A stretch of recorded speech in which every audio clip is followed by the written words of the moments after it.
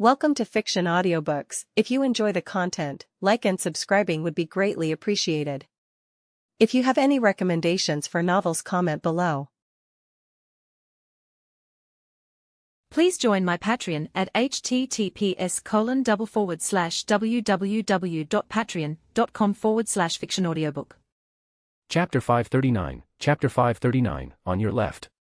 Doctor Strange, dressed in a blue close-fitting suit with a red cloak draped over his shoulders, stood quietly inside the New York sanctum. He had just been resurrected and returned here immediately. As the Sorcerer Supreme, he naturally knew what had happened. Strictly speaking, all of it had been his decision.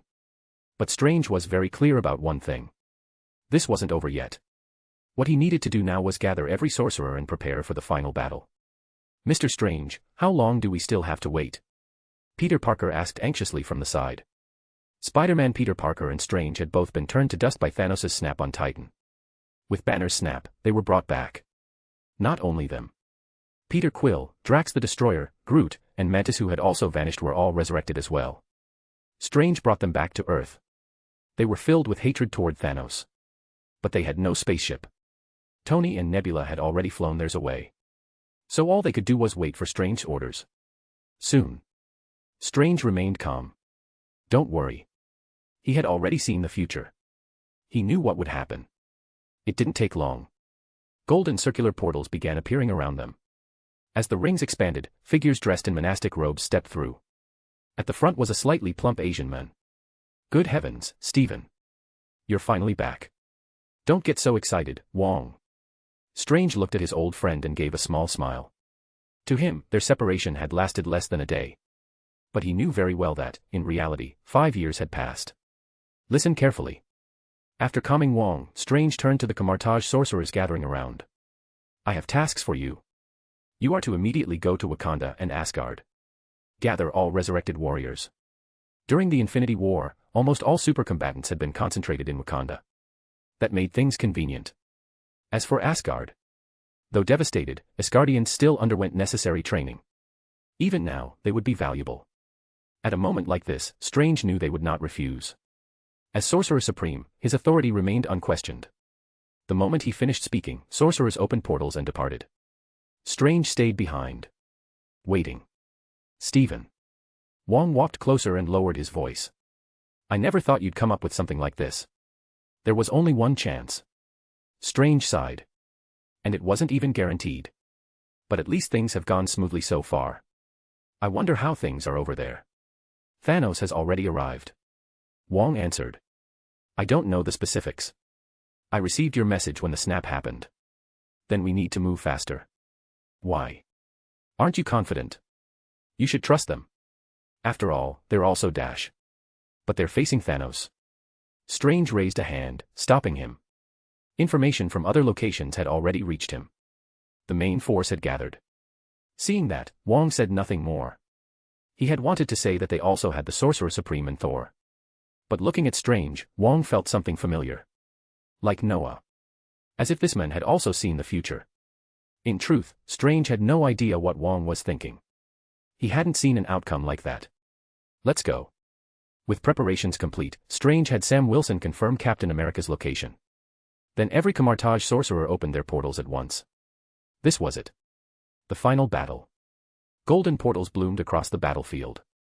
Strange and the others arrived at the Avengers compound. And then, their cheers died instantly. Before them was a raging inferno.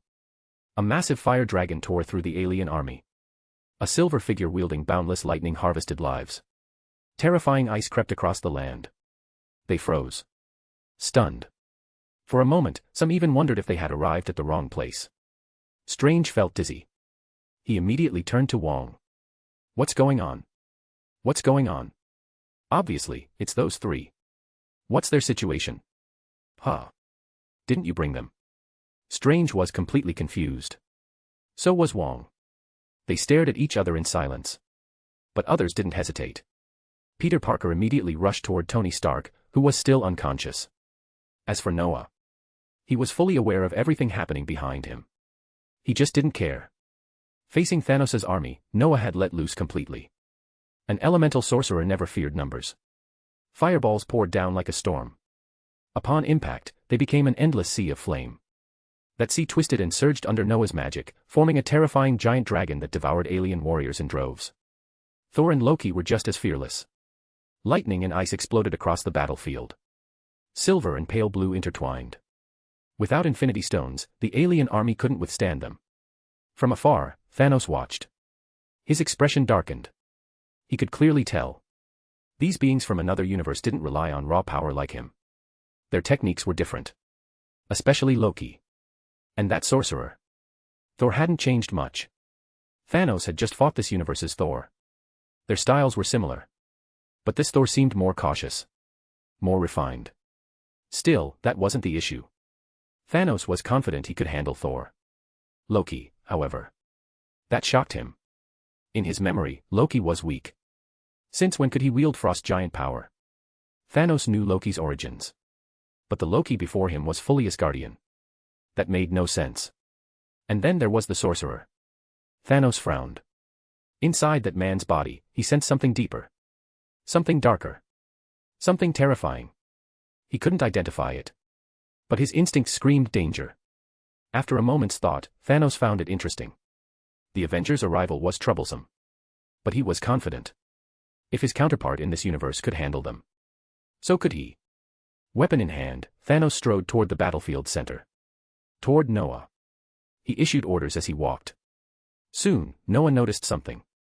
The alien army began avoiding him. They redirected toward Thor and Loki instead. Noah looked up. Thanos was approaching.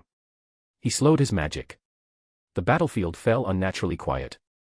Thanos stopped and studied Noah carefully. Then he spoke. "Who are you?" "I'm from Kamartaj." Noah answered calmly. "Kamartaj from our universe." A breeze lifted his black sorcerer's robe. "Kamartaj. You're the Ancient One's disciple." Thanos frowned. "Are you the guardian of a parallel universe?" "That's right." Noah nodded. "I haven't officially taken office yet. But it won't be long. This time, I came with the Time Stone. And incidentally Incidentally. To complete some tasks my master assigned me." Their voices echoed across the battlefield. At that moment, everyone who had just arrived finally understood. This world-shaking sorcerer was the Sorcerer Supreme of a parallel universe. The realization spread like a shockwave. Instinctively, many glanced toward this universe's Sorcerer Supreme. Then quickly looked away. All of them were curious. What did this Sorcerer Supreme from another universe intend to do? They didn't notice. Strange looked even more bewildered now. Because he realized something was wrong. This situation was completely outside his control. "I never foresaw this. A Sorcerer Supreme from a parallel universe. Even if he hasn't taken office yet. Find advanced chapters. And for more fan fiction. Backhand index pointing down. Backhand index pointing down. Support link, patreon.com/RioRaRyu. More bonus chapters. Every 250 power stones equals bonus chapter. Give me more power stones. Chapter 540, then let it begin. Interesting. Truly interesting. Thanos looked at Noah and suddenly laughed. The laughter faded quickly. His expression turned solemn as his aura surged once more, heavy and terrifying. "Your mission is to eliminate me, isn't it?" Thanos put on his helmet and leveled his double-bladed sword at Noah. "Then show me what gives you the confidence to attempt that." "You'll see," Noah replied softly. His voice echoed across the battlefield. In the next instant, Noah's expression sharpened. A faint golden light wrapped around his body as black runes slowly revolved in the air. This time was different. He wasn't facing insignificant members of the Black Order. No, there were 4 of them missing one, since Supergiant wasn't present. Still, none of that mattered. In this universe, the Black Order had been weakened to an embarrassing degree. Ebony Maw, once a fearsome sorcerer, had been thrown into space and frozen to death. Cull Obsidian had been blown apart by Wakandan force fields. Only Corvus Glaive and Proxima Midnight had died with any semblance of dignity. Even then, their close combat had been suppressed by Steve Rogers and Natasha Romanoff. As for the rest of the alien army, they were mowed down by machine guns. Noah still remembered Bucky and Rocket firing indiscriminately while rows of enemies fell. High attack. Low defense. That was this universe. Even so, Thanos was still a 10th-tier existence. Noah's victory over Fat Thor had been easy only because Thor had degenerated. And it needed to be said clearly. Noah had merely knocked Thor unconscious and burned off his hair and beard. Nothing more. Taking a deep breath, Noah let his magic surge. The black runes revolved faster. Golden light poured from his body like a newborn sun descending onto the battlefield, coating everything in gold. In an instant, Noah vanished. When he reappeared, he was already standing high in the sky. At the same time, space behind Thanos trembled. Red heat and icy blue cold intertwined. A strange, sharp sword formed and stabbed straight through Thanos' back. Umph. Thanos snorted coldly and spun with terrifying agility. His blade struck the light sword head-on. It shattered instantly. The collision sent a violent shockwave through space itself, and the alien troops gathered nearby were reduced to dust in an instant. Thanos didn't even look at them. With a casual motion, he accelerated and leapt. In the blink of an eye, he appeared directly in front of Noah. One strike. No wasted movement. No flourish. Yet that single blow caused Noah's golden glow and revolving runes to freeze for a moment. Space rippled like water. Noah frowned. The next instant, his figure blurred. Thanos passed straight through him. He slammed into the ground, creating a deep crater. Turning his head, Thanos looked up at the sky and laughed dismissively. As expected, his voice rumbled. Mystic arts practitioners only know these tricks. Boring. Despicable. What does it feel like, he sneered, to be a rat hiding in dimensional space? I'm a sorcerer, Noah replied calmly, not a warrior, you idiot. He smiled faintly. Did you expect me to trade blows with you like Thor? In my memory, Thanos said flatly, your teacher was quite good at that. Perhaps, Noah tilted his head. But I'm not her. And I'm not from this universe. I have my own way of fighting. As his words fell, Noah released his domain. The first exchange had already told him enough. Thanos' attack power was horrifying. That single jump and strike had shattered 4 of Noah's 9th-tier magic shields. 4. Noah couldn't afford arrogance. Thanos' speed was absurd. To Noah, the battle felt faster than the movie ever did. Spatial evasion was possible, but Noah knew his reactions wouldn't keep up forever. He wasn't Obito. He wasn't Minato. So he chose the simplest and most brutal option. His domain. At the same time, his crimson eye hovered at the edge of activation. If something went wrong, the dragonborn power would be unleashed immediately. A strange, terrifying rhythm spread outward from Noah. It felt like a cosmic resonance. The power expanded rapidly, covering the battlefield as a massive halo appeared, visible even to the naked eye. Deep blue. Emerald green. Interwoven. Within it were 4 smaller halos of different colors.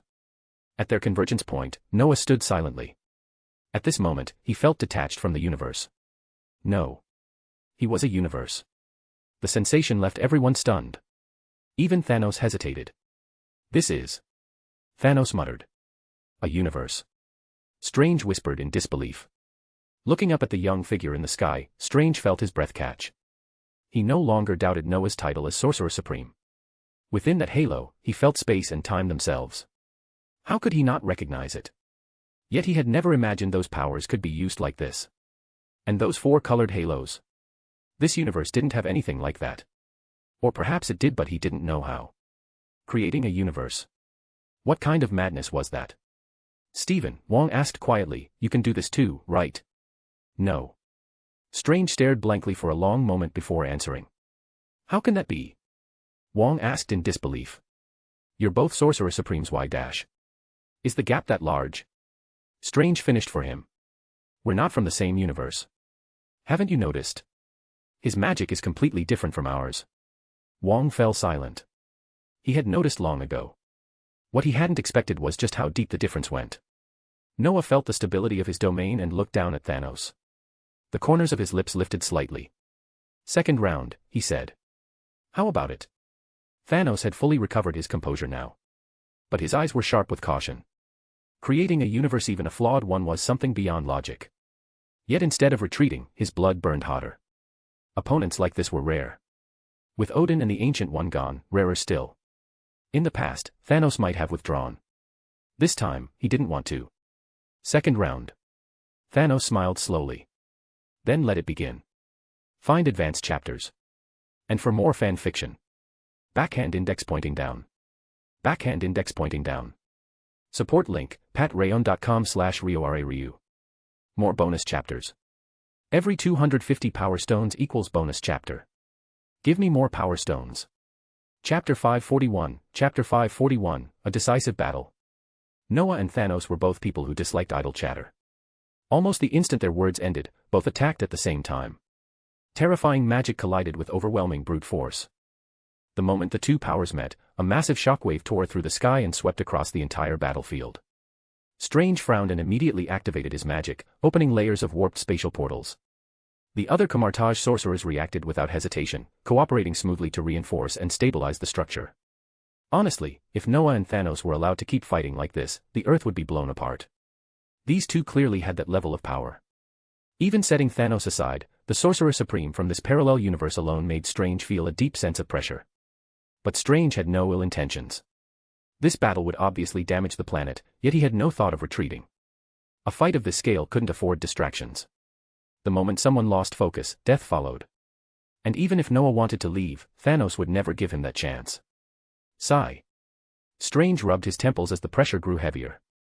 In his original plan, Thanos would also die but by their own hands, through an Infinity Stone snap. That plan was now impossible. Because Strange could clearly sense the Time Stone's fluctuations on Noah. Which meant only one thing. This Sorcerer Supreme had already reclaimed it. Without the Time Stone, how was Strange supposed to snap his fingers? Now, all he could do was protect the Earth and the warriors still fighting. At the same time, he carefully observed that universe-like magic unfolding before his eyes. For now, he could only call it magic. He wanted to see just how far it could go. Noah was under pressure as well.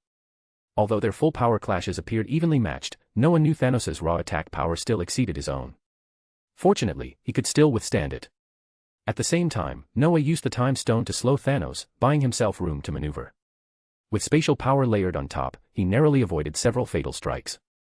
With a flick of his hand, the spatial star erupted with dazzling brilliance. Noah watched Thanos dart and charge through the air and unleashed a devastating spell. After deploying his domain, Noah no longer needed to think about casting speed, control, or technique. None of it mattered anymore. This was no longer a duel of finesse. It was a collision of armies. Whoever had greater power would win. Calculations lost meaning. Only absolute strength remained. As Noah carved a strange rune in the air, his domain exploded with raging flames. Thanos charged straight through and cleaved the flames apart with a single slash, but the fire stalled, as if striking resistance. Noah didn't bother reacting. With another wave of his hand, a second rune formed. The suppressed flames erupted again, faster and fiercer than before. At that moment, Noah's domain became tyrannical. Pure destruction pressed down on Thanos without any trace of restraint. Within the domain, the battlefield was swallowed by lava.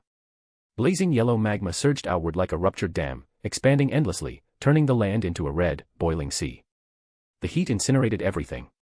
Countless of Thanos' soldiers were vaporized the instant they touched it, reduced to drifting steam. Those who fled faster survived. When they looked back, fear consumed their eyes. Only Thanos stood untouched. Even Strange and the others could only pull everyone into the mirror dimension. Yet even there, the distortion of time and space seeped in from Noah's domain. It felt as if those flames were still rushing toward them. Damn it, Strange muttered. This guy is completely unreasonable. He really is, Tony Stark said, having regained consciousness. He ordered Friday to record everything. Tony knew very well that without Strange and the Camartage sorcerers, the Earth would already be gone. The power displayed by these two surpassed anything he could imagine. Tell me, Tony said, turning to Strange, why can't you do this? If you could, we'd have finished everything on Titan, right? I already told you, Strange replied flatly. I'm not him. Our universes aren't the same. He didn't want to answer questions like that anymore. They were absurd. What Strange was truly curious about was something else. What would his counterpart in Noah's universe become? Wong had said that version of him had shattered both hands and was desperately seeking treatment. If nothing unexpected happened, he would eventually end up at Camartage. But Camartage already had a Sorcerer Supreme. What would happen then? Strange shook his head, abandoning the thought. His gaze returned to Noah, growing heavier. What he hadn't told Tony and the others was that this blazing world was only part of Noah's power. The Sorcerer Supreme from that universe also wielded ice, storms, and earth. And beyond that. Time. Space. Once Noah released his domain, holding back was no longer an option. Domain stability was critical. Noah wouldn't waste magic needlessly. As lava devoured the land and Thanos adapted to the fighting style, Noah shifted elements without pause. Fire turned to ice. In an instant, the world plunged into an ice age. Towering ice spikes erupted. Tides of magic-infused water crashed toward Thanos. When Thanos adapted again, the power shifted once more. Wind. Earth. Each elemental eruption carried world-ending force. Yet Thanos' adaptability was terrifying. By the later stages, Noah was almost continuously casting spells. Thanos dodged relentlessly, occasionally slicing through the magic before vanishing again. The frustration built. It felt like trying to crush a fly with siege weapons. A poisonous, armor-piercing fly. One moment of carelessness, and Thanos was suddenly in Noah's face, blade flashing toward his head. If Noah hadn't reacted instantly, slowing time, slipping into the mirror dimension, and counterattacking simultaneously, his domain would have shattered. 10 minutes passed. Noah could feel the instability creeping in. The thought of activating the time stone surfaced. He glanced toward Thor and Loki, who had already wiped out Thanos' army. They were blocked by the domain's boundary and couldn't enter. At the same time, Noah sensed an enormous power signature approaching Earth. It had a physique similar to his, but stronger. Captain Marvel. Noah took a deep breath. He prepared to use the time stone to restore his magic. Then he looked at Thanos. "You're starting to look less like a conqueror," Noah said calmly. "More like a rat. No more like a frantic fly. Boring." "Humph," Thanos snorted. "Child. I've conquered countless worlds. I've faced every situation imaginable. And don't use my own words against me." "You're right," Noah replied indifferently. "What a pity."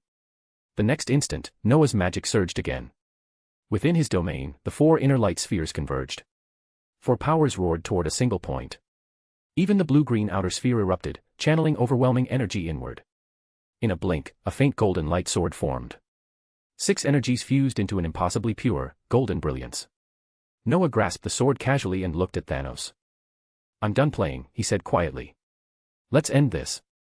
Green light slowly spread from the spatial star. Thanos tightened his grip on his double-bladed sword. He stared at the light sword radiating terrifying power. But his attention wasn't fixed on it. It was on everything around him. If anything went wrong, he would flee instantly. Their gazes locked.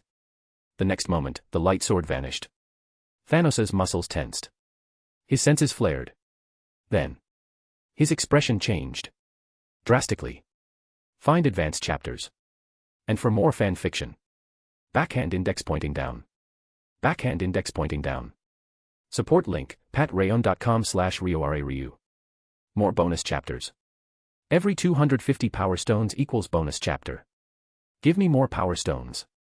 Chapter 542, Chapter 542, you guys are so fierce, what were you doing earlier? Carol flew toward Earth with a grim expression. She truly hadn't expected something like this to happen while she was gone. She wasn't fully aware of the Avengers' plan. She had been too far from Earth at the time. Not every planet was like Earth, guarded by a group of selfless, exceptionally capable protectors. It was precisely because Earth had people like that Carol focused most of her efforts elsewhere. As usual, she had been checking how many people were still missing after Thanos' incident. But as she entered the Milky Way, she suddenly sensed something. A bloodline. Strikingly similar to her own. Carol froze. Her power had come from an unimaginably difficult mutation. In that sense, she was unique. Which made this sensation almost unbelievable. She immediately wanted to know where it was coming from. After a brief search, she pinpointed the source. Earth. Carol frowned. She turned back without hesitation. Could there be someone else who had been transformed by the Power Stone and successfully mutated, just like her? She abandoned her other tasks and rushed toward Earth. After flying for a while, she sensed something else. Someone familiar. Thanos. She would never forget that presence. Even though the Thanos she had seen before had been in a ruined, nearly powerless state. This one was different. This Thanos was at his peak. And more importantly, the person with that similar bloodline was involved in the battle. Carol's anxiety spiked. Then her expression changed completely. Because at that moment, Thanos and that person began to clash. The energy they released was enough to destroy Earth. Carol's face turned icy. She didn't understand what was happening. Damn it, what happened? She clenched her teeth and accelerated again. In the blink of an eye, she pierced the atmosphere. Her power surged. By the time she fully entered the atmosphere, it had already reached its peak.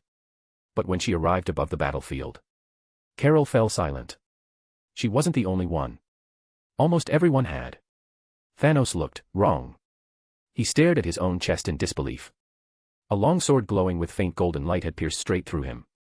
He slowly lifted his head and looked at Noah, whose universe-like magic was beginning to fade. "You're despicable," Thanos said hoarsely. "Despicable?" Noah tilted his head, smiling with open disdain.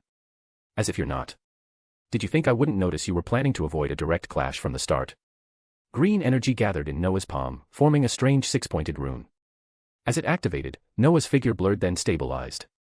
The magic that had been on the verge of collapsing solidified instantly. The time stone.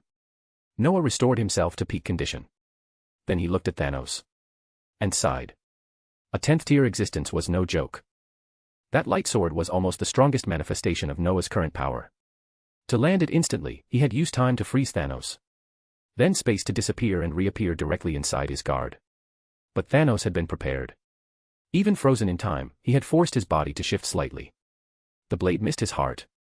If it hadn't, Noah was certain Thanos would already be dead. Regret flickered through Noah's mind. But he knew that repeating the same move wouldn't work again. Still, this was enough. Thanos had lost. His entire army had already been wiped out by Thor and Loki. Those two had expended a great deal of power, but that wasn't the key issue. They hadn't even used the Infinity Stones yet. Noah tilted his head. His domain twisted.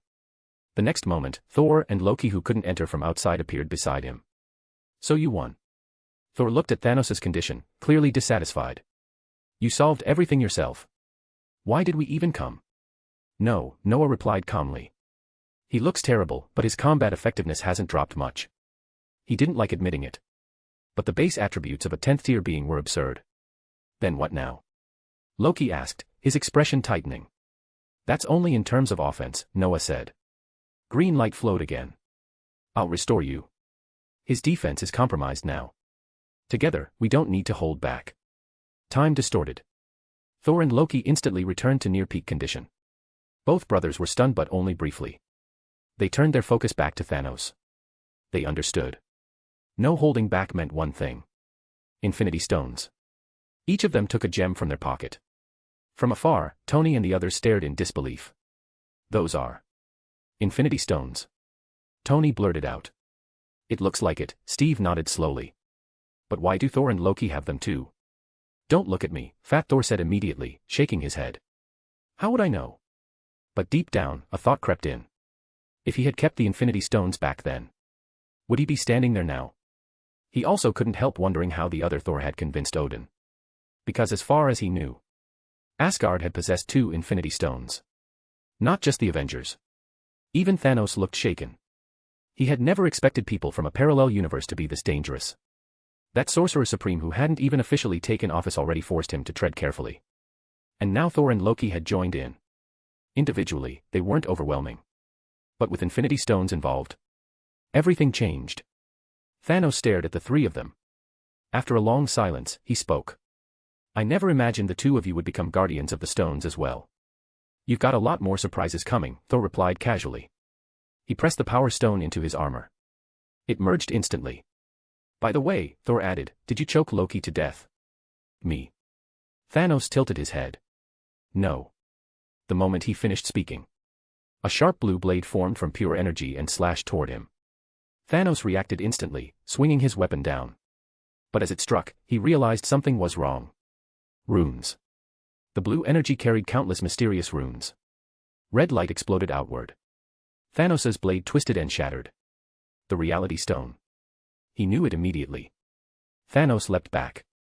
Above him, Loki hovered in the air, red light glowing faintly from his chest. Then, purple power. Lightning without end. It slammed toward Thanos. This time, there was no room to dodge. Time locked him in place. Damn sorcerer. With no other choice, Thanos clenched his fists and hurled everything he had toward Thor. The collision detonated. A deafening blast tore through the battlefield. The already devastated land collapsed further. Magma surged. The shockwave triggered a catastrophic earthquake. Watching this, the Avengers instinctively turned to Fat Thor and Strange. Their eyes said everything. "You're this fierce? Then what were you doing earlier?" Fat Thor didn't notice. He smacked his lips, regret deepening. Why hadn't he kept the Infinity Stones? Strange, on the other hand, felt depressed. He had already explained they weren't from the same universe. So why were they still looking at him like that? But neither of them had time to dwell on it. because once again, the Sorcerer Supreme from another universe began condensing that light sword imbued with 6 powers. Find advanced chapters. And for more fan fiction. Backhand index pointing down. Backhand index pointing down. Support link, patreon.com/RioRaRyu. More bonus chapters. Every 250 power stones equals bonus chapter. Give me more power stones. Chapter 543, Chapter 543, Farewell, Thanos. Noah, who had previously been fighting Thanos head-on, had now shifted into a supporting role. Of course, he wasn't purely supporting. What Noah was doing now was assisting Thor and Loki while carefully observing Thanos. After battling Thanos for quite some time, Noah was already completely certain of the general level of power in this universe.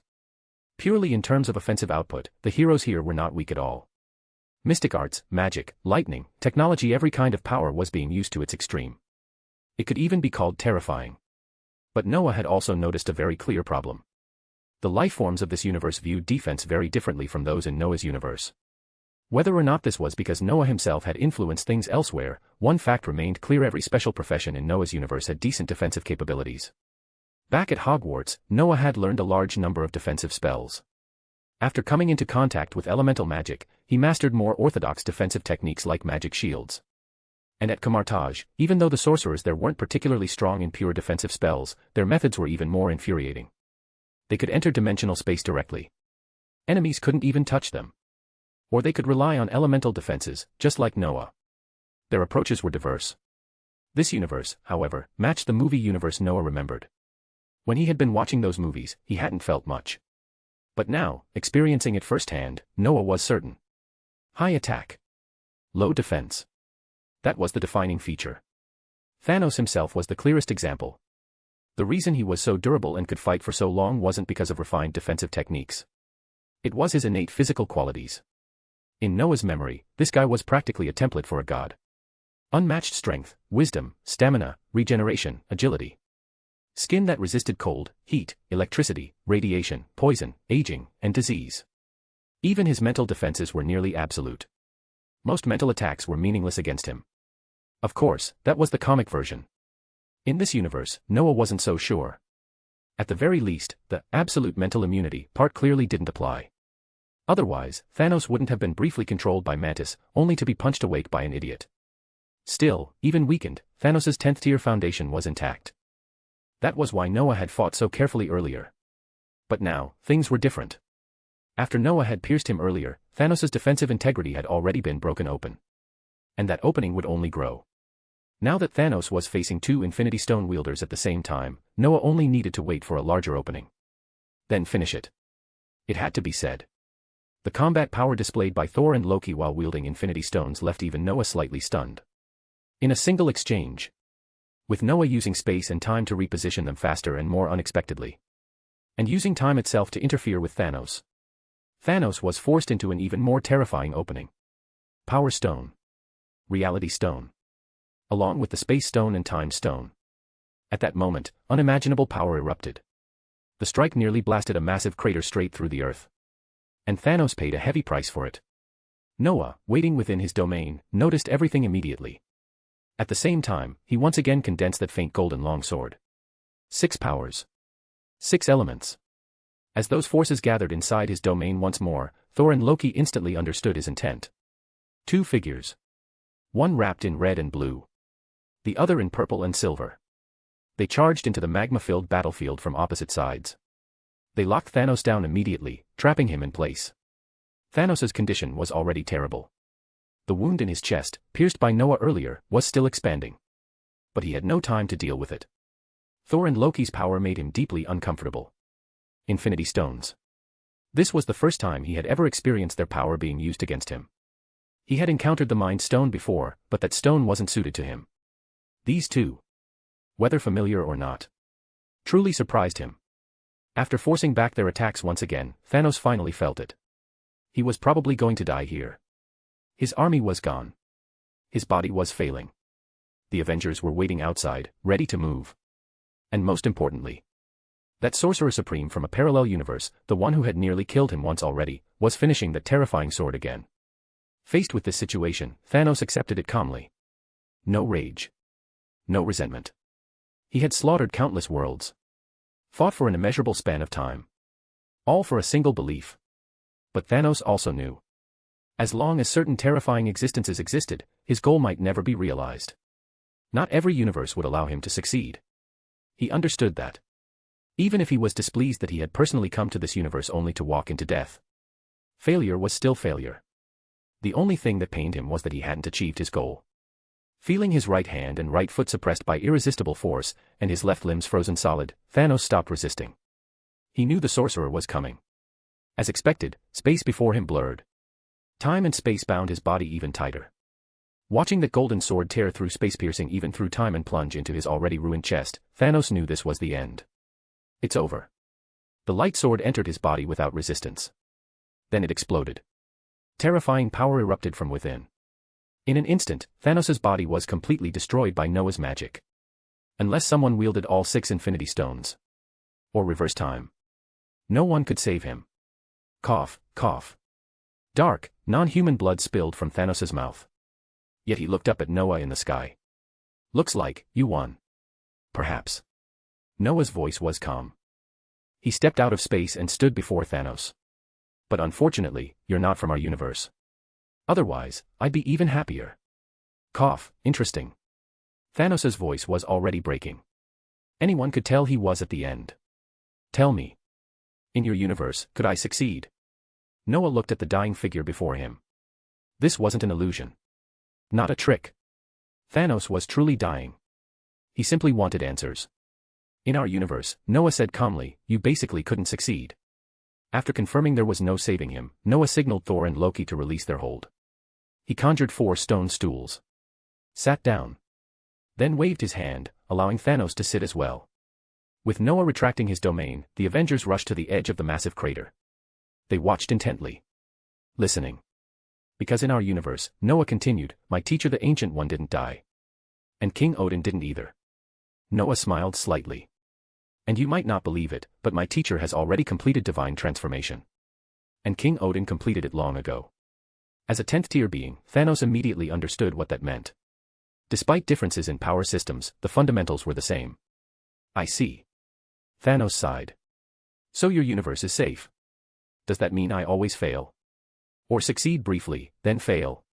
Not necessarily. Noah shook his head. Your chance of failure is 1 in 14 million.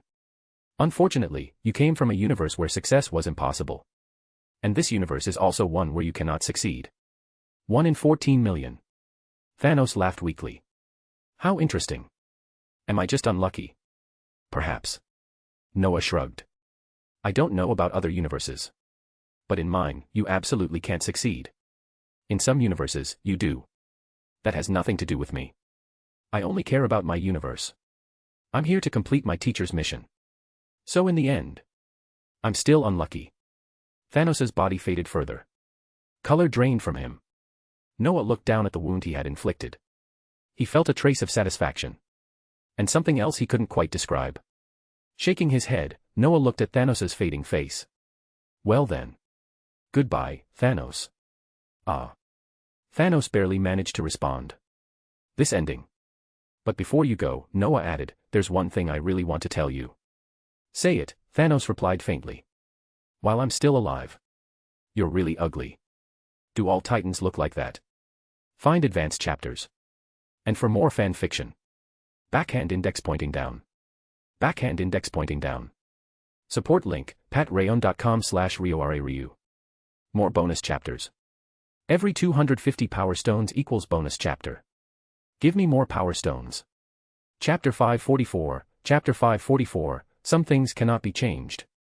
So, he's really dead. Standing at the edge of the enormous crater, Thor and Loki stared at Thanos' body. It looked like he was merely asleep. Loki even walked over cautiously and poked the Titan's chest.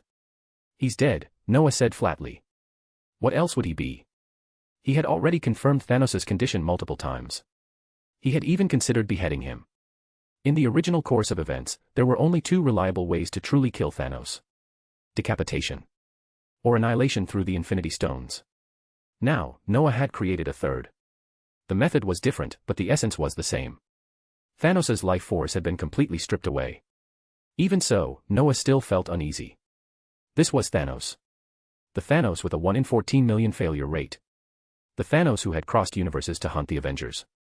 For someone like that to die so cleanly felt unreal even to Noah. Tell me, Thor suddenly said, did you actually kill him, or did you just annoy him to death? What does that even mean? Noah rolled his eyes. If I hadn't shattered his defenses and kept him injured, could you two have restrained him that quickly? And if we hadn't restrained him and wiped out his army at the same time, Loki shot back, could you really have finished him off that easily? Thor nodded in agreement. That said, Thanos had truly stopped breathing right after Noah commented that he was ugly. Noah didn't think that was unreasonable. He genuinely thought Thanos was ugly. Like an oversized sweet potato. No matter how you looked at him. Of course, if Thanos transformed into a human form, it might be better. After all, Noah was very confident in standard human aesthetics. Shaking his head, Noah decided not to dwell on it. Thanos was dead. Dead meant dead. He looked up toward the Avengers waiting outside the chasm. Ordinary people couldn't see anything from that distance. Noah could. After a brief thought, he raised his hand and cast a spell. The crater was at least 30 to 40 kilometers deep. That was why they could see lava below. Creating a hole like this wasn't something Noah cared about. This wasn't his universe. Still, since he was responsible, he didn't mind cleaning it up a little. Earth magic surged. Like an elevator, soil flowed upward, filling the crater as it rose, carrying Noah, Thor, Loki, and Thanos' corpse back to the surface. A few minutes later, they emerged. The Avengers immediately gathered around. Tony activated Friday and scanned Thanos' body repeatedly. The result was conclusive. Thanos was dead. Others verified it through their own means. The conclusion didn't change. He's actually dead. Rocket muttered. This feels unreal. Furry face, Carol said calmly, I agree. But he's definitely dead. Even as she spoke, her attention never left Noah. She could clearly sense it. This young man carried the same bloodline as her. She already knew he came from another universe. What she didn't know was what her connection to him was over there. Her imagination wandered. For a moment, she even wondered if this young man might be her child in another universe. She dismissed the thought almost immediately. His apparent age meant nothing. She herself still looked like she was in her 20s. With a similar constitution, appearances couldn't be trusted. Looking closer, Carol noticed Noah's physical development wasn't particularly advanced. There was still a clear gap between him and her. Why do you have the same dash? Carol hesitated, then decided to be direct. The same bloodline as me. Was it because of the space stone? Don't overthink it, Noah said, spreading his hands. The space stone is mine, yes. But I didn't mutate from it. He paused. To be precise, we met in 95. I took some of your blood back then. What? Carol blinked. We met in 95. You used my blood. Of course. Otherwise, how do you think I got this physique? Then tell me, Carol said slowly, what happened in 95 that most people don't know. Fury got blinded by Goose, Noah replied without hesitation. He didn't need to say it. He just wanted to see the reaction. As expected, the Avengers froze. They might not know who Goose was, but they all knew Fury. Steve's expression was especially strange. He clearly remembered Fury once saying he lost his eye because he trusted someone. All right, Carol said after a moment, rubbing her temple. It seems we really did know each other. In your universe. She then smiled faintly. How's little Goose doing? Still a bottomless pit, Noah sighed. And it enjoys scaring my owl for no reason. He shook his head. Most of my funding goes into feeding it. You adopted it. Carol tilted her head. That's impressive. Impressive? Maybe. That creature was a flurkin. Noah honestly wasn't sure whether Goose, in a berserk state, could swallow Thanos whole. Looking at Thanos' lifeless body, Noah suddenly thought. In those 1 in 14 million timelines, this guy probably died more than once. And each death was probably worse than the last. After all, his ideology ran counter to nearly every form of life in the universe. Noah shook his head. He didn't think Thanos' idea was entirely wrong. On a macroscopic scale, eliminating half of all life to maintain sustainability wasn't completely unreasonable. But from the perspective of individual lives, it was pure madness. Absolute evil. Forget it, Noah muttered. I don't want to turn to ash. You're not a creator god. By what right do you decide who lives and dies? He stopped thinking about it. The main problem of this universe was solved. That was enough. Raising his hand, Noah summoned flames once more. Thanos' body burned. Reduced to ash. Death stripped him of all defenses. And Noah's magic didn't care who he was in life. Given enough output, it could burn the planet itself. More importantly, Noah wasn't about to leave room for some idiot in the future to resurrect him. A 10th-tier existence wasn't something to gamble with. Who knew if Thanos was like Superman appearing dead, but only dormant? All it would take was something like a mother box. When the flames finally faded, nothing remained. "Thank you," Strange said, walking over. Sorcerer Supreme of another universe. Thor. God of Mischief. "Hello, Strange," Noah replied, smiling slightly. "I know you, even if you don't know me. Unfortunately, in my universe, you probably won't get the same chance." "Perhaps that's fine," Strange said calmly. "After all," Noah added, "your dream was always to keep your hands and be a doctor." Strange didn't answer. Some things, he already understood.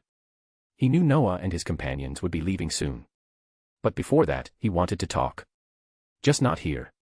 "Care to visit Camartage?" "Of course," Noah nodded. "Though I prefer the London Sanctum. That's where I'm a guardian. Find advanced chapters. And for more fan fiction. Backhand index pointing down. Backhand index pointing down. Support link, patreon.com/RioRaRyu. More bonus chapters. Every 250 power stones equals bonus chapter. Give me more power stones. Chapter 545, Chapter 545, The Ancient One.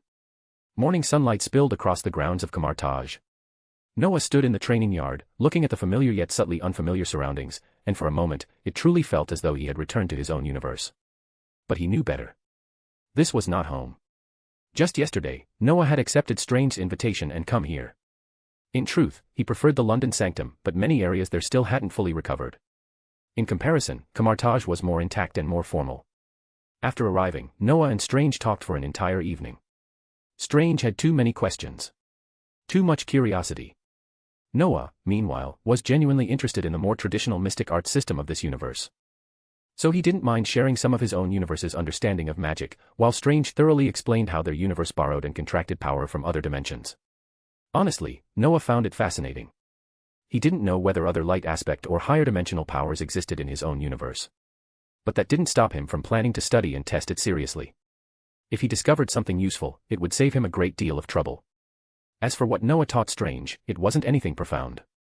Just some foundational elemental magic concepts. That was more than enough.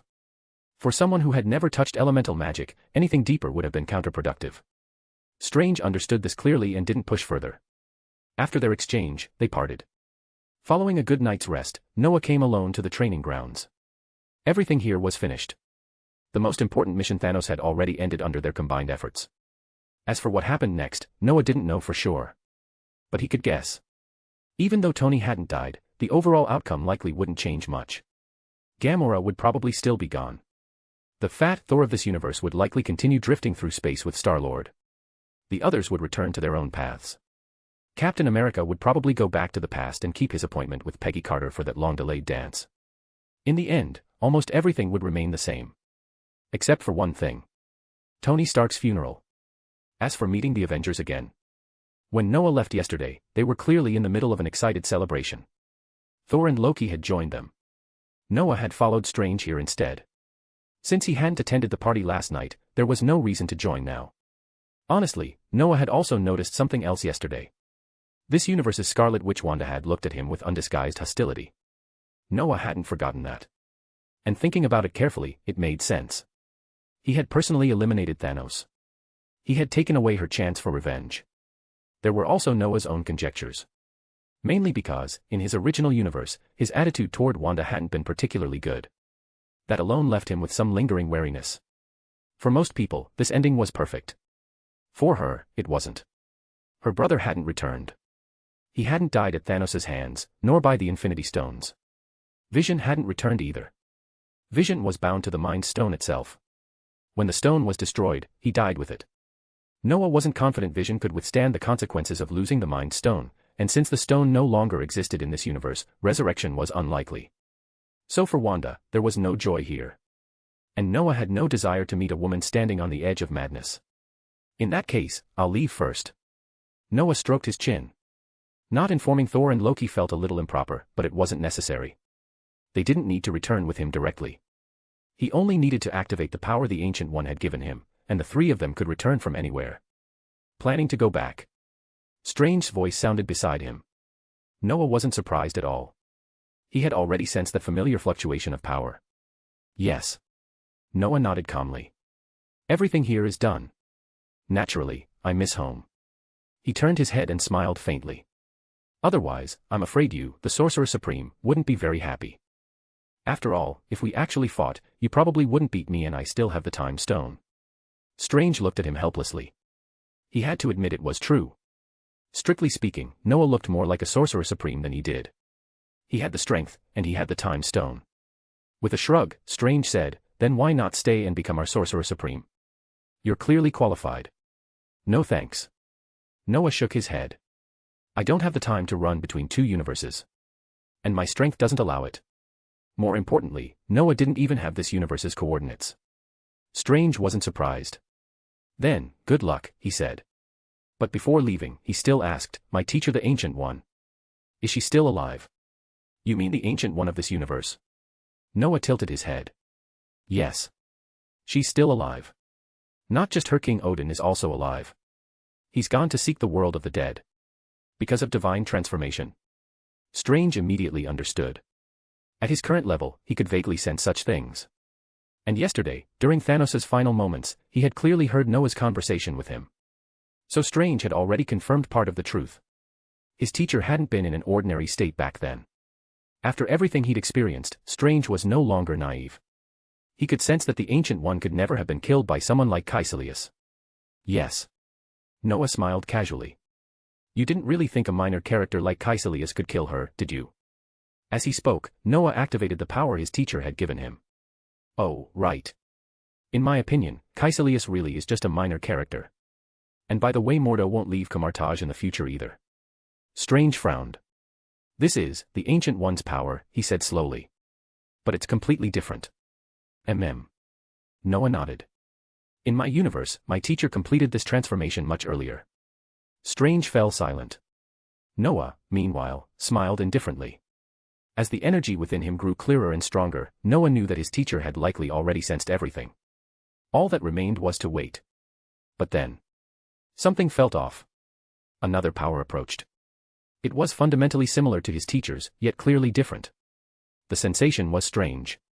And then Noah's expression changed. He knew what it meant. This was the Ancient One of this universe. That realization left Noah deeply frustrated. He was clearly about to go home. So why did he have to encounter her again? This was not what he had hoped for. Strange sensed it too. His expression turned to delight. It's her, he said softly. The Ancient One. This is not good news, Noah said with a bitter smile. At least not for me. As the power drew closer, a shimmering figure appeared before them. Slowly, it solidified. The Ancient One. The moment she appeared, space and time seemed to freeze. There were no fluctuations from the Time Stone or the Space Stone. Everything simply stopped. She looked at Strange with quiet relief. Then her gaze shifted to Noah, carrying a trace of curiosity. Congratulations, Stephen, she said calmly. You have done what you needed to do. You are a qualified guardian. Thank you, Ancient One, Strange replied, bowing respectfully, a bit stiffly. Her gaze turned fully to Noah. And you, she asked. A guardian, from another universe. Hello, Ancient One. Noah bowed slightly. It's a pleasure to meet you. For me, this may not be the first time. For you, however, it probably is. The Ancient One smiled faintly and studied him in silence. At her level, she could sense many things. Including Noah himself. Though she hadn't fully recovered yet, that didn't affect her judgment. Earlier, while meditating, she had already sensed an incredible power erupting in the real world. And just now, she had felt a presence similar to her own, different in form, but identical at its core. She could already infer the truth. Another version of herself was likely preparing to send these outsiders home. And it was precisely because of that realization that she found herself unexpectedly interested. Find advanced chapters. And for more fan fiction. Backhand index pointing down. Backhand index pointing down. Support link, patreon.com/RioRaRyu. More bonus chapters. Every 250 power stones equals bonus chapter. Give me more power stones. Chapter 546, Chapter 546, it's time for you to go back. This is incredible. You're me from another world. That's right. Nice to meet you. If it weren't for a few special accidents, I'd probably be exactly like you. Facing the two ancient ones, one purely spiritual, the other fully physical, Noah and Strange exchanged glances without saying a word. Time and space around them were completely frozen. Yet neither of them was affected. Honestly, the situation had gone far beyond Noah's expectations. He had long suspected that the Ancient One of the original universe hadn't truly died. The comics said as much. Still, seeing her appear in person was disorienting, especially when his own universe's Ancient One, who had already deviated completely from the original path, was standing here as well. Soon, golden light bloomed around both Sorcerer Supremes. They were clearly communicating. At a level neither Noah nor Strange could comprehend. Noah didn't dwell on it. He turned to Strange, who still looked stunned, and smiled casually. At this point, Noah had already broken the "only one Holmes in the Marvel Universe" rule. Two Holmeses now existed simultaneously. By the way, Noah suddenly asked, "Can you play the violin?" No. Strange looked confused. But I can play the piano. Interesting.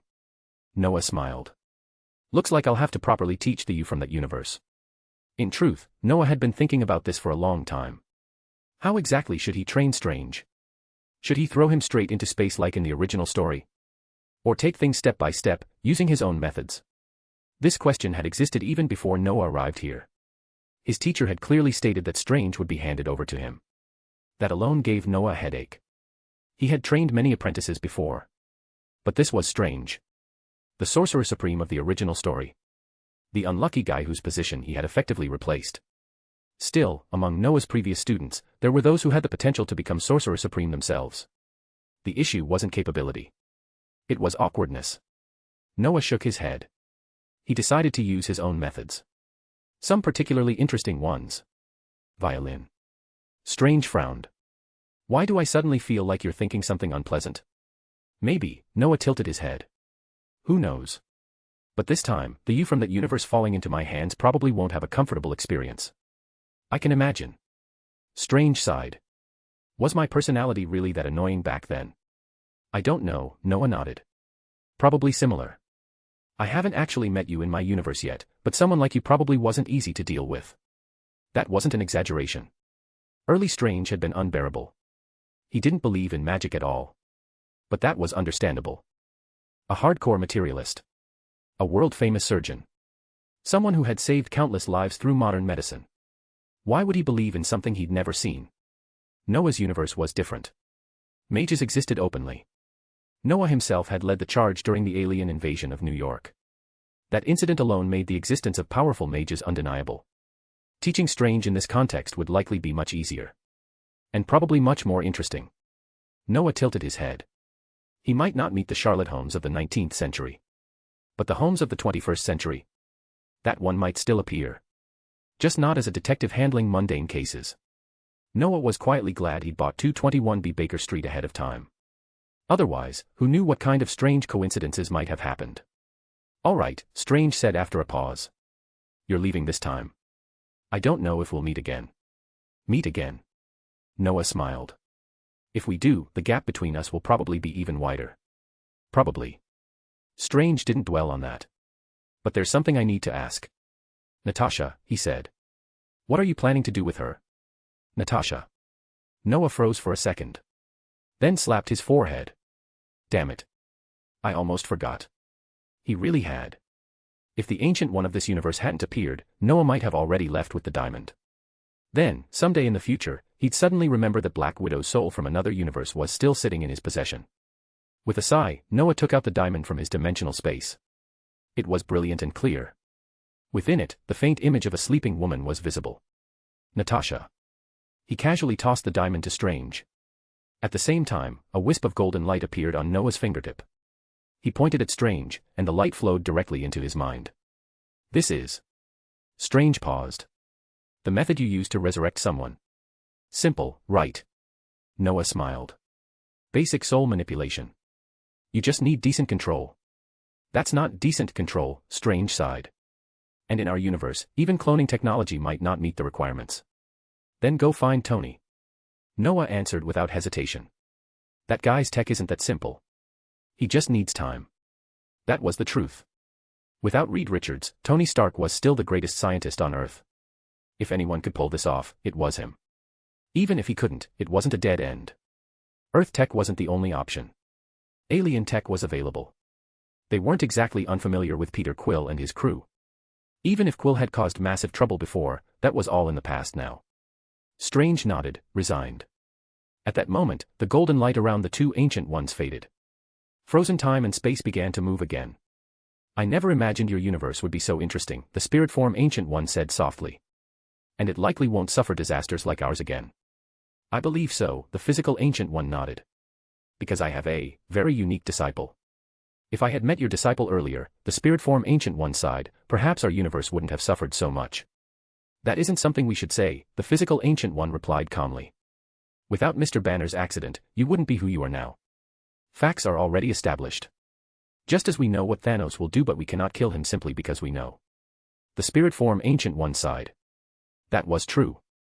Otherwise, she could have killed Thanos long before everything began. But she hadn't. She shook her head and said no more. Her gaze passed over Strange, then Noah. She smiled, nodded once, and dissolved into a faint golden light.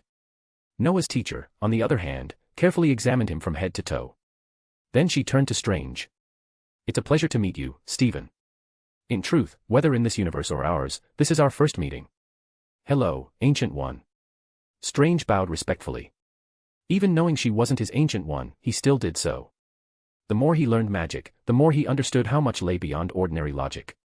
And the more cautious he became. Unfortunately, the Ancient One continued, coming here has consumed too much of my energy.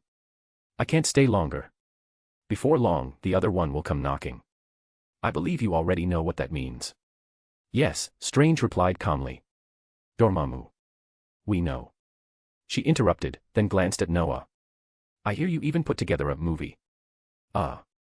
Noah scratched his head. He wanted to say he hadn't used the time stone to spy on the past. After a moment's thought, he nodded anyway. I was curious about what this universe became without me. The Ancient One shook her head, saying nothing. She raised her hand. Golden light enveloped Noah, and he felt it surpass the limits of space itself, stabilizing the cosmic intersection channel. It's time for you to go back, Noah. You still have things to deal with. Of course, teacher. Noah nodded. And I gained a lot this time as well. Find advanced chapters. And for more fan fiction. Backhand index pointing down. Backhand index pointing down. Support link, patreon.com/RioRaRyu. More bonus chapters. Every 250 power stones equals bonus chapter. Give me more power stones. Chapter 547, Chapter 547, The Three Worlds. Ugh. Thor and Loki squatted on the ground, retching violently, like they were about to throw up everything they'd consumed last night. Noah stood a short distance away, his expression full of disgust, clearly worried that the two idiots might accidentally spray something on him. After retching for a long time, the brothers finally raised their heads. Their faces were twisted with resentment and anger as they glared at Noah. Just last night, they had attended a celebration. A party thrown by the Avengers. To celebrate the successful defeat of Thanos. They had partied all the way until dawn. Their physiques meant they wouldn't get drunk, but that didn't mean their stomachs full of liquid felt good. What they hadn't expected was this. They woke up, intending to go to the bathroom and finally relieve themselves. And then golden specks of light appeared on their bodies. Before they could struggle. Before they could resist. They were dragged straight into a spatial portal. That familiar feeling. That nauseating, motion sickness-like sensation. And with both of them already full of liquid, they vomited the entire way through the portal. They hadn't even finished when they landed. Odin and the Ancient One stood in front of them, both wearing speechless expressions. They clearly hadn't expected things to turn out like this either. Shaking his head, Odin sighed lightly and said to the Ancient One and Noah. It seems my two children won't be able to communicate properly for a while. They appear to have played a little too hard. Perhaps. Noah smiled faintly. After all, we defeated Thanos in another universe. They were probably too excited. They really were. They had eliminated a threat to the universe with their own hands. They hadn't relied on teachers. They hadn't relied on elders. That alone was worth celebrating. To beings like Odin or the Ancient One, Thanos might not have been a serious threat. But because of various restrictions, they couldn't intervene directly. It had been that way in the original story. It was the same now. Compared to the other parallel universe, they were already lucky. Their teachers and elders hadn't disappeared because of it. Their presence was only an added safeguard. Nothing else had fundamentally changed. It is indeed a joyous occasion, Odin nodded. I'll take them away first. They're clearly not in a suitable state. Then he glanced at Noah. By the way, Noah. I may need your help again soon. Oh. Noah asked. Glad to be of service, Your Majesty. Sometime soon, I plan to release my other child, Odin said calmly. She is Thor and Loki's elder sister. Her ideology is somewhat extreme. Noah's mouth twitched. What? Was Odin planning to release Hela? Was he worried his family didn't have enough internal problems? Honestly, one Thor and one Loki were already more than enough. Now he wanted to add Hela.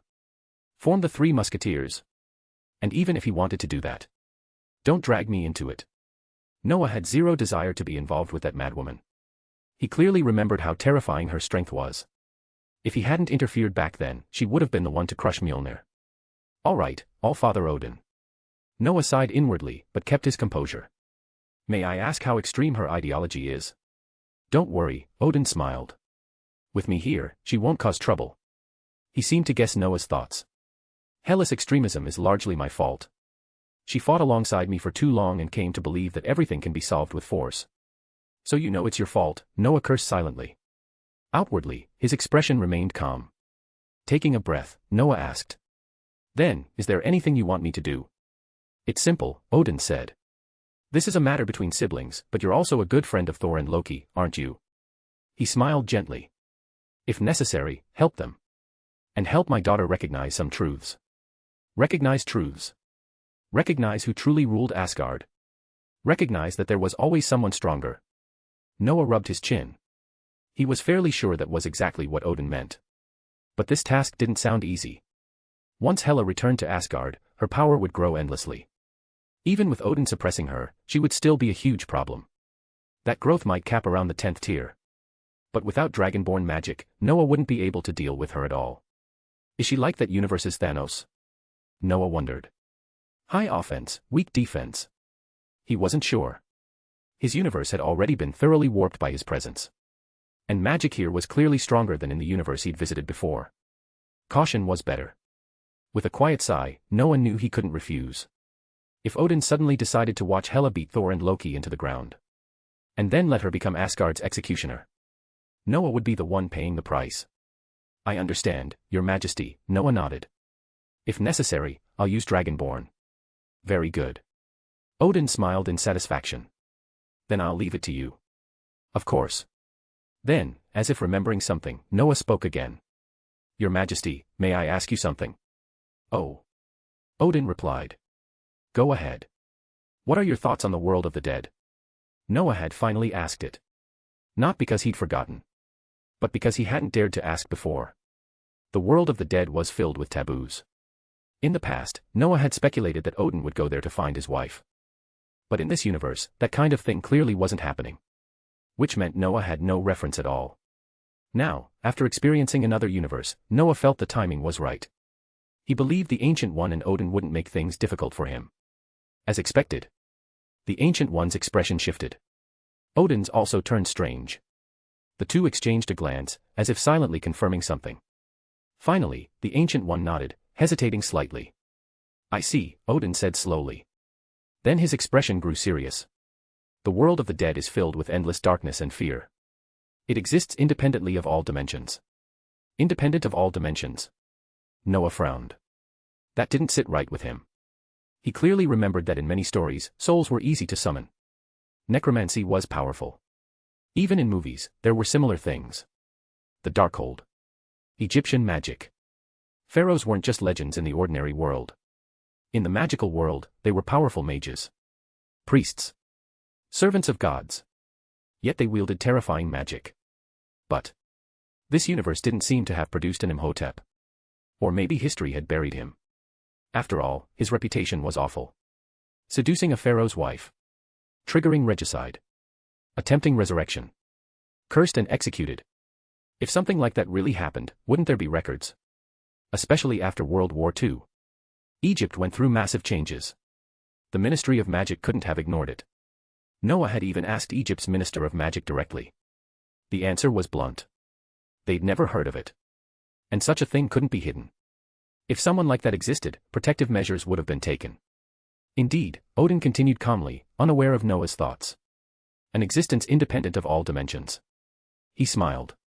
Heaven and hell also collect souls, but their actions are based on belief. Only the faithful or the utterly wicked can enter. Do you know why? Energy, Noah answered almost immediately. Correct, Odin nodded. Souls are energy. They define destinations through belief and conduct. High-quality souls become subordinates. Ordinary souls. And the world of the dead doesn't care. Noah frowned. Exactly, Odin said. It's too vast. Vast beyond time and space. And it connects to all universes. All universes. Noah froze. Yes, Odin said lightly. And finally, a cold fact for you. Please. The world we live in is called the creation world. You may also call it the material world. He paused. Surrounding it are two other worlds. One is the world of the dead. And the other. The void. Find advanced chapters. And for more fan fiction. Backhand index pointing down. Backhand index pointing down. Support link, patreon.com/RioRaRyu. More bonus chapters.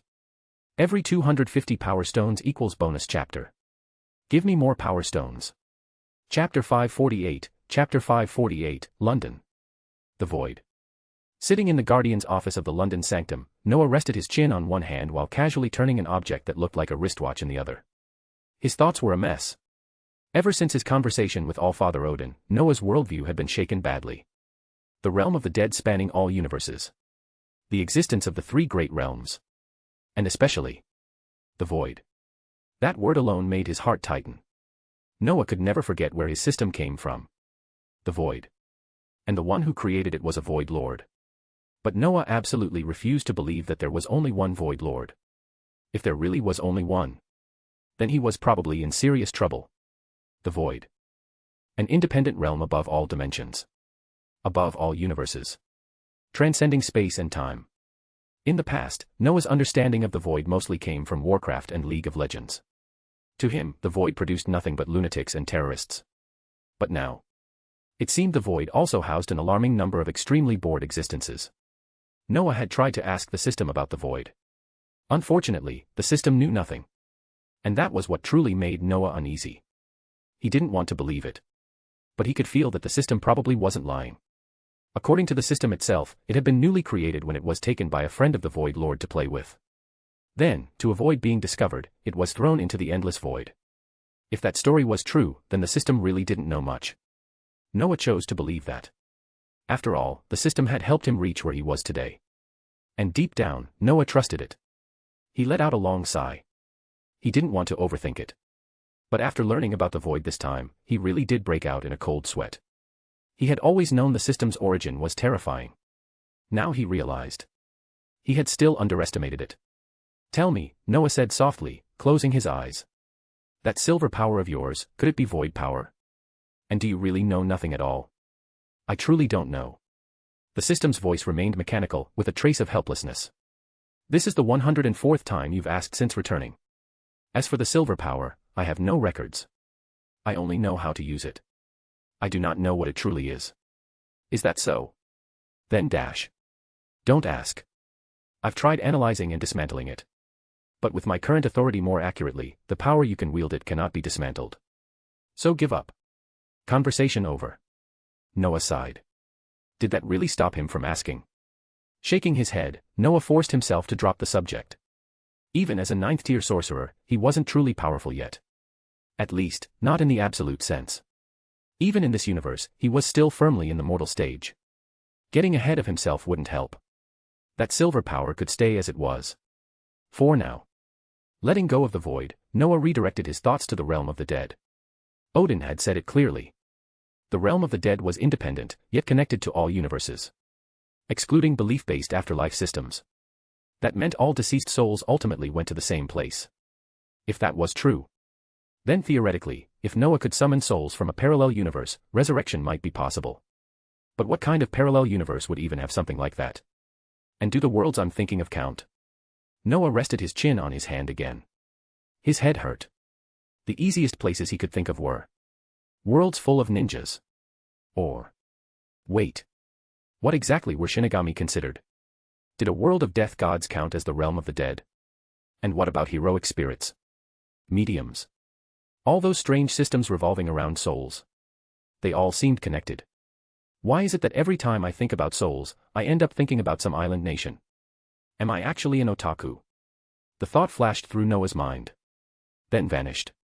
A sorcerer being an otaku wasn't strange anyway. Most sorcerers lock themselves away to research things far worse. Forget it. Once I deal with what I need to deal with, I should go to Egypt. Or Japan. While Noah was lost in chaotic thoughts, Stephen Strange stood quietly beneath an overpass. A street basketball court. He watched the figure moving freely on the court. And something in his chest burned again. Half a year ago, Stephen Strange had been a prodigy. The top neurosurgeon in his field. Then came the accident. He would never forget the moment he woke up and saw 11 stainless steel pins embedded in his hands. Multiple ligament tears. Severe nerve damage. Both hands. He had lost everything. His hands trembled constantly. They couldn't exert force. He tried everything. Conventional treatments. Experimental methods. Every option available. All of them failed. Other doctors began to give up on him. Not for lack of ability, but to protect their reputations. How long did it take to fall from heaven to hell? 11 hours. In 11 hours, he went from luxury cars and rare watches to nothing. His heart nearly collapsed. Then, a medical report appeared. Something that looked more like a gamble. And that dying flame inside him ignited again. Strange tightened his coat and walked forward. By coincidence, the men he was looking for approached him. Jonathan Pangborn. Strange spoke quickly. Complete spinal cord injury at C7 and C8-. Jonathan turned, confused. Who are you? Paralyzed below the chest. Strange continued. And partial paralysis in both hands. I don't know you. Jonathan frowned. But the men felt strangely familiar. I'm Stephen Strange. A neurosurgeon. He paused. Formerly. Jonathan finally recognized him. Looking at the fallen genius before him, he sighed. He had once been told. If someone like this came asking, he should answer honestly. It seemed that person was Stephen Strange. Jonathan studied him quietly.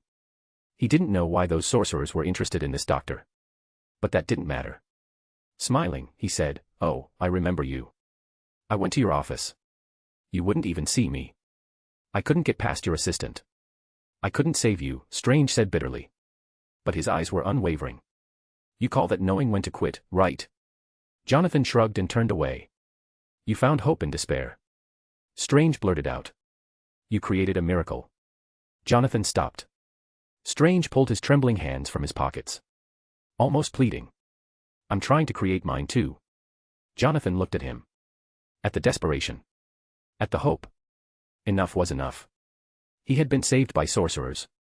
And he wanted to give something back. All right, Jonathan said softly. I wanted to give up too. But later, someone saved me. Who? Strange's voice shook. A sorcerer. Jonathan didn't bother being vague. A sorcerer living on a mountaintop. Far from the noise.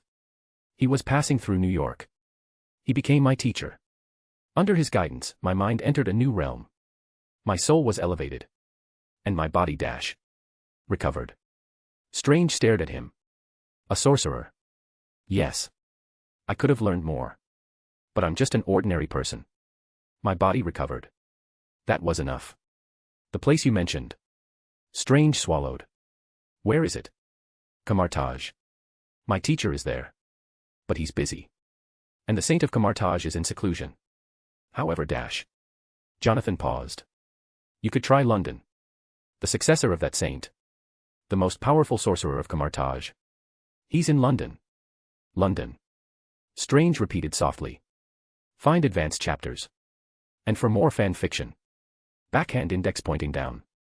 Backhand index pointing down. Support link, patreon.com/RioRaRyu. More bonus chapters. Every 250 power stones equals bonus chapter. Give me more power stones. Chapter 549, Chapter 549, 2 Sherlocks. Tony sat alone in his lab, staring at the holographic screen as Jarvis filtered data in front of him. He was silent. Too silent. Anyone who knew Tony well would understand that this kind of silence meant anger, deep, compressed anger. If not for months of magical training and meditation forcing restraint into his instincts, Tony would have already put on his armor and flown out of the Avengers compound. Damn it. Tony exhaled slowly. The information on the screen was from a 1991 mission log. 6 months ago, after Noah's casual reminder, Tony had grown curious. Curious enough to ask Jarvis to dig through old records, centered around S.H.I.E.L.D.'s upper command. He hadn't expected to find much. He found everything. And among the files Jarvis filtered out was information about Howard Stark. Tony had frozen when he saw it. Then he opened the video. And nearly lost control. What he had seen before was a heavily edited version. His parents hadn't died in a car accident. They had been murdered. What Tony found hardest to accept wasn't the murder itself but the murderer. James Buchanan Barnes. Steve Rogers' closest friend. Tony inhaled deeply. The rationality brought by magic kept him from exploding, but he knew that calm was already being burned away by fury. After watching the footage in silence, Tony made a decision. Jarvis, his voice was cold, pull every file on James Barnes. S.H.I.E.L.D., SWORD, Military Archives. Everything. Cross-reference with Hydra files. Keyword, Winter Soldier. And I want Soviet intelligence records. All of them. Yes, sir. Data flooded the screen. Tony picked up a cup of milk tea. He didn't even like British milk tea. But for some reason, he wanted it now. The wait felt endless. 3 minutes passed. Jarvis finished compiling the data. Tony set the cup down and began reading Barnes' life line by line. The early records matched Steve's history. Childhood friends. World War II. Hydra. Then Barnes fell into an icy ravine. Presumed dead. So how did a dead man return? Tony found the answer in old Soviet records. Barnes had survived. Captured. Conditioned. Broken. Turned into a weapon. Brainwashed into a super soldier used to assassinate targets across decades. Tony frowned. Brainwashing. The Bucky he had seen didn't look brainwashed at all. And Barnes should have been over 90 years old. Tony kept reading. Hydra fractured after Germany's fall. Some scientists defected west. Others went east. Barnes was frozen. Only awakened for missions. Only unfrozen to kill. Everything clicked. Tony closed his eyes. As a rational person, he wished just for a moment that he wasn't so rational. Killing Barnes might feel satisfying for an instant. After that. Regret. Hollow revenge. Endless corrosion of the soul. Tony knew he wasn't like Noah. Noah could kill cleanly, decisively, without hesitation. Tony couldn't. Barnes wasn't a villain by choice. He didn't belong in that category. Continuing through the data, Tony learned 2 more things. First, Barnes' recovery was only possible because Noah had casually helped Steve. Barnes remembered nothing. He only knew he had done terrible things. And he was trying to atone. Second, the activation code was still out there. Held by a former Hydra colonel. Currently in Cleveland. If Tony found that code, everything would be confirmed. Why did it turn out like this? Tony's eyes reddened. There was nothing he could do. Or so he thought. Then another idea surfaced. Pym particles. Tony clenched his jaw. I still don't have the formula.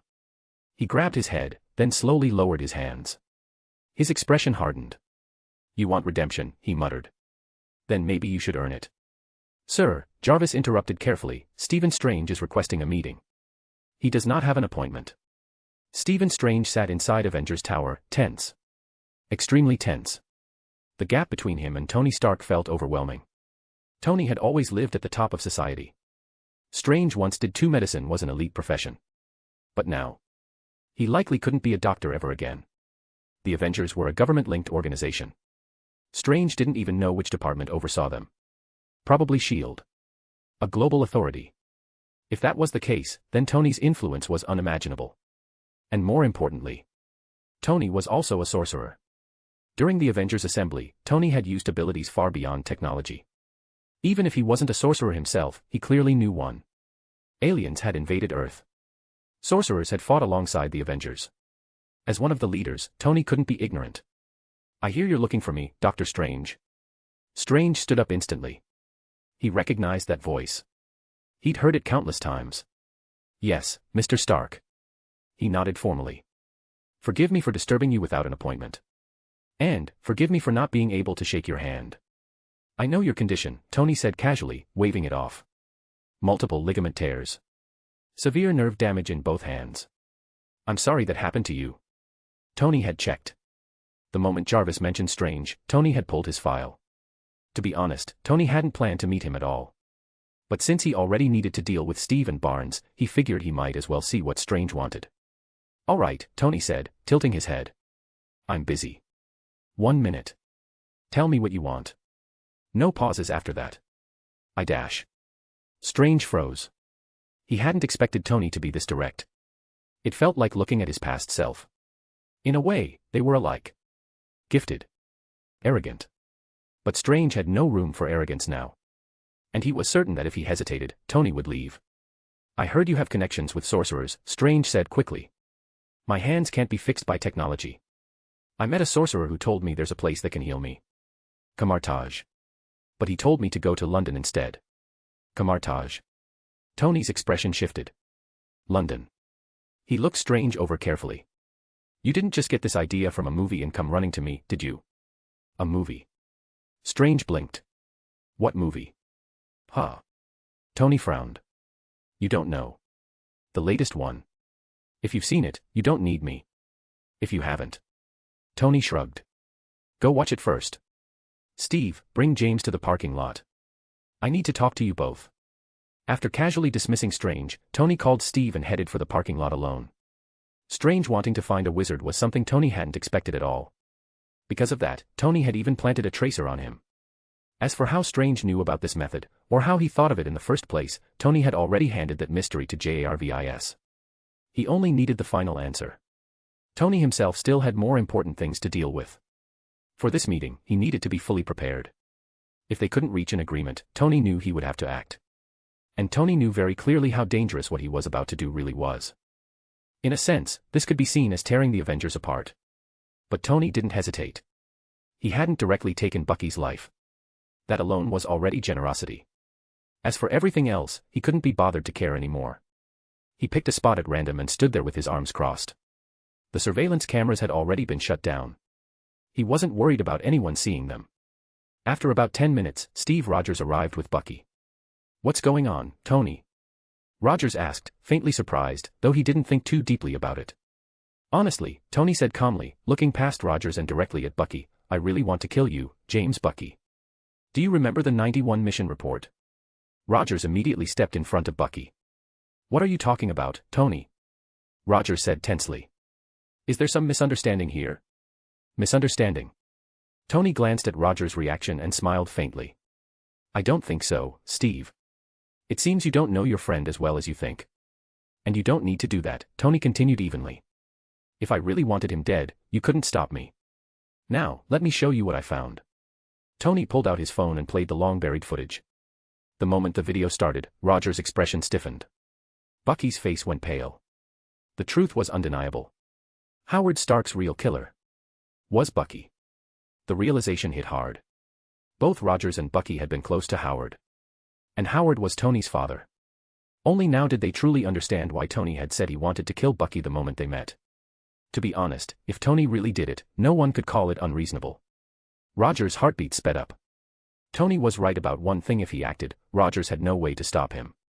Listen, Tony Rogers began. He was controlled. I know. Tony cut him off, tilting his head slightly. The Winter Soldier program. I found the records in sealed Soviet archives. Hydra orchestrated it all. Tony's gaze darkened. But controlled or not, he killed my father and my mother. Tony exhaled slowly. That's why I haven't acted. Because I know he wasn't in control. Thank you, Rogers said quietly, finally breathing out. If that was the case, then this was the best possible outcome. Because Rogers could already imagine what would have happened if Tony had truly attacked.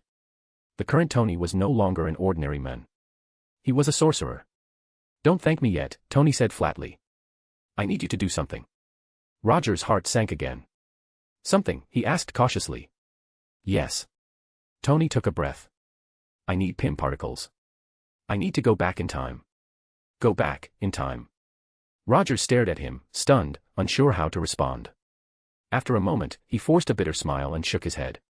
Tony, I know this hit you hard, but dash. Shut up. Tony glanced at him calmly. Just because you can't do it doesn't mean I can't. The quantum realm isn't something a museum renovating antique like you can understand.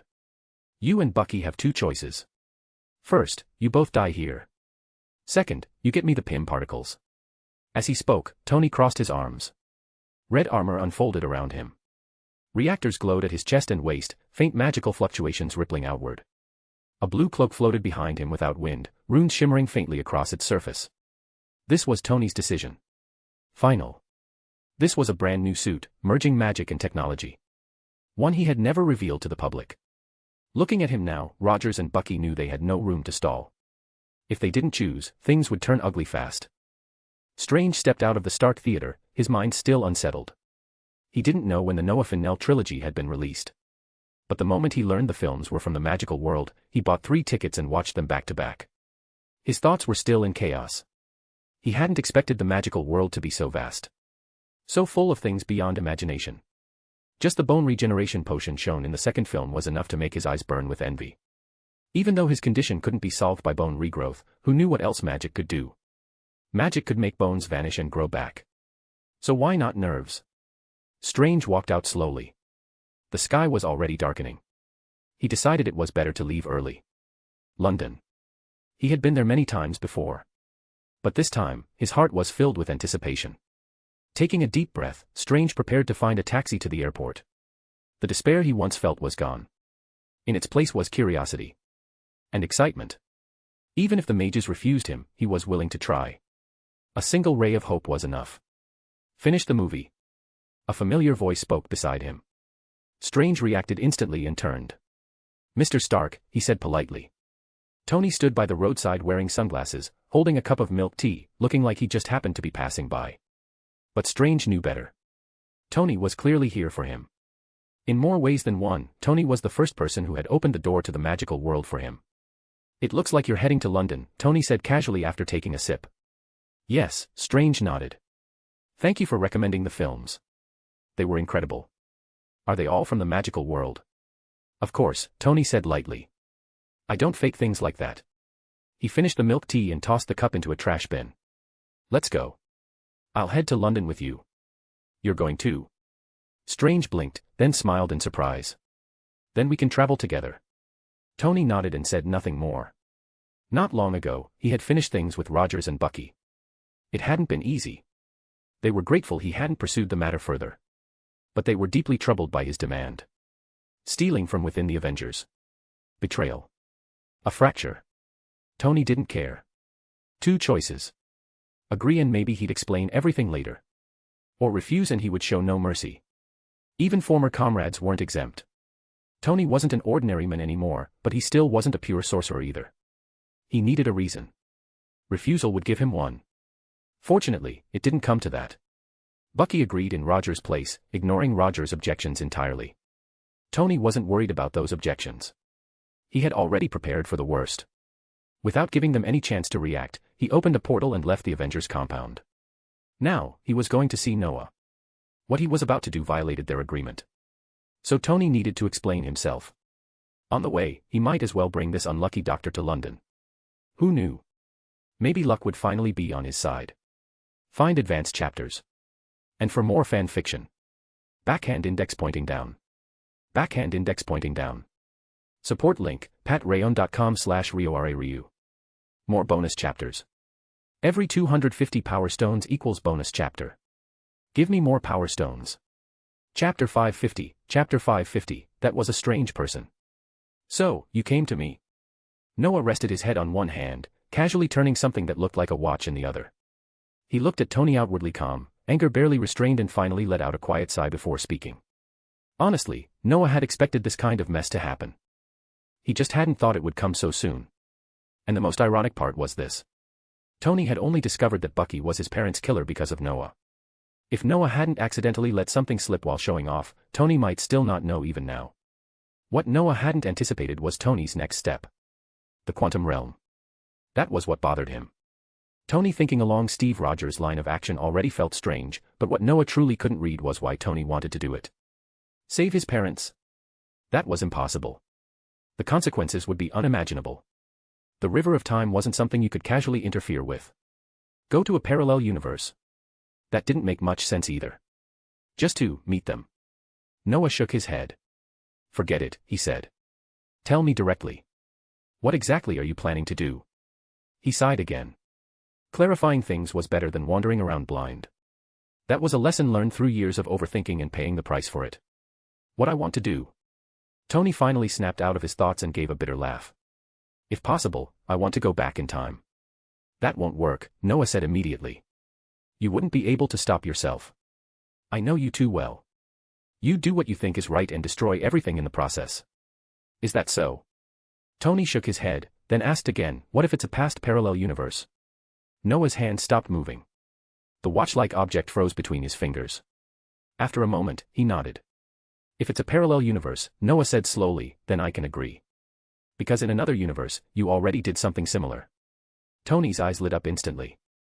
That single sentence meant approval. Approval from the magical world. If the magical world didn't object, then the opinions of the ordinary world no longer mattered to him. What intrigued Tony even more was this. Another version of him had already done it. Tony knew Noah had traveled across universes, but he had no idea when Noah went or when he returned. This time, he had only brought that unlucky doctor along to test his luck. He hadn't expected Noah to still be here. Which meant one thing. He was lucky. Can you tell me about that version of me? Tony asked with a smile, the tension easing from his shoulders. That universe. Noah tilted his head. It didn't have me. Hundreds, maybe thousands of years ago, something went wrong with the mages, and their magical inheritance was severed. The magical world there never recovered. Of course, Camartage still exists. And there's a sorcerer supreme. Wow, Tony blinked. Sounds uncomfortable. Forget that, tell me about me. You. Noah glanced at him, then casually tossed the watch-like object over. Funny enough, this thing is your creation. I got it from Thor. He said it was a gift from you in that universe. Tony caught it, eyes narrowing. A cosmic locator. Yes. It prevents temporal drift on the body and locks spatial coordinates. Noah shrugged. When I saw it on Thor, I already knew what that version of you was planning. Honestly, Thor had no idea what it was for, otherwise he wouldn't have dared bring it back so casually. Since it was already back, Noah didn't mind handing it over. If Tony wanted to play, he might as well play properly. As for that version of you, Noah continued, ignoring Tony as he examined the device, if I hadn't intervened, the ending would have been bad. Then Noah told him everything. What would have happened? What did happen? When he finished, Tony's face had gone completely grim. So, Tony said slowly, the only solution that Sorcerer Supreme predicted was for me to snap my fingers. I don't know, Noah replied. But you did it. And I died. Yes. And Pepper's daughter Morgan grew up without a father. Yes. Tony was silent. But none of that will happen, Noah added. Because I was there. He spread his hands and stopped speaking. Tony needed time. Noah could tell. After all, that version of Tony had gone back and met his father. Which was exactly what this Tony wanted. Noah stood up, shook his head, then paused. By the way, he said, glancing at Tony, you brought someone with you, didn't you? Huh. Tony blinked, then remembered. Oh. Right. A doctor. Hands are messed up. Came to try his luck. His name was Steve? Steven. Anyway, last name Strange. Strange. Yes. Strange guy. Stephen Strange sat quietly in the great hall of the London sanctum. His worldview had already collapsed. He had just finished watching a movie at the Stark Theater in New York. Then he ran into Tony Stark. Then, somehow, they agreed to go to London together. Strange thought it meant flying. When he offered to book tickets, Tony stopped him. They returned to the Stark Theater. In a room without cameras or people, Tony put on a ring. And then he started drawing circles. At first, Strange thought it was a trick. Then a faint golden ring appeared. When it fully opened, Strange saw sunlight on the other side. Morning sunlight. It was 2 in the morning in New York. And 7 in the morning in London. Strange was stunned. Tony stepped through the ring without hesitation. After a brief pause, Strange followed. He knew that if he didn't follow now, Tony would never bring him to see the mages. And at that moment, Strange was certain of one thing. Tony Stark was a mage. Crossing through the ring, Strange arrived in London. The sensation reminded him instantly of that mysterious sorcerer during the Battle of New York. Following Tony, Strange soon felt disoriented. Because at some point, Tony vanished. And Strange found himself led into this place by means he couldn't understand. This place. This world. An orange cat chasing an owl. A beeping robot wandering nearby. Furniture that moved on its own. Young people in robes summoning books out of thin air. Everything was incredible. Everything ignited his heart. Tony went to meet the owner of the house. Strange didn't dare follow. He sat quietly. Waiting. He didn't know the rules here. And he didn't dare break them. He waited. And waited. Time passed. He looked around again. Victorian architecture mixed with modern elements. An exhibition area nearby, filled with unknown artifacts. A library to the side, where young sorcerers read silently. What a wonderful place, Strange thought. And then. He felt dizzy. The world twisted. And in the next instant, he found himself standing inside an office. Find advanced chapters. And for more fan fiction. Backhand index pointing down. Backhand index pointing down. Support link, patreon.com/RioRaRyu. More bonus chapters. Every 250 power stones equals bonus chapter. Give me more power stones. Chapter 551, Chapter 551, one signature away. If you feel nauseous, hold it in. Otherwise, you'll be cleaning for a long time. Seeing Strange sway on his feet, one hand pressed to his stomach like he was about to collapse, Noah spoke without hesitation. Honestly, if this guy actually threw up in his office, Noah would absolutely make him scrub the floors for life. When traveling between universes, Noah had been thoroughly disgusted by those two bastards, Thor and Loki. So the moment he saw Strange's reflexive gesture, his mind immediately jumped to those two scoundrels. It had to be said. They were truly annoying. I don't think I will. Strange froze for a moment at the remark. The sudden environmental shift had made him dizzy, but it wasn't anywhere near bad enough to make him vomit. Of course, Strange wasn't about to explain that. He was no longer some high and mighty doctor. Even if he were still the world's top neurosurgeon, it meant nothing here. Sorcerers didn't talk about science. They talked about mystical things. Good then. Noah tilted his head and looked him over. Strange's current state was, frankly, miserable. There was a heavy air of darkness around him. Despair, mixed with a thin strand of hope that hadn't yet snapped. He was completely different from the Strange Noah had once met in another universe. That version had been composed. Energetic. This one looked like someone barely holding himself together. As Noah observed him, Strange finally raised his head. To be honest, the moment he saw Noah, an indescribable feeling surged up in his chest. Despite having witnessed the Battle of New York, Strange still subconsciously imagined powerful sorcerers as Gandalf types. White beard. Tall wizard hat. Long robes. The kind of figure that radiated reliability and overwhelming power. That image also happened to match the headmaster from a movie he'd recently watched. Simply put, they looked dependable.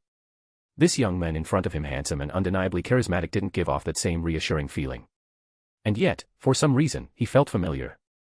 Strange was certain he had seen him somewhere before. He just couldn't remember where.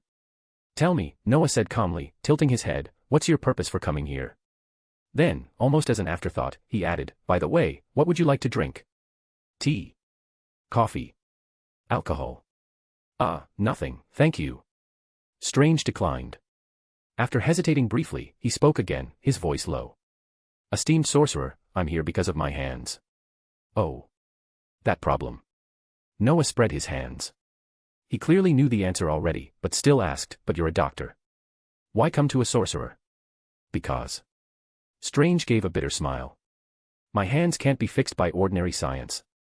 Tony and Noah exchanged a glance. Then they both shrugged, indifferent. What Strange said wasn't entirely accurate.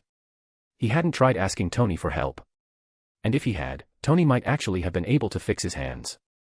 Of course, Tony had zero interest in doing so. He'd heard of Strange's reputation, but their worlds barely overlapped. If nothing unexpected happened, Tony would probably never need this man's help in his entire life. On top of that, Tony was fully focused on returning to the past. He wasn't about to waste time and energy helping some strange stranger. More importantly, Tony assumed Noah wouldn't help either. Sorcerers weren't exactly known for being charitable. But to Tony's surprise, Noah, who hadn't immediately kicked Strange out, actually nodded. That alone was unexpected.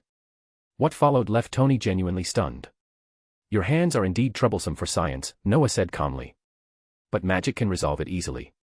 And I can fix them myself. Really? Strange shot to his feet. In that instant, he nearly lost control of himself. Of course.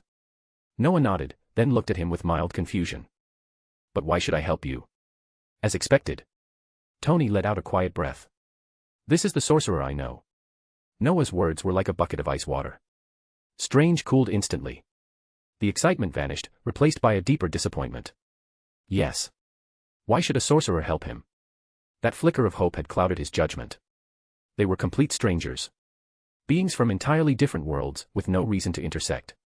And yet, Strange didn't want to give up. He remembered Jonathan. Why had Jonathan been helped? Why not him? Did he pay a price? The thought surfaced naturally. Strange looked up at Noah again, ideas rapidly forming. For him, losing his hands meant losing everything. If there was a price to pay, he was willing. Any price. Taking a deep breath, Strange straightened. His expression turned solemn. Jonathan Pangborn was healed by you, he said. What did he pay? Believe me. I'm willing to pay that. And more. Jonathan. Noah tilted his head. Oh. You mean Mordo's student? He spoke casually. He was lucky. Mordo happened to be taking in apprentices, so he brought him to Camartage and trained him as a sorcerer. So. Jonathan became a sorcerer just like that? Strange asked. He didn't pay anything. Otherwise. Noah looked genuinely baffled. Come on. We're not pointy-eared, red-skinned creatures holding pitchforks and forcing people to sign contracts. What do you think you have that we'd want? Nothing at all. Okay. Why was this man confusing sorcerers with legendary demons?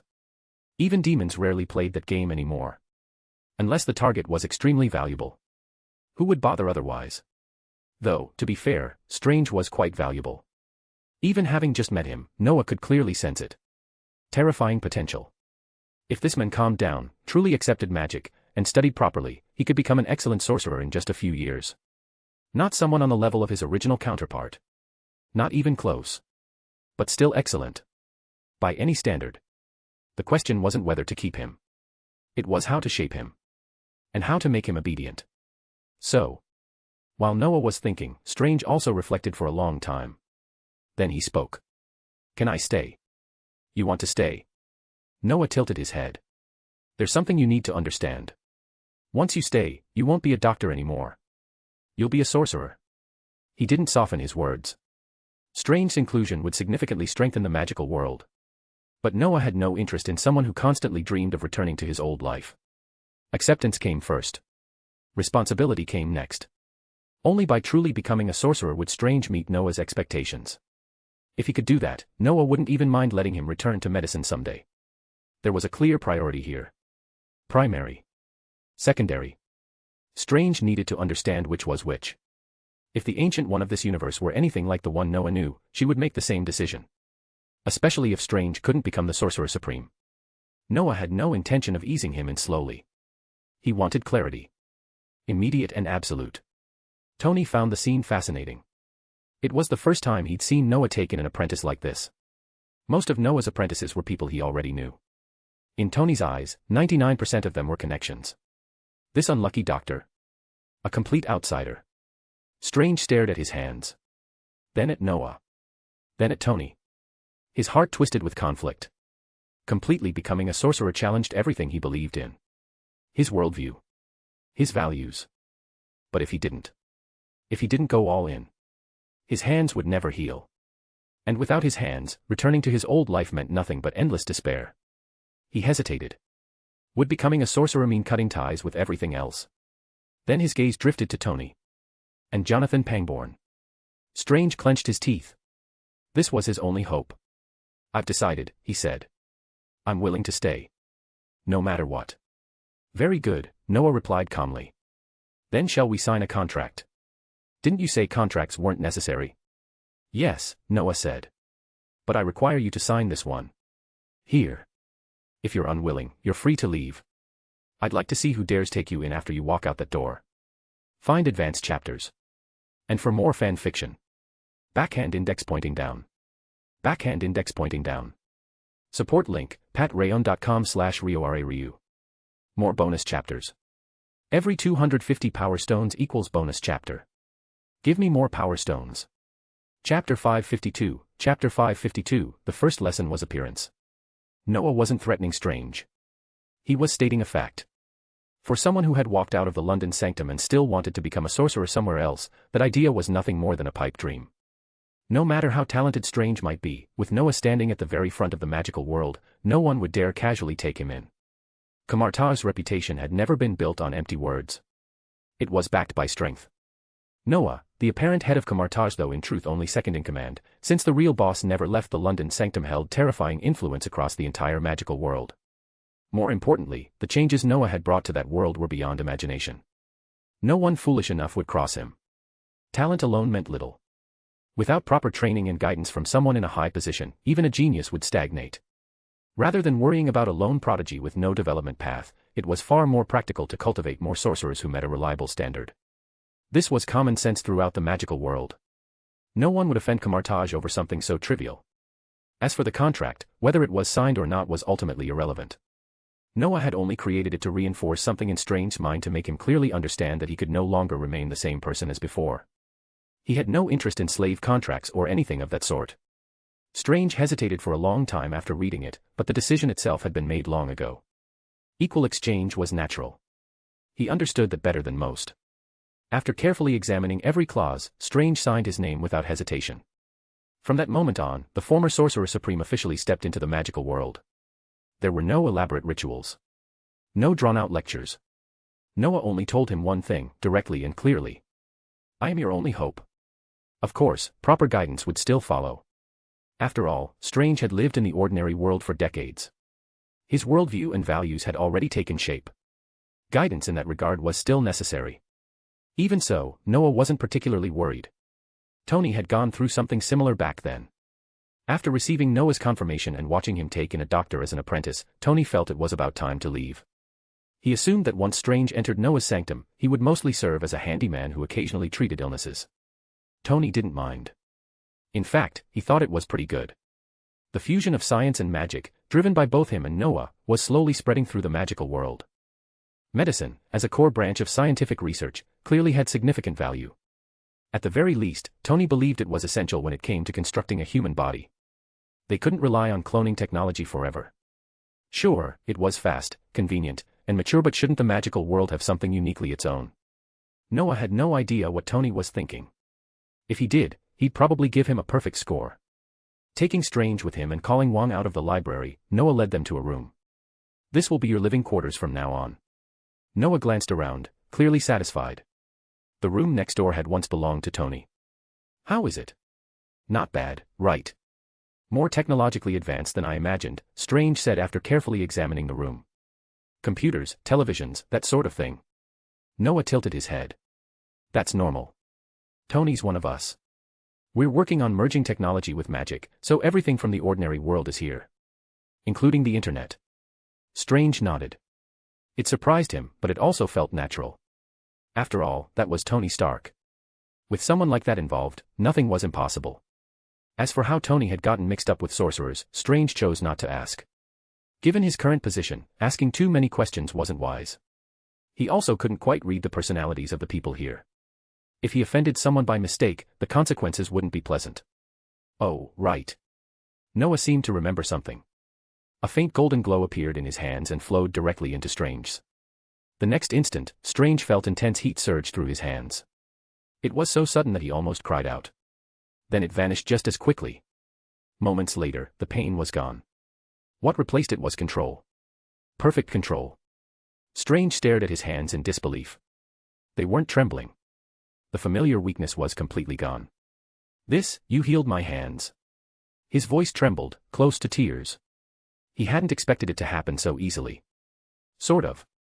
Not completely, Noah replied casually. Learning magic isn't as simple as you think. If you can't even hold a wand steady, what exactly are you going to learn? Then this is my magic at work, Noah said. When you can achieve this on your own, you'll be considered barely qualified. He spread his hands. He looked extremely punchable. Strange didn't feel that way at all.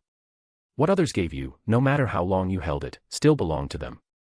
Only what you mastered yourself truly became yours. Noah's action conveyed a single message. This was easy for him. The method was simple, but devastatingly effective. At that moment, Strange's entire mind was filled with one word. Magic. Something that completely overturned his worldview. He was almost impatient to start learning. Oh, and one more thing. Noah suddenly spoke again. Shave the beard. Don't keep it. Hair can stay. Wang, take him to get his hair permed later. A perm. Wang stared at him, confused. Then he thought for a moment and nodded. Curly hair, clean-shaven. Anything else? Get rid of the gray at his temples, Noah said thoughtfully. And buy him some proper clothes. Brown trench coat. Long scarf. Oh, and make him pay for it himself. You're really bored, Wang muttered. He didn't understand Noah's reasoning, but he would never openly object. Besides, Strange's current appearance really was too sloppy. It damaged the long-established image of the London sanctum. Sorcerers valued appearance. Just like their former headmaster, Professor Phileas Flitwick. Because of his stature, he had ultimately missed out on becoming headmaster. It was unfair, but undeniable. When magical ability was equal, image points mattered. Strange looked at Noah, completely confused. He had no idea what kind of image Noah was trying to mold him into. But this wasn't the time to ask questions. As for paying for his own clothes, that was reasonable. He wasn't short on money. And so, Strange settled into Noah's sanctum. The environment was far better than he had expected. Computers. Televisions. Internet. At the very least, he wouldn't be cut off from society like some primitive men. After sending an email to Christine Palmer to let her know he was safe, Strange began eagerly awaiting the start of his magical career. After leaving the room, Wang glanced at Noah with curiosity. What's the deal with him? Another one of someone's connections. More or less, Noah said, nodding. The Ancient One wanted me to keep an eye on him. Talented, but undeveloped. In another universe, he becomes the Sorcerer Supreme. In another universe, he takes your spot. Wang asked in disbelief. I didn't expect you to be this useless sometimes. It's not that I'm useless, Noah said calmly. I just don't exist in that universe. If I did, he wouldn't stand a chance. Though, now that I think about it, the you in that universe is very different from you now. Oh. Wang's interest was piqued. In what way? Power. Knowledge. Both, Noah replied. Also, you're fatter. Wang rolled his eyes. Everything this guy said was infuriating. He'd emphasized countless times that he wasn't fat. He was muscular. Sorcerers like Noah were rare back then. Now they were becoming the majority. There was no denying it. This guy was a direct hit to the classic Gandalf-style sorcerers. Find advanced chapters. And for more fan fiction. Backhand index pointing down. Backhand index pointing down. Support link, patreon.com/RioRaRyu. More bonus chapters. Every 250 power stones equals bonus chapter. Give me more power stones. Chapter 553, Chapter 553, No Acceptable Sacrifice. Bucky, I really don't think we should have agreed to Tony's request. Sitting in Captain America's office in Avengers Tower, Steve Rogers looked at Bucky with a calm, almost wistful expression. Bucky looked composed on the surface, but Steve knew better. Out of the two of them, Bucky was the one under the most pressure. Because no matter what, Bucky couldn't refuse this task. He was the one who had killed Tony's parents. Both of them knew that while Bucky had been controlled, that wasn't the core of the issue for Tony. The core was simple. You did it. Since you did it, why wouldn't I kill you first, then go after the person who controlled you? That was Tony's most likely logic. And now, even though Tony had given them a task that was absurd and borderline insulting, Bucky had no real choice but to accept it. Helping Tony steal the PIM particles was the only way to avoid Bucky's certain death. Of course, if this was exposed, it would also earn them the hostility of the other Avengers. One wrong step, and the Avengers might collapse entirely. But if they refused Tony and told the others, the outcome was already decided. Tony would kill Bucky. And Steve would die too. That was an ending neither of them could accept. And once this matter was exposed, the Avengers would split, or even disband. There was no other possibility. Tony Stark wasn't the kind of man who truly cared about the Avengers. He had mages backing him. With those mages as support, Steve and Bucky wouldn't even be able to run if they wanted to. They didn't fully understand what methods mages possessed. But one thing was certain. Mages were far more reliable than satellites. Actually, this isn't without a solution, Bucky said with a sigh as he packed his things. I'll steal the PIM particles, and you report me. That way dash. Shut up. Steve cut him off immediately, his expression calm but firm. That's impossible, Bucky. You know it's absolutely impossible. Steve understood exactly what Bucky meant. It was simple. If Bucky acted alone and Steve reported him, Steve would be completely uninvolved. No one would know why Bucky stole the PIM particles. In the end, Bucky would bear everything himself, and the problem would be resolved. But Steve would never allow that. No matter what, he wouldn't let something like that happen right in front of him. Bucky looked at Steve, feeling both helpless and touched. This really was the best plan he could think of. But Steve had no intention of accepting it. His temperament hadn't changed at all. Bucky still remembered how, back when Steve was weak, almost every kid in their Brooklyn neighborhood had beaten him up. And yet, he had never given in. Honestly, you're not suited to be a soldier, Bucky sighed. Sometimes, letting go of what you should let go of benefits you, me, and everyone. Maybe, Steve nodded seriously, to Bucky's surprise. I've always believed that victory gained through meaningless sacrifice is unacceptable. So is anything that challenges my beliefs and bottom line. I joined the army for one reason. I hate bullies. And I hate people who kill the innocent. Save the speech, Bucky laughed, bright and unrestrained. You really haven't changed. But tell me, doesn't this cross your bottom line this time? Or is it that you want to see whether Tony Stark can actually succeed? Maybe, Steve sighed. I still owe a promise. And maybe there's nothing I can do. But I want to see it through. Strange looked at himself in the mirror. His beard was completely shaved. His hair had been forcibly restyled. He looked noticeably younger, especially dressed in clothes with a strong British style. But none of that mattered. What mattered was his hands. They had fully recovered. That familiar nimble sensation told Strange that his hands had essentially returned to peak condition. He also knew exactly who had done this. That exceptionally young sorcerer. If he can give it to you, he can take it back just as easily. Strange was very clear about that. Because of this, he didn't feel arrogant or complacent about his recovery. If anything, he felt more reverent. From dinner the previous night, Strange had learned the name of this place. Camartage London Sanctum. It sounded strange. But any place called a sanctum was obviously not simple. Last night, Strange had also gotten a good look at the people stationed there. There were two non-mages. One was a quiet doorman named Jason. This man was extremely capable. Strange was certain he had a military background.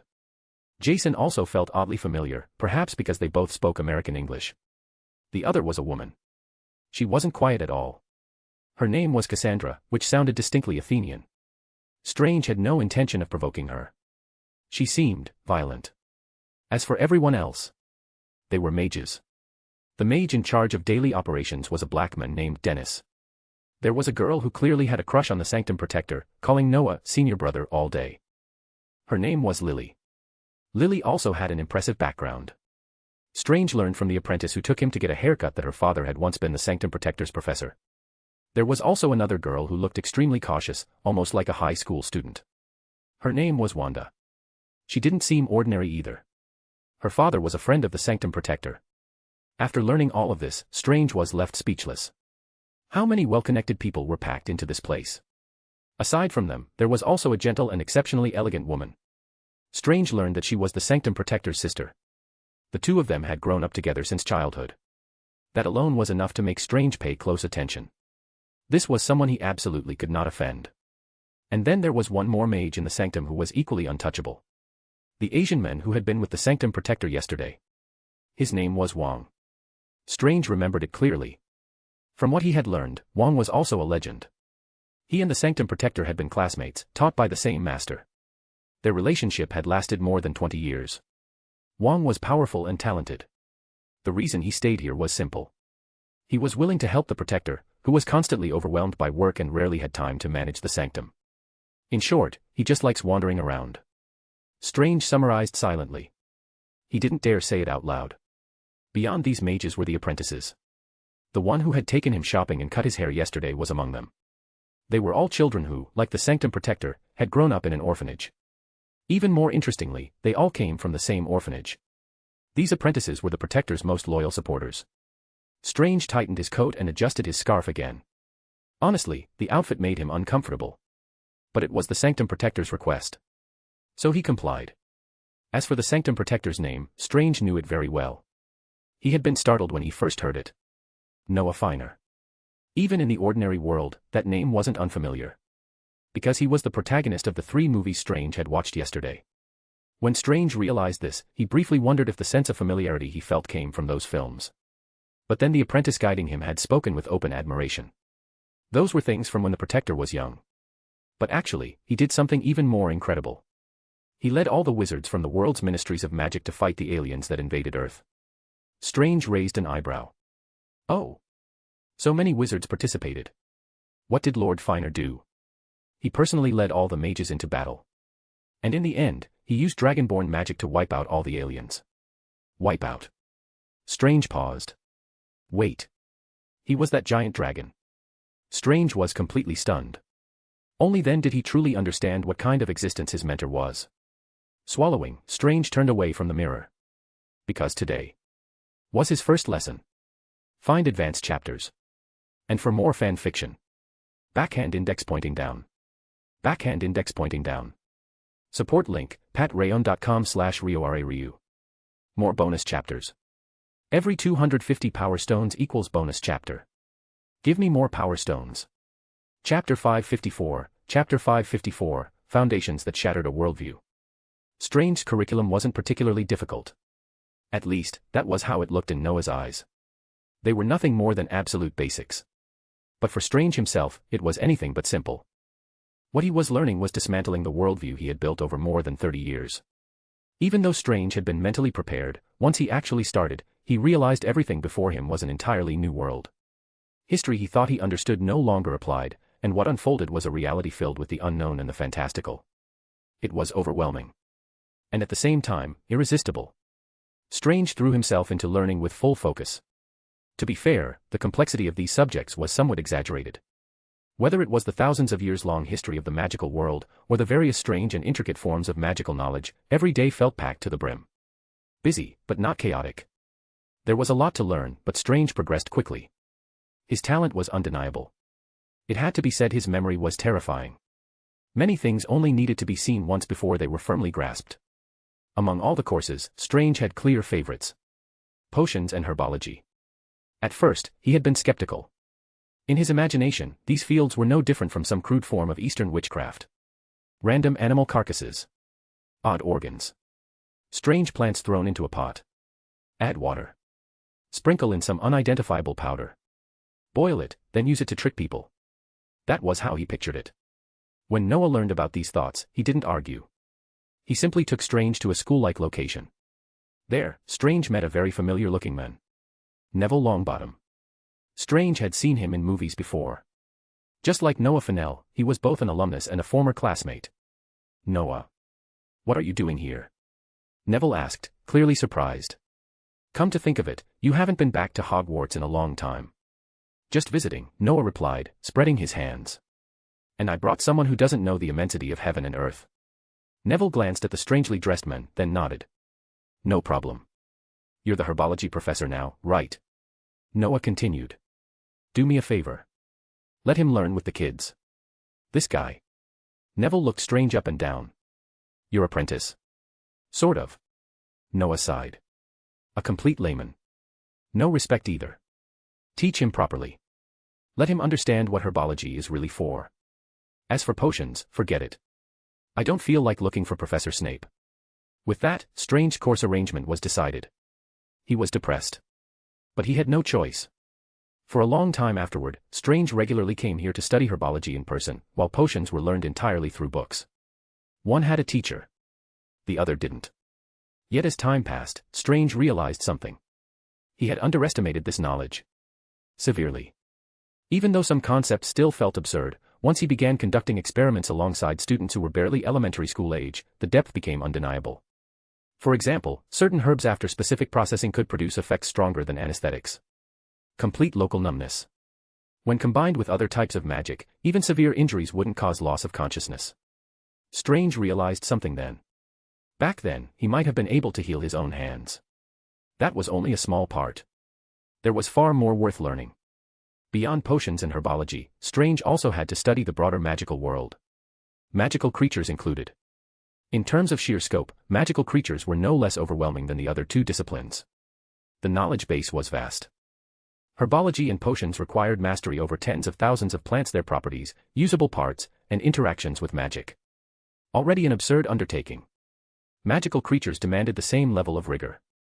A complete system didn't just explain their strengths and weaknesses, or how to deal with them. It also covered which body parts were valuable, how to harvest them, and how to kill the creatures efficiently. Vampires were the most typical example. They weren't particularly afraid of physical attacks. They moved freely in darkness. But sunlight was fatal, at least for all except high-level individuals. Light-based and holy elements were equally deadly. Against mages, vampires were naturally suppressed. Almost completely. As for materials, vampires didn't offer much, but they weren't worthless either. Their blood and fangs were both excellent magical materials. Still, because they were humanoid magical creatures, mages rarely used them. Some were even protected under magical jurisdiction. That didn't stop them from being researched. And vampires were only one category. There were far too many magical creatures. This required memory. And accumulation. During this entire period, Noah never allowed Strange to put anything into practice. He didn't even teach him a single spell. Naturally, this was because Strange had only just begun. And Noah had more interesting plans for later. Speaking of which, how did you end up here? At 221B Baker Street, Constantine poured himself a cup of milk tea. A quiet woman sat beside him. She only appeared quiet. Noah recognized her immediately. Angela. Constantine's fiancée. The woman who had hired Noah 20 years ago, back when he was still a student. After awakening her spiritual and magical abilities, Angela became a police officer while working alongside exorcists. As her knowledge deepened, she gradually lost interest in ordinary criminals. She had stepped into a more mysterious world. An ordinary life no longer satisfied her. She quit the police force and devoted herself fully to exorcist work, focusing on threats to normal people. Through experience, she grew stronger. Later, by chance, she met Constantine again. Old feelings reignited instantly. Dry tinder meeting raging fire. They had even planned to marry years ago. But Angela later joined the American Magical Congress as an auror, delaying things until recently. I only show up when there's trouble, Noah said, spreading his hands. You know me well enough. By the way, when are you two getting married? 2 years already. Soon, probably. Constantine took a sip of milk tea. But you didn't come here for that. Say it, what's the problem this time? I have an apprentice who needs practical experience, Noah said directly. Former ordinary person. Medical background. Neurosurgeon. Let him deal with magical creatures that frequently disturb normal people. Like those little mages. Constantine nodded. Perfect. There's always a bunch of fearless idiots running around. But it's fine. Without them, we wouldn't make money. Magical creatures were everywhere. Their numbers were enormous. More importantly, they operated mainly in the ordinary world. They harmed ordinary people. Mages couldn't manage them all, even if they wanted to. For those creatures that harmed normal people, mages used derogatory terms. They didn't consider them people at all. Those that posed no threat were treated normally. It wasn't that mages couldn't eliminate them entirely. They chose not to. Exorcists lived at the boundary between two worlds. They needed to make a living too. That works. Noah nodded. This isn't difficult.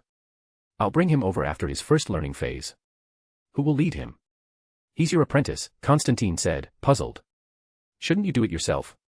I'm a sorcerer, Noah replied flatly. You want me hunting magical creatures? Isn't that overkill? Constantine shrugged. You don't need to fight personally. Just guide him. Unless you want to handle it yourself. As a protector, that's normal. Noah nearly rolled his eyes. Him dealing with magical creatures. What kind of absurd idea was that? Besides, he didn't plan to let Strange stay an exorcist for long. The kid's potential was far better than that. Forget it, Noah said. I'll arrange something. By the way, is anyone living here now? No, Constantine replied casually. It's just our meeting place. Then it's mine now. It was yours anyway. Do whatever you want. Find advanced chapters. And for more fan fiction. Backhand index pointing down. Backhand index pointing down. Support link, patreon.com/RioRaRyu. More bonus chapters. Every 250 power stones equals bonus chapter. Give me more power stones. Chapter 555, Chapter 555, Orders Given, Lines Crossed. Deep in the quiet night, the Avengers facility by a New York reservoir was anything but peaceful. Steve and Bucky walked through the brightly lit corridor, neither of them calm. After a full month of preparation, tonight was the night they would act. The plan had been decided long ago. Today was a scheduled duty day. The Avengers had work every day. Coordination with SWORD was only part of it. Now, the Avengers were tied directly to SWORD. Their responsibilities went beyond unpredictable civilian threats. They also handled aliens entering Earth through the cosmic passages Noah had opened. That project was one of the core reasons SWORD existed. Besides HYDRA destroying S.H.I.E.L.D., the biggest reason for SWORD's creation was those aliens. It had to be said, while these aliens were not especially aggressive, that didn't mean they weren't dangerous. Their technological level far exceeded anything Earth currently possessed. Even though they disguised themselves after arriving, some were still exposed or clashed with Earthlings. When that happened, the Avengers had to step in. Resolve the situation. Manage the memories of civilians who encountered them. Honestly, even the Avengers didn't understand why it had to be this complicated. But it was the result of high-level discussions. The general consensus was simple. The public hadn't recovered from the shadow of the 2012 incident. This still had to remain secret. The Avengers had no comment. Their job was to follow orders. Today's patrol consisted of the newly joined Avenger, Ant-Man Scott Lang, paired with Hawkeye Barton. The Avengers roster wasn't large. Besides Tony and Rhodey, there were Steve, Bucky, Natasha, Barton, Dr. Banner, and Scott. Tony wasn't at the facility tonight, but Rhodey had returned. Strictly speaking, neither of them posed a problem for Steve and Bucky. Even if Rhodey didn't know Tony's plan, once Tony spoke, Rhodey wouldn't question it. Dr. Banner was nowhere to be found. He never disclosed his location and wouldn't return unless necessary. That left only Natasha and the station soldiers. The difficulty was reduced significantly. Even so, neither of them relaxed. They both knew how dangerous this was. Each camera shifts every 10 seconds, Steve said quietly while observing the surveillance layout. Overlap window is 1 second. As an Avenger, he knew the camera positions by heart. If Tony had helped, this would have been easy. But Steve knew better. This mission came from Tony. Help was never on the table. Steve sighed inwardly and continued moving through blind spots. Soon, they reached Scott's office. Or rather, Hank Pym's office. Scott mostly stared into space or ran errands. The actual research was done by Hank Pym. Steve had prepared for this. Before acting, he'd investigated thoroughly right down to knowing Hank Pym had ordered several items. Dangerous radioactive materials. Information courtesy of Scott's big mouth. Steve pulled out an unfamiliar phone and dialed the number inside the office. The call connected quickly. Steve lowered his voice. Hello, may I speak to Dr. Scott Lang? This was Scott Lang's office. Steve was certain. Very few people knew the truth. Aside from the Avengers, the station soldiers had no idea. Scott Lang is a doctor now. Hank Pym's disdain came through clearly. I'm Hank Pym. Dr. Lang is on duty today. Say what you need. Understood, Dr. Pym. I'm Captain Steve Carter, 2nd Squadron, Transportation Brigade. Steve's voice was steady. Just anxious enough. We've delivered the items Dr. Lang ordered. Then bring them down. I'm afraid we can't do that. Hank frowned at the data on his screen. Can't do that. His irritation rose. He was busy. This was pointless trouble. I don't understand. Isn't that your job? Doctor, the box is glowing. And our transporter isn't feeling very well. Steve was prepared. As expected, Hank's expression changed instantly. Don't tell me you opened the box. I'm sorry. I think we did. Steve hung up. More accurately, Hank did. Moments later, the office door burst open. Hank Pym rushed out, moving with agility that didn't fit his age. 30 seconds to find the Pym particles, Steve said quietly, watching him leave. 5 minutes to get back. No. 6. Bucky shook his head. I placed something near the power source. Power should go out soon. That gives us an extra minute. Let's move. As Steve and Bucky began their operation, Strange was starting his day at the London Sanctum. A full month of study had reshaped his worldview. His knowledge reserves were still lacking, but overall, he wasn't worse than a first or second year Hogwarts student. That was knowledge alone. He still couldn't cast a single spell. It frustrated him deeply. Half a month ago, Noah finally taught him meditation. Strange learned it in 2 days. Now he had magic. But that didn't make him happy. Having magic meant nothing if he couldn't use it. Without spells, he couldn't become a sorcerer. He couldn't heal his hands. Sighing, Strange got out of bed and tidied himself. Then he headed toward the library.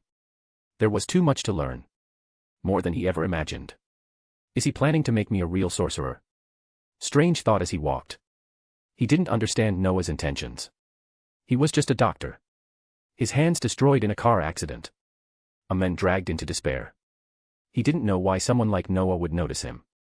Yet everything pointed to one thing. Noah intended to train him completely. Strange shook his head and stopped thinking about it. Right now, studying was all that mattered. As he approached the library, he noticed someone inside. Wong. The guardian's assistant was organizing books. By hand. No magic. One book at a time. Strange stopped, surprised. It was the first time he'd seen a sorcerer do this manually. Surprising, isn't it? Wong didn't look at him. He already knew what Strange was thinking. Every book here has value. These books have lives of their own. Respecting them is what a sorcerer should do. Is that so? Strange didn't know how to respond. He nodded seriously. Understood, Mr. Wong. Even if he didn't fully understand, he accepted it. And he felt Wong was right. Books held immense value. Ordinary or magical. They were companions. Teachers. Everyone could find something within them. Here. This is for you.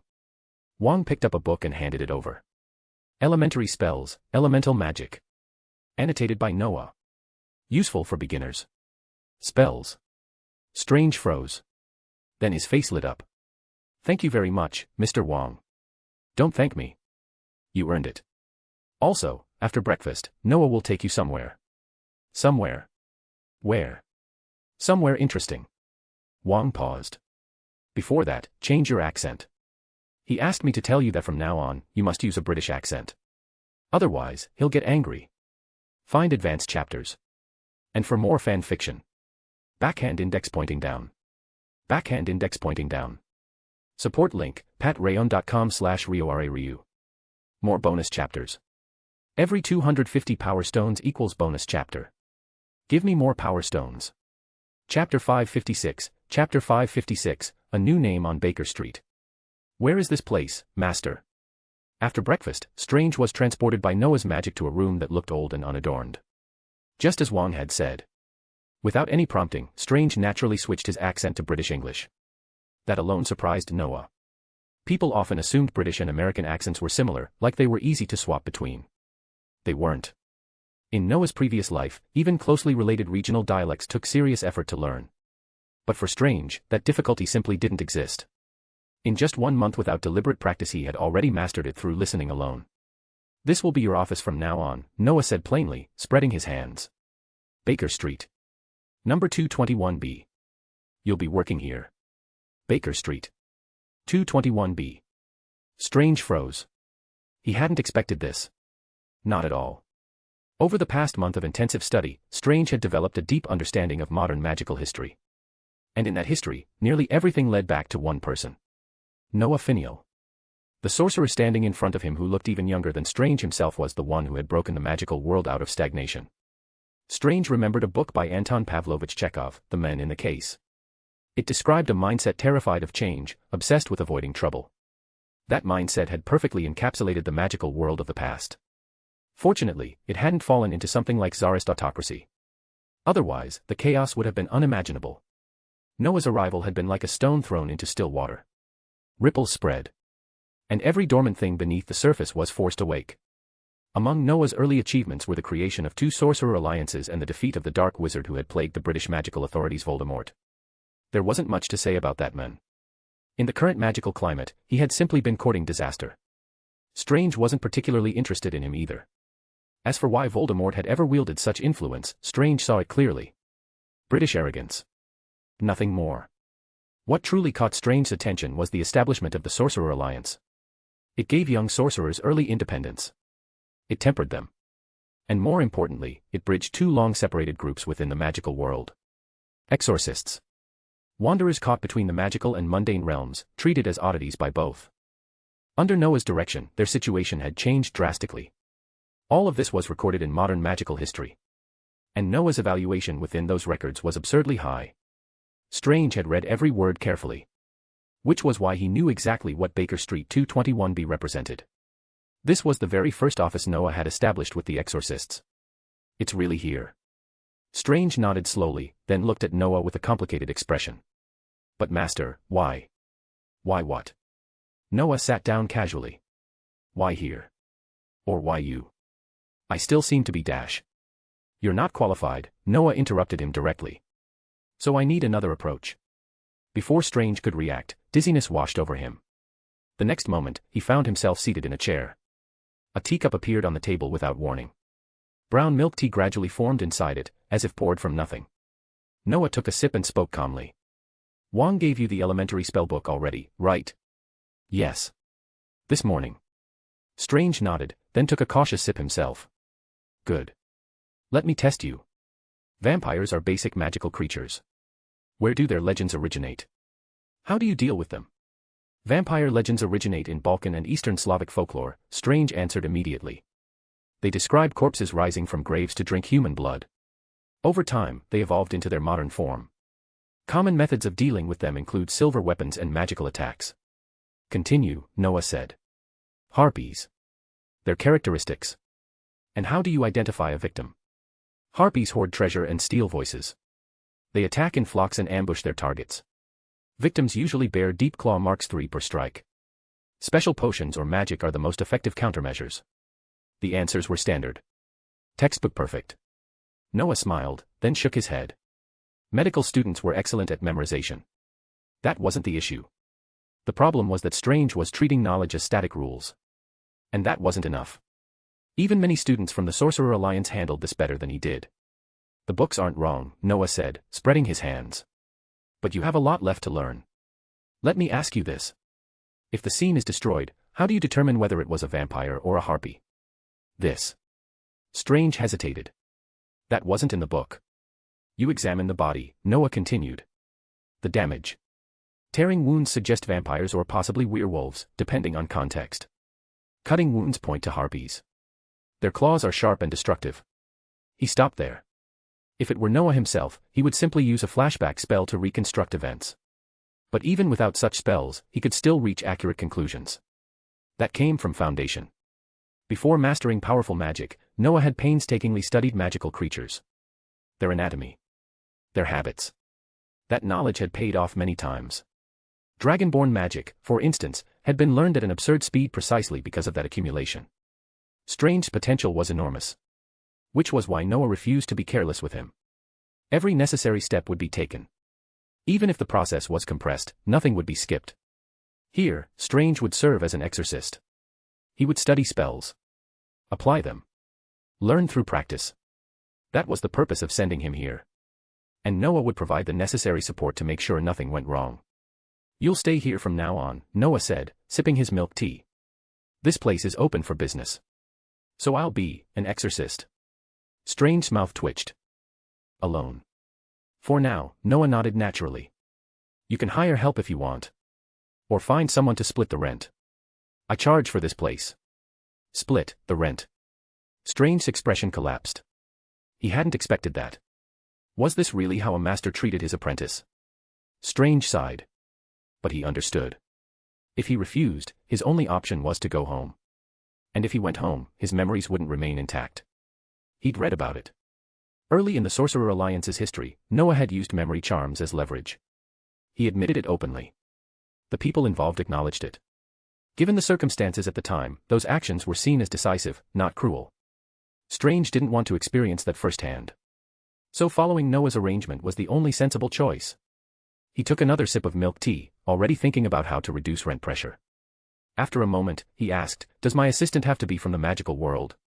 No, Noah shook his head. An ordinary person is fine. An ordinary person? Strange frowned. Wouldn't that complicate my work? Why would it? Noah smiled. You're an exorcist. A sorcerer. You do what you're meant to do. Understood. Strange froze. Then he looked at Noah with a gaze filled with disbelief and reverence. He nodded firmly. I understand, Master. I know what to do. Huh. Noah scratched his head, not bothering to decipher what Strange had just realized. That's good enough. He paused. Oh. One more thing. From now on, your name here is Sherlock Holmes. Find advanced chapters. And for more fan fiction. Backhand index pointing down. Backhand index pointing down. Support link, patreon.com/RioRaRyu.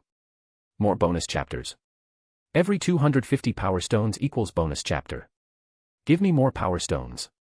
Chapter 557, Chapter 557, Cracks Beneath the Calm. Inside the Sword New York Command Center, Fury stared at the report in his hand, his expression grim. If his face weren't already dark enough, it would have looked even worse. He put the report down and took a deep breath. His head throbbed. Standing up, Fury walked to the window and looked out over Manhattan. Reconstruction was in full swing. Traffic flowed below, busy and orderly. He let out a long sigh. Scenes like this were something he probably wouldn't get to see often anymore. Before long, he would be boarding Tony's newly built aerospace carrier. The construction of the carrier wasn't simple. Tony planned to integrate the latest alien technology, which meant the timeline would be longer than before. Fury didn't really care about that. What he cared about was stability. Peace. What gave him some comfort was that even now, with certain unknown factors at play, many cosmic pathways had appeared throughout the universe. Because of them, numerous alien races had arrived on Earth. Yet those distant visitors hadn't caused much trouble.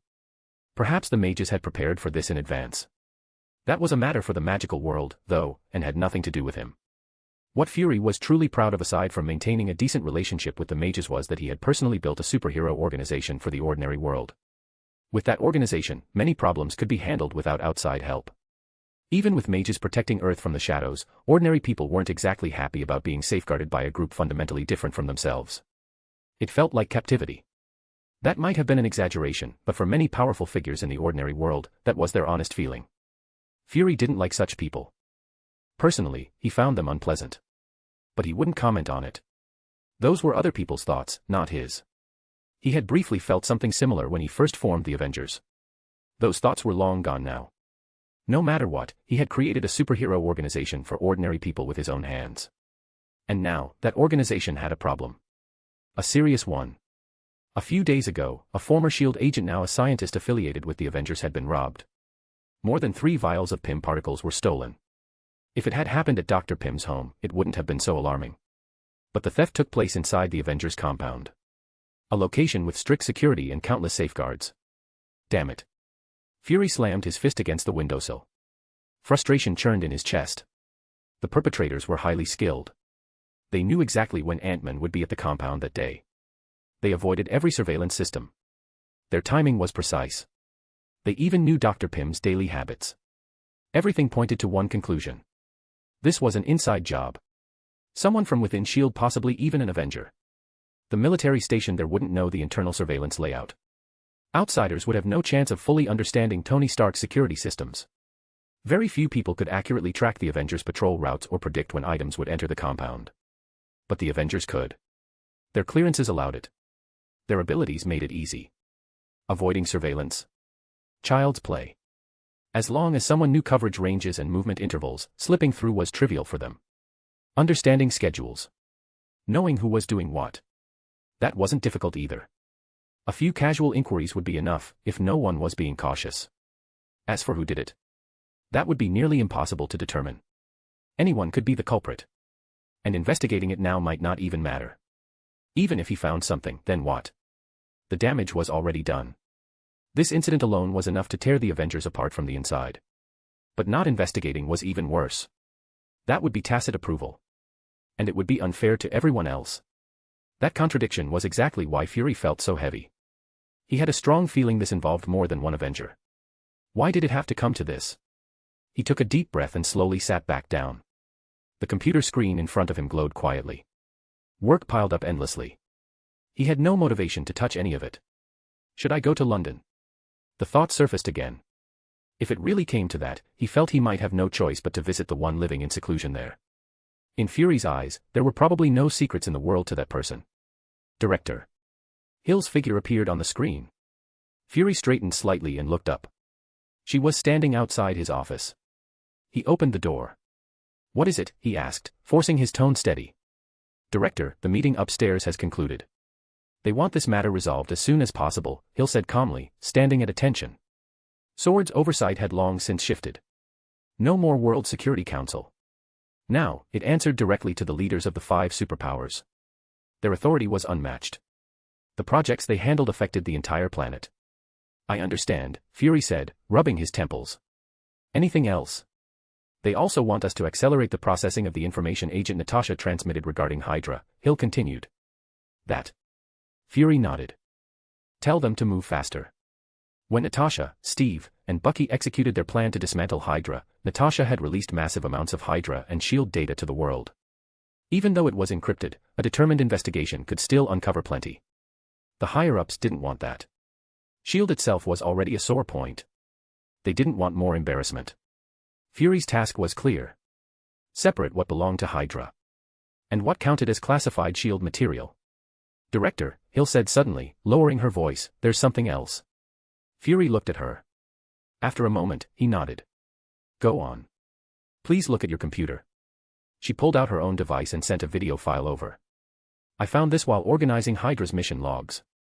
Fury clicked play without hesitation. Then he saw the timestamp. The figures on screen. His face darkened instantly. Howard Stark. His wife. James Bucky. The video was barely over a minute long. Less than 2 minutes. Yet it made Fury feel like he had crawled out of hell. This was the night they died. This was the mission Bucky carried out while under control. Cold flooded his body. He stared at the screen, motionless. It felt as though something unseen was brushing against his back. A quiet, suffocating dread. This video. Fury finally asked, his voice hoarse. How many people have seen it? So far, only me, Hill replied softly. Director, what do we do? What to do? Fury felt cursed. First the stolen PIM particles. Then the possibility of Avengers betraying one another. And now this. He could already imagine the sparks this would ignite. Do not let this video leak, Fury said through clenched teeth. No one else is to know about it. His voice dropped even lower. No one. Understood. Understood, Hill replied, then turned and left. Fury leaned back heavily. This situation had grown far beyond what he anticipated. If things continued, an internal catastrophe was inevitable. And once again, he seriously considered going to London. While Fury wrestled with these thoughts, Steve and Bucky arrived at Tony's office. Tony sat in front of his computer, simulations of intricate designs flashing endlessly across the screen. This is what you asked for. Steve stepped forward and placed 3 red vials on the table. PIM particles. The mission is complete. Congratulations, Tony said flatly. He didn't look at either of them. His eyes never left the screen. Put them down and leave. Don't interrupt my work. Got it. Find advanced chapters. And for more fan fiction. Backhand index pointing down. Backhand index pointing down. Support link, patreon.com/RioRaRyu. More bonus chapters. Every 250 power stones equals bonus chapter. Give me more power stones. Chapter 558, Chapter 558, a name too great. Tell me from the beginning. What happened? Inside 221B Baker Street, Strange stood calmly in a trench coat and scarf, looking at the man across from him. The man was from Belarus, born into a wealthy family. And it was obvious he was in serious trouble. He had killed someone. A woman.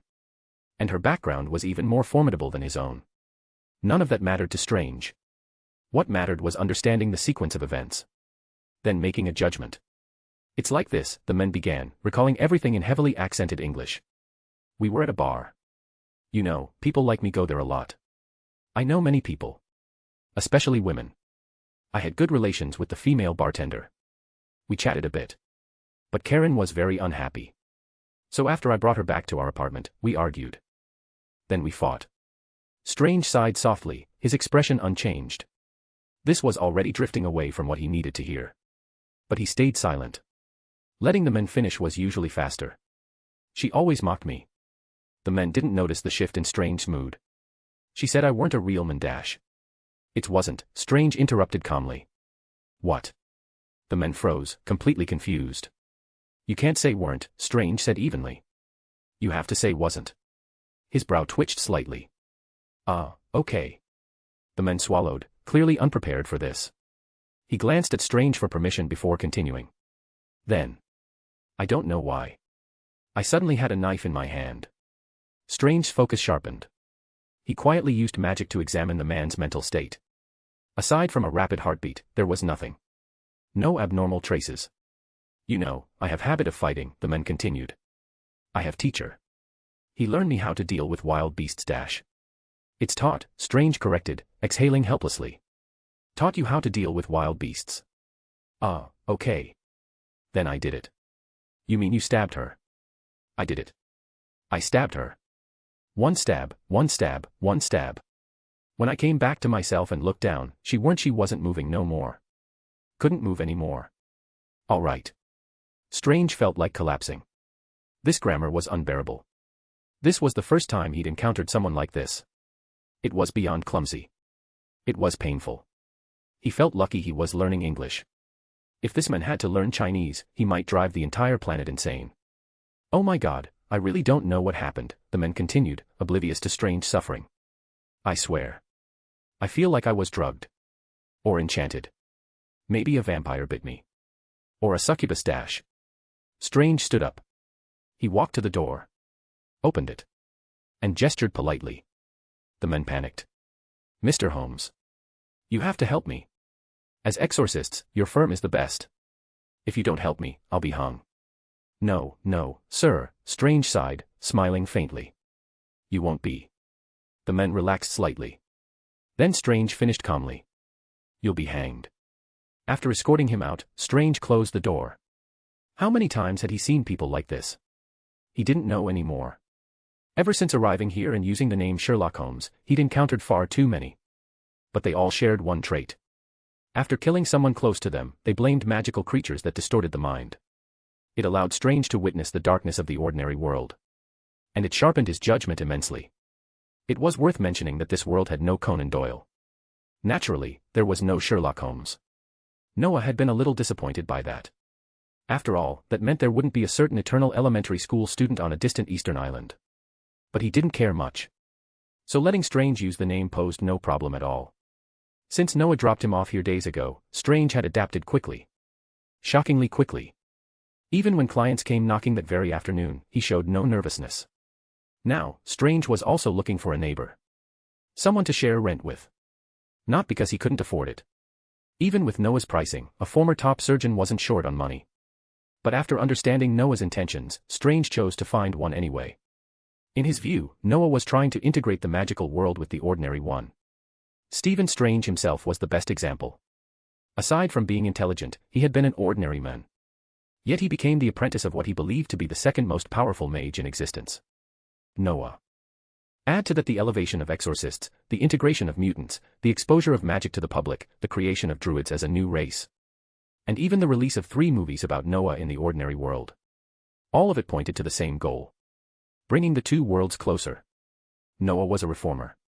A pioneer. So as his apprentice, Strange felt he should do something as well. If he met Noah's expectations, perhaps one day he could return to the ordinary world as a mage. And continue being a doctor. Maybe even integrate magic with modern science. Like Tony. Strange was thinking a bit too far ahead. But his logic wasn't wrong. He simply overestimated Noah. Noah wasn't that grand. He was just indulging some very specific personal tastes. Tony Stark couldn't be Sherlock Holmes anymore. He was too famous. Too recognizable. And his Watson was a Cree named Jan Rog. Another was a middle-aged Dumbledore. So Noah chose Strange instead. As for Watson. Compared to an alien and a legendary wizard, Agent Everett Ross seemed easier to deal with. Of course, whether this would end up as a hobbit slaying dragons. Or a proper Sherlock and Watson. That remained to be seen. Strange didn't know he had overthought everything. He checked the time, then turned to change clothes. Today, he was meeting his new neighbor. Apparently, the man used to be a pilot. Seriously injured under special circumstances. Now in London. American. Looking for a place to live. Strange shook his head. It was all the same to him. Tony sat in his office, eyes locked on the screen. After obtaining the PIM particles, he hadn't rushed into experimentation. Instead, he was repeatedly reconstructing the theoretical framework. He built the model quickly. But didn't use it. Tony was cautious now. Perhaps Noah had influenced him. Without enough data, he wouldn't act rashly. Sometimes, he even admired his counterpart in another universe. That Tony dared to do things he wouldn't even consider. But that was because that version fully understood PIM particles. In this universe, the particles were stolen. The data was minimal. Howard, Tony muttered, you were really something. Why did you have to ruin things with Hank Pym? Because of his father's relationship with Hank, Tony had nothing to work with. He had the particles. But no instructions. No data. Ugh. This is bad. He glanced at the PIM particles locked in his drawer. Then at the watch-like device on the table. Tony fell silent. Thinking. Find advanced chapters. And for more fan fiction. Backhand index pointing down. Backhand index pointing down. Support link, patreon.com/RioRaRyu. More bonus chapters. Every 250 power stones equals bonus chapter. Give me more power stones. Chapter 559, Chapter 559, A Mirror Beyond the Veil. Tony stared at the watch-shaped device resting on his desk, silent and focused. He wasn't stupid. After Noah's explanation, he knew exactly what it was. A beacon. Something created by himself, or rather, a version of himself from another universe. And there was no way its purpose was simple. Tony understood one thing very clearly. In parallel universes, their ways of thinking wouldn't differ much. Different experiences, sure. But personality, mental habits, problem-solving instincts, those would be nearly identical. Noah had already confirmed that much. If I were in that position, Tony muttered, rubbing his temples, what would I do? The answer came quickly. Curiosity. The Tony Stark on the other side was almost certainly curious about this universe. Maybe not just one of them. Maybe several. They wanted to come over. To see how things turned out. That made perfect sense. Even if this universe was technically their past, even if the divergence was massive, contact had already been established. Once that happened, crossing over was the natural next step. If Tony were them, he'd do the same thing. That was why he had been accelerating his work. This wasn't just research. It was a race. He needed to complete interdimensional travel technology before the other side acted first. Unfortunately, he had hit a wall. Without data from the Ant-Man suit, precisely controlling PIM particles was nearly impossible. Tony had never personally entered the quantum realm, but he knew enough to understand how dangerous it was. He stood up and stretched. Annoying, yes. But not enough to shake him. As for the Ant-Man suit data, he wasn't planning to push further. Sending Steve and the others to steal PIM particles had already crossed a line. Tony wasn't thrilled about letting Steve and Bucky off so easily. But he had given his word. They completed the mission. He honored the deal. Everything else was on him. This is getting annoying, Tony muttered. Do I really have to wait for them to come knocking? He crossed his arms, staring at the holographic screens. The math was done. The theory was solid. All he lacked was the suit and the transport hardware to properly apply the particles. Building the machine itself wasn't hard. With the data he had, he could assemble it quickly. But without the suit, it was meaningless. Shaking his head, Tony let out a breath. So what if they finished first? Your universe was a mess anyway, he said dryly. If we hadn't gone over there, you wouldn't even know which way was up. He glanced once more at the beacon and smirked before sinking back into his chair. Work still had to continue. Race or not. Knowing myself, Tony muttered, I probably still have some time. Everett Ross jolted awake. The dream lingered. Blood. Gunfire. Ulysses Clow. That memory never faded. It sat heavy in his chest. Everett Ross had once been a pilot in the U.S. Air Force. After retiring, he joined the CIA as a field agent. He was good at it. He liked the work. Until everything went wrong. Ulysses Clow. An arms dealer. A thief. An old acquaintance of Tony Stark's, back when Stark Industries still sold weapons. After Tony shut that division down, their paths diverged. Noah's appearance had altered Clow's fate slightly. In the original timeline, Clow became a key supplier for Ultron. Vibranium in exchange for billions. He had been foolish. He pointed out Ultron's resemblance to Stark. That mistake cost him half his left arm. During the Avengers battle with Ultron, the injured Clow escaped. But this universe was different. Here, Clow was still intact. No prosthetic. No sonic cannon. Only Wakanda hunted him. What hadn't changed was his obsession. Vibranium still consumed him. In fact, Clow was likely the only person alive who knew Wakanda's true nature. And that made him Everett Ross's target. The biggest case Ross had ever taken. Capture Clow. Recover the stolen vibranium. At first, everything went smoothly. Under Everett's command, they made contact. Negotiations followed. The exchange site, however, caught Everett off guard. A crowded bar in Milan. That was where it all collapsed. Clow saw through the operation. The arrest failed. The bar became a slaughterhouse. Every agent involved except Everett died.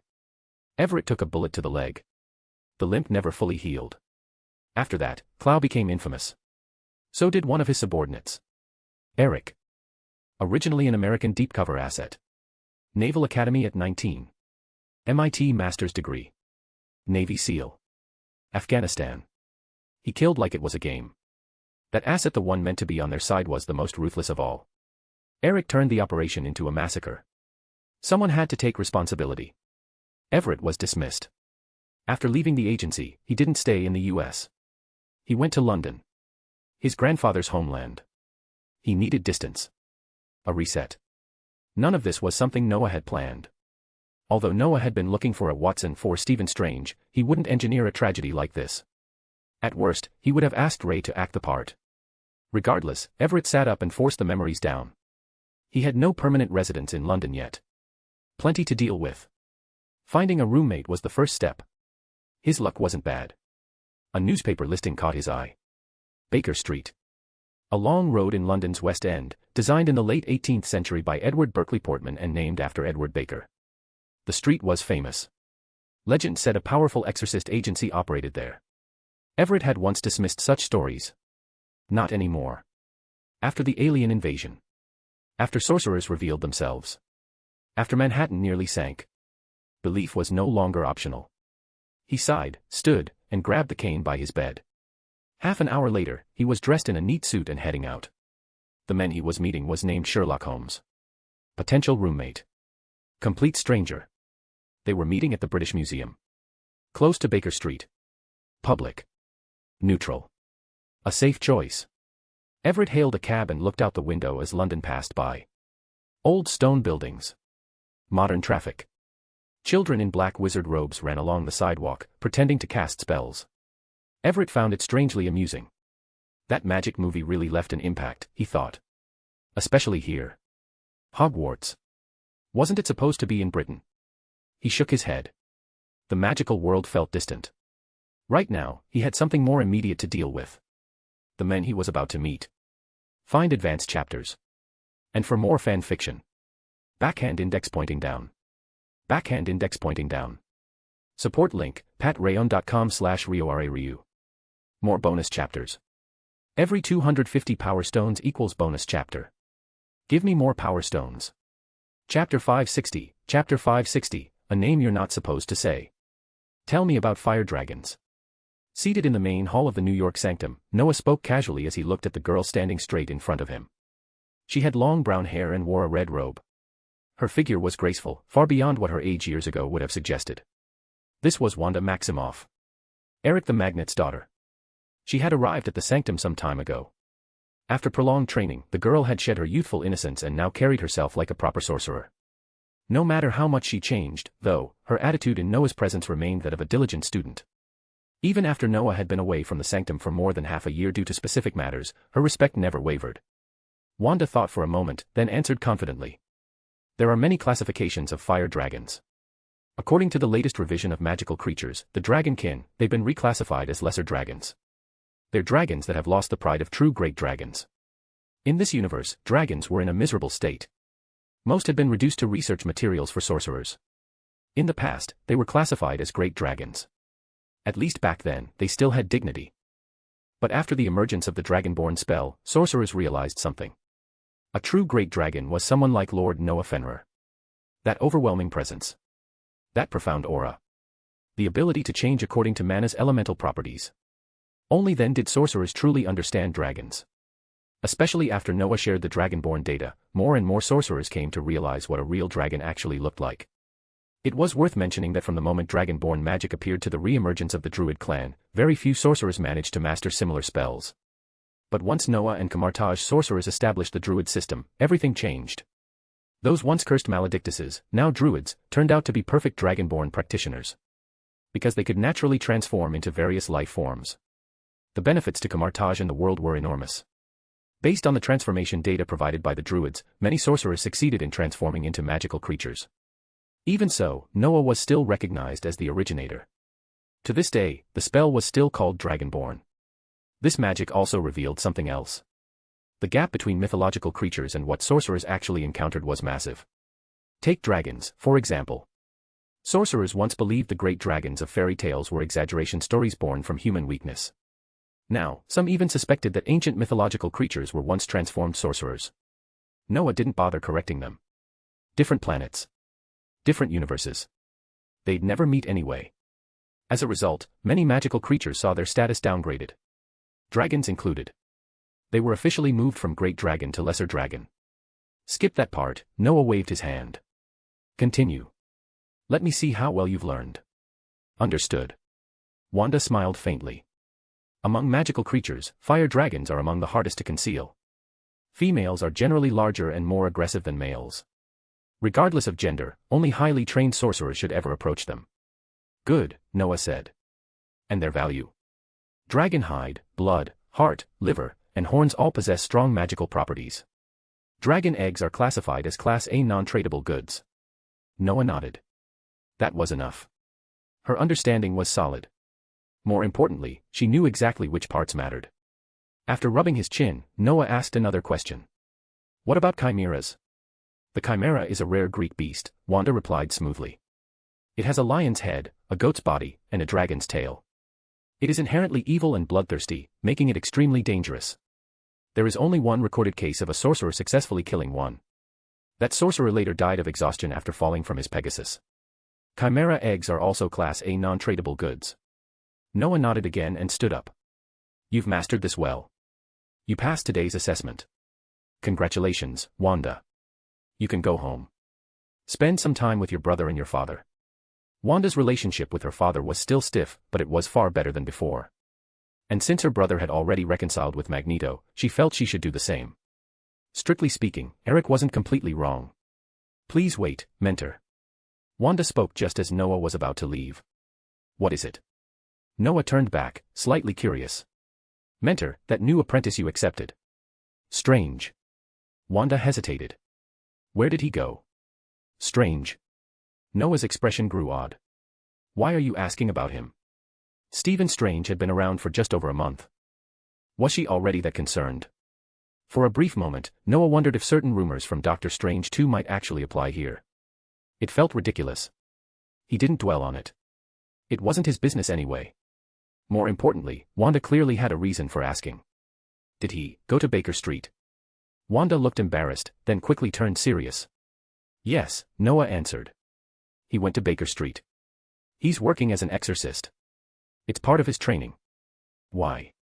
Mentor, I want to be an exorcist too. She gathered her courage. I've been here for almost a year, but I've never really interacted with the magical world. Strange has only known magic for a month. If he can go, why can't I? You want to be an exorcist too? Noah looked at her. With Strange? What? No. Of course not. Wanda reacted instantly. He does his thing. I do mine. I just think my understanding of the magical world is too limited. I want to go to Uncle Logan and the others. I want to see what the world is really like. Logan's place. Noah nodded. With Constantine and the rest. That's fine. Your father is there anyway. If you want to see the world, go. He paused. Of course, if you want some kind of interaction with Strange Dash. Mentor. Wanda flushed. Please don't project weird ideas onto me. I'm not interested in middle-aged men. Suit yourself. Stephen Strange had no idea he was being discussed. He was sitting on a bench outside the British Museum, waiting for his future roommate. About 10 minutes later, he noticed a man with a slight limp, looking around uncertainly. That should be him. At a glance, Strange could already tell what was wrong with the man's leg. Sighing, he stood up and walked over, smiling politely. Hello, Strange said. I'm Sherlock Holmes. I assume you're looking for me. Ah. Everett blinked, then nodded. Yes. But, are you sure you aren't Dr. Stephen Strange? His mind struggled to process this. The man in front of him looked exactly like the Strange he remembered. After his injury, Everett had sought medical treatment. In the hospital, he'd heard countless rumors. A medical prodigy. A top-tier neurosurgeon. Career-ending accident. Everett had never believed it. And now, here was this man, calling himself Holmes. As a former CIA agent, Everett knew exactly what Stephen Strange looked like. That was why this felt unreal. "I'm not Strange," Strange replied calmly. He spoke in flawless London-accented English. "I know Stephen Strange. A top neurosurgeon." Apparently, something happened to his hands. He raised both hands and moved them slightly. "Do these look injured to you?" Strange felt a brief sting of bitterness. He wanted to say his real name. But he couldn't. After a moment, he sighed. "Anyway," he said, "you're here to share the flat, right? Find advanced chapters. And for more fan fiction. Backhand index pointing down. Backhand index pointing down. Support link, patreon.com/RioRaRyu. More bonus chapters. Every 250 power stones equals bonus chapter. Give me more power stones. Chapter 561, when 6 energies became 1. Yes. I'm here to split the rent with you. Everett nodded, but his gaze toward Strange was a little strange. There was something he couldn't quite place. Everett had once been a soldier. A pilot.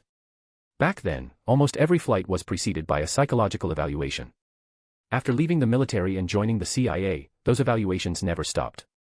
Psychological training was part of the CIA curriculum itself. It could be said that Everett's entire career had been steeped in psychology. He wasn't unfamiliar with it at all. In fact, he was close to a professional. That was why he noticed it immediately. When he said the name Stephen Strange, the men in front of him showed a very subtle emotional fluctuation. Nostalgia. Or sorrow. It was faint, complex, and fleeting. But it was enough. Almost instantly, Everett became certain. This man was Strange. What puzzled him was why the other party refused to admit it. Unable to figure it out, Everett chose not to pry. In this day and age, who didn't have secrets? Since Strange was hiding something, Everett wasn't foolish enough to expose himself either. After a brief pause, Everett extended his hand. "John Watson. Former pilot. Studied some psychology. Nice to meet you. John Watson." Strange looked him over with interest. "Judging by your appearance, you weren't born in 1878. But studying psychology does suit that name. John Watson. An American psychologist born in 1878, deceased in 1958. Founder of behaviorist psychology. President of the American Psychological Association in 1915. His research focused on behavioral theory, emotional conditioning, and animal psychology. He believed psychology should study behavior, not consciousness. Introspection should be abandoned. Experiments and observation should take its place. He applied these ideas to animals, children, even advertising. He played a crucial role in making psychology objective. In short, a remarkable man. Which was why Strange was surprised. Because through magic, he could clearly tell this man was lying. As for why, Strange could sense it. This man had realized that he was lying too. Strange shook his head and didn't dwell on it. He smiled. "Nice to meet you, Mr. Watson. By the way, you worked for the CIA, didn't you?" "What?" Everett froze, then frowned. "What do you know?" "People who retire from the military and do reasonably well usually go one of 4 ways," Strange said calmly. "Bodyguard. Mercenary. Police. Or government agency." He smiled faintly. "From your posture, disguise, and temperament, the first 3 don't fit. That leaves only 1. "That doesn't prove I was CIA," Everett said cautiously. "Your clothes," Strange shrugged. "Not extravagant, but tasteful. Bodyguards wouldn't buy them. Police can't afford them. Mercenaries wouldn't bother." He continued. "And you're always alert. Your stance gives it away." Strange paused. "Even with an injury to your foot, you maintain proper posture. A gunshot wound, right? Healed well. You'll walk normally soon." These were things Strange had learned from Noah. Not useful in the mundane world, but invaluable for observation. Magic sharpened his senses. And his mind. "Come on," Strange said, turning away. "Let's see the house." "Wait." Everett was clearly unsettled. "That's it. We just met. You barely know me. And you think you understand me." Strange sighed. "Fine. You were an Air Force pilot. A CIA agent. Recently fired. You're depressed and came to London alone.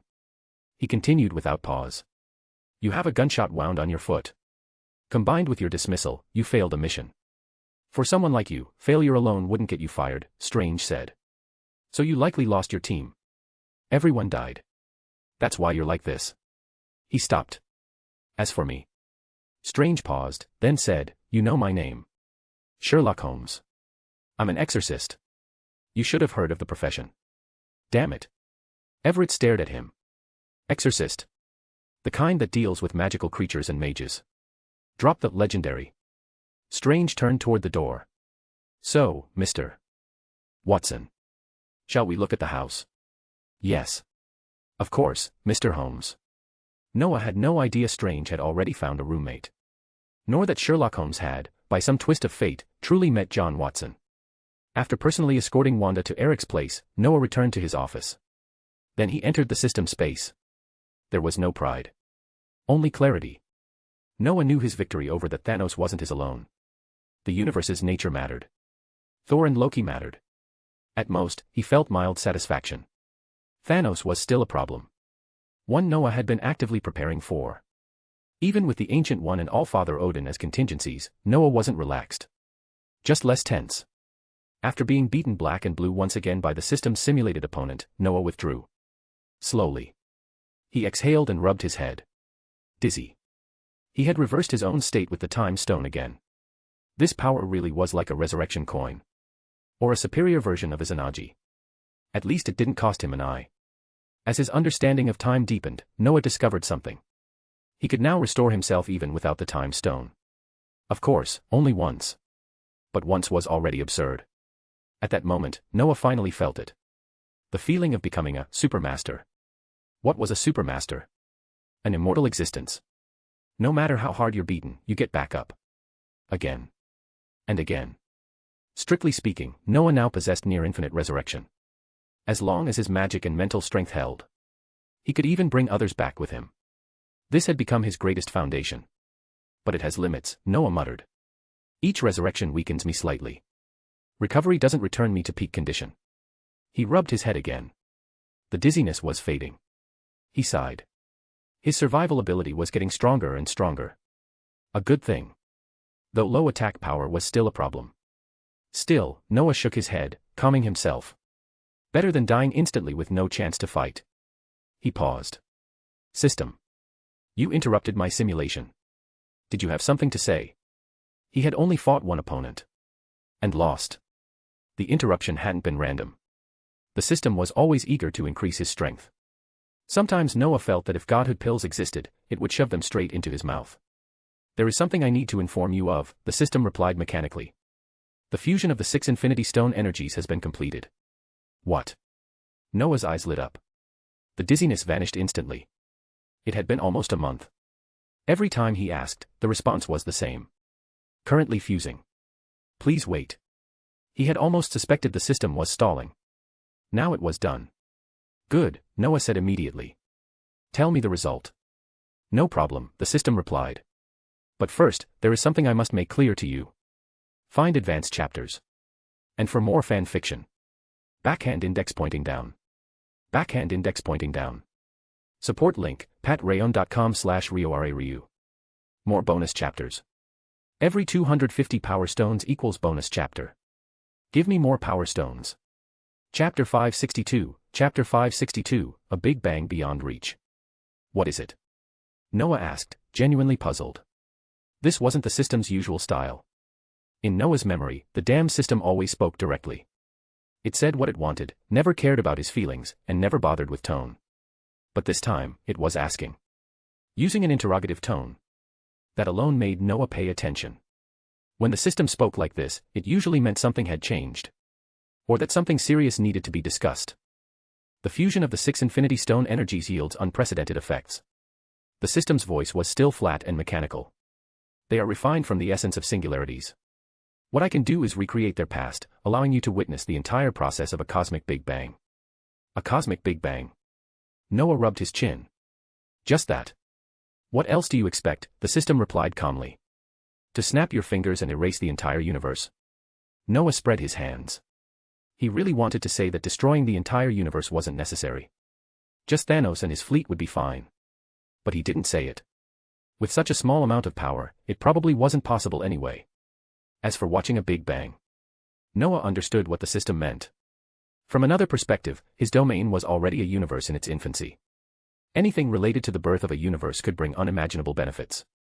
Still, the Big Bang was far beyond his current comprehension. His domain could be considered a universe, but if compared to human development, it was barely at the tadpole stage. A phenomenon like the Big Bang was simply on a completely different level. More importantly, Noah sought creation, not destruction.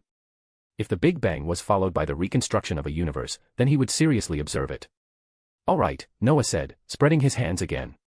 A Big Bang, then. Let's see it. That's exactly the issue, the system replied, its tone noticeably heavier. This time is different. Different. Noah frowned. He knew the Infinity Stones were terrifying, but he didn't feel how this could be so different. He already possessed 2 Infinity Stones. 6 stones together were horrifying, but this wasn't that. This was only a fragment of energy from all 6. Logically, it shouldn't produce anything fundamentally different. As for the Big Bang, Noah had read about it before. He hadn't seen one, of course, but he understood the concept. It wasn't until the system explained further that Noah truly understood the difference. First, this energy could only be used once. The system could only restore these 6 energies through that mysterious silver power. Once restored, it could be used only a single time. And what it would display was far beyond what Noah could currently withstand. But at the same time, Noah realized just how terrifyingly beneficial it could be. The destruction of a universe itself didn't suit his current situation. But the chaos produced by cosmic destruction, time, space, matter, dimensions. All of it could bring unimaginable gains. If Noah's comprehension was deep enough, he could even retrace everything within his own consciousness. Or inside the system space. In other words, he could witness not only the Big Bang of a universe, but a complete cycle from destruction to formation. Time reversal was impossible for him in reality. But inside the system space, it was achievable. This would be immensely helpful for constructing his own universe. Unfortunately, his current state didn't meet the requirements. Simply put, his level was too low. The minimum requirement was Tier 10. That was why the system had informed him in advance. If Noah watched it now, it would be a complete waste. The system could observe it. But that had nothing to do with Noah. The system wasn't the master. He was. The system could assist, but it couldn't replace him. Only after Noah personally experienced and comprehended it could the system provide meaningful feedback. That had always been its rule. It seems I can't use these powers for now, Noah sighed. By the way, can it really be used to snap fingers? Yes, the system answered immediately. It can precisely kill a being of similar strength to you. But do you really want to waste it like that? Of course not, Noah replied. I know what the right choice is. It just feels a bit regrettable. If Thanos could be erased with a snap, things would be much simpler. I make no judgment, the system said calmly, its voice sharp. If you reach that level one day, you might make the same choices as him. Noah smiled and didn't respond. From the beginning, he never believed Thanos was completely wrong, at least not from a cosmic perspective. Different standpoints led to different conclusions. But they were enemies now. That was enough. For himself, and for those he cared about, Noah would stop him. As for the future, there was no need to think that far ahead. By the time he reached that level, who knew how long it would take? And even if his domain truly became a universe, he wouldn't use Thanos' methods. As its master, a gentler, more controlled approach made more sense. For example, he could learn from the primordial controller in his memories. Build a system that sustained itself. Hidden in the shadows. Free from resentment or rebellion. But that was all far in the future. Right now, it wasn't worth overthinking. Noah shook his head and changed the topic. By the way, what about the mission reward, he asked. It's not just the Big Bang simulation, right? Yes. And more. The system's voice echoed in his mind. A subtle yet relatively complete spatial rule. Extremely implicit. Derived from those energies. Very suitable for you. A rule. Noah raised an eyebrow. Those actually exist. They always have. You simply didn't realize it. To encounter them, you must first transcend the ordinary. So what good is it to me now? I don't feel anything. It is hidden within your domain. When your true strength reaches a certain level, you will understand its function. Even now, it can provide unimaginable assistance. You must discover it yourself. Noah nodded. He was already used to this. Whatever the system gave him, mastery always came later. In fact, his greatest gains had always been his domain. And the magic directly granted to him 20 years ago, which pushed him to Tier 3. Sighing, Noah stopped thinking about it. It was now the latter half of 2016. A year marked by an explosion of heroes. Yet strangely calm. Aside from Strange's timely arrival, nothing major had happened. The Avengers Civil War hadn't begun. Spider-Man hadn't joined yet. He was still just a friendly neighborhood hero. Noah wasn't sure about Black Panther, but since Bucky had surrendered long ago, T'Challa's father was still alive. It would be a while before he took the throne. Not that Noah cared. His only interest there was Everett Ross. After all, that guy was not only a half-orc. He was also Holmes' reliable Watson. Noah even wondered if, should Ross become paralyzed again, he should send him to assist Strange. Forget it. Noah shook his head, losing interest. What I really care about is Tony's progress. When Thor and Loki delivered the gift from the parallel universe Avengers, Noah handed it to Tony without hesitation. But he didn't know how far the research had progressed. All he could do was wait. If Tony truly succeeded. Noah had plans. Parallel universe travel. Tourism. And maybe a way to grow stronger.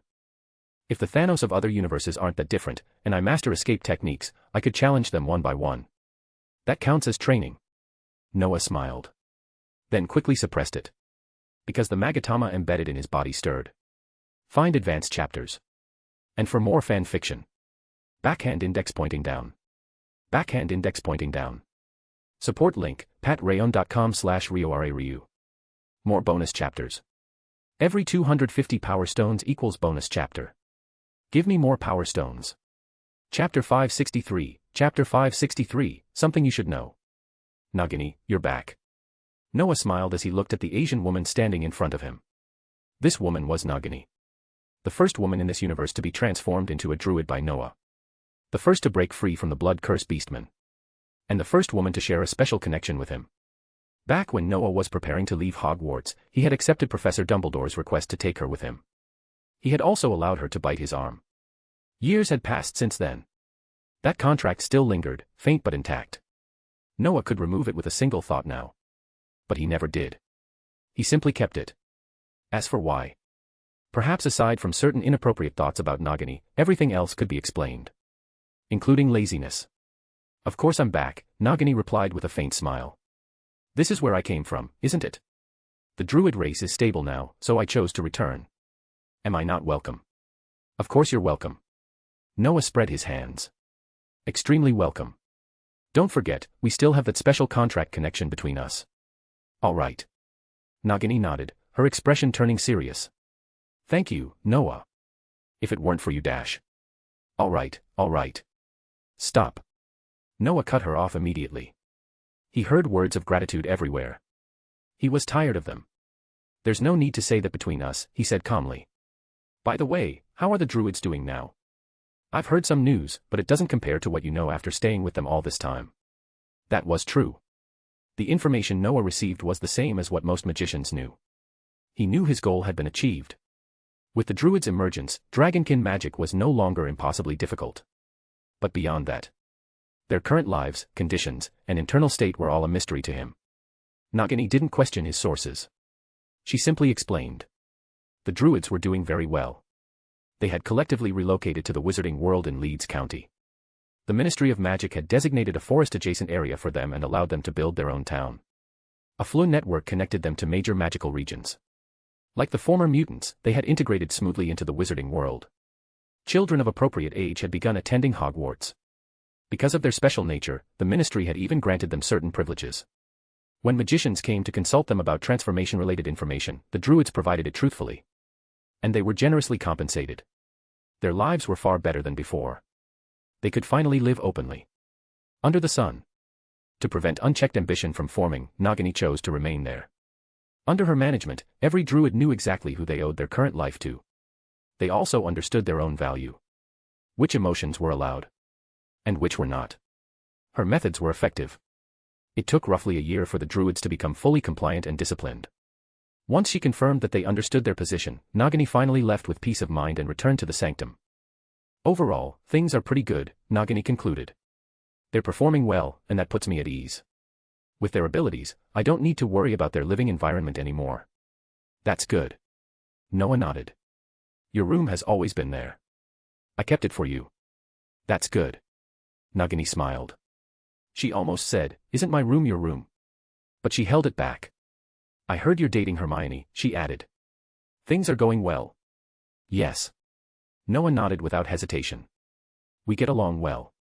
We've known each other for a long time. So far, everything's been good. We're enjoying it. That was true. They didn't meet often. Nothing inappropriate had happened. But the relationship was stable. And comfortable. Congratulations, Nagini said warmly. After all this time, you finally found someone suitable. I thought you were going to spend your whole life with your 3 roommates. Don't joke. Noah rolled his eyes. Kate and Lance are already married. And Ace may not be thinking about marriage yet, but he's already been through 3 girlfriends. All right. Nagini spread her hands. Seems I really was gone too long. I hear you British people sometimes have deviations in certain orientations. Your past behavior seemed worth referencing. Noah didn't even bother responding. Some British people might be like that. But he wasn't purely British. And as he said, his roommates all had partners. Even though they met less often, they stayed in touch through WeChat. They'd even agreed that whoever got married first, the other 3 would be groomsmen. So Noah knew their situations clearly. None of them had those kinds of deviations. Enough joking. Nagini's expression suddenly turned serious. There's something I need to tell you. Oh. Noah straightened slightly. Go ahead. There's no need to worry between us. When I was in Leeds, Nagini said, a wizard from the York Magic Association came to see me. His name was William Moore. Oh. Noah frowned slightly. What did he say? He said some Camartage wizards recently approached him to purchase materials. Very strange ones. And very dark. He also said it wasn't just him. Several other magical organizations encountered similar requests. Is that so? Noah frowned. Dark magical materials. Camartage wizards. The combination made little sense. Was Mordo experimenting with something new? Normally, Noah wouldn't care. Especially since neither Mordo nor Victor had reported anything. As far as he knew, Camartage was stable. But William Moore wasn't someone who would report trivial matters. As the heir of the York Magic Association, he wouldn't come personally without reason.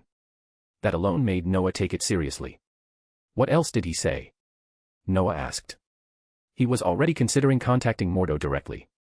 But Nagini's next words made him pause. Master Moore said the materials carried dark power. Unlike normal Camartage sorcerers. Those people felt evil.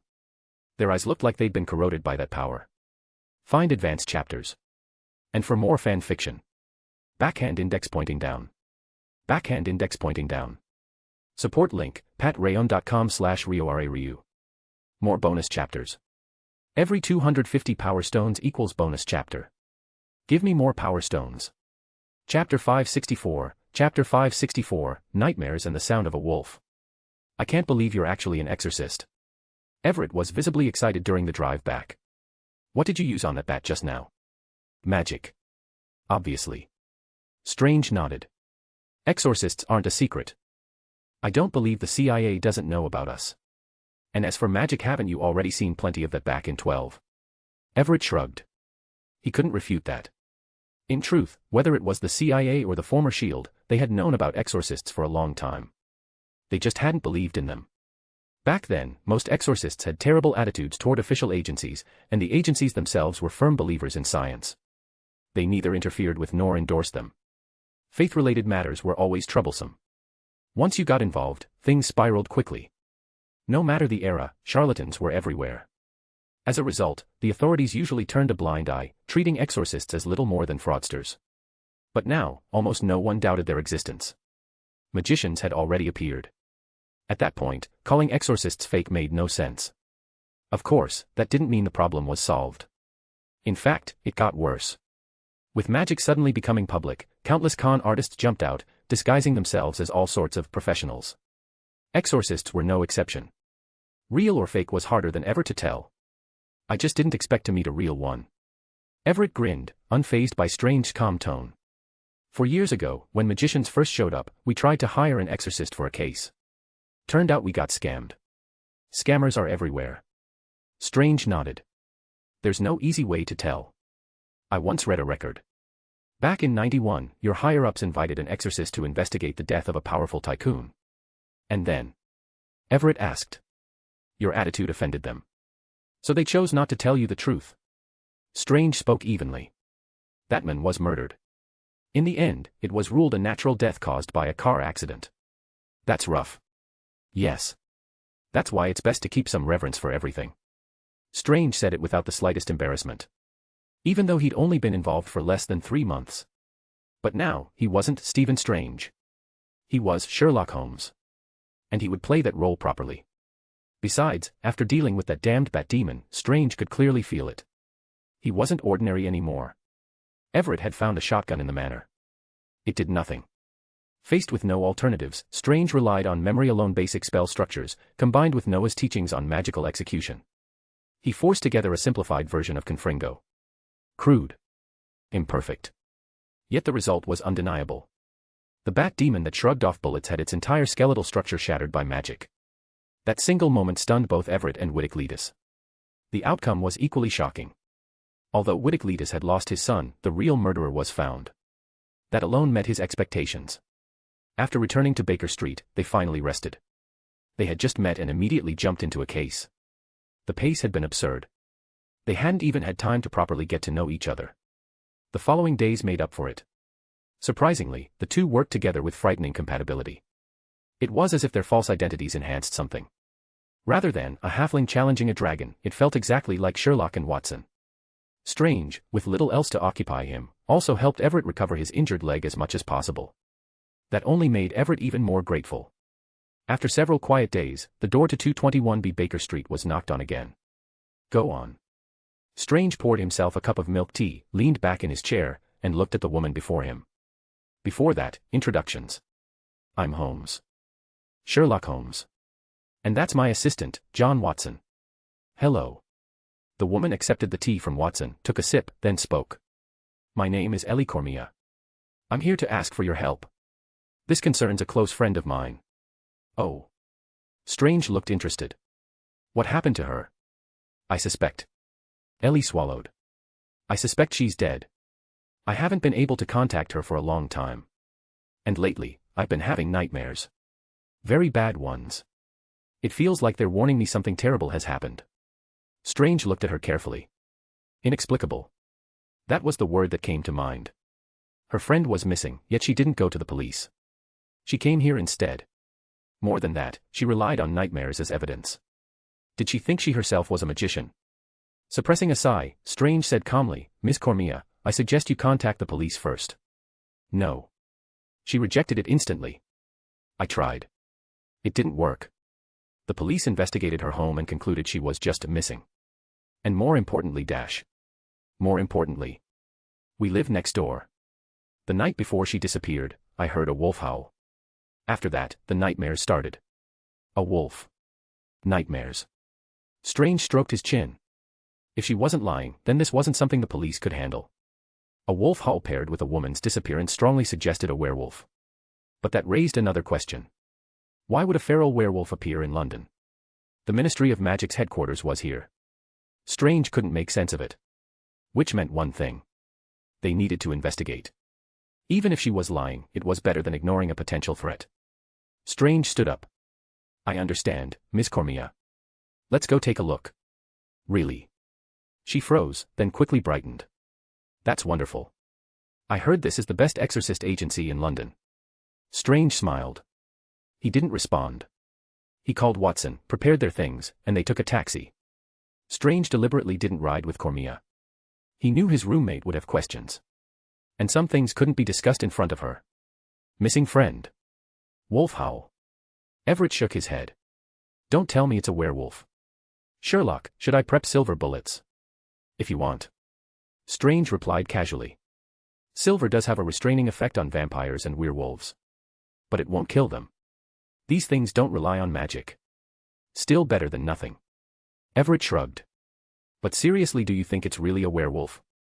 I don't know. Strange glanced at him. Until we reach the scene, no one does. An exorcist doesn't make judgments without confirming anomalies. Just like a doctor. The thought surfaced naturally. Before his accident, he had once saved a patient declared beyond help by extracting a bullet from their brain. No matter the situation, assumptions were forbidden. Diagnosis came first. That was his principle then. And it was still his principle now. All right. Everett nodded. Didn't expect my life after getting fired to be this interesting. But that woman earlier, she seemed odd. Oh. Strange looked at him. In what way? She was hiding something. Everett hesitated. When she mentioned the wolf howl, her attention drifted. And when she talked about nightmares, she held back. Like she still remembers what she saw. Interesting. Strange smiled faintly. People rarely remember dreams clearly. Which means, he continued calmly, she lied. Or, Everett added quietly, she can't tell whether it was a dream or something she actually experienced. Find advanced chapters. And for more fan fiction. Backhand index pointing down. Backhand index pointing down. Support link, patreon.com/RioRaRyu. More bonus chapters. Every 250 power stones equals bonus chapter. Give me more power stones.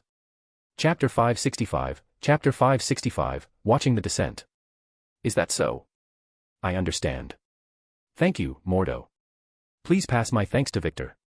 After saying that, Noah hung up the phone. He leaned his head against one hand and fell into thought. The person he had just spoken with was Mordo. At present, Camartage was largely under Mordo's management, with the Ancient One rarely involving herself in daily affairs. Under her deliberate guidance, the sorcerers had long understood one thing. The true master of Camartage in the future was the Sorcerer Supreme. Noah. Since Noah had not yet formally taken office, and he was British, it was entirely reasonable for him to remain in the London sanctum. Mordo was the current manager of Camartage. And he wasn't an ambitious man. More importantly, Noah and Mordo shared an extremely close relationship. They were fellow sorcerers of the same era. True martial brothers. To the others, this was practically a declaration. Mordo handled things on the surface. But the real authority already rested with Noah. If something arose that Mordo couldn't deal with, it would naturally be handed to him. Ordinary matters, however, stayed with Mordo. Because of this, Mordo knew many details, and it was appropriate for Noah to ask him directly. The confirmation Noah had just received made him slightly wary. Caecilius was behaving normally. Living as usual. However, he had been accepting more and more apprentices. Some were even 5th and 6th order sorcerers. And these apprentices frequently left Camartage. At first, Mordo sent people to follow them. But the workload was overwhelming. Camartage had many sorcerers, all highly capable. But none of them were idle. Camartage University needed people to teach and manage. The Camartage Magic Awards needed people to organize and review materials. In the end, Mordo had no choice but to abandon the tracking. And he couldn't report this to the Ministries of Magic. Internal matters of Camartage were handled internally. Even if he told the Ministries of Magic, it wouldn't help. Neither would the hidden magical organizations scattered across the world. So Mordo could only focus his attention on Caecilius himself. Noah sighed softly. He understood Mordo's difficulties. Camartage did not restrict personal freedom. There was truly nothing they could do about people leaving at will. Still, Noah was absolutely certain of one thing. The sorcerer William Moore, whom Nagini had mentioned to him, was definitely Caecilius' apprentice. What's wrong, Noah? Nagini asked when she saw his deep frown. Did something happen? Trouble. Noah collected his thoughts. I want to say it's troublesome. But thinking carefully, it's not that bad. It's just disappointing. That fanaticism born from belief can rot so completely once it's nudged a little. And discard everything that came before. Noah had watched Caecilius fall step by step. From a sorcerer who cherished his lost family. To a gloomy man disappointed in everything. Until finally, he became someone who fully embraced Dormammu's philosophy. Someone who wanted to destroy everything. Noah had tried to guide him. But in the end, there was nothing left to save. As for killing him directly, Noah had thought about it. More than once. But it wasn't easy. Stopping him. He had planned to. Before. Now, Noah felt it was unnecessary. He was already a 9th order sorcerer. At this level, he genuinely didn't think he needed to fear a Dormammu coming from across dimensions. Of course, that was under the premise that he possessed the Time Stone. As for copying Strange's approach and trying it personally, Noah stroked his chin. He hadn't decided yet. He didn't know Dormammu's combat style. Nor how much power Dormammu could wield when crossing dimensions. Caution was still necessary. Shaking his head, Noah stood and looked at Nagini. Let's go. We need to visit the Ministry of Magic. The Ministry of Magic? Nagini tilted her head. Then this really isn't simple. It's fine, Noah said calmly, spreading his hands. Everything is still under control. I wouldn't be passively waiting. I started preparing the moment I noticed even a hint. You always do, Nagini nodded. I'll go with you. The Ministry has taken good care of us these past few years. It's a good chance to thank them properly. Strange and Everett arrived at Alara Komiya's residence. Next door was the house of the person Komiya had asked Strange to investigate. The same neighborhood. Clearly an affluent area. Strange scanned the surroundings. The security was excellent. The environment was pleasant. But something made him uncomfortable. There was a faint scent of blood in the air. Extremely faint. Almost imperceptible. Only those highly sensitive to blood would notice it. Vampires. The bat demon he'd dealt with before. Werewolves. It seems this time it really is a monster, Strange whispered to Everett. Oh. Everett glanced at him. You found something. The smell of blood, Strange said quietly. I enhanced my sense of smell the moment I got out of the car. It's very faint, but it's there. Can you tell what it is? Not for sure. But it could be a werewolf. Or a vampire. Either way, the priority is figuring out what happened. And whether there's a body. All right, Everett said. Looks like we're working. Strange nodded. They were. He looked at Komiya ahead of them. Then at the house across the way. And decided to start with Komiya's home. John, did you bring everything? Strange asked softly as he followed Mrs. Komiya inside. Of course, Sherlock, Everett replied. Including your strange herbs. By the way, what are those for? Something that makes people talk, Strange whispered. You were right earlier. Komiya is strange. She's probably subconsciously trying to forget something. And I think it's important. You're planning to force it out. Everett frowned. That's cruel, Sherlock. It could ruin her. Strange didn't answer. He knew it wasn't ethical. But he could guarantee one thing. Mrs. Komiya would not remember what she was forced to forget. Everett's bag didn't just contain a truth-inducing substance. There was also a plant that could erase specific memories. Possibly the prototype of the Obliviate spell. Until Strange fully mastered that spell, this would do. As they entered the house, Strange's brows knit tighter. The smell of blood was strongest here. That led to a disturbing thought. Had Mrs. Komiya killed her friend herself? Please sit anywhere, Mr. Holmes, Miss Komiya said politely. Oh, about my friend, I haven't properly introduced her. Her name was Mia. Mia Lestrange. She was a psychologist. I see, Strange said as he and Everett sat on the sofa. Everett observed Komiya's micro-expressions. Strange continued asking. Her relatives. Her friends. Her relationships. Please be detailed. Komiya nodded and began speaking earnestly. Mia Lestrange. 33 years old. A psychologist. Her husband was Adam Lestrange, a financial company manager. They lived happily. They were even preparing to have a child. Baby clothes were already bought. Their social circles were healthy. No enemies. Competitors existed, but nothing hostile. Strange frowned. This didn't look like murder. He stroked his chin. Recently, he asked, were there any strangers entering or leaving the neighborhood? Strangers. Komiya thought for a moment. I don't think so. Oh, right. Mia had a younger sister. Cassie. After Mia disappeared, she came to stay with Adam. He was nearly broken from searching for his wife. She's a good kid. Is that so? Strange murmured. He looked at Komiya. Then lowered his voice. You're very sleepy, aren't you? What? Komiya didn't understand. She opened her mouth to ask again. Then she saw it. A faint golden glow. Spreading across Strange's hands. Find advanced chapters. And for more fan fiction. Backhand index pointing down. Backhand index pointing down. Support link, patreon.com/RioRaRyu. More bonus chapters. Every 250 power stones equals bonus chapter. Give me more power stones. Chapter 566, Chapter 566, maybe I picked the wrong career. Noah. Why are you here? Inside the Ministry of Magic in London, Hermione looked at Noah in surprise. Then her gaze shifted, and she instinctively became more reserved. Nagini, you're back too.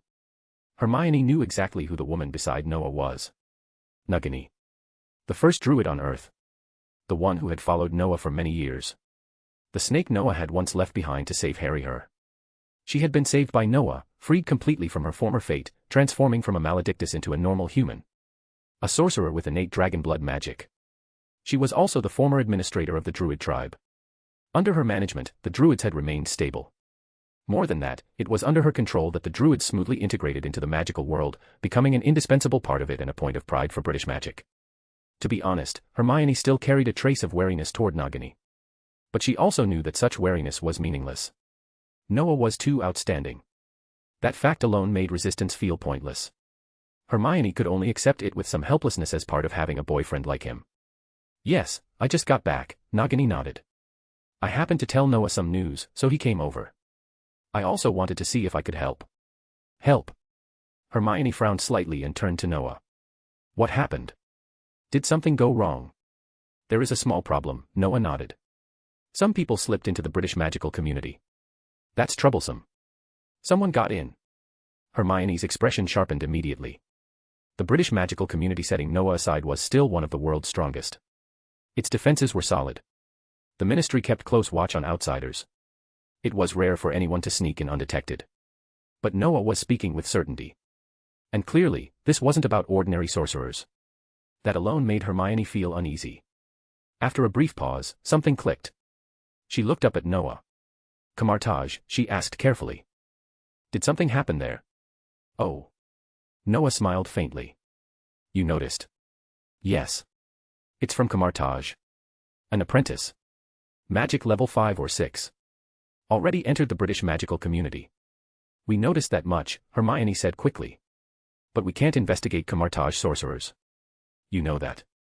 Could it be that something's wrong inside Camartage? Do you think that's possible? Noah sighed. Internal strife isn't possible there. But individuals with dangerous ideas inevitably appear. That's unavoidable. Unfortunately, I can't act directly against this one. All I can do is prepare. Hermione understood what he meant. The position of Sorcerer Supreme was tempting, especially to disciples of the Ancient One. But that temptation only existed for outsiders. Within Camartage, once a decision was made, it was final. Caecilius wasn't after the title. He was fixated on summoning Dormammu. On dragging Earth and possibly the entire universe into death alongside his son and wife. A desperate man would do anything. That part left Noah feeling helpless. Still, what concerned him now wasn't Caecilius himself. It was what materials he was trying to obtain. As far as Noah remembered, summoning Dormammu only required a single spell. So why the preparations? All right, Hermione nodded. I understand. If you think it's appropriate, I'll have the Aurors pay closer attention to unfamiliar Camartage sorcerers. Good, Noah nodded. Especially those with eye problems. The kind that look like they've been smoked. Noah remembered Caecilius' group clearly. They were distinctive. Almost fashionable, in a disturbing way. According to William Moore, there was also a clear dark aura around them. That alone made them hard to miss. Noah had come to pass on this information and to ask Hermione to warn other magical communities as well. If it weren't for the Ancient One's insistence on principle. Never acting before events truly occurred, even when the future had already been seen. Noah would have killed Caecilius long ago. Why wait? Forget it, Noah thought. It's just annoying. Not dangerous to me. Damn it, Sherlock. Everett stared at the unconscious Comia on the floor, disbelief written all over his face. Are you really doing this? Then he looked at Strange with a strange expression. Honestly, you're on the same level as Darren Brown. No, Strange shook his head. Fundamentally different. I use magic. He uses suggestion. Enough talking. Where's the bag? Here. Everett tossed it over. He watched as Strange smoothly pulled out a small bottle. What's that? Truth serum, Strange said calmly. My mentor gave it to me.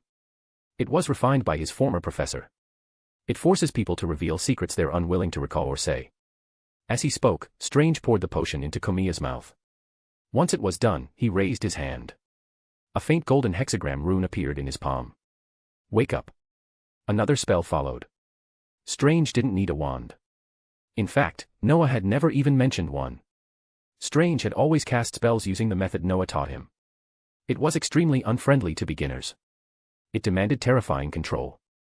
But for Strange, it wasn't a problem at all. Aside from lacking raw magical power, he executed it flawlessly. Soon, under the spell's influence, Komiya slowly opened her eyes. Her gaze was unfocused. Like someone half awake from a nightmare. It was exactly the state Strange wanted. He had no intention of being cruel. "Miss Komiya," Strange said gently. "Tell me what happened that night." "You know which night?" "The wolves howling." "What was your nightmare?" I. Komiya began to tremble violently. Fear flooded her face. "My basement. I saw a wolf eating someone. A werewolf. A werewolf eating a person. Damn it. Quiet. Sleep. Now." The scream pierced the room. Strange's head throbbed. He immediately cast another spell, forcing her back into deep sleep. Honestly, women's vocal cords and lung capacity were a mystery. If he'd been a second slower, the police would already be knocking. That was not the outcome he wanted. "Satisfied now, Sherlock?" Everett frowned. "You're crossing a line. Methods are one thing. This is too much." "Shut up, John." Strange ignored him. He reopened the bag and took out several dried herbs. He grabbed a cup, tossed them in, and poured hot water over them. The liquid slowly turned a faint blue. Unnaturally beautiful. "What's that?" Everett stared. "Another potion. Memory erasure." "No," Strange replied calmly. Then he glanced at Everett with mild disdain. "I can make her forget everything related to this. Whether it was real or a dream. Personally, I think it was real." "Wow. There's something like that." "Brookweed leaves," Strange said. "The roots look like a human head. Terrifying. But they're used in life-saving potions. Organ regeneration. The leaves, though, can ease worries. That's what I'm making." "So, a hallucinogen?" "No," Strange said flatly. "I prefer water of oblivion." As he poured the blue liquid into Komiya's mouth, Strange guided the magic carefully, selecting which memories to erase. Moments later, it was done. He exhaled, lifted her, and laid her gently on the sofa. "Let's go, John," Strange said. "She mentioned the basement. We should check it." "Yeah," Everett nodded. Then he hesitated. "Have you ever considered changing professions?" "What?" "If you sold that stuff," Everett said seriously, "and helped people erase painful memories. Wouldn't that be safer? And way more profitable? Find advanced chapters. And for more fan fiction. Backhand index pointing down. Backhand index pointing down. Support link, patreon.com/RioRaRyu. More bonus chapters. Every 250 power stones equals bonus chapter. Give me more power stones. Chapter 567, Chapter 567, The Lingering Scent. Strange looked at Everett as if he were an idiot, then shook his head and chose not to respond. The idea was novel, sure. And yes, Strange did intend to bring the herbal knowledge he'd learned in the magical world back to the mundane one. But that was later. Right now, he was busy completing the tasks Noah had assigned him. He had no interest in indulging in idle speculation. Shaking his head, Strange walked straight toward Komiya's basement. Everett shrugged and followed. Although it was his first time in the house, Everett moved with familiarity. Whether it was experience or instinct, he quickly located the basement entrance. It should be here. Everett pointed at a door. In houses like this, the basement entrance is usually near the living room. And notice this door is locked. The others aren't. She's avoiding it, Strange nodded. Physically and psychologically. Everett glanced at him. So what do you think about what she said earlier? Nothing yet, Everett replied, spreading his hands. Not until we find a body or solid evidence. She's terrified and unwilling to recall what happened, which means she probably went through something awful. That kind of experience makes people suppress memories. He paused. But she's also a suspect, isn't she? Strange nodded. They were thinking the same thing. If they set aside werewolves for the moment, the person asking for help could very well be the murderer. And the smell of blood was getting stronger. Did the Veritaserum fail? Strange wondered. Even after drinking it, Komiya kept repeating the same story about werewolves devouring people. Regardless, the investigation had to continue. Strange raised his hand slightly. A faint golden glow gathered, forming a six-pointed star. With a small flick of his wrist, he spoke calmly. Alohamara. The door clicked. Then it opened on its own. An invisible force pushed aside the clutter stacked behind it. Everett stared. Wow. He looked at Strange in disbelief. You know, have you ever considered being a thief? Or a locksmith? What was that? An unlocking spell. Idiot. Strange rolled his eyes. Alohomora is a standard unlocking spell. It's even called the thief's friend. But it doesn't work on every door. At least, not where I studied. Where you studied? Everett had heard Strange mention his training and his mentor more than once, but never the location. He thought about asking. Then decided against it. Rubbing his chin, Everett asked instead, unlocking spells, attack spells, spells that wake people up or put them to sleep. Seriously, what can't you do? Plenty of things, Strange replied. But among the spells I know, this one's the most familiar. The unlocking spell. Everett blinked. Why? Do you break into houses often? No. Strange walked forward. The Wi-Fi password where I studied was this spell. They talked casually as they descended, but the deeper they went, the quieter they became. The basement was spacious, connected directly to a neighboring garage. The door leading to it was locked as well. And the further they went in, the stronger the stench became. Thick. Nauseating. Blood. Strange was absolutely certain of it. Yet the place was spotless. There were no visible traces. No signs of a struggle. His expression darkened. This was definitely where it happened. And the victim was almost certainly Mia Lestrange, the woman living next door. But where was the body? Strange scanned the area. Nothing. The ventilation was surprisingly good. Without magic, he probably wouldn't have noticed anything unusual at all. Which only made it worse. Sherlock. Everett's voice cut through his thoughts. Look here. What is it, John? Strange followed Everett's pointing finger and saw a shallow indentation on an iron shelf. He walked over and examined it closely. Soon, he frowned. Claw marks. But, human ones. Exactly. Everett nodded. A woman's hand. There's residue here, red. Not blood. Nail polish. And near the garage entrance, I found hair. Hair. Strange moved over and spotted a nearly invisible strand. He picked it up and sniffed it. His thoughts accelerated. This isn't human hair, he said slowly. It's wolf fur. But it's unusual. He paused. It smells like perfume. Strange looked at the strand and smiled faintly. That was the key. This was a murder scene. The culprit was a werewolf. And a very interesting one. Looks like we need to visit Mr. Lestrange, Strange said, holding the hair. What do you think, John? Agreed. Everett nodded. This is a high-end neighborhood with comprehensive security. According to Ms. Cormia, the police investigated everything including surveillance and found nothing. Which means nothing appeared on the cameras, Strange said calmly. And this perfume, he continued, is Dior. French. Expensive. Most people wouldn't buy it casually. So the werewolf was human at the time, Everett said thoughtfully. Rich. And since there's no surveillance footage, he probably lives in this community. Strange glanced at him. This man really was worthy of being a CIA agent. Without Everett, Strange felt he could still solve the case. But it definitely wouldn't have gone this fast. Shaking his head, Strange pushed those thoughts aside. What he wanted now was information. According to Cormia, the Lestrange couple had no enemies and lived happily together. But tragedies didn't need enemies. They often happened in an instant. Or after long-term suppression. He needed to speak with Mia Lestrange's husband. Especially about their neighbors. After leaving the basement, they didn't wake Cormia. They walked straight toward the Lestrange house. The two buildings were incredibly close, separated by little more than a wall. The garages were practically connected. With walls, flower beds, and trees blocking the view, even cameras would struggle to capture anything. No wonder this basement was chosen. By the way, John, Strange said as they reached the gate. If they ask, say we're private detectives. Commissioned by Ms. Cormia.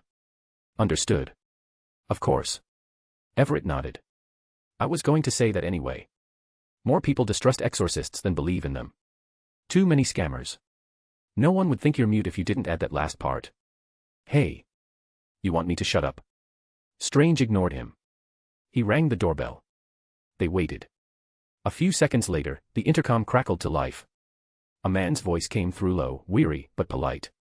Gentlemen, whom are you looking for? Is this Mr. Lestrange? Strange replied in flawless London-accented English. We're detectives. Ms. Cormia is concerned about Mrs. Lestrange's disappearance and asked us to understand the situation. Ellie, the man responded immediately. After a brief pause, he said, "Very well. Please come in." The electronic lock clicked open. Strange and Everett exchanged a glance and stepped inside. Moments later, a tall, handsome man came out to greet them. Both Strange and Everett paused. They smelled it at the same time. Dior Men's Cologne. Find advanced chapters. And for more fan fiction. Backhand index pointing down.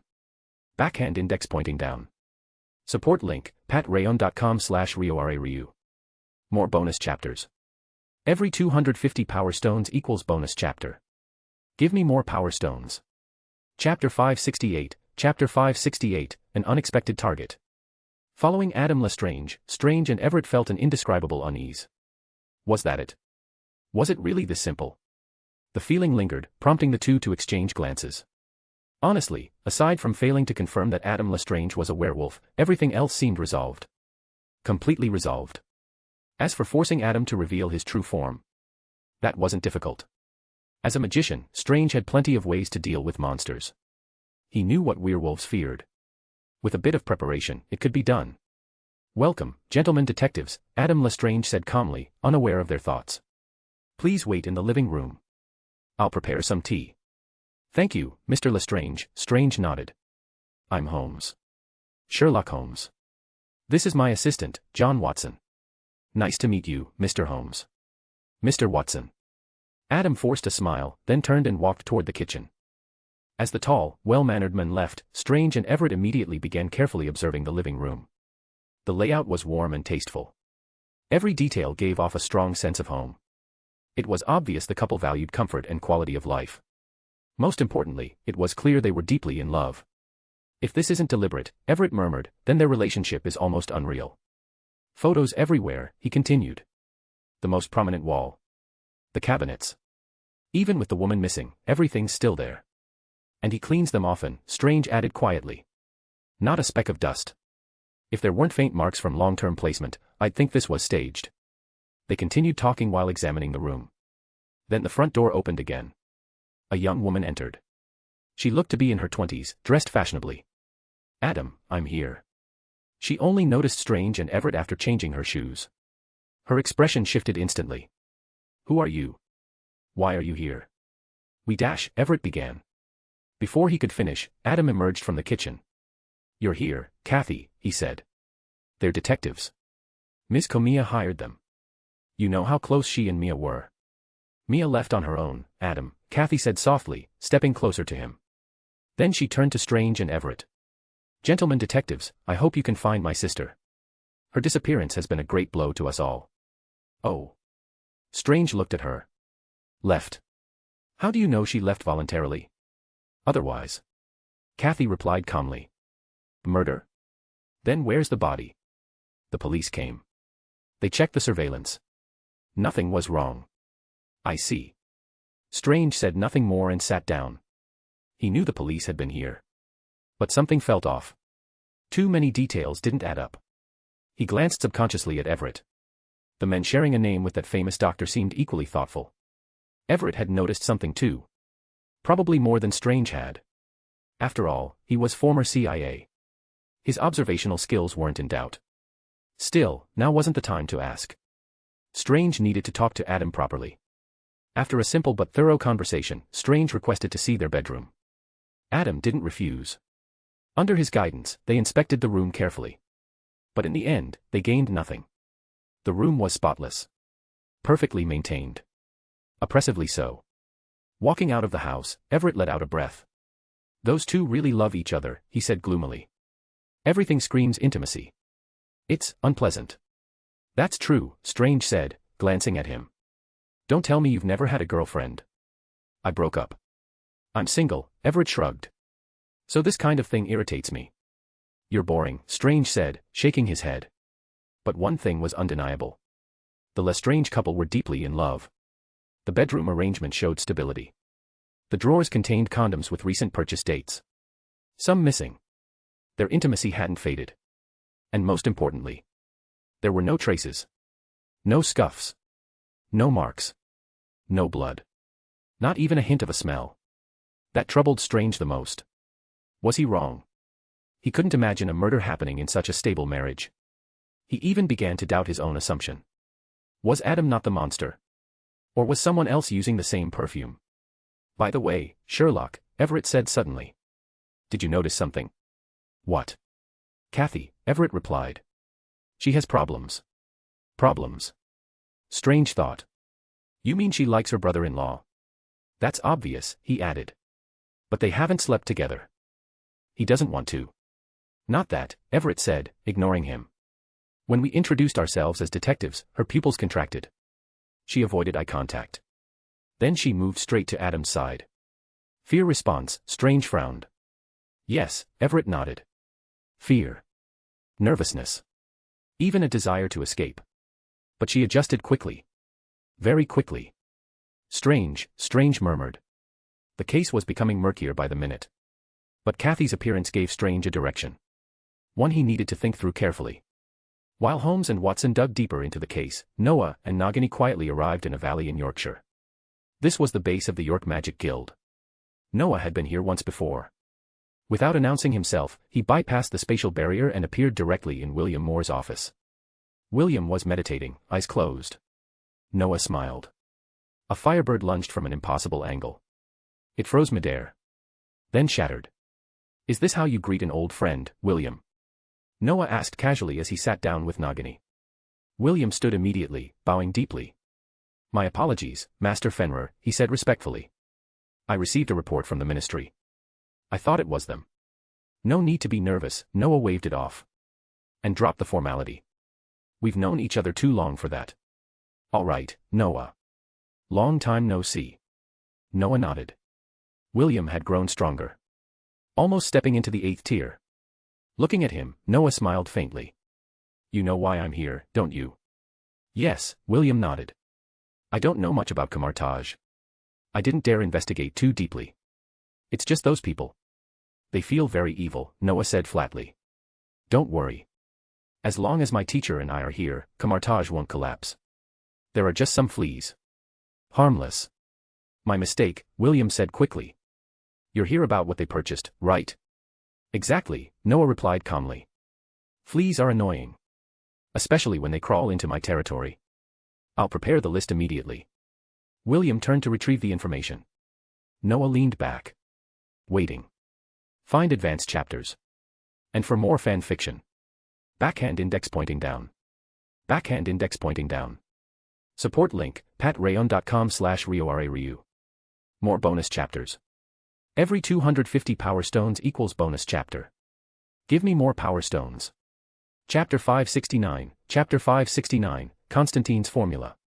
High purity diamonds, belladonna berries, moon rose petals, ranaglin grass, plus the eyes of a 3-year-old male crow and the heart of a 5'9" venomous snake. Noah frowned as he read the list. He genuinely didn't know what these things were meant for. Taken separately, he could think of countless potions or rituals that used them. But combined like this, that crossed into a blind spot of his knowledge.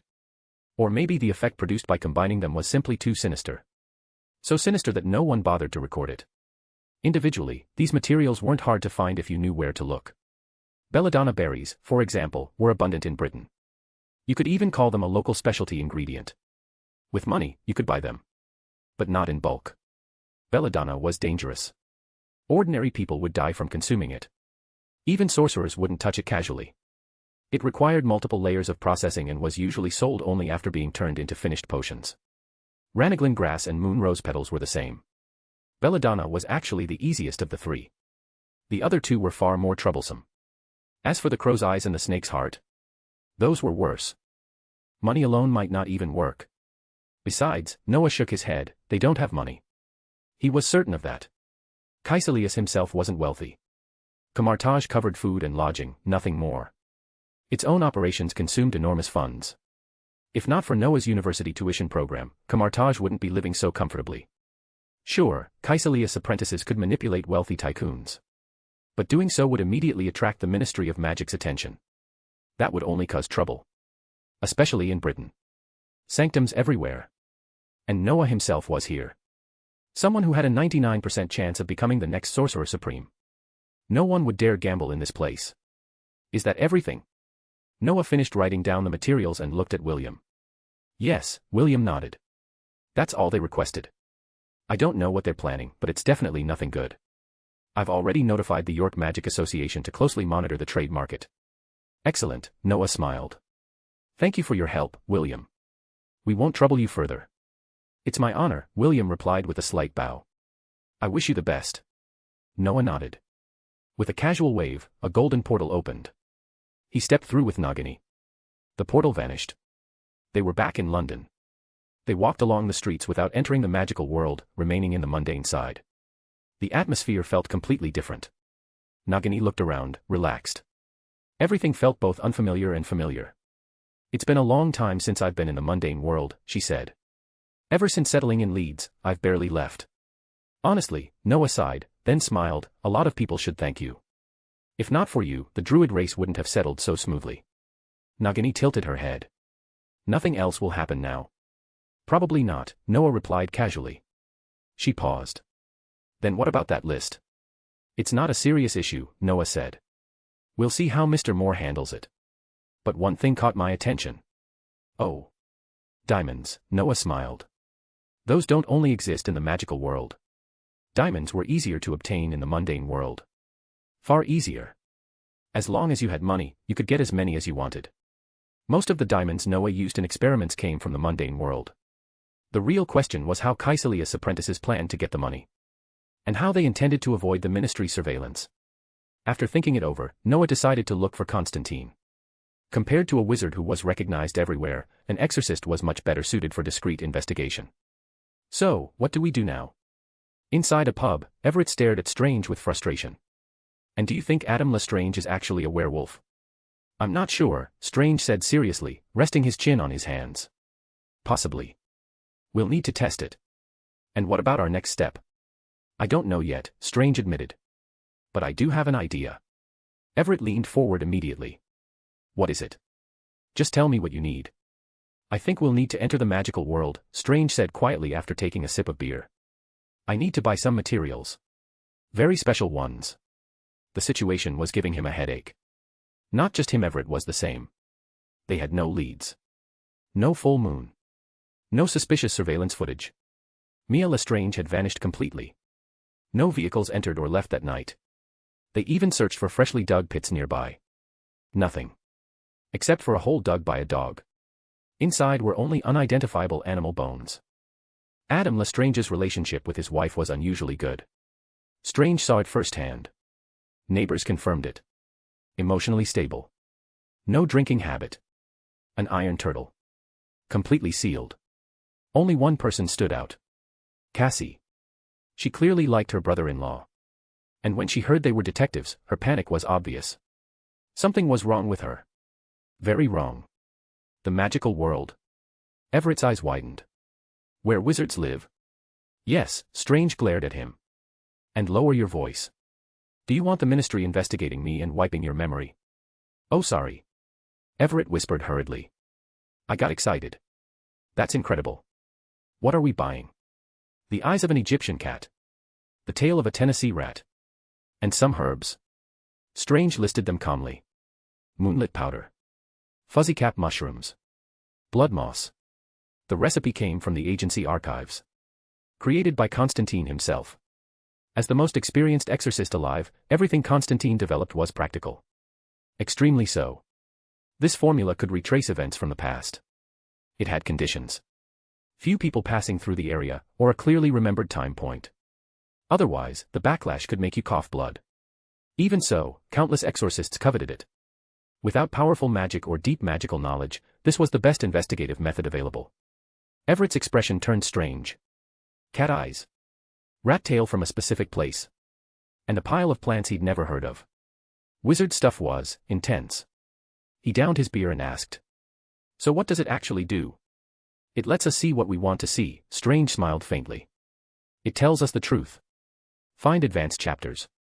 And for more fan fiction. Backhand index pointing down. Backhand index pointing down. Support link, patrayon.com/RioRaRyu. More bonus chapters. Every 250 power stones equals bonus chapter. Give me more power stones. Chapter 570, the weight behind a name. Early the next morning, Strange brought Everett to the leaky cauldron. Before leaving, Strange made sure Everett drank several potions and changed into clothes that looked unusual. Everett didn't understand why this was necessary, but he wisely chose not to ask. As he followed Strange into the narrow-looking pub, an odd feeling crept over him. Why was there such a retro place hidden in modern London? That question was quickly answered. The people inside were dressed nothing like he had been before. "What is this place?" Everett finally asked when they reached the second floor. "The leaky cauldron," Strange whispered. "Ordinary people can't see it. Only those with magic can. The guests here are far more complicated than those at the Three Broomsticks. You can stay here, and it's close to Diagon Alley. Ordinary people can't see it." Everett's eyes lit up. "Is that the potion's effect? That's amazing." Then he paused. "Oh wait. What's Diagon Alley?" "The most prosperous shopping street in the British magical world," Strange sighed. "Most top magical brands have flagship stores there. The entrance is the courtyard out back. Once you step in, you've officially entered the magical world." "The backyard." Everett nodded, then froze. "Wait. If it's in the backyard, why did we come upstairs?" Strange looked at him. Like he'd just asked something profoundly stupid. It had to be said. Everett's reaction speed had dropped sharply since entering the magical world. Strange remembered his own first experiences. He definitely hadn't been this slow. Besides, they were here to try their luck. No point explaining too much. The current owner of the leaky cauldron was Hannah Abbott. She was from the same era as his mentor, and also the wife of his herbology professor, Neville Longbottom. Strange knew the recent history of the magical world well. He also knew Hannah was one of the earliest members of the Mage Alliance. Strange himself had never been to Diagon Alley. He only knew of it. So the only thing he could do was come here and ask for help, assuming his professor wasn't teaching today and had returned. They stopped at a door on the second floor. Strange took a breath and knocked gently. "Who is it?" a woman's voice called from inside. Strange felt a flicker of disappointment, but answered honestly. "Excuse me. Is this Mrs. Hannah Longbottom?" "Yes." "Who else would it be?" The door opened. A woman in her early 30s stood before them, long golden hair falling naturally over her shoulders. She wasn't strikingly beautiful. But she had a unique presence. This was Hannah Abbott. "And you two are?" she asked, tilting her head. "I don't believe I've seen you before." "Ah. I'm Professor Longbottom's student," Strange said hesitantly. He had always used a fake name around Everett. And Everett was clearly doing the same. Normally, that kind of thing was understood without explanation. But now, Strange had a headache. He had no idea whether his professor had ever mentioned him to his wife. "You're Neville's student?" Hannah smiled faintly. "You must be mistaken. Neville is about your age. Maybe younger." "I really did study with Professor Longbottom," Strange sighed. He felt unlucky. Shaking his head, he decided not to argue further. He turned to leave. Then stopped. As if remembering something. Strange pulled out a ring and handed it to Hannah. It was a simple golden ring, old-fashioned in design. Nothing flashy. The only distinguishing feature was the faintly engraved letters, TOL. And a subtle trace of magic. This ring had been left behind by Noah when he sent Strange to 221B Baker Street. Strange was under special observation. Noah wouldn't just leave him unattended. To Noah, exorcism work was trivial. To Strange, it was not. The ring contained Noah's magic. If Strange faced a fatal injury, it could block it completely. It would also send feedback to Noah, allowing him to decide whether to intervene. As for the letters, they were simply shorthand for the London Sanctum. A product of Noah's boredom. The true value lay in the magic. Every sorcerer's power was unique. Like craftsmanship, no two were the same. Strange only hoped Hannah would recognize its owner. That would save him a lot of trouble. "This is..." Hannah took the ring, studying it closely. "Who gave you this?" "My mentor," Strange said quietly. "He left magic inside it. Ancient protection magic." Hannah muttered. She casually tossed the ring once. Then directly sent her mental power inside. Her expression changed instantly. Shock. Then agitation. Everett noticed immediately and tugged at Strange's sleeve. Strange shook him off sharply with his arm. "Don't cause trouble." Everett calmed down. He trusted Strange. Still, his curiosity grew. What kind of mentor could cause this reaction? "You're Noah's apprentice," Hannah said slowly. Then paused. "No. You're Archmage Finial's apprentice." "Yes, madam," Strange nodded. When my mentor was with Professor Longbottom called him by name. Damn him. Hannah's brows twitched violently. So rude. And he didn't tell me again. 4 years ago he ran off to New York with Ernie and those scoundrels without a word, and now again. Is he trying to get himself killed? Strange fell silent. He hadn't expected this level of emotional whiplash. He had never intended to rely on his mentor's reputation. He was sure his mentor wouldn't approve. But this time, he had no choice. Everett was stunned. He'd assumed Holmes's mentor was powerful. But this was beyond powerful. After a long moment, Hannah calmed down. She examined Strange carefully. I never thought Noah would take you as an apprentice, she said. You're older than him. Probably, Strange replied. My mentor still looks like he's in his 20s. I see. Hannah nodded. Since you're his apprentice, do you need anything from Neville? He's still at Hogwarts. If you're in trouble, you can tell me. This is my first time in Diagon Alley, Strange said directly. I need to exchange galleons and buy some materials. I don't know where to go. Is that all? Hannah looked at him, then realized something. Oh. You're working as an exorcist now, aren't you? That really is Noah's style. Wait here. She turned and went back inside. Strange let out a quiet sigh. As expected. His mentor was absurdly powerful. Sherlock, Everett asked softly, who is your mentor?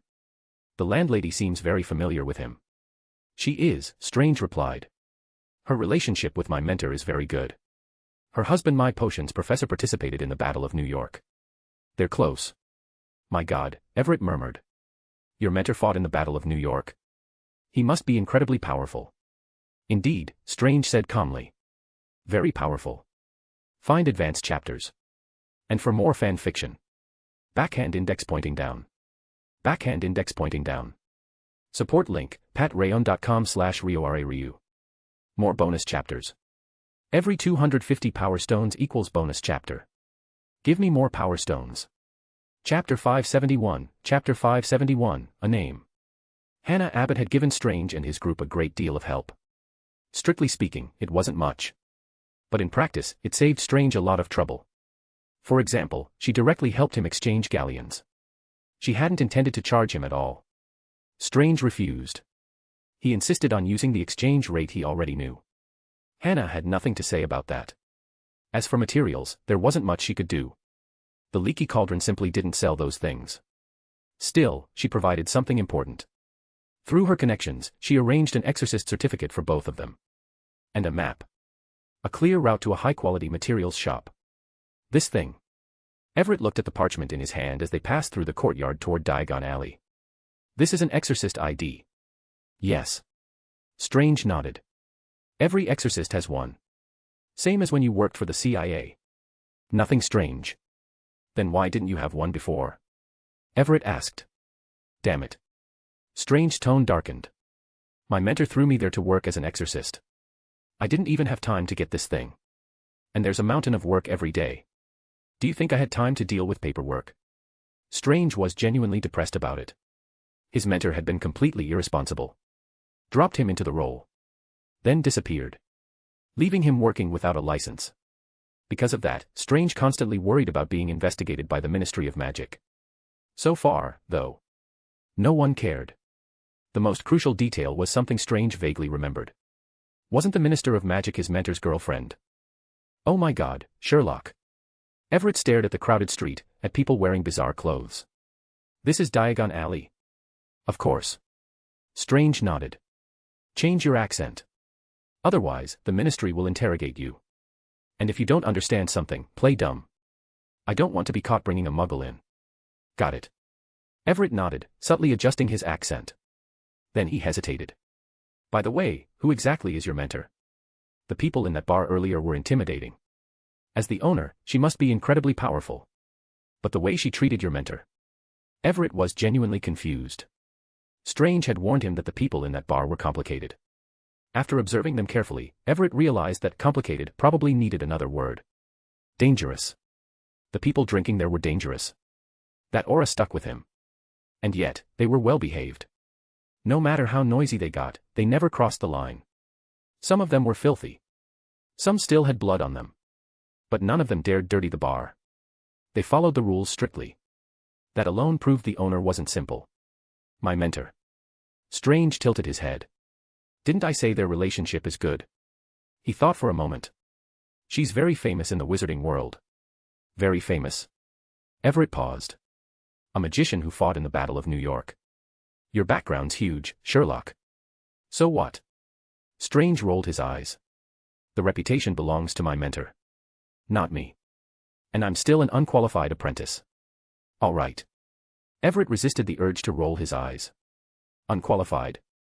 This guy could easily handle ordinary people. Still, when Everett thought carefully, Strange really was far behind the magicians from New York. Compared to real magic, Strange was closer to a trickster. They chatted quietly as they walked. Following Hannah's directions, they soon arrived at their first stop. A herb shop. Strange's shopping list was long. They'd have to take it step by step. Recent developments. There hasn't been anything major recently. Constantine spoke hesitantly after thinking for a long time. He was sitting in his newly opened Archexorcist office in Westminster. Plenty of things happened in the mundane world. Most weren't worth his attention. If the compensation didn't match the trouble, he wouldn't bother. Of course, he still helped for free sometimes. That depended on the situation. If someone was truly pitiful after being attacked by a magical creature, he would consider it. Noah supported that. Pay closer attention, Noah said, nodding as he sat down. Things have been a bit troublesome lately. Troublesome? Constantine raised an eyebrow. So nothing serious? Just minor annoyances? Yes. Noah nodded.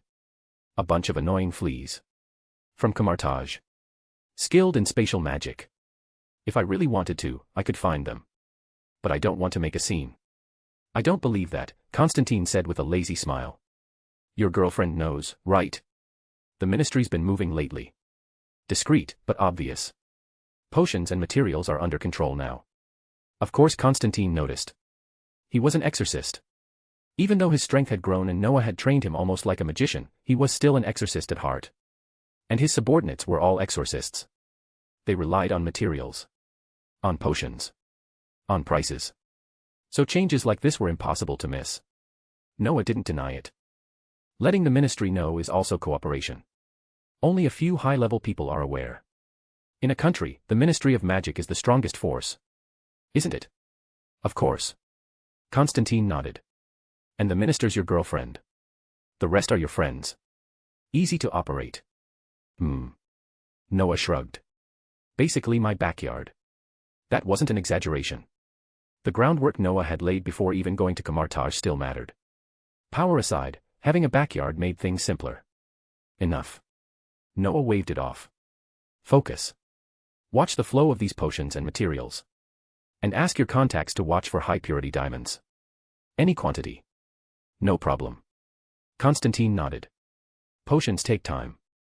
Diamonds won't. He picked up his phone immediately. Who he called was unclear. A client. An exorcist. Either way, a few instructions later, he hung up. The smug look on his face said enough. How long? Noah asked. A few hours. Constantine shrugged. Maybe a few minutes. The merchant's big. Powerful. In the mundane world, anyway. He nearly got killed by a succubus. Came to me. And then dash. Old story, Noah interrupted. Rich people attract succubi. By the way, Noah added, how's Eric's family? The kids. They're fine. Constantine thought briefly. Still tense. But better than before. They nearly tore this place apart. Good thing they were sent away for a while. Otherwise, who knows? Noah smiled faintly. He knew exactly how troublesome that girl could be. She behaved around him. That didn't mean Constantine got the same treatment. He was curious how she was doing as an exorcist now. But he didn't ask. For now, it sounded acceptable. The phone rang. Constantine proudly waved it before answering. A moment later, he hung up. There is a batch of high-purity diamonds being purchased. So fast. Noah's eyes lit up. He smiled. What's the name? And the address? Just outside Westminster. The name is Mia Lestrange. Find advanced chapters. And for more fan fiction. Backhand index pointing down. Backhand index pointing down. Support link, patrayon.com/RioRaRyu. More bonus chapters. Every 250 power stones equals bonus chapter. Give me more power stones. Chapter 572, Chapter 572, I knew it. Sherlock, are you sure this is okay? Everett asked quietly as they slipped back into Miss Cormia's basement. This was trespassing. Plain and simple. If Miss Cormia pulled out a gun right now and shot them both, she probably wouldn't bear any legal responsibility. They had already bought the materials in Diagon Alley. To be honest, everything that happened today had hit Everett hard. He had personally experienced what a magical commercial street felt like. Strange. Unreal. And a little disgusting. Not because Diagon Alley itself was filthy. Ever since Noah gradually introduced modern technology into the magical world, magicians had come to realize just how terrible their old living environments were. During Dumbledore's era, sanitation reforms had already begun. By now, the magical world had long abandoned its medieval mess. But the materials magicians used, those were another story. Take Egyptian cats, for example. Everett had personally watched a shop owner gouge out a cat's eye. The blood-soaked scene nearly made Everett attack him on the spot. Then the owner casually cast a spell. The empty socket shimmered, flesh knitting itself together. 10 seconds later, it was completely healed. The owner still put an eye patch on the cat and calmly removed Indian cat's eye from the inventory list. You're lucky, the shop owner had said. That was the last one. We'll need half a year for the eye to fully recover before we can sell another. Everett now understood. These cats were used to it. They were well-fed, well-rested, treated like royalty. No wonder the cat hadn't resisted at all. That realization helped. But it still made his skin crawl. And then there were the plants. Everett had never seen plants with faces. Or plants that could talk. Of course it's fine, John, Strange replied softly. But you should calm down. You're still too excited. And lower your voice. Do you want trouble? Damn it, Everett muttered. Anyone who goes to Diagon Alley ends up like this. Ignoring him, Strange began carefully laying out the items they had purchased. He was nervous too. This was his first time setting up something resembling a magic circle. And he had never actually tested Constantine's formula before. Steadying his breathing, Strange drew a 6-pointed star on the floor. It resembled the rune patterns that appeared whenever he used magic. He didn't know why. He didn't care. Bring me the potion, Strange said immediately after finishing the pattern. The one I made earlier. You call that a potion? Everett muttered as he handed it over. That's blood, Sherlock. Strange didn't even look at him. He slowly poured the crimson liquid onto the 6-pointed star. At the same time, he began chanting in a language Everett couldn't understand. Something strange happened. The liquid moved. Slowly, deliberately, it crept along the lines of the star, filling every groove. When the pattern was completely covered, Strange placed a Tennessee rat's tail at the lowest point of the star. Then he placed the Egyptian cat's eye at the center. His chanting never stopped. As magic flowed into the circle, the blood gathered inward. It seeped into the cat's eye. Eyes that see past and present, Strange spoke clearly, switching to English. Reveal all truth. Show me what happened here. Magical regression. The moment the final words fell, the entire pattern flared. The cat's originally blue eye turned scarlet. Blinding light erupted. The whole basement was swallowed by it. Golden motes began to gather within the glow. Slowly, a figure took shape. As the light condensed, the figure became clear. It was Mia Lestrange. Damn it, Everett swallowed. Sherlock, what the hell is happening? Relax, Strange said, clearly pleased. It's magic. An exorcist's method. He watched intently. We're seeing the night Miss Cormia had her nightmare. So that's it. Everett exhaled. You scared me half to death. That is Mia Lestrange, right? No doubt, Strange nodded. This is where she was murdered. Don't talk. Just watch. The spell perfectly recreated the scene. But it had one flaw. Sound didn't carry over. You couldn't hear what the figures were saying. That didn't matter. Strange only cared about what actually happened. Mia Lestrange appeared disoriented. Trance-like. Then another figure entered. Both Strange and Everett recognized him instantly. Adam Lestrange. It really was him, Everett whispered. He killed his own wife. Quiet, Strange snapped. Look at him properly. He frowned. His steps are unstable. He keeps grabbing his head. Shaking it. Something's wrong. You're right, Everett said after a moment. Poisoned. Maybe, Strange replied. Then. Damn it. Strange froze. So did Everett. Adam Lestrange transformed. Bones shifted. Fur burst from skin. A werewolf stood where the men had been. Its eyes burned with hunger and rage. They swept the room wildly. Then locked onto Mia Lestrange on the floor. Missing? Noah asked, staring at Fury's bald head on the phone screen from inside a restaurant. After leaving Constantine, Noah had taken Nagini out to eat. Finding people could be left to exorcists. But Noah had far more efficient methods. What he hadn't expected was this. Yes. Missing, Fury nodded. I had Natasha look into it. No surveillance. No witnesses. She vanished. That annoyed Noah. These people were already pests in his eyes. Now they were openly breaking the rules he upheld. Attacking ordinary people to silence them. In most cases, missing meant one thing. Dead. And there are two people who reported it, Fury continued. Her husband, Adam Lestrange, and another woman, Ellie Cormia. 2. Noah tilted his head. Why 2? The husband reported it first. No solid findings. Ellie reported it later. Fury flipped through the file. Police records say she's unstable. Possible mental issues. I see.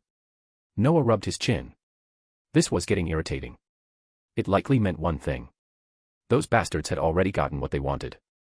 It was humiliating. The cat and mouse game ended with the cat failing. But Noah wasn't giving up. He stood. Send me her address. And her family information.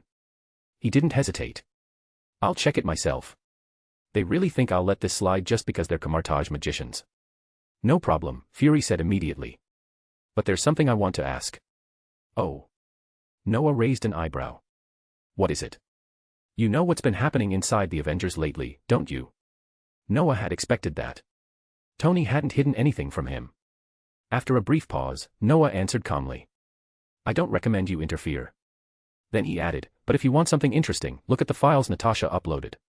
The Hydra operation records. From 1991. I thought so. Fury sighed. I knew it. Find advanced chapters. And for more fan fiction. Backhand index pointing down.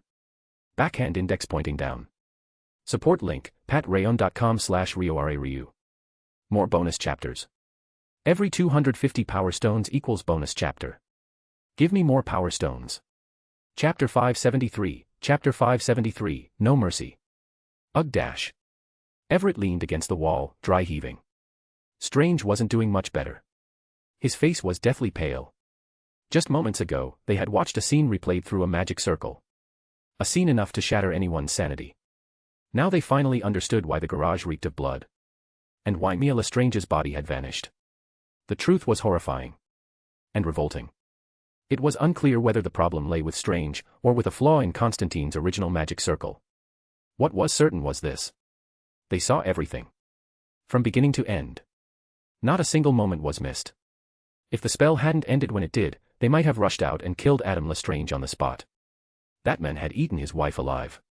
If not for noticing his abnormal mental state earlier, they really might have done it. Damn it, Everett said hoarsely after retching for a long time. This spell of yours is messed up. Can't it skip parts? I can't help it, Strange replied, still nauseous.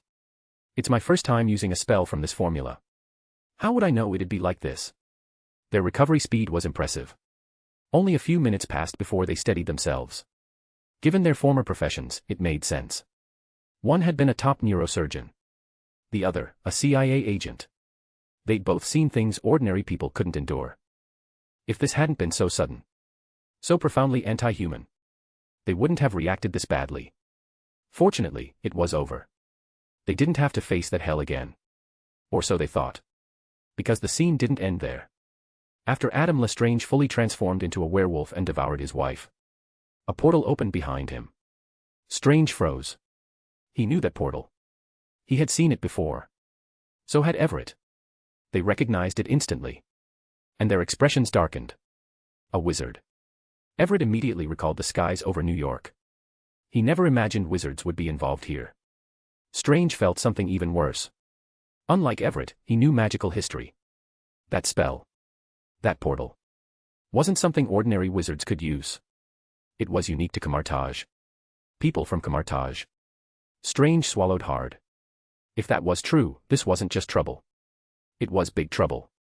Sherlock, Everett muttered. That's a wizard. Yes, Strange nodded quietly. And not a simple one. That was putting it mildly. Strange sighed inwardly but didn't explain. He watched the portal silently. He wanted to see who it was. As the portal expanded, a figure stepped through. Monastic robes. An unremarkable appearance. But his eyes, as if burned by fire, darkened like soot. Evil. Strange had never seen a face like that. But one thing was clear. This man wasn't from the London sanctum. Strange exhaled. Thank goodness. If it had been someone from the London sanctum, they'd be dead already.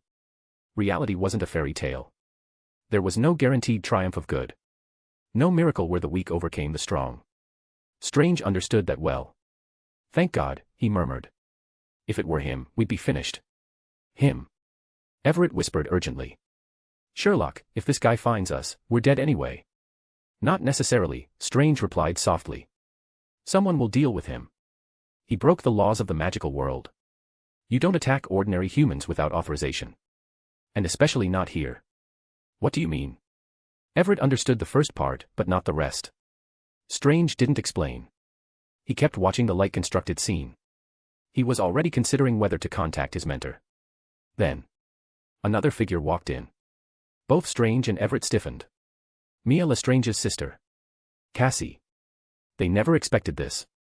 She was working with the sorcerer. Together, they had murdered Mia Lestrange. No wonder she was nervous, Everett sighed. Then recovered so fast. So she was collaborating with a wizard. But why? Sherlock, is this evidence? I'm not sure, Strange sighed. By mundane law, probably not. But by magical law? It absolutely is. So what now? I think we need to find Mr. Lestrange. Strange rubbed his temples. Damn it. I really don't think he can handle this. The misunderstanding surrounding Adam Lestrange was now clear. Strange could fully believe how deeply the man loved his wife. How could Adam accept this truth?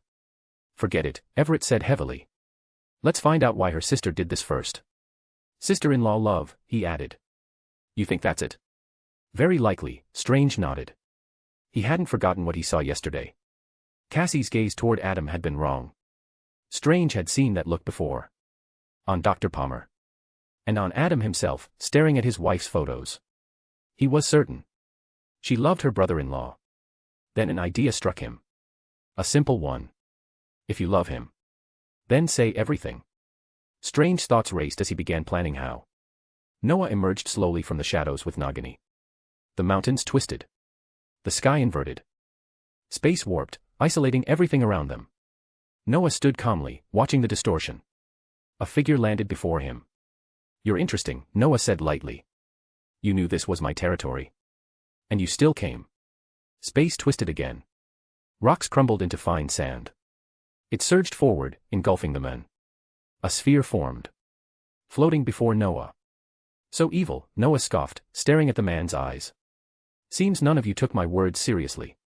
You still fell. Humph, the trapman sneered. Aren't you the ones who violate nature the most? He knew he was finished. He knew who Noah was. And how terrifying he was. There was no hope of survival. Not after breaking Kamartaj's rules. Especially not with Noah present. Speak, Noah said flatly. What are you doing? What have you done? Tell the truth. Don't think about suicide. Don't think about resisting. I have many ways to make you talk. Your cooperation determines how comfortable your death is. I knew you'd say that, the men grinned. But our mission is almost done. We were retrieving something. If we hadn't underestimated your relationship with the York Magic Association, we wouldn't have slipped up. Continue, Noah nodded. I'm starting to like your answer. We always split up, the men said. We don't know who you'll catch. So whoever's left finishes the mission and escapes. Unfortunately, you caught me. Noah tilted his head. Amused. When he arrived at the community, he sensed two magical signatures. He grabbed one at random. That didn't mean the other could escape. Not with the time stone. Shaking his head, Noah prepared to continue. Then felt a response from the ring he'd given Strange. Noah smiled faintly. Looking at the still grinning men, he lost interest. The sand compressed violently. The men screamed. For the first time, true fear flooded him. Bones creaked. Twisted. Your attitude was acceptable, Noah said calmly. But you talk too much. He opened the portal casually.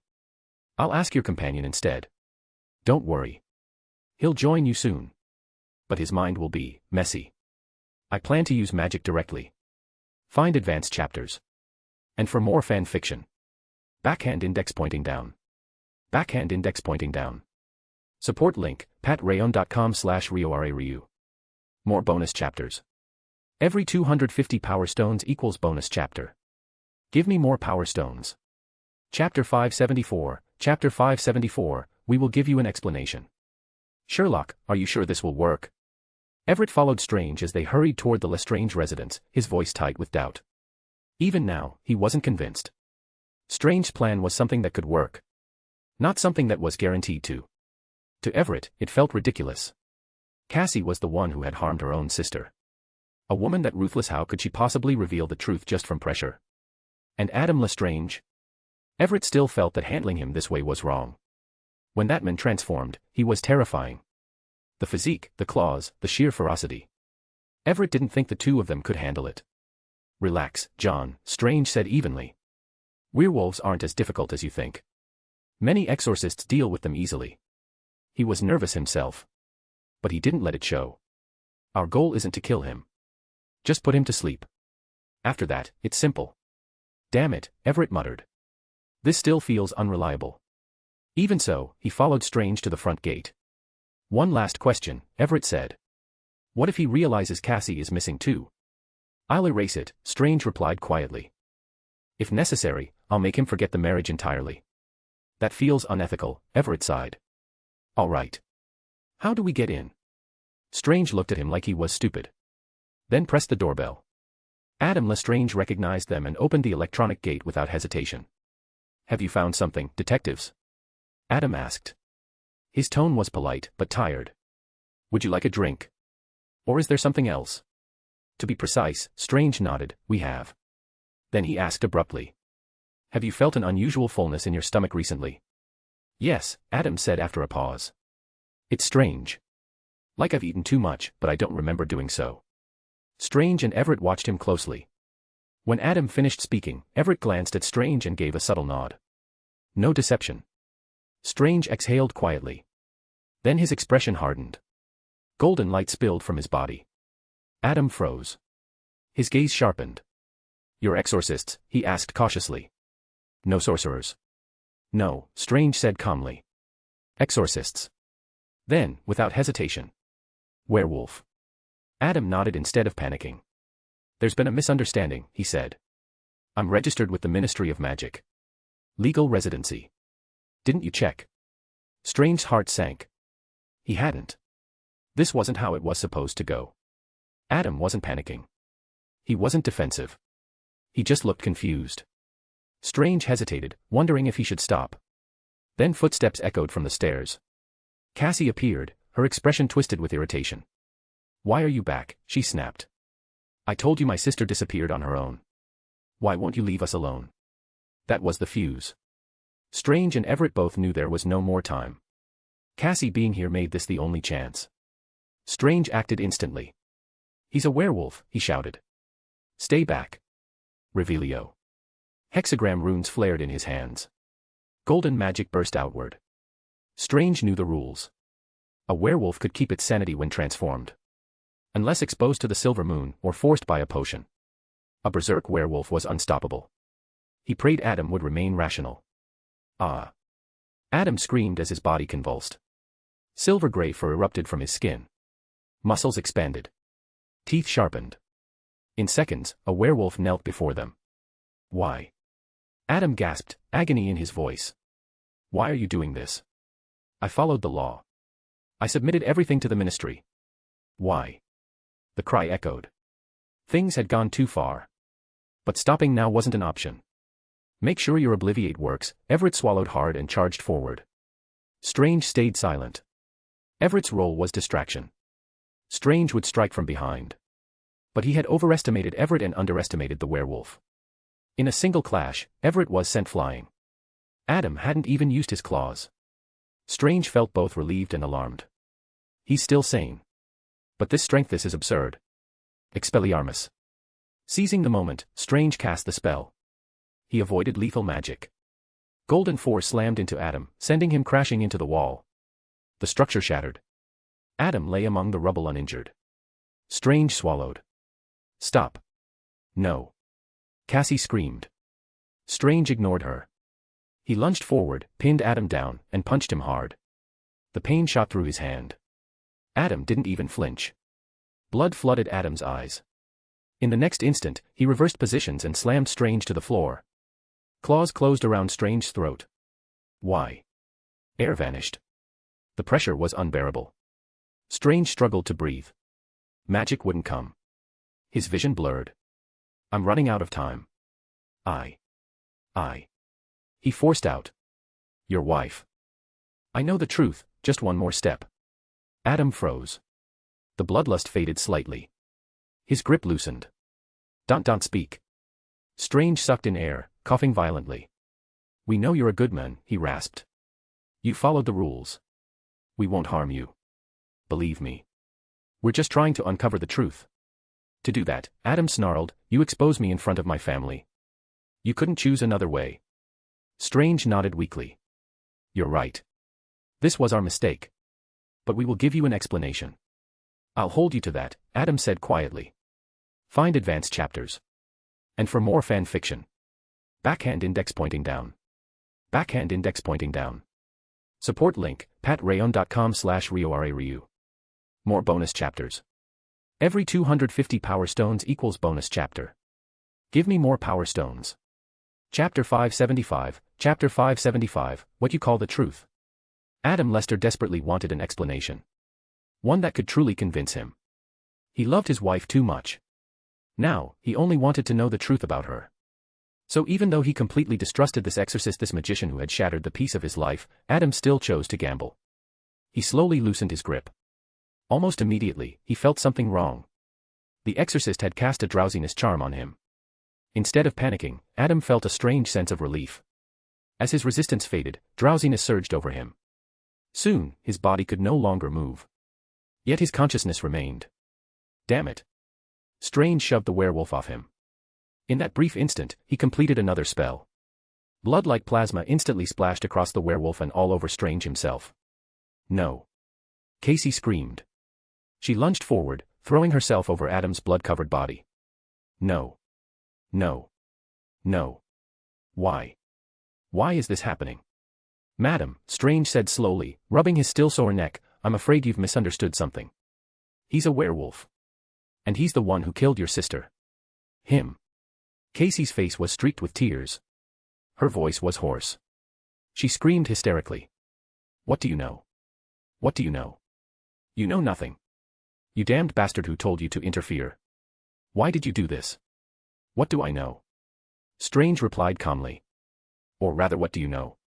He walked back to Everett, cast a waking charm on him, then turned to examine the werewolf. Adam Lester lay on the floor, breathing steadily. Completely still. Deeply asleep. Strange relaxed. Casey, meanwhile, was on the verge of collapse. That pleased him even more. Everything was proceeding as planned. There had been minor miscalculations. They underestimated Adam's combat strength, but the situation was still under control. He had persuaded Adam to cooperate through carefully chosen words. And Casey's extreme emotional reaction confirmed his suspicions. What came next would be easy. He just needed her to speak. Feeling better, John? Strange asked. Before continuing, he needed confirmation. Damn it, Sherlock, Everett groaned, rubbing his head. That guy's strong. My head's still spinning.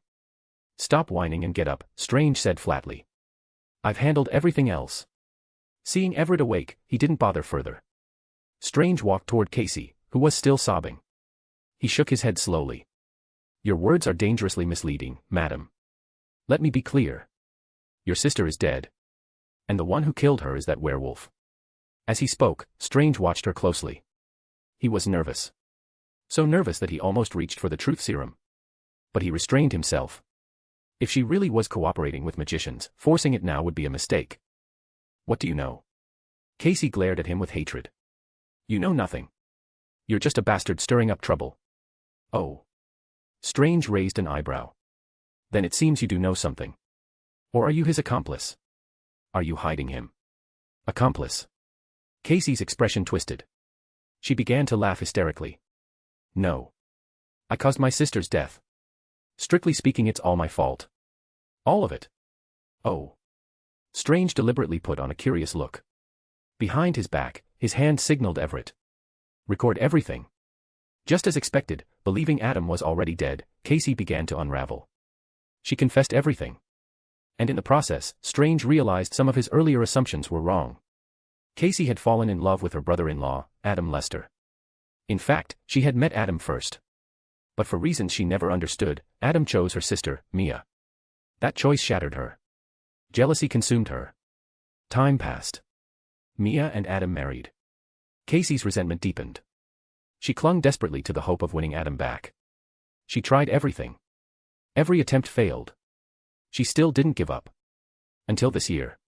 When she learned Mia and Adam were preparing to have a child, she finally understood. She had no chance left. Then one night, everything changed. While Mia was away for work, Casey went to Adam's house. That night was a full moon. Through the curtains, something went wrong. Adam had locked himself inside a specially prepared room. But Casey noticed clues. She pushed further. Risked everything to uncover the truth. And she succeeded. Adam Lester was a werewolf. She wasn't afraid. She was excited. Because now, she held a secret that belonged only to her and Adam. Something she could use. She could tell her sister. Force her to leave. That was when a group of mysterious people approached her. Casey worked as a senior employee at a luxury jewelry brand. She had access to resources. The robed figures wanted high-purity diamonds. She didn't know who they were. They always wore monk-like robes. But she understood one thing. They were magicians. She had seen the Battle of New York in 2012.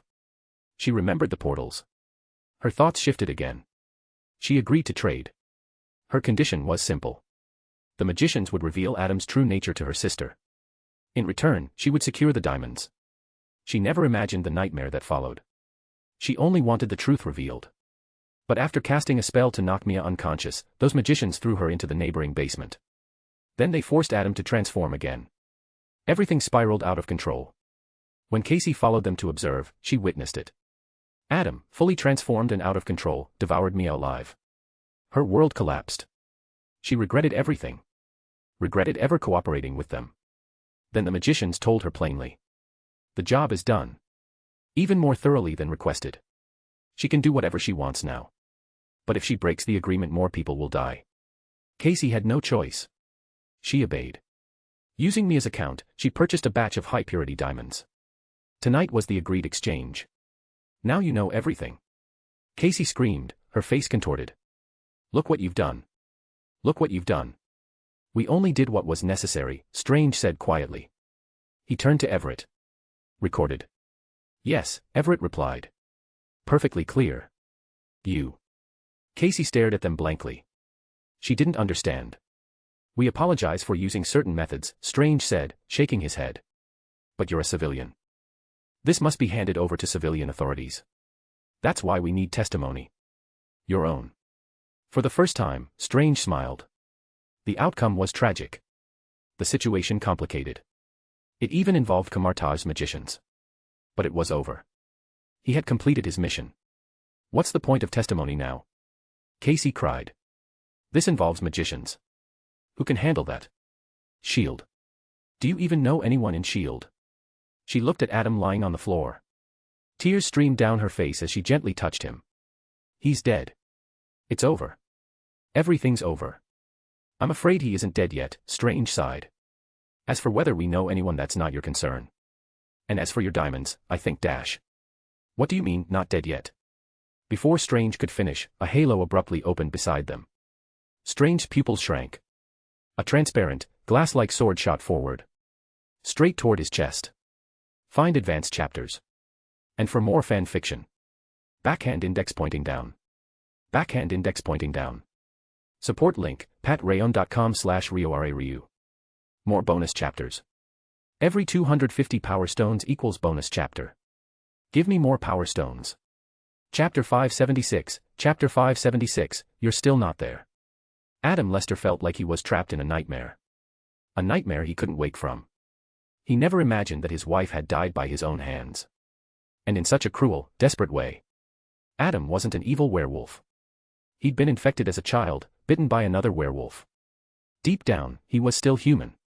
An ordinary man. With ordinary secrets.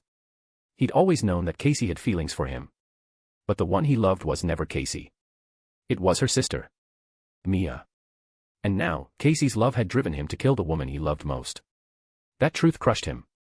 No matter what happened next, Adam knew one thing. He would never forgive himself. Rage boiled inside him. The urge for revenge devoured his thoughts. But he couldn't move. Not even a finger.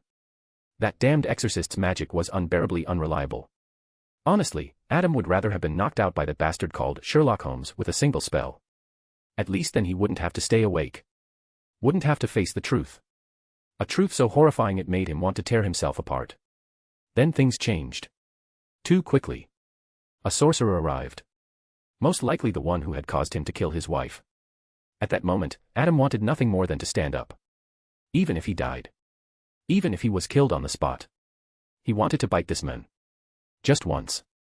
All he could do now was hope that the useless exorcist would be slightly more reliable. But that hope shattered instantly. Even though the exorcist's magic was weak, Adam found himself trapped. Fully conscious. Completely immobile. He couldn't even open his eyes. Couldn't twitch his nose. And yet, he clearly felt it. The exorcist was effortlessly subdued. Dropped to the ground. That alone filled Adam with despair. Worse still, the sorcerer radiated malice. Thick. Oppressive. Adam was helpless. Utterly helpless. Not even able to interfere. Hatred flooded his mind. Then. He froze. A soul-crushing presence drew closer. Slowly. Cough, cough. Strange lay on the ground, staring at the faint golden glow flickering across his chest.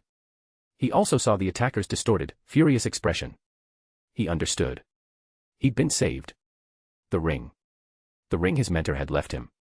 That was the only reason he was still alive. Even so, he was injured.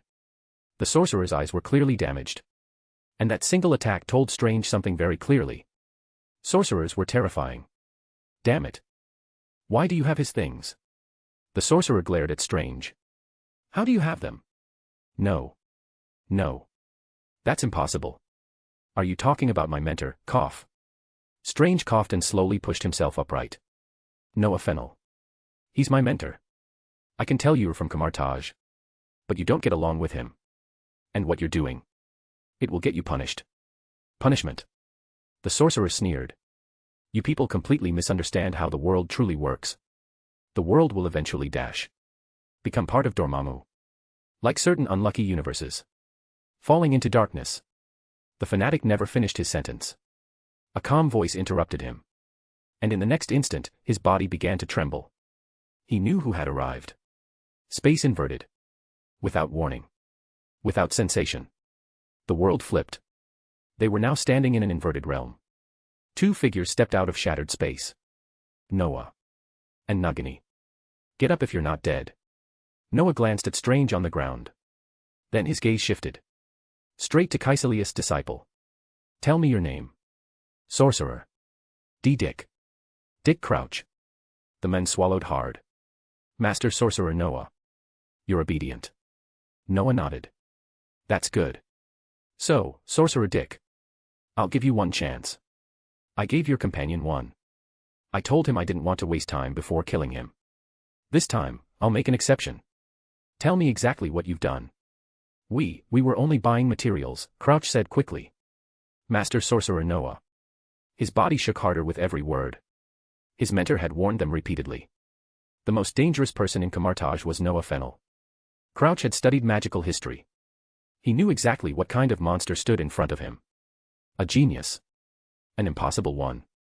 What's going on? Everett quietly slipped beside Strange. Sherlock. Who is that? Shut up, Strange hissed. He noticed Noah wasn't paying attention. Then whispered, he's my mentor. Your mentor. Everett's eyes widened. So young. You're joking. What do you think? Strange rolled his eyes. Don't speculate. There are things you don't understand. especially about sorcerers. Everett looked at Noah. Arms crossed. Aura overwhelming. Then nodded. It was better not to guess. You never knew what kind of monster sorcerers were. Adam, still lying on the floor, felt disbelief tear through him when he heard that name. Noah. He didn't care about sorcerer conflicts. He didn't care about Kamartaj. He only knew one thing. He might finally get revenge. Noah listened to Crouch's explanation. He nodded calmly. Even without the confession, Noah already knew. He'd seen this story before. Kaisalius' apprentices. Their goal was simple. Gather materials. Summon Dormammu. In theory, the ritual was just a spell. In reality, it required preparation. A lot of it. Crouch didn't know the details. And that made sense. Kaisalius wouldn't explain everything to disposable pieces. Noah had already checked his memories. Crouch wasn't hiding anything. He knew it was pointless. You're smarter than your companion, Noah said lightly. But you still don't know much. Kaisalius wouldn't tell you. I think so. Crouch swallowed. His legs were shaking. What about this werewolf family? Noah continued. You killed them to silence them. To control them better. I dash. Crouch never finished. His heart twisted. Space itself crushed it. Noah had never planned to let him live. Strange and Everett swallowed hard. They only saw Crouch's chest distort. Then his body collapsed. Dead. Instantly. The scene was too abrupt. Too unreal. Noah didn't care. He looked at the werewolf on the ground and sighed. Strange magic really was half-baked. The men hadn't been asleep at all. Just paralyzed. Your level is still too low, Noah said calmly. He tilted his head. Then glanced at Everett. Is this your new roommate? Yes, Strange replied quickly. I'm sorry, Master. My magic is poor. Oh, this is John Watson. If Noah hadn't had perfect self-control, he would have frozen. He was stunned. Just slightly. He hadn't expected that after naming Strange, Sherlock Holmes, John Watson would actually appear. He shook his head and dropped the thought. After waking the werewolf, Noah spoke again. Your spell was flawed. He was never asleep. What? Strange stared at Adam, who was beginning to move. Then at Casey, shaking uncontrollably. How is that possible? Damn it. You still have a lot to learn, Noah said flatly. Let's go. This is no longer our business. Advice. Don't meddle. If you do, finish it cleanly. He paused. Oh. And Mr. Werewolf. We'll be waiting outside. In the next moment, they were gone. No explanation. No delay. A woman's scream echoed from the house. Then the sound of tearing flesh. Find advanced chapters. And for more fan fiction. Backhand index pointing down. Backhand index pointing down. Support link, patreon.com/RioRaRyu. More bonus chapters. Every 250 power stones equals bonus chapter. Give me more power stones. Chapter 577, Long time no see, Kaisalius. This incident was a wake-up call for Strange. It made him realize just how green he still was. He couldn't help wondering if Noah had handled this personally, what choice would his mentor have made? After thinking it through, Strange felt that if Noah had been the one involved, things probably wouldn't have gone wrong. At the very least, there wouldn't have been a situation where a sleeping spell failed and had to be replaced with paralysis. Still, Strange was starting to like this life. It was dark. Often unpleasant. But he could genuinely help people. This time, though, didn't count. This blow hit him hard. He listened to Noah and didn't interfere with what happened in the house. Even so, he knew exactly what was happening inside. Because his magic had gone wrong, Adam Lestrange had heard everything clearly. The werewolf knew the truth. And with Noah deliberately stepping aside, it wasn't hard to imagine how extreme Adam's reaction would be. The rest is up to you. After the screams inside finally died down, Noah spoke calmly. As a sorcerer, you make your own choices. You messed up this time. So you clean it up. Mentor. Strange hesitated, then sighed and nodded. What should I do? And, are you leaving? Follow your heart, Noah said as he casually opened a portal. Do what you believe is right. He tilted his head slightly. As for me, I'm going to deal with the aftermath. Good luck, Sherlock. I understand, Mentor. Strange nodded and bowed slightly. I'm sorry for causing trouble this time. Noah didn't reply. He only glanced at Strange and his roommate, then left quietly. He was curious why Sherlock Holmes seemed to attract John Watson so naturally, bringing together the detective duo almost effortlessly. But that could wait. As for the werewolf's final fate, Noah had no intention of asking. Strange had taken responsibility. So the outcome was his to decide. Sure enough, not long after Noah left with Nagini, Adam Lestrange staggered out of the house. He was drenched in blood. His mental state was clearly unstable. Everett, who had been about to ask Strange something, immediately swallowed his words. Ha ha. Adam dragged himself forward step by step. Then he dropped to his knees. He raised his head, azure eyes locking onto Strange and Everett. After a long moment, he closed them. Help me, exorcists, Adam said, his voice trembling, pleading. Help me with something. What do you want us to help you with? Strange swallowed. The smell of blood was overwhelming. Even for someone who had spent years in operating rooms, it was hard to bear. Still, Strange kept his composure. At least on the surface. This was his mistake. He had to face it. Kill me, Adam said softly. Kill me. Please. End it. If you really want to die, Everett couldn't help saying, find a strong rope and a big tree. Shut up, John, Strange snapped. He looked directly at Adam. Why? I can erase your memories. I can help you forget. No. Adam sighed. I've lost everything. I killed the person I loved most. Then I killed the person closest to me. He laughed weakly. I wanted to end it myself. But I don't have the courage. I don't think I ever will. Please, do this for me. Strange fell silent. So did Everett. They looked at Adam, kneeling there with his eyes closed, unmoving. After a long while, Strange sighed. He stepped forward slowly. Golden hexagram runes appeared once more on his hands. Crossing space, Noah brought Nagini back to Camartage. To avoid attracting attention, he simply greeted the sorcerer guarding the teleportation array, left Nagini behind, and headed straight for Caecilius' room. This was Noah's first time entering it. In the past, his relationship with Caecilius had been ordinary at best. They had never been close. But the room itself wasn't what Noah had expected. There were no chaotic scribbles. No bizarre spell arrays. It was clean. Tidy. Spacious, likely because Caecilius often gathered apprentices here. Caecilius sat in the center of the room, either meditating or lost in thought. The space was silent. Only the two of them were present. Archmage Noah Finial. Caecilius spoke suddenly, still seated. I didn't expect you to trespass into my room. To be precise, Noah said as he walked behind him, a trace of disappointment in his voice. Long time no see, Caecilius. He paused. Honestly, why did it have to come to this? Pursuit. Belief. Caecilius opened his eyes and slowly turned. I'm different from you. You once had nothing. I once had everything. So you chose extremism, Noah said quietly. You chose to fall. He shook his head. Maybe in your eyes, what you're doing isn't falling. Maybe you think we're the ones who fell. But what you believe is right, isn't right for me. Caecilius smiled faintly. He didn't answer immediately. His eyes looked as if they had been scorched by flames, evil, terrifying. The magic leaking from him confirmed it. Dormammu's power. Noah would never mistake it. Dormammu had served as a power source for many Camartage sorcerers. Most of them could feel it. But Caecilius was different. His power was modeled. Chaotic. Are you here to kill me? Caecilius finally asked, smiling. I thought you and the master wanted to see how far I'd go. I didn't expect you to be so impatient. Not impatience, Noah replied calmly. You're not even a threat to me. He shook his head. I noticed you years ago. I've been cautious ever since. Turns out I was right. Oh. Caecilius looked surprised. You disliked me even when you were young. Later, your attitude toward me became distant. You tried to persuade me once. After I refused, you became indifferent. He narrowed his eyes. You were guarding against me back then. Only now did Caecilius realize it.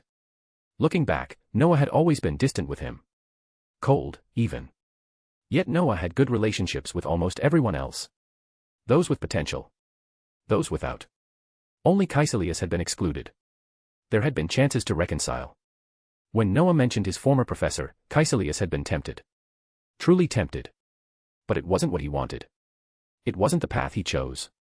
He had refused. And in doing so, perhaps rejected his master as well. From then on, he had fallen further. Step by step, toward where he stood now. Caecilius sighed. Can you tell me, he asked softly, how someone so young could see this coming? Can you see the future? Of course I know the plot. Noah cursed inwardly. But he couldn't say that. He took a deep breath and answered solemnly. No. Without external help, no one can see that far. He met Caecilius' gaze. It was your will. It told me you would walk a path of no return. My will. Caecilius smiled. Why do you say that? Your will is unwavering. That's the foundation of a great sorcerer, Noah replied. But yours goes beyond that. He shook his head. You move forward whether there's a path or not. That's not resolve. That's fanaticism. A fanatic never deviates unless something truly breaks them. Yes, Caecilius said, his smile finally blooming. I am a fanatic. He looked straight at Noah. But you're wrong about one thing. You're a genius. A true one.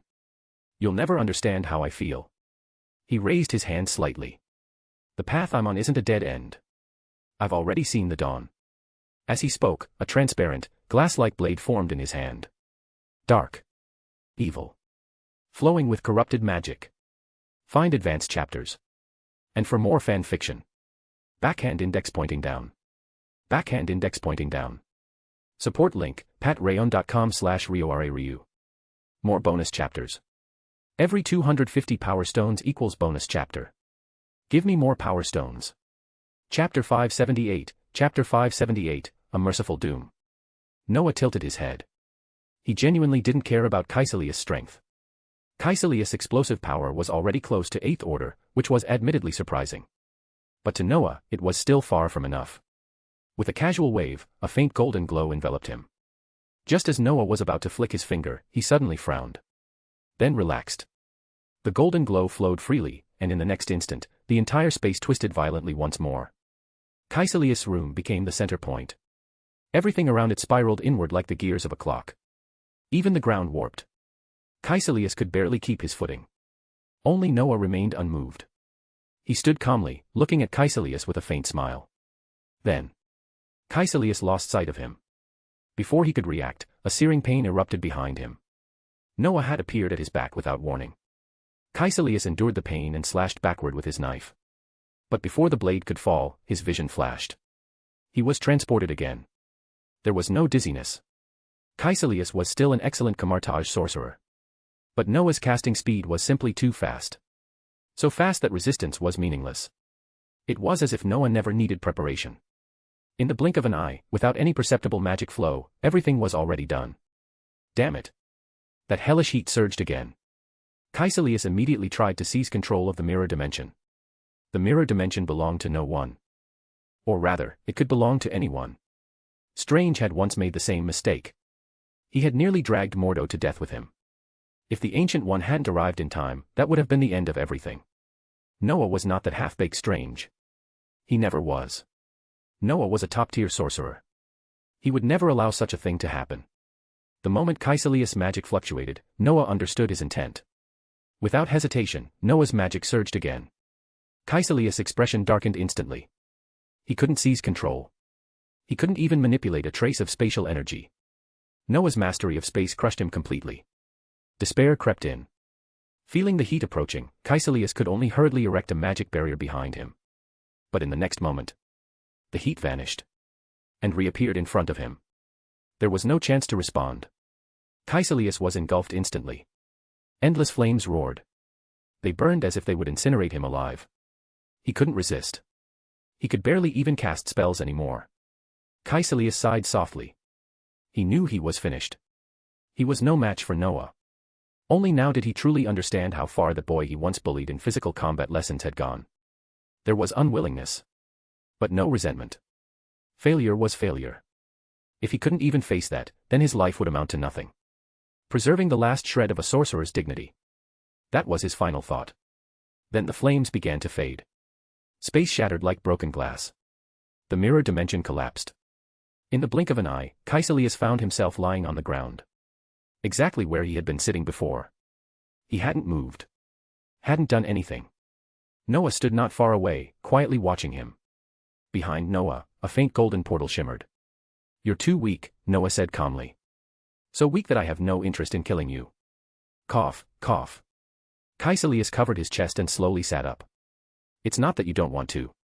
Someone told you not to. Didn't they? Probably, Noah shook his head, not denying it. Cherish this rare clarity, Caecilius. No matter the outcome, you should understand the gap between us. I won't kill you this time. But next time, your death won't be pleasant. Perhaps, Caecilius replied. He didn't argue. He knew Noah could do it.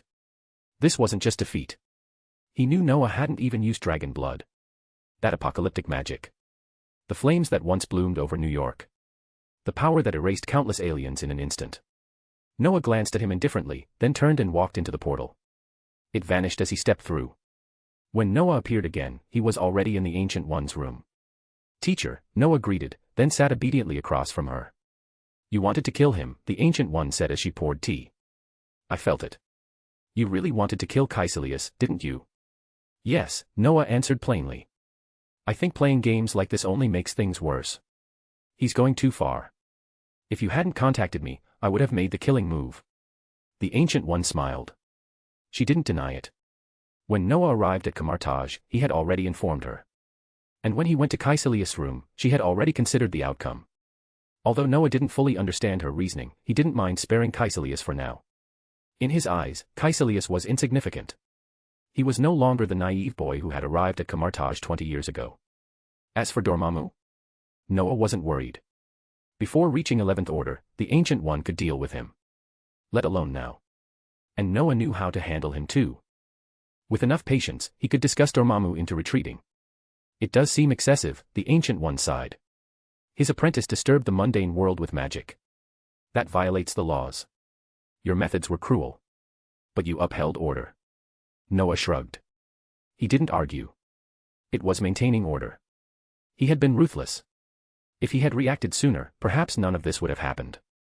Shaking his head, Noah asked directly, Teacher, what do you think? Dormammu. Haven't you already figured it out? The Ancient One sipped her tea. And I've decided. Dormammu must come. Noah tilted his head. After a moment, he understood. Caecilius was easy to deal with. People like him weren't rare. But constantly wasting time on them wasn't efficient. This was deterrence. Kill the chicken. Warn the monkeys. Caecilius was a 7th Order sorcerer. A high-level one. If he hadn't fallen, he could have become an archmage. A Camartage disciple. A perfect negative example. It would warn all sorcerers. And establish authority for the future Sorcerer Supreme. That was the internal reason. Externally, Dormammu wasn't a threat. Crossing countless dimensions consumed him. Now he faced a rogue time stone wielder. And an Ancient One who rivaled him in strength. No matter how it ended, Dormammu wouldn't leave unscathed. Best case. He fled in fury. Worst case. He was trapped. Either way, other world destroyers would think twice. If Dormammu died here, this universe might enjoy peace for a long time. Noah nodded and sipped his tea. I understand, he said. I'll cooperate fully. That's good, the Ancient One smiled. Then she sighed. It's a pity about Caecilius. His talent was excellent. It's just different choices, Noah replied calmly. Of course, if dash. I know, the Ancient One said. That's why I didn't stop you. When you consulted King Odin. Find advanced chapters. And for more fan fiction. Backhand index pointing down. Backhand index pointing down. Support link, patreon.com/RioRaRyu. More bonus chapters.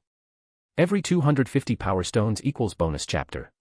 Give me more power stones. Chapter 579, Chapter 579, we're at a disadvantage. After leaving Camartage, Noah returned directly to the London sanctum. This trip had been unexpectedly rewarding. He now understood his mentor's true attitude toward Caecilius. And more importantly, he finally understood what Dormammu actually represented. Put bluntly, Dormammu was a tool. From the very beginning used by the Ancient One to strengthen herself. Later, Noah used that same power to complete Dragonborn magic. And with a small trick, Dormammu had been reduced even further. A power bank. Now, that power bank was resisting. Struggling against those who exploited it. But in reality, nothing had changed. Dormammu's arrival wouldn't overturn anything. On the contrary, it would only increase a planet's or even a universe's deterrence. Honestly, Noah didn't know why he felt this strange sense of pity toward Dormammu. Almost as if the guy were a good person. He rubbed his chin, then shook his head. That thought was ridiculous. Dormammu wasn't pitiful. He wasn't good. The innocent souls consumed by him, entire planets, entire universes, could probably fill this world many times over. At best, one could say this version of Dormammu had met the wrong people in the wrong universe. In another world, he would bare his fangs immediately and show what true darkness really meant. As far as Noah was concerned, the matter of Dormammu was over. There was already a conclusion. He felt some regret for Caecilius. Just as the Ancient One said, Caecilius' talent was frighteningly high. And his will was firm to the extreme. If he had chosen the right path, his achievements would not have been inferior to Strange's. It's a pity resurrection isn't that simple, Noah sighed. No Darkhold. No resurrection spells. Even reanimating a corpse is difficult. So far, the only method he'd seen was Voldemort's. But that didn't count. That method was closer to soul-splitting. He hadn't truly died. In Noah's eyes, that wasn't resurrection in the strict sense. As for other methods, none came to mind. At one point, Noah even considered going to Japan. Forget it. He shook his head. Thinking about this is pointless. Compared to souls, there was a more pressing matter. His light power. For now, his only hope lay in unknown parallel universes. Letting go of those thoughts, Noah allowed himself to relax. Something more amusing came to mind. Strange now, Sherlock Holmes had actually found Everett. A real John Watson. That hadn't been planned at all. This world was strange enough as it was, but forcibly assembling two sets of Holmes and Watson should have been impossible. And yet, they formed a pair anyway. Noah couldn't help but feel amused. And a little curious. What kind of sparks would those two create? Speaking of which, Noah tilted his head. What role do I play here? Mycroft. Eurus. He paused. Definitely not Moriarty. Then another thought surfaced. In Tony's version of Holmes, Irene Adler is Christine Palmer. Noah smiled. Dropping Strange into that setting really had been the right call. If he had the time, he wouldn't mind observing their daily lives. Noah. A knock came from the office door. You in there? Yes, Avril. Noah recognized the voice immediately. What's wrong? If you're talking about people, nothing, Mrs. Haven replied after a pause. But if you mean those little creatures you keep, there might be a problem. What now? Noah stood up, walking toward the door. What happened? Hedwig caught Gugu. What? Noah's expression changed instantly. Is Mayal still alive? She is, Avril said calmly. But she's lying on the floor, not daring to move. Looks terrified. Damn it. How did that idiot bird even get caught? Tony sat in his office, staring at streams of experimental data while calculating silently. The computer was fast. But his brain wasn't slow either. During this period, Tony had even begun analyzing the formula of PIM particles. He hadn't wanted to. But he had no choice. Steve and Bucky had only brought him 3 test tubes. That wasn't enough for anything meaningful. So Tony did what he always did. He figured it out himself. Reverse engineering the particles gave him an astonishing amount of information. He had basically confirmed how to enter parallel universes through the quantum realm. The problem is. Tony stared at the watch-shaped device on the desk. I still don't have test subjects. And annoyingly enough, he'd been inspired by others. By that thing. No matter how irritated he felt, Tony had to admit it. His counterpart from another universe had influenced him. That device alone had sparked countless follow-up ideas. Still, he didn't dwell on it. He had completed the theory. Parallel universe travel. Time traversal. That alone was worth celebrating. Tony had been in a dark place lately, locked in the lab, barely seeing daylight. He shook his head and spoke. Jarvis. Any news outside? Define news, sir, Jarvis replied immediately. During your time in the lab, MS. Potts has sent you 254 messages. Filter out anything scolding me, Tony groaned. And the rest? Avengers. Noah. SWORD. Anything. Tony didn't want to see Pepper yelling at him. What he wanted was to know the overall situation. He knew what he was doing was extreme. He didn't care much about public opinion. But he didn't want things with the Avengers to collapse before this was settled. Unfortunately, reality had other plans. You should prepare yourself mentally, sir, Jarvis said calmly. It appears some individuals have deduced that you are behind the PIM particle theft. Huh. Tony frowned. Surprised, but not panicked. Who figured it out? Or who leaked it? Maria Hill was the first to notice inconsistencies, Jarvis replied. She informed Nick Fury. Several Avengers reached similar conclusions. My actions. Tony tilted his head, then understood. He'd isolated himself completely. Locked in the lab. Unreachable. That alone screamed research. And what had happened right before that? The PIM particle theft. Tony hadn't been present that night, but everyone knew that if he wanted to investigate, he could have found something. Instead, he'd ignored it. At first, they blamed his history with Hank Pym. But his subsequent behavior made another conclusion far more likely. Tony Stark was the inside man. With accomplices. Steve Rogers. James Barnes. Steve's recent behavior was telling. Avoidant. Guilty. Not the Captain America they knew. And Bucky. He'd never let Steve act alone. So. Tony rubbed his chin. I'm the most unforgivable one now. More or less, Jarvis replied. However, you still have supporters. Oh. Tony raised an eyebrow. Who? Colonel James Rhodes. And Dr. Bruce Banner. Both believe that either you didn't do it or that you had sufficient justification. Banner. Tony laughed softly. Didn't expect that. 3 against 6, he said calmly. Looks like we're at a disadvantage. Yes, sir. Find advanced chapters. And for more fan fiction. Backhand index pointing down. Backhand index pointing down. Support link, patreon.com/RioRaRyu. More bonus chapters. Every 250 power stones equals bonus chapter. Give me more power stones. Chapter 580, I'd rather act first. Tony hadn't expected the split among the Avengers to look like this. He had always assumed only one person would stay neutral and stand with him, his old friend, Colonel Rhodes. And Tony was confident about that. Rhodey would lean toward him. He trusted Tony far more than the rest. Bruce Banner, though. That was unexpected. Tony hadn't thought Banner would side with him at all. Shaking his head, Tony stopped thinking about it. There was no point. If the Avengers really turned against him, they wouldn't come out ahead anyway. Tony didn't just have money. After learning from Noah for so long, he now had real superpowers. And more importantly, he didn't believe the final lineup would actually be 3 versus 6. Steve Rogers and Bucky Barnes were still variables. Besides, Tony thought, even if it really is 3 against 6, the high-end combat power is all on my side. He wasn't wrong. There was a clear hierarchy within the Avengers. Tony himself was unquestionably at the top. Technology. Magic. Both combined. Then came Bruce Banner. When the Avengers were first established, the title of Strongest Avenger had been reserved for him. That alone said enough. Once that mild-mannered doctor turned green, the results were terrifying. Forget it, Tony smiled. Why bother worrying about them? Sir, Jarvis interrupted, I'm afraid I must disturb you. Disturb away, Tony replied. What now? Your teammates are preparing to confront you. Oh. Tony tilted his head. They're coming over. Yes, Jarvis said calmly. They've held several meetings. All about you. They appear unwilling to wait any longer. They want to lay everything on the table. Tony sighed. Of course. What was coming would always come. Honestly, he hadn't wanted this exposed. But unfortunately, one of his teammates was a walking liability. Whether Steve Rogers did it intentionally or whether it was simply his nature, Tony didn't care to analyze. He wasn't interested in dissecting human morality. Dig deep enough, and even saints turned into hypocrites. When?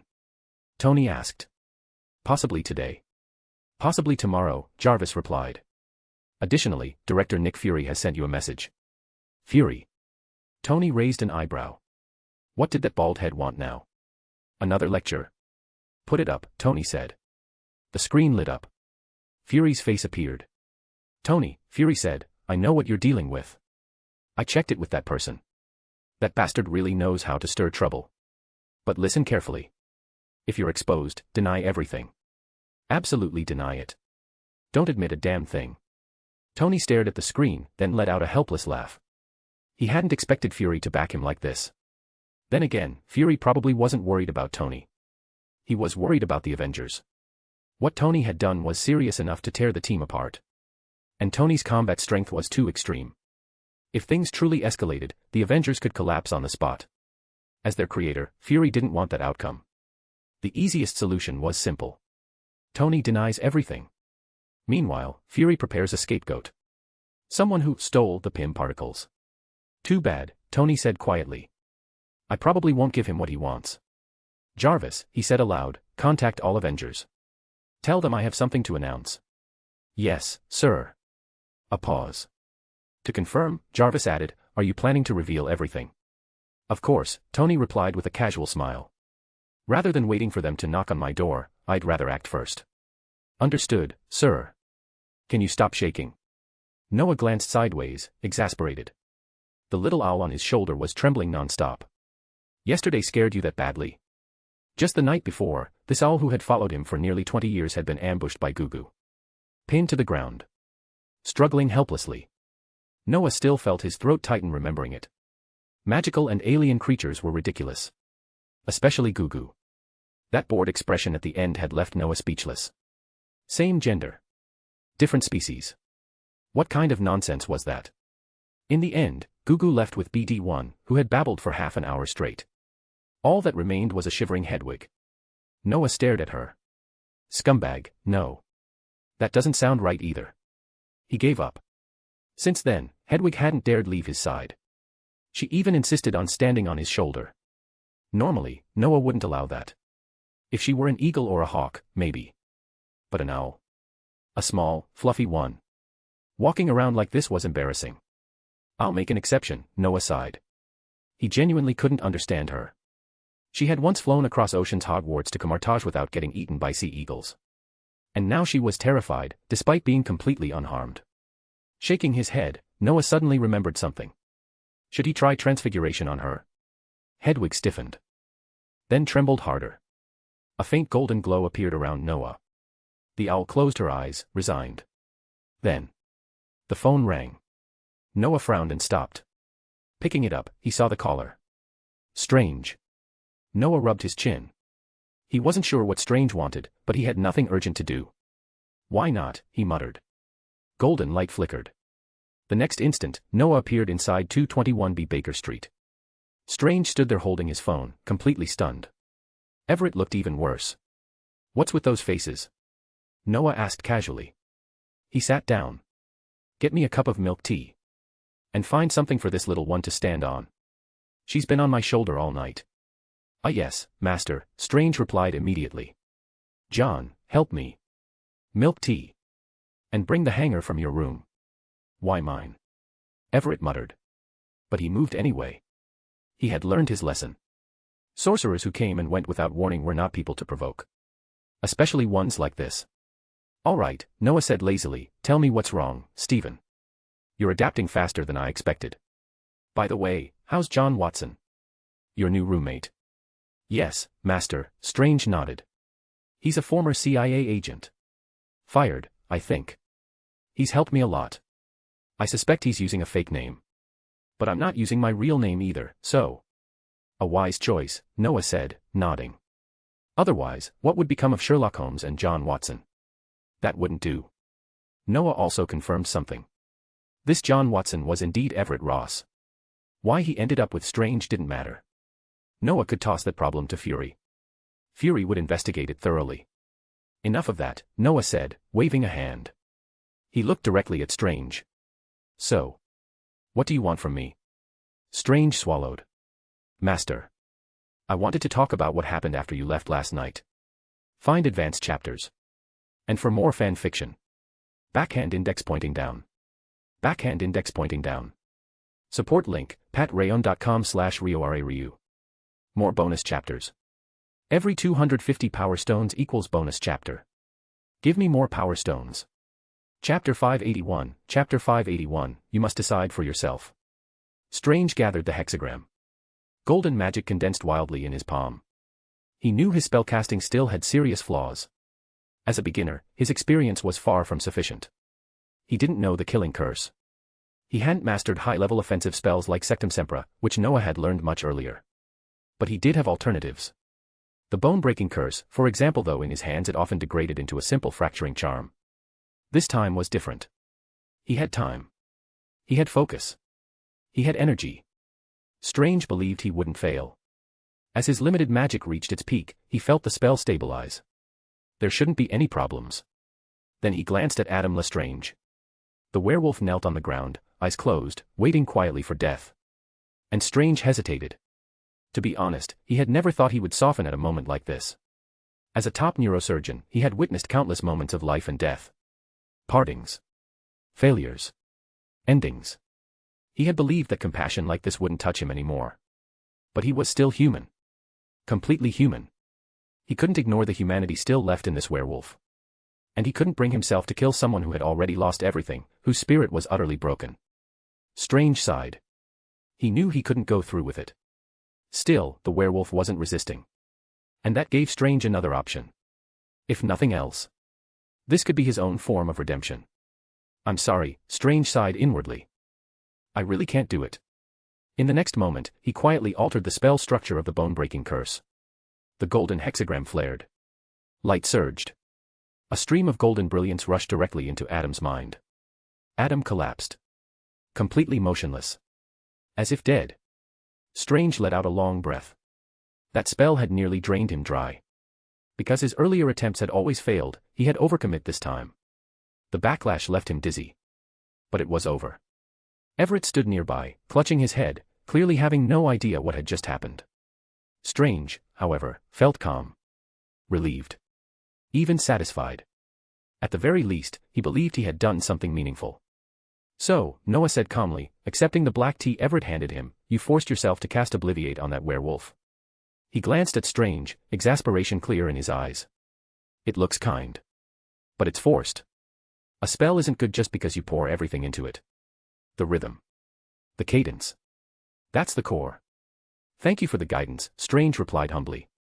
Then he hesitated. Mentor, was what I did wrong?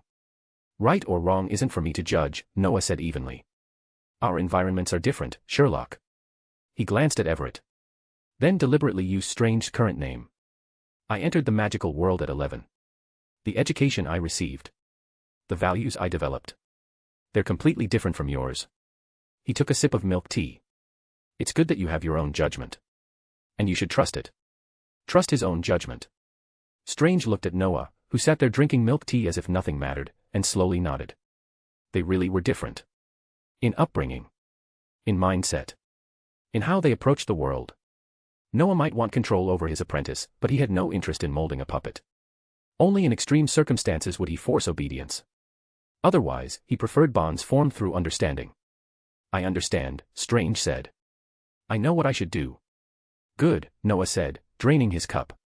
Oh. Anything else? Yes. Strange swallowed. My future.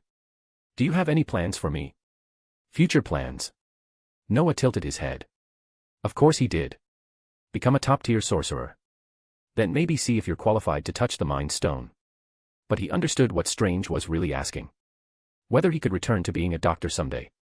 Noah didn't see a problem with that at all. Plenty of heroes had main jobs and side jobs. Why couldn't sorcerers? Smiling, Noah set the cup down. When you become a sorcerer I consider qualified, he said, and pass a test, you can do whatever you want. Really? Strange's eyes widened slightly. Of course, Noah nodded. Being a sorcerer is your main profession. Everything else is a side job. You can be a doctor by day. And do what a sorcerer should do at night. For example dash. He glanced at Everett. Take your friend along to deal with problems caused by annoying people. Doesn't that sound fine? Strange immediately understood. Noah wasn't restricting him. He was setting a bottom line. Do your duty. Everything else was negotiable. Strange felt a surge of relief. Then. A tall, handsome man approached. He looked at Noah with polite surprise and nodded. Then turned to Strange. Mr. Holmes, he said, someone is looking for you outside. All right, Adam, Strange nodded. He glanced at Noah, who gave a casual gesture. Let them come up. I hear you're looking for me. In Tony's private laboratory at the Avengers compound, he took a sip of milk tea and calmly scanned the room. The Avengers were all present. As Tony himself had always said, he wasn't the passive type. Rather than waiting to be questioned, he preferred to act first. So once he learned they intended to confront him, he stopped holding back. If they wanted answers, he'd give them. Yes, Tony, Natasha said, exchanging a look with Barton before stepping forward. We want to know whether the theft of the PIM particles had anything to do with you. Think whatever you want, Tony cut in flatly. That's your business. As for the truth, you've already decided it in your heads. Tony Mr. Stark dash, Scott hesitated. I don't think it was you, but they dash. Ant-Man, Tony interrupted again. You need to make your own judgment. Actually, he added casually, I had Rogers and Barnes do it. I was hoping you'd guess right. You didn't. The admission hit like a thunderbolt. Every Avenger stiffened. Even Banner and Rhodes, who usually sided with Tony, froze. They hadn't expected this. Not like this. Didn't he understand the impact? Steve and Bucky felt the same dizzy shock. Tony, you dash, Steve started. Don't, Tony said, spreading his hands. I don't like dissecting people's morals. And I don't want to believe you're that dark. But there was a problem. And now that it's exposed, there's nothing left to say. Tony looked at them calmly. Almost curiously. Their expressions were a mess. Shock. Disbelief. Confusion. Everything. Why did you do it? Barton asked, frowning, but not aggressive. There has to be a reason. Why? Why? Tony tilted his head. Revenge, maybe. Or finding a way. Revenge. Scott tensed immediately. You're not planning to go after Mr. Pym, right? You shouldn't. He and your father dash. And he's friends with sorcerers. Idiot, Tony muttered. He nearly rolled his eyes. Was it really that hard to see? Why would he go after Hank Pym? Back then, when he wanted the Pym particles, he had informed Noah first. Tony slumped back in his chair. The target of my revenge, he said flatly, was Bucky. Steve dragged himself into it. Clear now. And the path you wanted to find? Banner asked carefully. Tony, you must have your own reasoning, so dash. Before Banner could finish, a figure flashed into existence in front of them. Find advanced chapters. And for more fan fiction. Backhand index pointing down. Backhand index pointing down. Support link, patreon.com/RioRaRyu. More bonus chapters. Every 250 power stones equals bonus chapter. Give me more power stones. Chapter 582, we should thank you, and the mouse you saved. This incident was clearly caused by a Katakan. Strange squatted beside the female corpse, carefully examining the wounds while Everett recorded everything. Of course, Everett wasn't just documenting details. He was also quietly observing everyone present. After all, there was always the possibility that someone had deliberately lured magical creatures here, resulting in this tragedy. Adam Lestrange was the best example. That case had left a deep impression on both of them, making them far more cautious than before. As for why they didn't use the backward tracing magic array Constantine had left behind, Noah didn't really understand either. Maybe these two were just looking for excitement. God knew. If Noah were handling this, he would have used that method immediately. But he didn't say anything. This could be considered an evaluation. Strange had studied under him for more than a month and had since worked as an exorcist for some time. Noah wanted to see how much progress he had made. Was he still relying purely on textbook knowledge? Or had he formed his own judgment system? Of course, Noah would never admit that he also wanted to watch this world's magical version of Holmes and Watson in action. There are claw marks on the body, Strange said, eyes fixed on the corpse. But they're not from a wild beast. There aren't any wild animals of this size in the area. Not werewolves, and not harpies either, he continued calmly. There hasn't been a full moon recently. And normal werewolves wouldn't go to this trouble, an uncontrolled one would have devoured the corpse. He sighed softly. Harpies don't have claws this large. And if they attacked a human, they would also eat the body. The scene would be far messier. You mentioned that night was very quiet, which suggests there weren't many attackers. Harpies act in groups. That rules them out. The Katakan are different. Strange stood up, slipping his hands into his pockets. They're blood-sucking creatures, mutated from vampires and werewolves. They have traits of both. In appearance, they're closer to werewolves. In feeding habits, they lean toward vampires. He pointed at the corpse. There are claw wounds, but the body wasn't destroyed. A large amount of blood is missing. That alone is enough to conclude this was a Katakan. Noah nodded. Strange had made real progress. He was still cautious, still stacking evidence to support his conclusions. But given his former profession, that made sense. Medicine demanded careful verification more often than snap judgments. Overall, his reasoning was solid. Correct. Noah didn't need to step in anymore. Just then, Noah's phone vibrated. He glanced at the message. Fury had followed up on John Watson, just as Noah had asked. The coincidence had felt a bit too perfect. The result? He was overthinking it. Just coincidence. Noah couldn't help but smile wryly. It seemed the name Sherlock Holmes really did carry some kind of magic. Oh, by the way, Mr. Morgan, Strange suddenly asked, are there any caves nearby? Especially ones people might have forgotten about.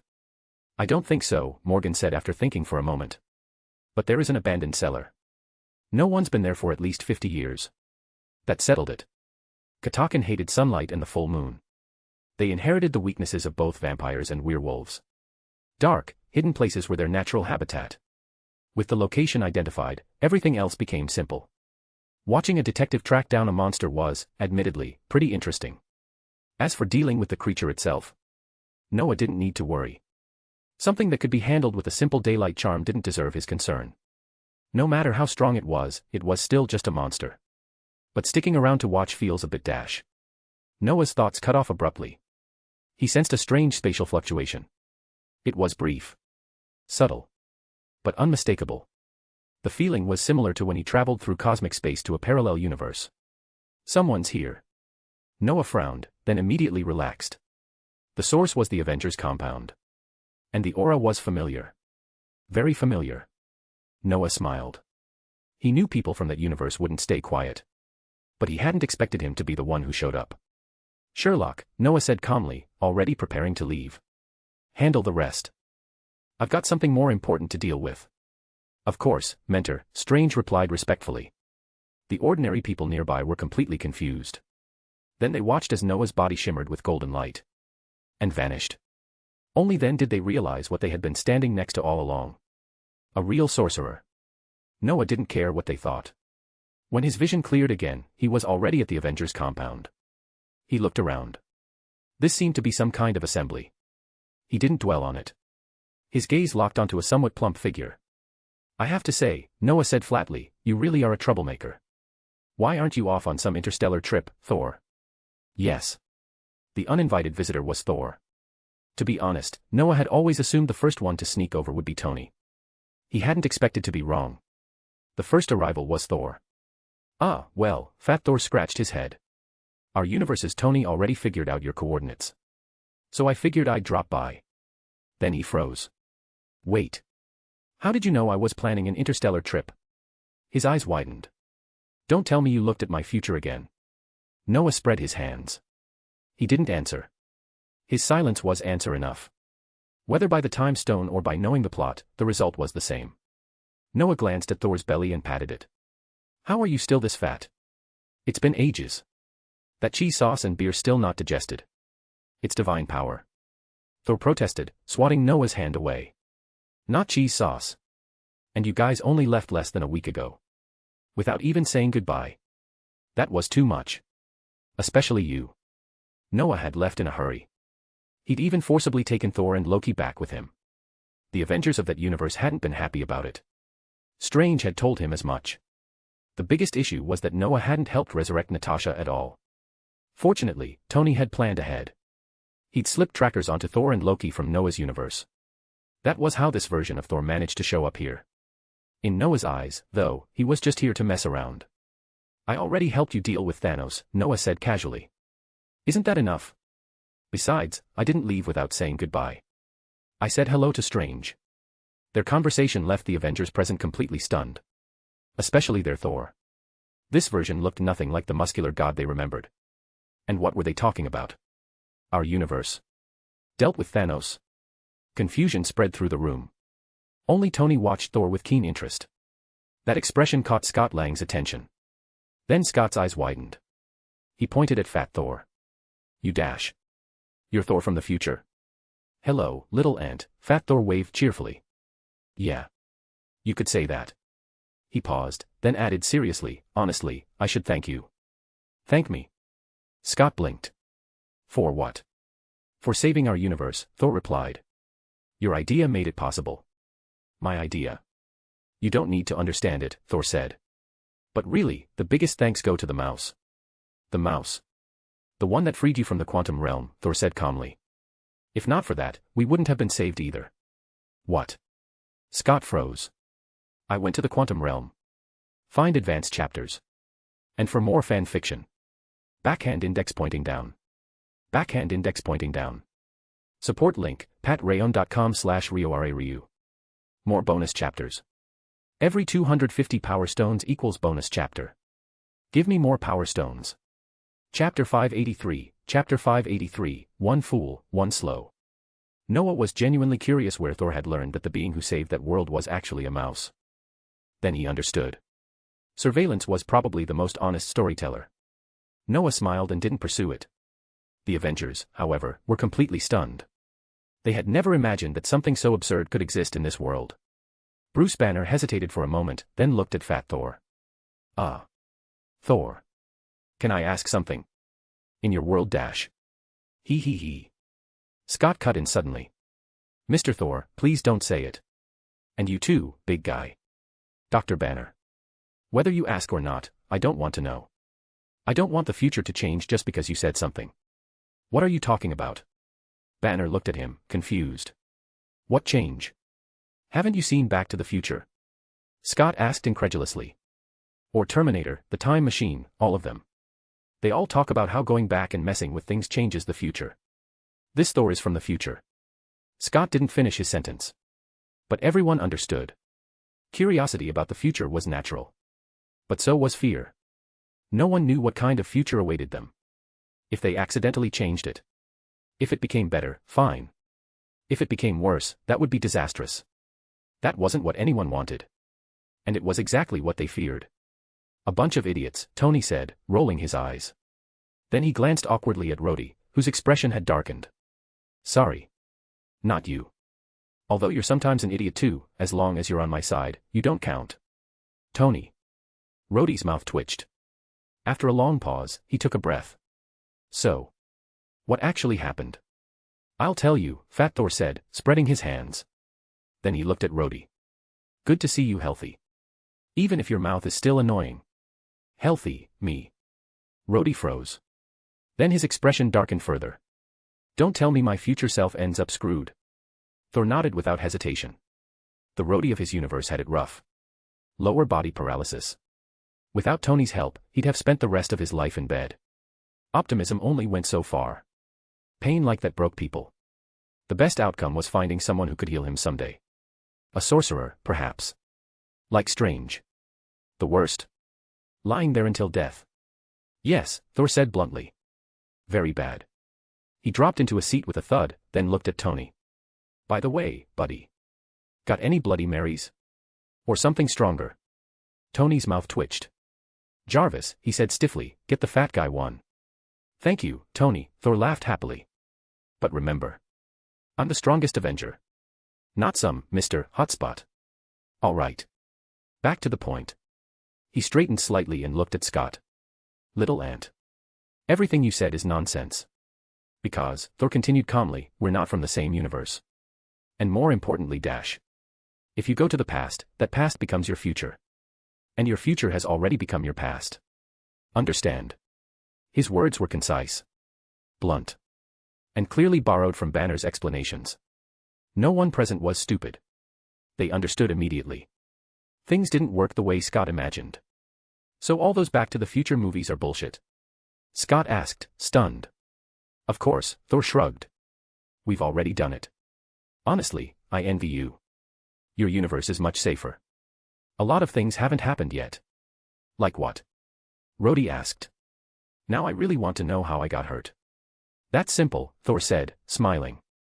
I wasn't directly involved, but I know. You had a civil war. One that nearly tore the Avengers apart. Civil war. Tore the Avengers apart. Everyone subconsciously looked at Tony. What they were facing now felt disturbingly similar. Tony's actions were already pushing them toward division. Toward collapse. Thor scratched his head. Are you dealing with that here too? Signing something called the Sokovia Accords. Sokovia Accords? The Avengers froze again. Finally, Natasha spoke. What's that? Good to see you again, Nat, Thor smiled. You're different from ours. Let me tell you what happened.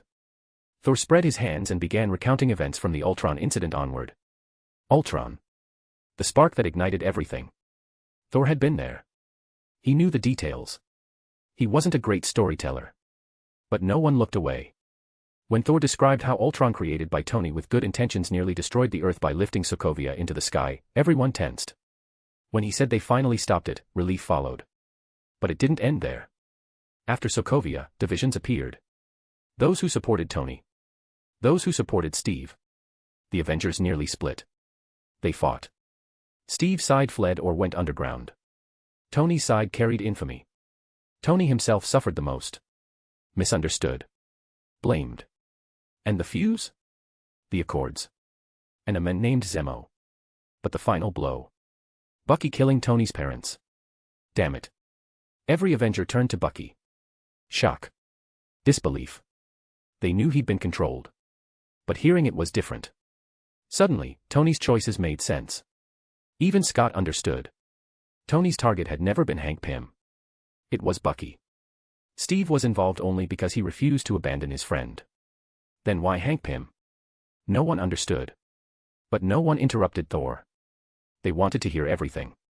As Thor continued, the picture grew clearer. A future filled with disaster. With despair. Now they understood the mouse. They understood the Pym particles. They understood Tony's urgency. But it was all too much. Too absurd. Too heavy. My God, Scott muttered. So half the universe dies in a snap. And I survive because I'm stuck in the quantum realm.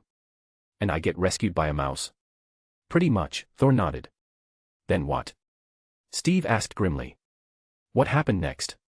You used the Pym particles to go back and get the stones. Yes, Thor said. But there was an accident. A very good accident. He grinned. Bruce Banner from our universe, don't ask me how ended up in your universe. And by coincidence. He found your sorcerer. What? Banner stared. The me from your universe came here.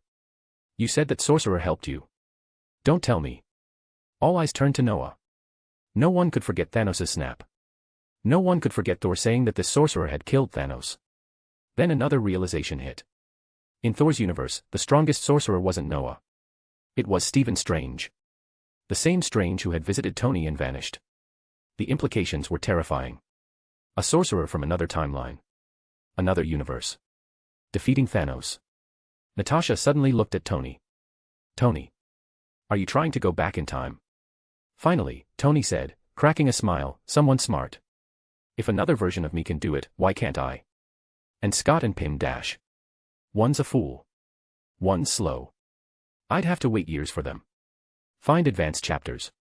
And for more fan fiction. Backhand index pointing down. Backhand index pointing down. Support link, patreon.com/RioRaRyu. More bonus chapters. Every 250 power stones equals bonus chapter. Give me more power stones. Chapter 584, Chapter 584, Fat Thor returns to Asgard. Tony's blunt mockery effectively drew a line under the whole incident.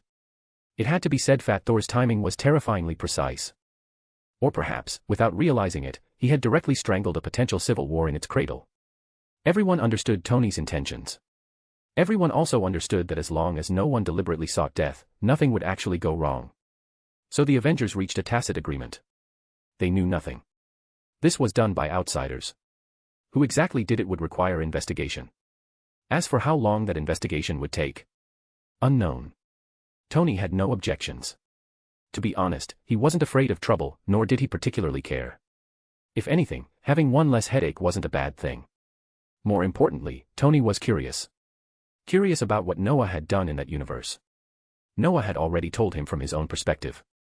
But Tony wanted to hear it from someone else. Thor was the perfect choice. Fat Thor seemed just as curious about this universe. So he spoke freely. Other universes. Different teams. Each person's experiences. And finally Noah. Only then did the Avengers truly realize something. They had already thought the sorcerer was terrifying. But now. Terrifying wasn't enough. Thanos was powerful. But Noah, together with their universes Thor and Loki, had directly wiped him out. Cleanly. In other words, the sorcerer of their universe was practically a savior. That realization carried weight. If Noah existed here, then wouldn't their universe avoid that disastrous future entirely? Of course, they also learned other things. Vision never appeared. Wanda didn't join the Avengers, she followed Noah. And there was Spider-Man. Still swinging around New York. None of that mattered much. What mattered was the outcome. Victory. At the cost of one person. Natasha. So that's another reason I came, Thor said after finishing his account. He took out the diamond Noah had left behind. To ask you to resurrect Natasha. Tony's already trying. He keeps muttering about not losing to the Tony of this universe. I don't care about that kind of thing, so dash. Tony couldn't help but smile faintly. He really lived up to his name. Never willing to admit defeat. Noah found it amusing. The two Tonys were different, but not that different. Looking at Tony, Noah suddenly reached out and smacked him on the head. Hard. Tony yelped and stared at him, stunned. The other Avengers froze. What the hell are you doing? Tony snarled. That hurt. You've been too gloomy lately, Noah said flatly. That's not the idiot I know. I'm not an idiot. I'm Tony Stark. Tony shot back. If I'm an idiot, the whole world is an idiot. Fine, Noah said calmly. A conceited idiot. Keep it up. After that, Noah felt much better. Since learning the truth about his parents, Tony's mental state had been awful. Too quiet. Too heavy. Nothing like the confident, sharp-tongued man Noah remembered. Noah understood it. Anyone would be shaken by something like that. But understanding didn't mean letting it slide. Tony wasn't allowed to break under his watch. All right, Tony muttered, rubbing his head. I get it. He looked like he'd been struck by divine punishment. Noah ignored him and turned to Fat Thor. Resurrection isn't a problem. It won't take long, Noah said. But you're traveling. You must have a destination, right? Not really, Fat Thor scratched his head. I just wanted to see you guys. I'm pretty free now. Then come with me to Asgard, Noah said suddenly, a mischievous smile appearing. Some people will be very happy to see you like this. Asgard. That word alone stunned Thor. Then the implication hit him. Asgard in his universe was gone. Rebuilt on Earth. But here, Asgard still floated in the sky. Intact. And more importantly, his parents were alive. His brother too. The thought stirred something deep in him. The last time he saw his mother, he couldn't stay. He had a mission. This time, he could stay. Which also meant. Damn it, Thor's face darkened. His mother might be gentle. But Odin would not let him off. And Frigga would probably help. Nope, Thor shook his head vigorously. No need. I'll go back on my own. That's not up to you, Noah said calmly. Golden light flickered. In the next instant, both of them vanished. The Avengers stared at the empty space. No one spoke for a long time. Everything that had happened today was too much. Tony's confession. His motives. A Thor from another universe. A sorcerer who wiped out an alien armada. It all felt unreal. I feel like I just had a dream, Scott muttered at last. One I can't tell is real or fake. All right, Mr. Stewart, Tony rolled his eyes. Save your literary nonsense. You might pass an elementary essay, but that sounded like a fart. Tony, Steve said, finally cutting in. Enough. I'm sorry things turned out like this because of me. But how's your research? How is it? Tony grinned. Finished. I even made PIM particles myself. The machine still needs building, but Jarvis has already simulated everything. Tony looked normal again. Relaxed. Confident. That alone made Steve and Bucky breathe easier. The previous Tony the silent, expressionless one had been terrifying. Oh, right, Tony added suddenly, turning to Natasha. Save a blood sample for me. For resurrecting the me from that universe. Natasha smiled. Of course. Honestly, I'm curious to meet her. By the time they finished talking, Noah had already dragged Fat Thor into Asgard. Thor was powerful. But without a goal, his recovery was slow. Especially his body. Noah knew he could restore his physique instantly. But Thor hadn't. Noah didn't mind. Thor's purpose was clear. Family. That was why he chose this universe. Seriously, Thor muttered as they arrived. Can't you warn me first? I'm not a prince here. What if this causes a diplomatic incident? Do you think that's possible? Noah grinned. I dragged this universe's Thor and Loki across universes. What do you think my relationship with Asgard is like? Couldn't you at least let me lose weight first? If you lose weight, Noah replied calmly, you'll stay here for less time. Thor froze. Damn you. Find advanced chapters. And for more fan fiction. Backhand index pointing down. Backhand index pointing down. Support link, patreon.com/RioRaRyu. More bonus chapters. Every 250 power stones equals bonus chapter. Give me more power stones. Chapter 585, an offer too tempting. Faced with Noah's blunt words, Fat Thor fell silent. For a moment, he didn't know how to respond. Because Noah was right. He really had thought about it. Time was relative. No matter how long he stayed in this universe, it wouldn't affect his own timeline at all. More importantly, back in his universe, Fat Thor carried no burdens. Thanos was gone. As for future threats, who knew when they would appear? Asgard had already been handed over to Valkyrie. In Thor's eyes, she was far more suitable to rule than he ever was. He had no regrets there. And lifespan. That question itself was an insult to Asgardians. They were long-lived by nature. And with Fat Thor already a 10th order existence, time meant nothing to him. So yes. He wanted to stay. Very much so. Having his thoughts exposed so directly, however, made him feel a little awkward. He rubbed his belly and chose not to say anything more. Since he was already here, explanations were pointless. Noah was familiar with Asgard. Fat Thor was even more familiar. Along the way, Asgardian soldiers stared at Fat Thor in confusion. None of them could understand how their prince had turned into this. Honestly, if Noah hadn't been standing beside him, and if this Thor hadn't accurately called out every soldier by name, they would have already moved to apprehend this imposter. After a few minutes, they arrived at Odin's palace. Loki was already waiting outside. When he saw them, his eyes lit up and he walked over with a grin. Hey, Fat Balla, Thor. He instinctively reached out to pat Fat Thor's belly. Then froze. Noah's gaze shifted. Loki immediately withdrew his hand. And you, Noah, Loki said smoothly. Long time no see. Noah spread his hands. Though I doubt you wanted to see me at all. Loki shrugged. Father said someone important was coming. I guessed it was you. He glanced at Fat Thor. My idiot brother said he felt another version of himself nearby, so I assumed it was either this guy or someone stealing Infinity Stones. Parallel Universe Avengers stealing Infinity Stones wasn't unheard of. They didn't always arrive at the same point in time. Thor himself had experienced something similar. He just hadn't expected this visitor to be a long-term stowaway. Someone here to vacation. And settle down. Damn it. As they entered the palace, the Thor seated beside Odin shot to his feet. He marched over, glaring at Fat Thor. Why is it you? Did you come here just to embarrass me? Where's your Asgardian pride, you fat bastard with cream foam in your blood? Ah.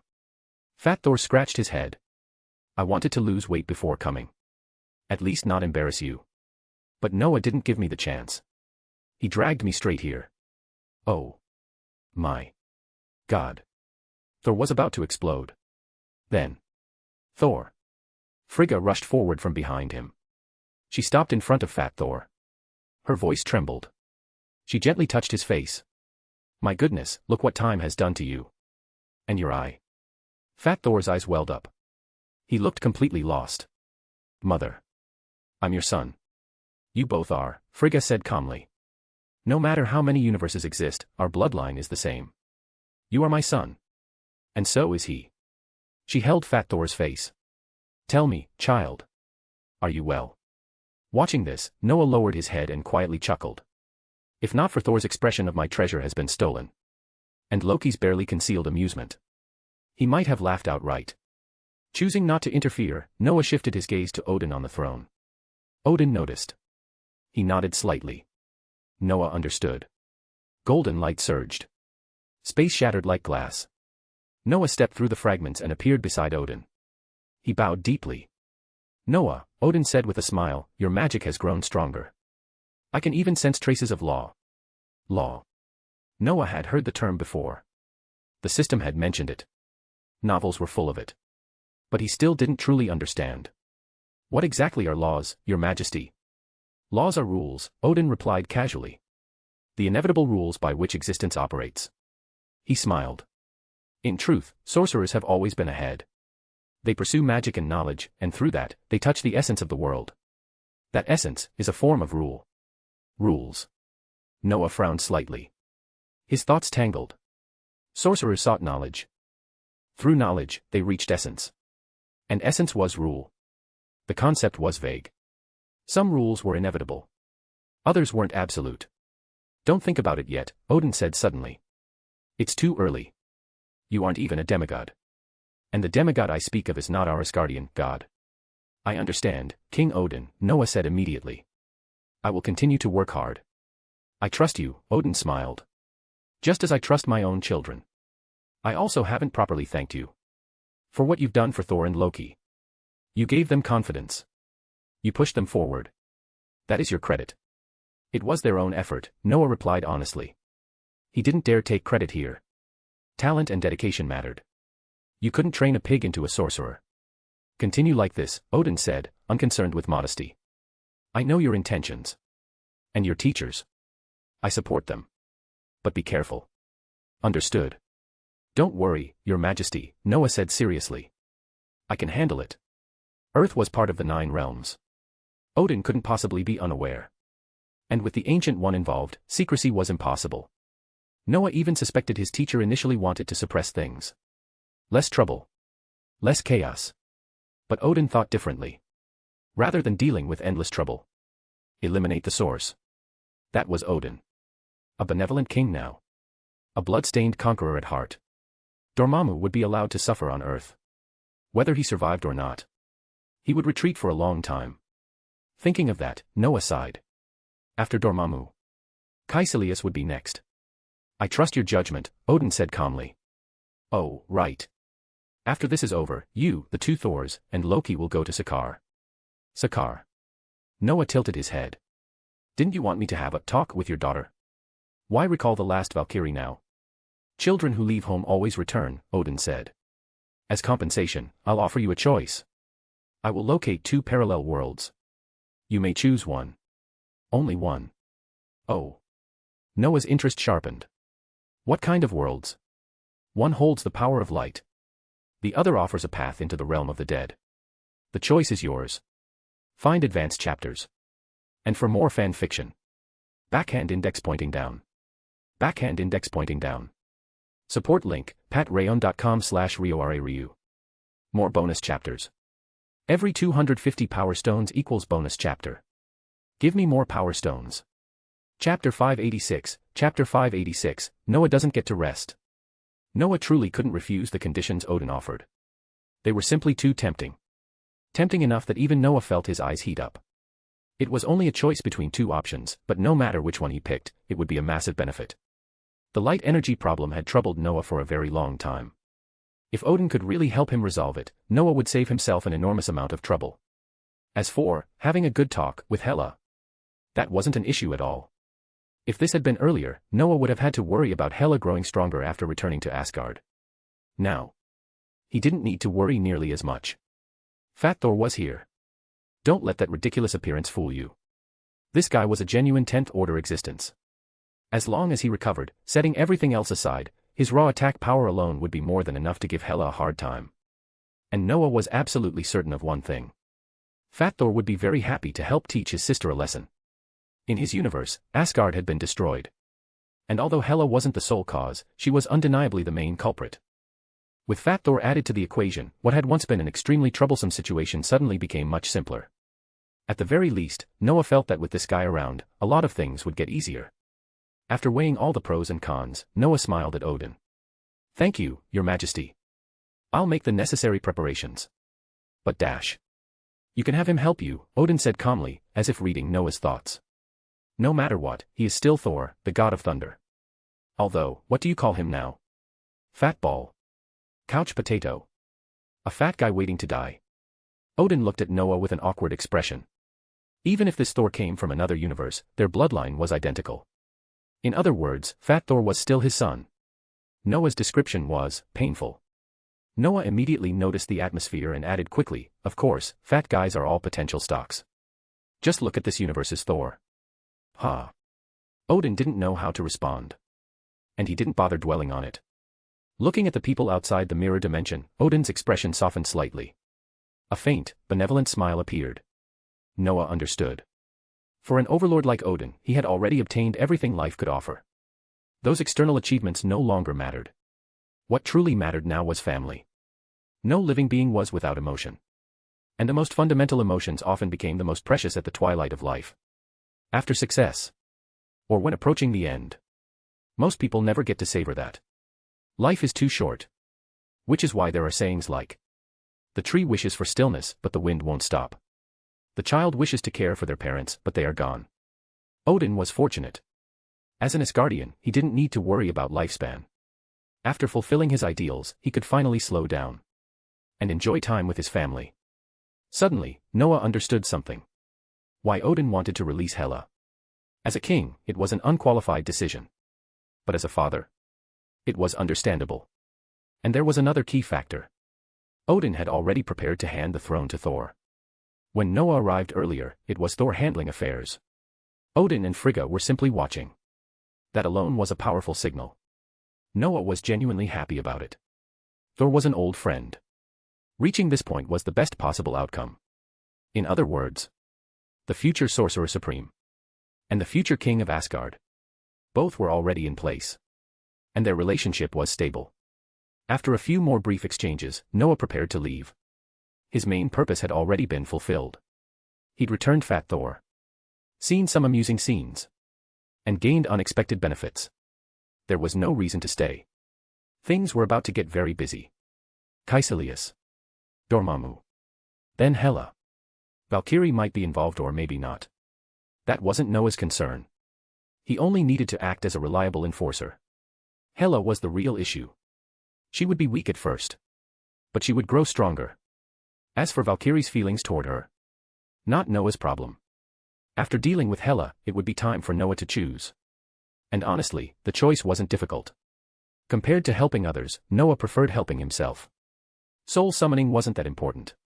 From any perspective. He'd already made up his mind. After saying his goodbyes, Noah opened a portal and returned directly to Kamartaj.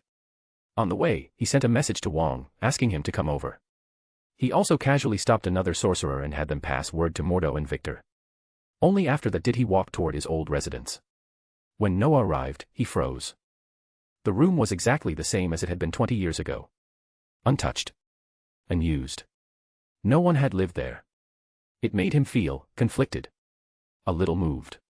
A little helpless. He had no intention of living here again. Looking at your old room, a voice said from behind him, do you see your 14 or 15-year-old self? Those youthful years. That irretrievable prime.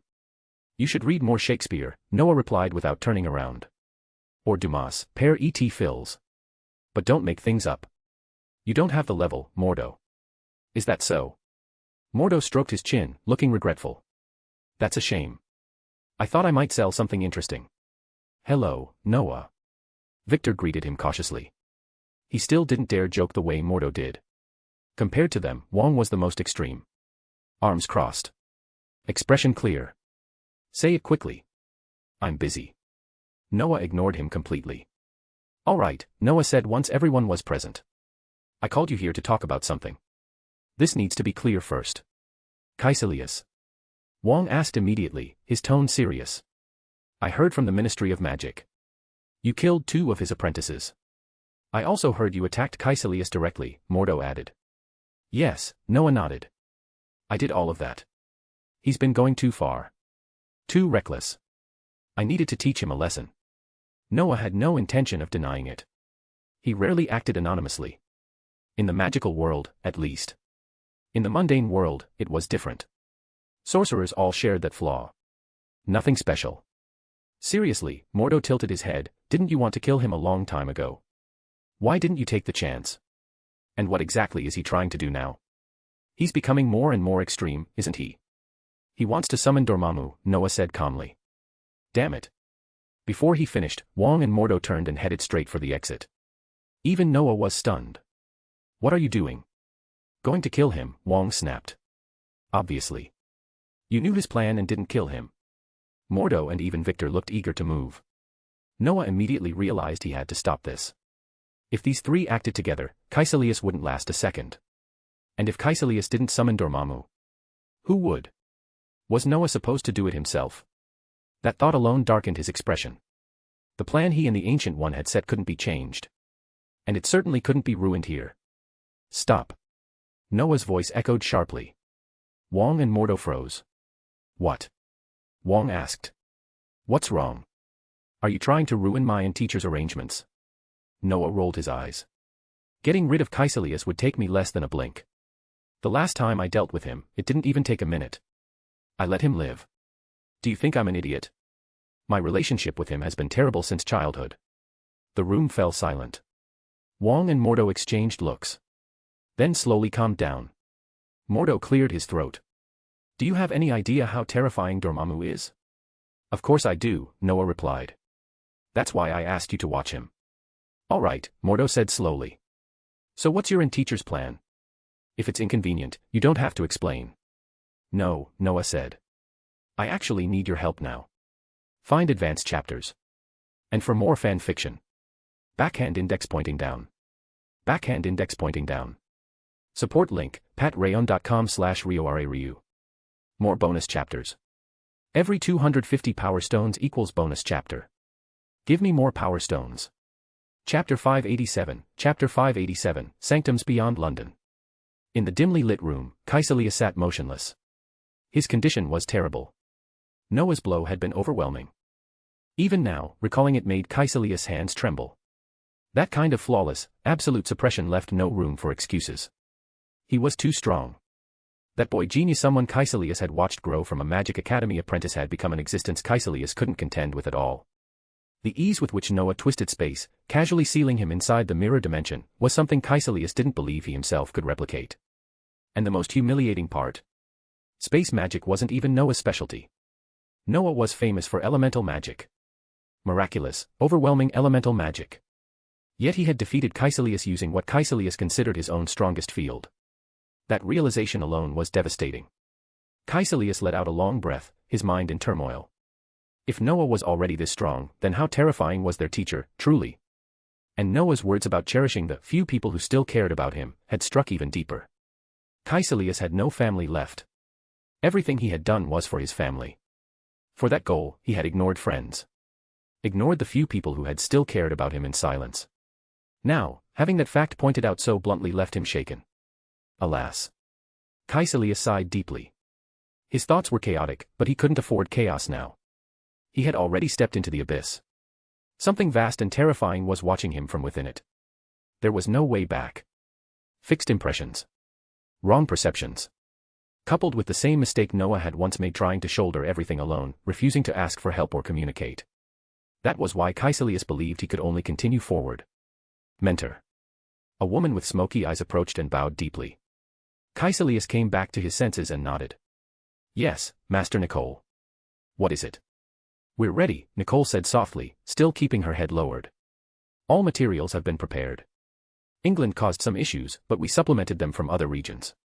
Everyone is fine, except for Masters Durant and Crouch. They sacrificed themselves. Caecilius froze for a moment. Durant and Crouch. They had been responsible for the England missions. Truthfully, Caecilius hadn't wanted them anywhere near London. That place was Noah's backyard. A real backyard. But circumstances left him no choice, so he had silently approved it. And the result was exactly what he feared. They were exposed. Killed without hesitation. And he himself had nearly died at Noah's hands. Mentor, Masters Durant and Crouch sacrificed themselves for our great cause, Nicole continued. They won't regret it. Even if you were implicated. I'm fine, Caecilius said quietly. Noah is indeed powerful. But when the great Dormammu arrives, none of that will matter. He paused. It's just a pity, for Durant and Crouch. Of course, Nicole replied calmly. The Dark Lord Dormammu is invincible. She hesitated, then added, Mentor, we've identified who caused their deaths. Oh. Caecilius tilted his head. That surprised him. There were too many possible culprits. Independent sorcerer groups. The British Ministry of Magic. Even Noah himself. Pinpointing a single murderer was meaningless. And revenge. Against Noah. That was absurd. It was an exorcist, Nicole said. She seemed to anticipate his doubts and explained immediately. Durant was exposed first. Crouch was discovered after he attacked an exorcist. His magical energy fluctuated, which led Noah Fenrir directly to him. An exorcist? Caecilius sighed. He knew this had little to do with the exorcist. Even without that incident, Noah's spatial control would have exposed them sooner or later. But he didn't say that. He understood what his followers needed. They needed a target. Fear of Noah Fenrir was already suffocating them. Without somewhere to vent it, they wouldn't be able to carry out their tasks. I understand, Caecilius nodded. Do what you wish. But remember, be careful. Yes, Mentor, Nicole bowed again. It's only an exorcist. We'll deal with it quickly. No traces. Let's hope so, Caecilius said. Inform the others. Prepare yourselves. We move soon. Yes, Mentor. Our destination. All sanctums. He opened his eyes. All sanctums except London. So this was already planned by you and the Master? In Noah's former room at Camartage, Wong, Mordo, and Victor stared at him in disbelief. What Noah had just explained was insane. Beyond insane. They were going to let one of Camartage's greatest enemies, its most dangerous one, walk straight in. No matter how they thought about it, the plan sounded reckless and terrifying. Yet they had no room to object. This decision came from the Sorcerer Supreme. From their teacher. That's enough, Noah said bluntly. Now that you know the plan, calm down and don't cause trouble. This has already been decided. I've discussed it with His Majesty Odin. He supports it. That's insane, Wong muttered. He swallowed before asking, all right. Then tell me, how are you planning to deal with Dormammu? You don't need to worry that much, Noah replied with a faint smile. Master has already crossed that threshold. What? Mordo snapped his head up. When did that happen? Wong looked just as shocked. Their teacher had crossed that stage. That meant she had entered an entirely new realm. Why had she never said anything? The two exchanged glances, seeing only confusion in each other's eyes. Then they both looked back at Noah. Victor, meanwhile, had no idea what was going on. You didn't know? Noah was surprised. Didn't I leave Earth once before? I went to a parallel universe. Of course we know that, Wong immediately complained. But you never said how you went. You just said it was a future universe similar to ours. Wait, Mordo stared at Noah. You went to a future universe. You bastard. You never told me anything. Noah rubbed his temples. Thinking back, he really hadn't explained much. He joked with Wong. Teased him about being fat in that universe. Mentioned that the Sorcerer Supreme there wasn't himself. That was about it. And Mordo. They hadn't even met. Just one phone call. No wonder Mordo knew nothing. This is getting off topic, Noah said, cutting them off. We'll talk about that universe later. Including Master's situation. He looked at them seriously. The plan must proceed. But we don't want unnecessary chaos. So I need you to do something. Tell us, Wong said immediately. What do you need? I need you to go to the two sanctums besides London, Noah said. One sanctum is for evacuation. The other will be used for a high-level summoning. He paused. Let them perform the summoning at the New York sanctum. You two handle the rescue. Clear. No problem, Wong nodded. Mordo agreed as well. Then can you explain everything properly now? Find advanced chapters. And for more fan fiction. Backhand index pointing down. Backhand index pointing down. Support link, patreon.com/RioRaRyu. More bonus chapters. Every 250 power stones equals bonus chapter. Give me more power stones. Chapter 588, Chapter 588, write your stories on a blog. Noah was more than willing to satisfy Wong and the other two's curiosity. After all, they might encounter similar situations themselves in the future. And Noah had no doubts about their potential. Leaving everything else aside, Wong alone already proved it. As Strange's assistant in the original timeline, Wong had undeniable talent. Now, his progress was obvious. And it clearly wasn't finished yet. As long as he continued steadily, Noah believed he might reach that step someday. Of course, that was only a possibility. Noah couldn't predict the specifics. The same applied to Mordo. Mordo was a direct disciple of the Ancient One. His talent and ability were unquestionable. Even though he would eventually fall in another timeline and was destined to become one of the antagonists in Doctor Strange 2, Noah hadn't seen that movie before transmigrating. He didn't know the ending. But that didn't change the fact that Mordo's talent was extremely high. The same was true for Caecilius. That man's talent had been formidable as well. But talent alone meant nothing. Whether it could be fully converted into strength depended on later choices. Victor was the same. Noah wasn't sure whether Victor could truly reach that point. The fusion of technology and magic. Mechanical evolution. That had always been Victor's research direction. And now, with Tony, he had already achieved impressive results.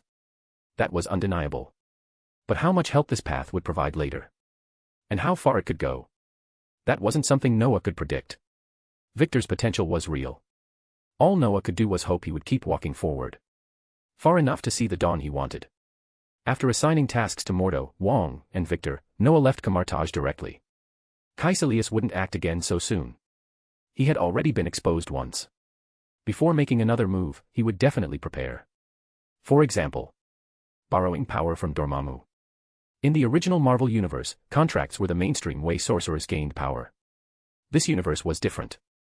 Sorcerers preferred to internalize magic and control it themselves. But that didn't mean contracts were useless. They still existed. They just weren't popular. Caecilius had been crushed by Noah. If he wanted to grow stronger, borrowing power from Dormammu was inevitable. That would take time. And time gave Noah room to move. He could properly train Strange. And incidentally, test whether the contract-based method he learned from the Sorcerer Supreme Strange of another universe could give him something useful. Noah already had a new plan. With Odin's help, he could seek a breakthrough in another universe. But who knew what that universe would be like? It was a choice between two paths. Why not try both? Still, Noah felt a slight resistance. He really disliked putting strange contracts on himself. But an extra path meant an extra option. A cunning rabbit has 3 burrows. Noah didn't think he was worse than a rabbit. As for Strange, Noah intended to train him seriously. Strange's recent performance as an exorcist had been good. Despite being new, his adaptability satisfied Noah. So Noah planned to teach him more. Camartage's unique magic. And some of Noah's own magic. Camartage's specialty was spatial magic. Noah still intended for Strange to rely on the sling ring. He had once wanted to train Strange the same way he trained himself. Almost never using a sling ring. But after thinking it through, he gave up the idea. Their foundations were different. Strange needed a gradual transition. Just like Mordo and Wong. Both were already less dependent on the sling ring now. As for Noah's unique magic. To be honest, even Noah paused to think about it. Elemental magic. Elemental fusion magic. But after careful thought, it was all the same. Fusion magic was simply a more complex version. An advanced form. So Noah decided. Strange could just read elemental magic books. If he didn't understand something, he could ask. That was exactly how Noah learned back then. He hadn't had a proper elemental magic mentor either. With that thought, Noah arrived once again at 221B Baker Street. The moment he appeared, a flustered owl flew straight into his arms. Only then did Noah remember. He had brought an owl with him when he left. What are you so scared of? Noah asked helplessly, flicking her head lightly. And did you stay here all night? Why didn't you fly back to the sanctum yourself? Hoo. Hedwig tilted her head, eyes wide, letting out soft hoots. Noah looked at her, speechless. He rubbed his chin. He couldn't understand a word. Animal languages had never been his strength. The only one he understood was Parseltongue. And even that was specific. Nuggany. Who knew whether the owl was complaining about being abandoned? Or complaining about Goo Goo? That orange cat-looking thing in the sanctum. Which was actually a flurkin. Shaking his head, Noah placed the owl on his shoulder. He was considering whether to go find Strange. When he heard voices downstairs. Noah smiled. His timing, as always, was perfect. Whether by plot or coincidence. Oh God, Sherlock, Everett's voice came up first. That guy really wasn't a werewolf.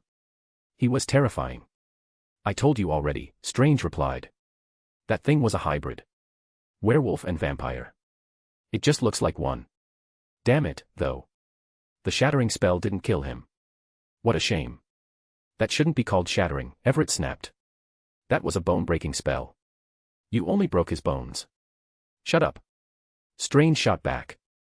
I just haven't mastered it yet. If I'd hit his neck, he'd be dead. But you didn't. Shut up. They reached the second floor mid-argument. Then stopped. Both froze. Noah was sitting on the sofa. Playing with an owl. Silence fell instantly. Like a silencing spell. Neither of them had expected to see Noah here. The sorcerer who had accompanied them then vanished. Strange recovered quickly. He stepped forward and bowed. Master. Noah nodded. How did the mission go? Then he asked casually, it was a Katakan, right? Yes, Master, Strange nodded. We found it in the cellar. It resisted fiercely. But we broke its bones and captured it. Strange didn't elaborate. Failing to kill it meant the spell hadn't worked. But they completed the mission. That was enough. What happened to the creature afterward wasn't his concern.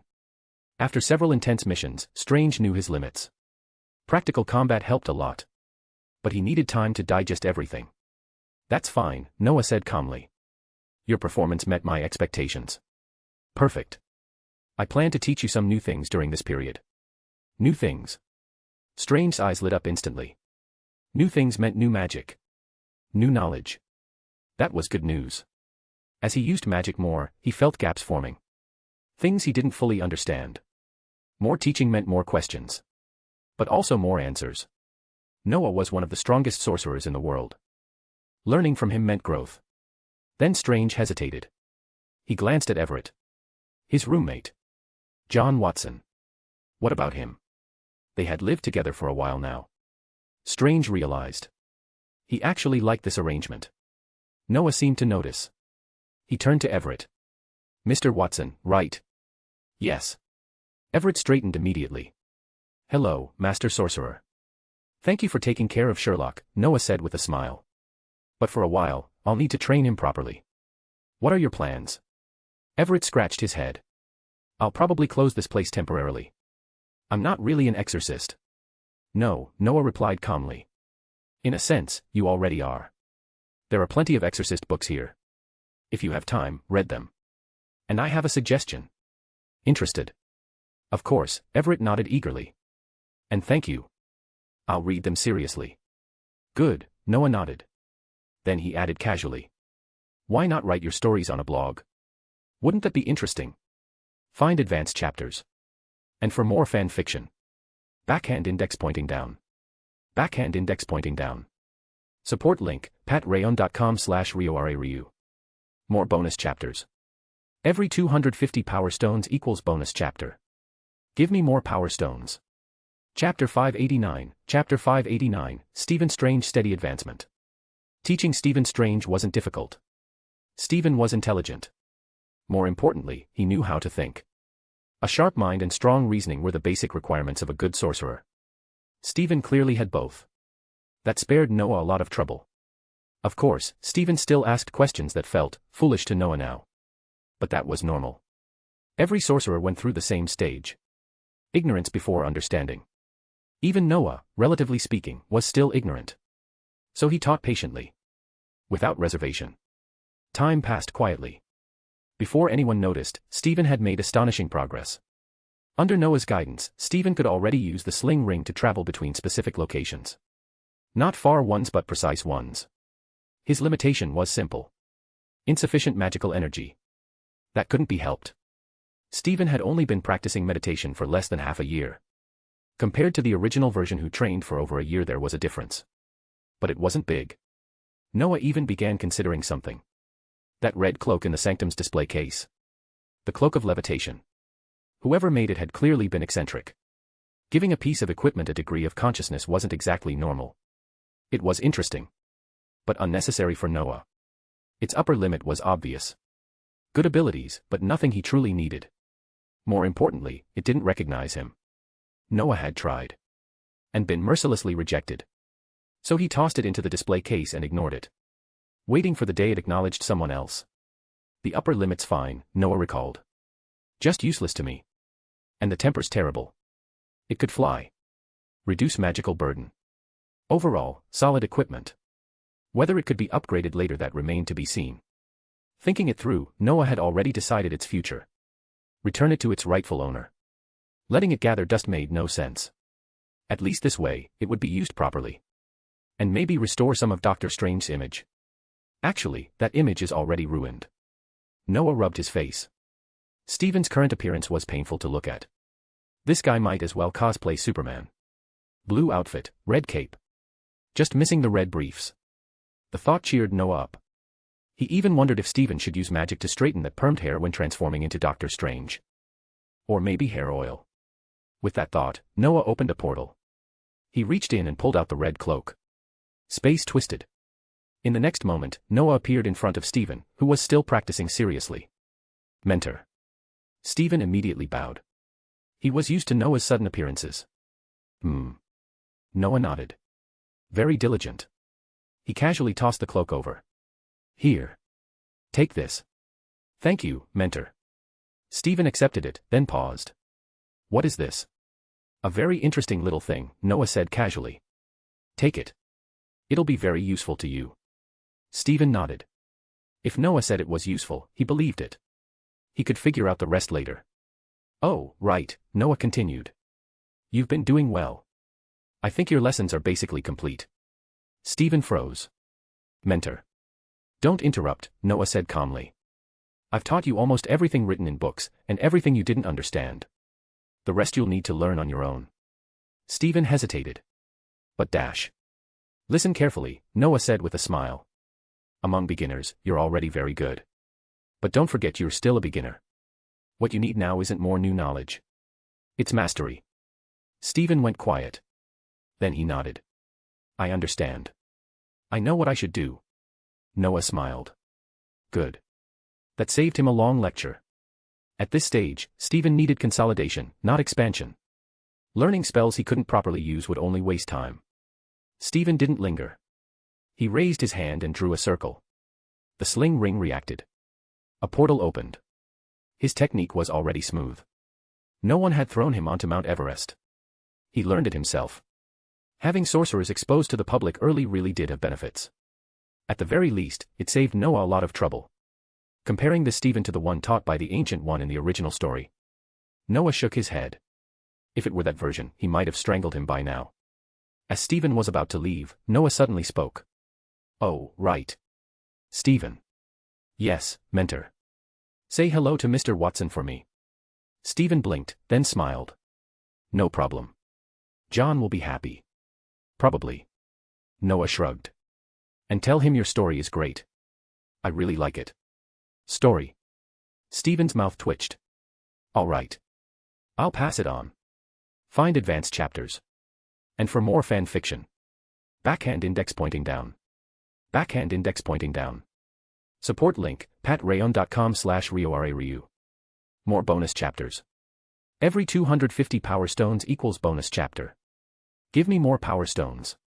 Chapter 590, Chapter 590, The First Move. Whether it was the weight of his name, or whether Everett genuinely listened to Noah's advice, the result was the same. Everett actually started updating his blog. He began writing stories about himself and Stephen about a demon hunter and a demon hunter's assistant. At first, no one cared. Most readers thought the stories were fake. Then Everett wrote about the Bat Demon. From Watson's perspective, everything changed. Old Rectrace had a wide social circle. When he saw the post, he immediately stepped forward and confirmed it was real. He even openly admitted that he was the client in the story. I said my son didn't commit suicide. I personally saw a bat bigger than a watermelon. Mr. Sherlock Holmes is a real demon hunter. Thank you to Mr. John Watson for telling the truth, and thank you for finding my son's real killer. Once that happened, Everett's blog exploded overnight. Almost everyone now believed the stories were real. What made it even more convincing was that every time Everett published a new case, big or small, someone involved would come forward to confirm it. Before long, the names Sherlock Holmes and John Watson spread everywhere. Stephen didn't know whether to laugh or cry. Fame brought commissions. Commissions meant experience. That part was good. The problem was that most of these requests weren't magical incidents at all. Some enemies didn't even qualify as targets. If Stephen faced another bat demon now, he could probably erase it instantly. There was no challenge. No growth. Just wasted time. All right, go back. Noah didn't care what Stephen was thinking. He smiled lightly. Work hard. Oh, and your cloak isn't very friendly. Try to straighten it out. Understood, mentor. Stephen nodded seriously and stepped into the circle of light. The light dimmed. Then vanished. Noah watched quietly. A faint smile appeared at the corner of his mouth. He stood and walked to the window. Looking at the flow of people outside, he tilted his head. Stephen's progress really is fast. But is he suitable for the Mind Stone? Noah thought for a moment. If he is, I'll give it to him. He had never truly decided who should inherit the Mind Stone. In his eyes, both Stephen and Wanda could use it. In terms of compatibility, Wanda was more suitable. In terms of control, Noah trusted Stephen more. Forget it. Noah shook his head. Too many messy thoughts. Let's focus on Caecilius. I wonder when he plans to move. Does he really want me to walk over, put a wand to his neck, and force him to act? Damn it. Stephen lay flat on the floor, staring angrily at the red cloak standing upright beside him. Like a person. Everett sat on the sofa with a laptop on his knees, typing calmly. Hearing Stephen's curse, he glanced over, chuckled softly, then continued writing. This scene had become routine. Especially during the past week. Everett saw it several times a day. To be honest, he found it interesting. The cloak clearly had its own will. And it had completely stopped listening to Stephen. The magical world was strange. Everett hadn't been exposed to it for long, but he'd already seen enough. A living cloak wasn't that shocking anymore. What confused him was why Stephen seemed to have a personal grudge against it. Still, those were sorcerer problems. As someone who entered the profession through the back door, Everett felt no need to ask. So he focused on writing. Stephen lay there, staring at the cloak's arrogant posture, feeling helpless. Ever since he brought it back, he'd been trying to subdue it. At first, he didn't overthink things. He poured magic into it and put it on. That was the only time he ever wore it. And it ended terribly. The cloak dragged him into a wild flight through the air. Then dumped him onto the street. Baker Street. A busy commercial area. Naturally, people saw everything. The result? He made the newspapers again. Although many already knew this was a demon hunter agency, most had never visited. This absurd exposure brought him even more clients. Even local police chiefs started asking for help. Stephen couldn't be happy. He received a warning from the Ministry of Magic. It was withdrawn once they realized whose apprentice he was. And worse. It was humiliating. In both the magical world and the ordinary one. A rising sorcerer. A former top neurosurgeon. Unable to control a cloak. It was unbearable. Because of this, Stephen declined most recent commissions. He wanted to talk with this damned cloak. The result was obvious. The cloak had already talked him down thoroughly. Stephen sighed. Today, he wouldn't force it anymore. If it couldn't be subdued directly, he'd wear it down slowly. Like water carving stone. Stephen wasn't stubborn. Persistence had gotten him far, but that didn't mean he lacked flexibility. Just as he was about to try again, unease crept in.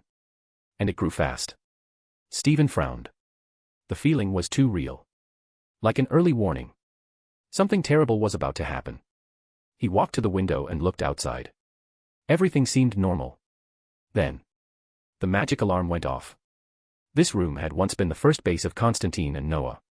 One of the origins of the Mage Alliance. Back then, to protect young sorcerers, Constantine had installed numerous magical monitoring devices. They detected external magic. If an attack occurred, alarms sounded and shields activated. The shield wasn't exceptional. But it had been enough at the time. Now. Stephen felt it break almost instantly. Damn it. A powerful sorcerer. He turned toward Everett. Magic surged. Golden light flowed into the sling ring. A circle of light formed as Stephen traced it. What's wrong, Sherlock? Everett stood up immediately, sensing danger. Don't ask, Stephen said gravely. Trouble. Glass around them shattered. The mirror dimension. Stephen knew it instantly. What trouble? Everett snapped. Don't ask. Stephen had never looked this serious before. We're in serious trouble. Stephen looked straight at him. I'm sorry, John. Hurry. This time, he almost shouted. They had already been pulled into the mirror dimension. Worse. Everett didn't realize it. He stood there, stunned. No time. Stephen gritted his teeth, grabbed Everett with magic, and threw him through the portal. Everett barely had time to react. He landed on the street. The circle vanished. Sherlock. In a hidden room far from Camartage, Caecilius and his disciples rose. Their eyes looked burned by fire. A dark, corrupt aura surrounded them. Before them stood a strange magical sigil. Through it, cold eyes seemed to observe everything. Dormammu. After a long silence, Caecilius stood. His disciples followed. Magic surged through the room. Without the evil aura, it might have looked magnificent. Everyone, Caecilius said solemnly, we are about to begin a holy war. Some of us may die. He scanned the room. No fear. Only fanaticism. His heart trembled. He continued. But death is merely a return to our Lord Dormammu's embrace. Remember. You are sorcerers. You are proud. You are the pioneers who will shatter falsehood. You are the hope that will restore order. Our enemies are strong. But we are not afraid. Caecilius raised his hand. Death is only the beginning. The room erupted. Death is only the beginning. Again and again. Caecilius nodded, memorizing every face. Then we depart. He pressed his hands down. Silence returned. This time, we attack a sanctum. Mentor, where? A disciple asked eagerly. Anywhere but London, Caecilius replied calmly. Wong and Mordo are already guarding the other two. Do you have confidence? Yes, the disciples answered in unison. Caecilius nodded. The choice had already been made. The Eastern Sanctum was terrifying. New York was better. Everyone knew the Avengers were there. Everyone knew Noah often went there. Which made it perfect. If everyone believed it was impregnable, they'd look elsewhere. Our target, Caecilius said slowly, is the New York Sanctum. The room responded instantly. Prepare to depart. Then he paused. Where is Sorceress Nicole? She went to avenge our brothers. Avenge? Caecilius frowned. That demon hunter? Yes. A small one. She'll return soon. Send her a message. Tell her to go directly to New York. Find advanced chapters. And for more fan fiction. Backhand index pointing down. Backhand index pointing down. Support link, patreon.com/RioRaRyu. More bonus chapters. Every 250 power stones equals bonus chapter. Give me more power stones. Chapter 591, Chapter 591, Time to Move. Strange swallowed. His head throbbed as he stared at the woman in front of him. He was certain he had never met her before. But he could tell who she was. Those smoke-stained eyes told him everything. She belonged to the sorcerer his mentor had dealt with last time. That much was obvious. What confused Strange was why she had come for him. His mentor was the one who had taken action. He was just the one who had gotten beaten half to death. But Strange understood one thing very clearly. Bullies always pick the weak. And right now, that weak person was him. He didn't feel angry about it. He understood his own position well enough.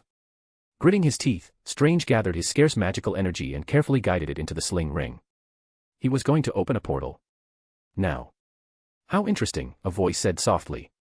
How do you know Camartage magic? The words reached his ears at the same time as danger. Strange's pupils shrank. A transparent blade, pulsing with strange magical fluctuations, stabbed straight toward his chest. Almost instinctively, Strange twisted his body aside. He dodged it. But his face darkened immediately. That movement had broken his casting. The magic collapsed. Then he remembered something. The ring. The ring Noah had given him. I really dash. Strange didn't even know what to say anymore. He scrambled up, trying to force magic again. Before he could stand fully, a sharp kick slammed into his chest. He flew backward. And then he saw it. The ring slipped out of his pocket. Clattered across the ground. Damn it. Strange's expression turned grim. This wasn't just bad luck. This was a disaster. The woman charged again. Her movements were wild, aggressive. Strange rolled desperately, barely avoiding her attack. But the roll carried him farther from the ring. At that point, he stopped thinking about it. He forced himself up, seized the opening, and pushed magic forward. A golden hexagram flared into existence between his hands. That's interesting. The woman tilted her head slightly. Your name, sorcerer? Huh. Strange paused for a fraction of a second. Then answered flatly. Doctor. Sorcerer Doctor. She looked confused. No. Strange replied calmly, already calculating his next move. My name is Strange. Dr. Strange. Dr. Strange. She scoffed. You're a Camartage sorcerer, yet you use the name of ordinary people. Forget it. Remember this. The one who kills you is Nicole. Sorceress Nicole. The moment her words fell, she attacked again. The transparent blade stabbed forward, vibrating violently. Strange reacted immediately. Magic surged as he twisted the direction of her charge and hurled a shattering charm straight at her. Golden light struck her body. Ripples spread. And then vanished. No effect. Strange stared at his hands. Then at her. His heart sank. You used academy magic on me. Nicole looked genuinely surprised. Then her expression turned openly disdainful. Are you not awake yet? Or did you steal Camartage magic? Exorcist. Her assault intensified. The pressure skyrocketed. Strange felt completely overwhelmed. What kind of situation was this? At first, he could barely keep up. Then it became worse. His magic drained rapidly. For a beginner, his reserves were already impressive. But compared to her, the gap was enormous. Time blurred. The fight dragged on. 10 minutes passed without him realizing it. 10 minutes that felt endless. His body grew heavier. His mind dulled. He didn't even know if he could survive the next strike. Bang. He blocked her blade again with magic. And in that instant of delay, his body faltered. Nicole's kick landed cleanly. Strange was sent crashing to the ground. Before he could react, a binding spell locked his limbs in place. It seems this is as far as you go. Nicole smiled faintly, looking down at him. Your magic is almost gone. Your control is decent. But you're clumsy. How long have you been studying magic? Cough, cough. Strange struggled uselessly. He couldn't move. After a brief silence, he answered honestly. A few months. I think. A few months. Nicole tilted her head. Then you're quite good. What a pity. Under normal circumstances, you'd become a top-tier sorcerer. But you chose the wrong path. She shook her head. Goodbye, genius. You made the wrong choice. Her blade rose. The strange, vibrating magic concentrated at its edge. It plunged toward Strange. And at that exact moment, the red cloak that had tormented Strange for more than a week suddenly moved. Caecilius, you shouldn't be here.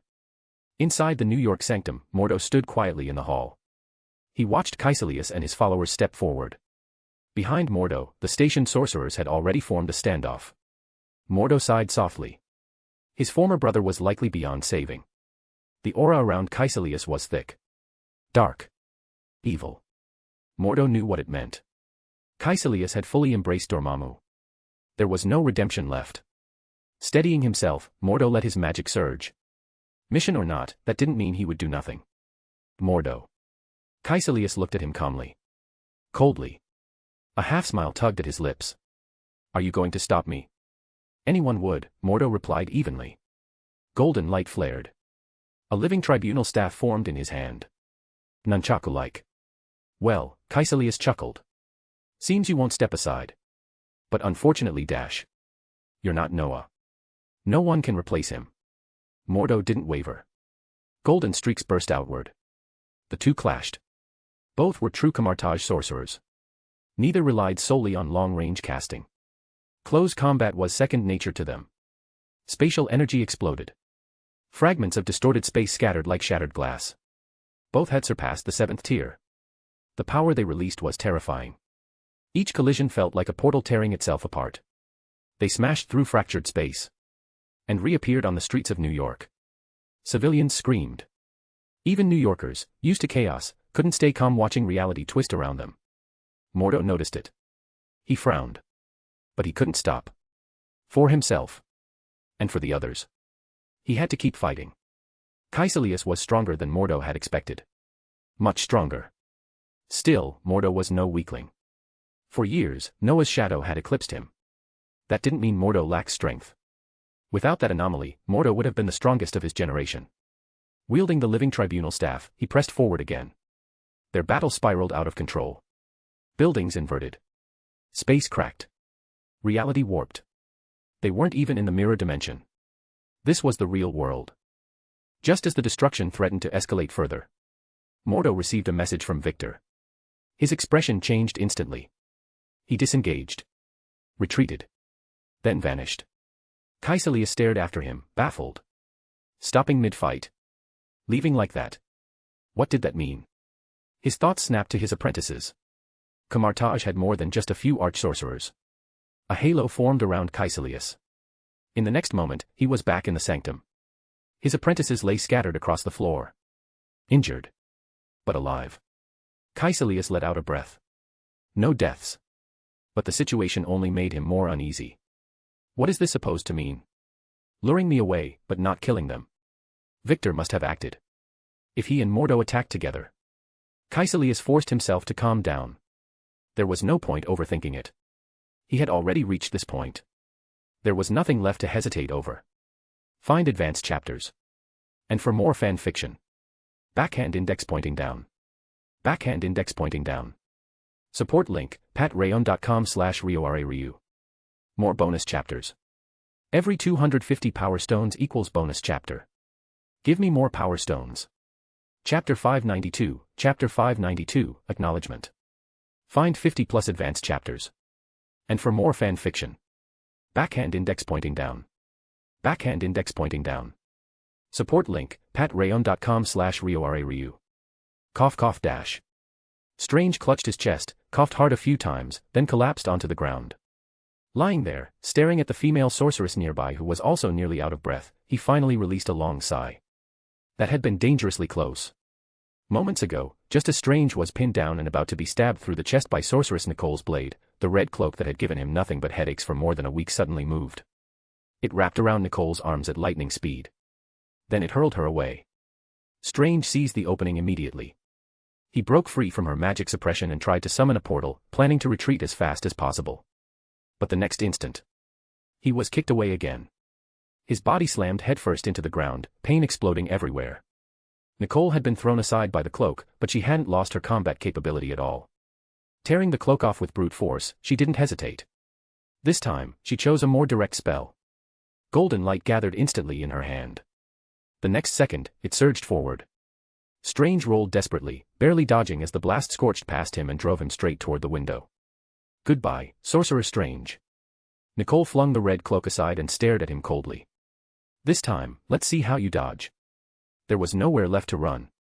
When the beam slammed into him, Strange instinctively raised magic to block it. But the gap between them was too great. The moment their magic touched, Strange was blasted away like a broken kite. The sound of shattering glass rang in his ears. He crashed straight through the window. Space trembled faintly. The mirror dimension Nicole had set up collapsed, but Strange didn't care anymore. His chest felt like it was on fire. Even with magic blocking it, the impact was overwhelming. He felt himself falling. Flying. Bones cracking. This was the second time he had been this close to death. The first was in his car, staring at patient records, when everything overturned in an instant. That accident took his hands. Took his career. If he hadn't found Noah. If he hadn't been guided. If that great sorcerer hadn't pulled him into the magical world for the integration of magic and the mundane, as Strange still believed, his hands would never have healed. Strange was grateful. Truly. And now, he even enjoyed being a sorcerer. At heart, he had always wanted to save people.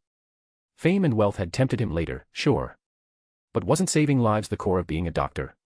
Now, in the magical world, he was still doing the same thing. Protecting ordinary people. Saving them. The meaning hadn't changed. During his time as an exorcist, he had genuinely enjoyed it. Even now. Even here. Strange had no regrets. He raised his head toward the terrifying sorceress one last time. Then slowly closed his eyes. And felt something wrap around him. A powerful force lifted him upward. More importantly, the magic inside his body began to recover. Rapidly.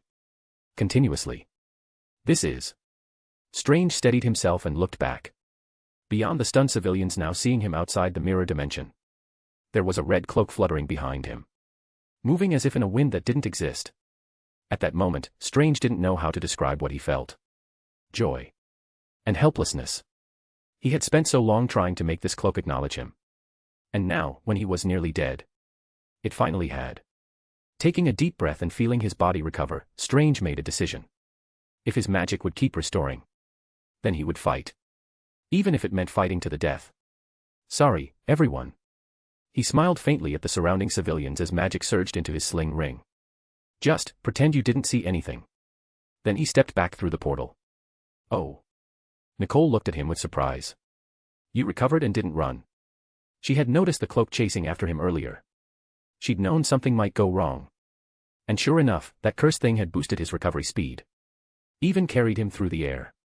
That alone was unexpected. Flying wasn't something her current strength allowed.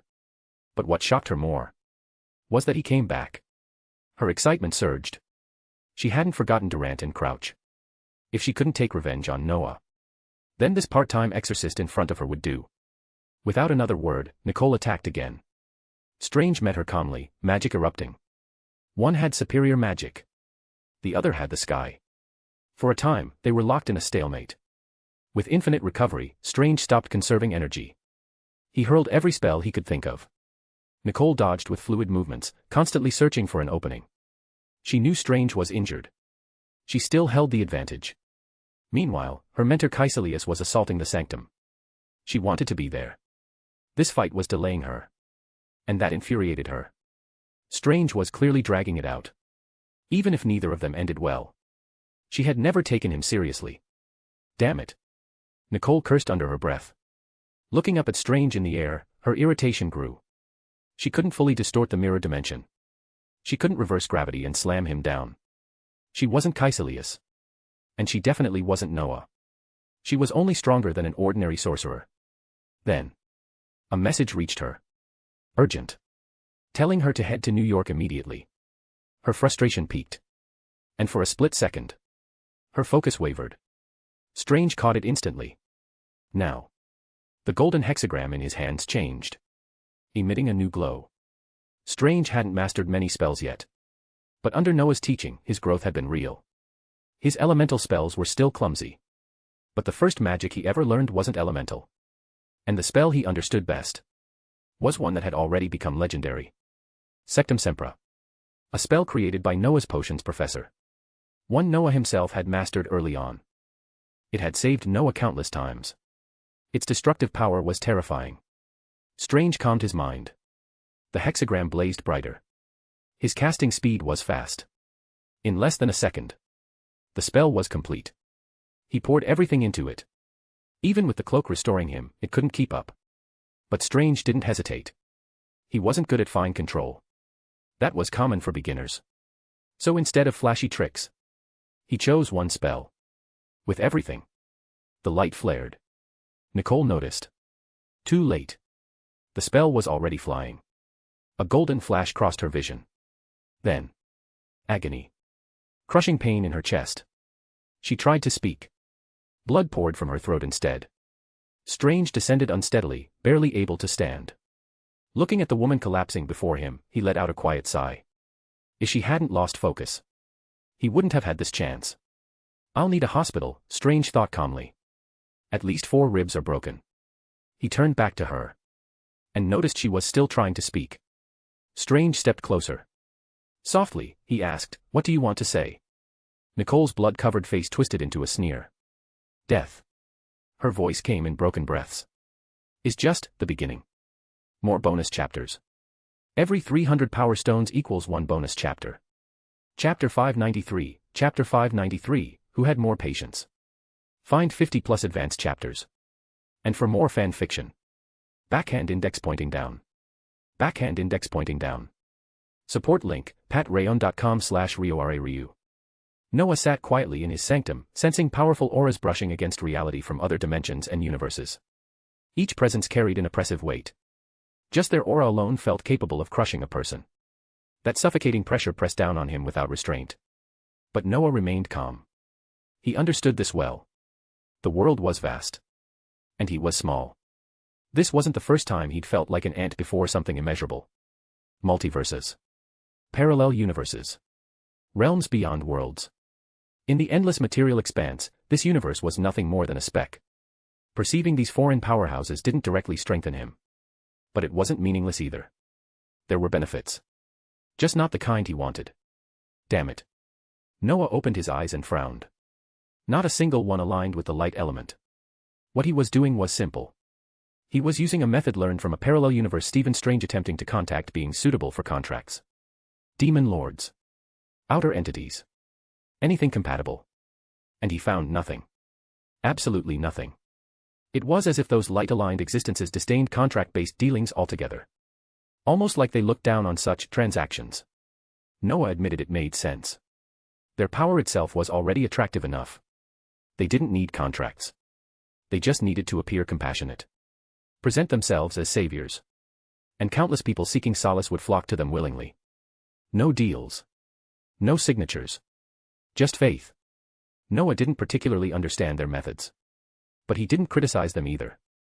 Everyone made their own choices. Just like how Noah hadn't obediently chosen spatial magic in the beginning. He had chosen elemental magic instead. And the Ancient One hadn't opposed him. She had supported him. Different choices. Different perspectives. Different understandings. Still, Noah believed one thing. If those believers ever truly understood the nature of the beings they worshipped, history might repeat itself. Just like the Olympian gods. Shaking his head, Noah sighed. It seemed the contract route for light power was a dead end. At least for now. Which meant he would likely have to prepare for the parallel universe Odin planned to open for him. A new world. Unknown variables. Uncertain outcomes. As that thought passed, Noah suddenly felt something brush against his perception. A familiar power. Dark. Oppressive. And unmistakable. Dormammu. The moment it touched him, one of Noah's eyes turned crimson instinctively. The power sealed within it resonated. Has it begun already? Noah stood up. He raised his hand and opened a portal without hesitation. Crossing space, he arrived directly at the source of the disturbance. And saw Fury. Standing there. Staring blankly at the sky. Why are you here? Noah asked, surprised. He'd expected Wong. Or Mordo. Anyone but this bald man. How could I not be? Fury snapped, startled, then immediately regaining composure. Do you know what just happened? Your sorcerers nearly destroyed all of New York. All of it. Not just Manhattan. Huh. Noah blinked. What? Two sorcerers fought openly, Fury growled. They twisted the city like paper. God knows how many casualties and how much damage there is. They fought in real space. Noah asked slowly. Not the mirror dimension. Yes. Silence. Noah stared at the surrounding ruins. Rubble. Distorted structures. He felt a headache forming. Caecilius doing that made sense. But Mordo. Didn't he understand the consequences? Then again. Looking at the scale of destruction. They'd actually been restrained. If they hadn't been, it wouldn't just be New York. These two could have carved a crater visible from the moon. Noah exhaled. We were trying to stop something worse, he said calmly. Look up. I think you've already seen enough. Fury swallowed. Slowly. What is it this time? Something that will destroy Earth. Damn it. Fury rubbed his face. Why is it that every time I see you, and you're on alert, it's always bad news? Noah shrugged. He looked innocent enough. Above them, the sky had torn open. A massive spatial rift loomed overhead. Energy poured out like a devouring tide. Even standing here, the pressure was overwhelming. Dormammu. Noah could almost see the being behind that power. Without hesitation, he activated the starry sky ring. Space and time twisted. A portal opened before him. Leave, Noah said as he stepped forward. And don't do anything stupid. This isn't something you can participate in. Not even the Avengers. Fury wasn't letting this go. What the hell is happening? He's a Dark Lord from a higher dimensional universe, Noah replied casually. He wants to destroy Earth. Possibly the entire galaxy. Is that clear enough? Damn it. Noah chuckled softly. The next instant, he stood before Dormammu. Space folded around the colossal entity. Purple eyes opened. Noah activated the space stone immediately. Then smiled. I never thought the inevitable would finally arrive. You thief, Dormammu's voice echoed across the sky. You stole my power. Such pure power. It doesn't seem to carry your mark, Noah replied calmly. No more nonsense. I'm a sorcerer of Camartage. You know why I'm here. Of course, Dormammu said slowly. You came to die. The moment his words ended, overwhelming power exploded. Countless energy arrows rained down on Noah. No warning. No monologue. No pause. Unlike when he faced Stephen Strange. Dormammu skipped everything. Straight to annihilation. Noah felt mildly annoyed. Is there preferential treatment here? He vanished. Four-dimensional reversal. In the next instant, the arrows turned back. Rushing toward Dormammu. Noah released his domain without restraint. Dormammu was no ordinary enemy. Even crossing dimensions. Even suppressed. He was still at least 10th tier. Far beyond Thanos. Noah held nothing back. Within the domain, 6 elemental powers surged violently. Magic roared. A fire dragon formed at a casual gesture. Then vanished. Reappearing behind Dormammu in an explosion of heat. Dormammu didn't even turn. You created your own universe. Interesting. I'll examine your memories after I kill you. The arrows vanished. Purple power slammed into Noah's domain. The pressure crushed downward. High above New York. In a hidden parallel layer. The Ancient One and Odin watched silently. To them, everything was visible. They were gods. Can he succeed if we don't interfere? Odin asked. I don't know, the Ancient One replied softly. But I believe in him. He's always been exceptional. I won't deny that, Odin nodded. But he's facing Dormammu. With time, he'd win. But now. Noah hadn't reached demigodhood. Yet. Actually, the Ancient One smiled faintly. We should relax. This child is very clever. How so? Odin asked. Then paused. The time stone. Yes. He's created an infinite time loop. The result is simple. Odin chuckled. Then it comes down to one thing. Who has more patience? More bonus chapters. Every 300 power stones equals 1 bonus chapter. Chapter 594, Infinite Time Loop. Odin was right. This had already become a contest of patience between Noah and Dormammu. Dormammu no longer had a clear concept of time. As an existence at least at level 10, eternity itself was part of his nature. Noah, on the other hand, was doing this deliberately. Training himself. Even if he regretted it a little now. But as the saying went, you dig the pit yourself, you bury it yourself. That was Noah's situation. Even after being beaten to the point of near senselessness, he had no intention of stopping. Just like Stephen Strange in the original story, Noah used the time stone to construct an infinite time loop, locking Dormammu inside it. The difference was simple. No negotiations. No repeated talks. Noah wasn't here to bargain. He was here to confront Dormammu head-on. With absolute defiance. With the system's assistance, Noah suppressed the space stone's instability and even had the system siphon part of its power into the time stone. 2 infinity stones. That was the foundation of this loop. It drastically reduced Noah's consumption. Even so, Dormammu was still Dormammu.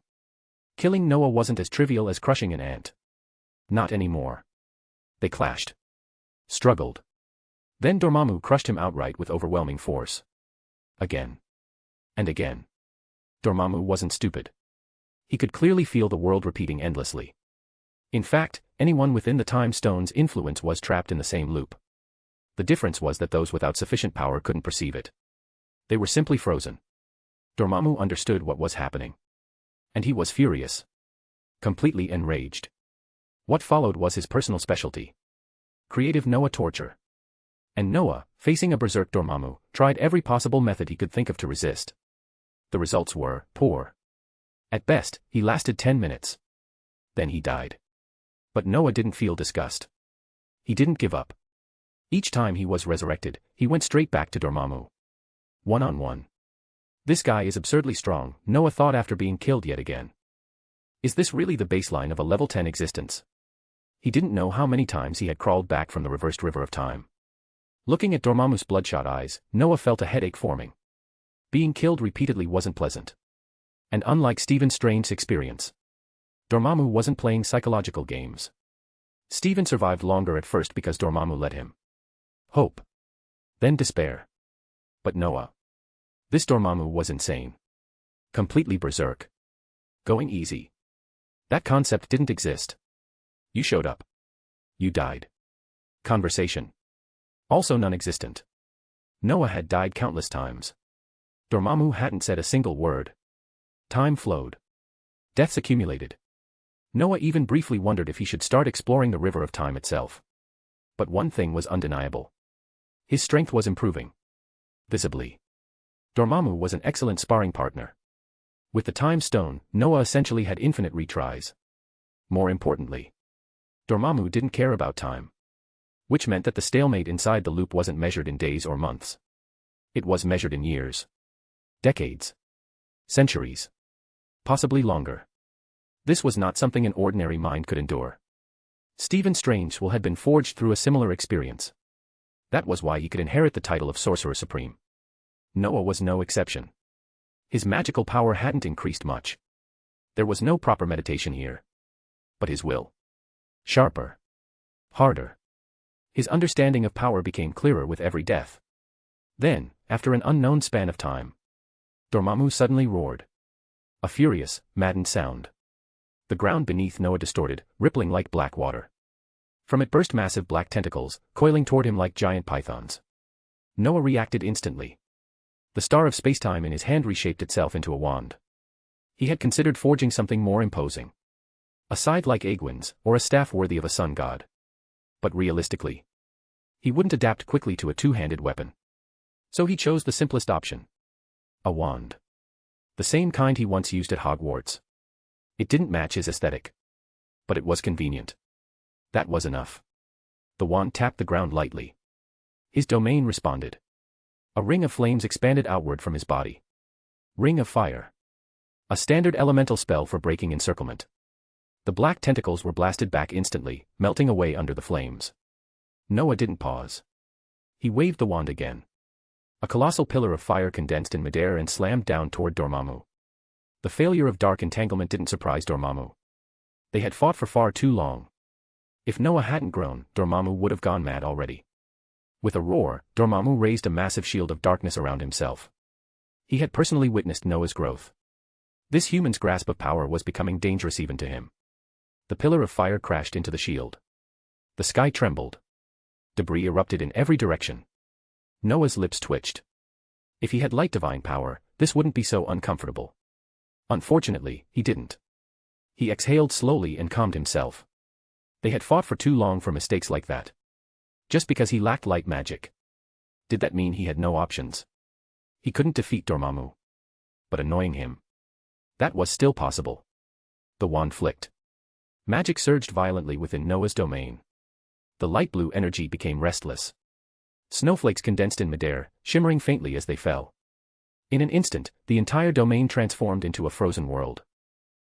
Useless. Dormammu snorted. This spell could annihilate a small living planet. To him, it should have been nothing more than an inconvenience. Then his expression changed. His movements slowed. And worse. His shield began to freeze. Dormammu's face darkened. Because he sensed a fluctuation behind him. Space. How much power did this sorcerer actually possess? An independent universe. 4 elements. Time. Space. And Dormammu's own power. Monster. That was the only word Dormammu had for Noah. This sorcerer hadn't even reached the peak of his lifespan. Dormammu could sense it clearly. He wasn't even 50 years old. Yet his soul. Ancient. The loop always reset to the same origin point. No matter how long they fought, the time stone dragged them back. The body remained young. The soul aged endlessly. Ice shards tore through folded space and appeared behind Dormammu, completely undefended. Dormammu didn't bother to react. His body existed across multiple dimensions. Physical defense was meaningless to him. The ice shattered. No damage. As Dormammu was about to scoff. His expression twisted violently. This was only the third time it had happened. The first was when he discovered Noah's independent universe. Greed followed immediately. The second was realizing he was trapped in an infinite loop. And the third, now, hidden within the folded space of that ice shard, was another spell. 6 powers. Merged into one. A longsword, radiating faint golden light. Find 50+ advanced chapters. And for more fan fiction. Backhand index pointing down. Backhand index pointing down. Support link, patreon.com/RioRaRyu. More bonus chapters. Every 300 power stones equals 1 bonus chapter. Chapter 595, Chapter 595, at last, an end. The magic born from the fusion of 6 elemental powers had already surpassed ordinary understanding. Even Dormammu treated it with caution.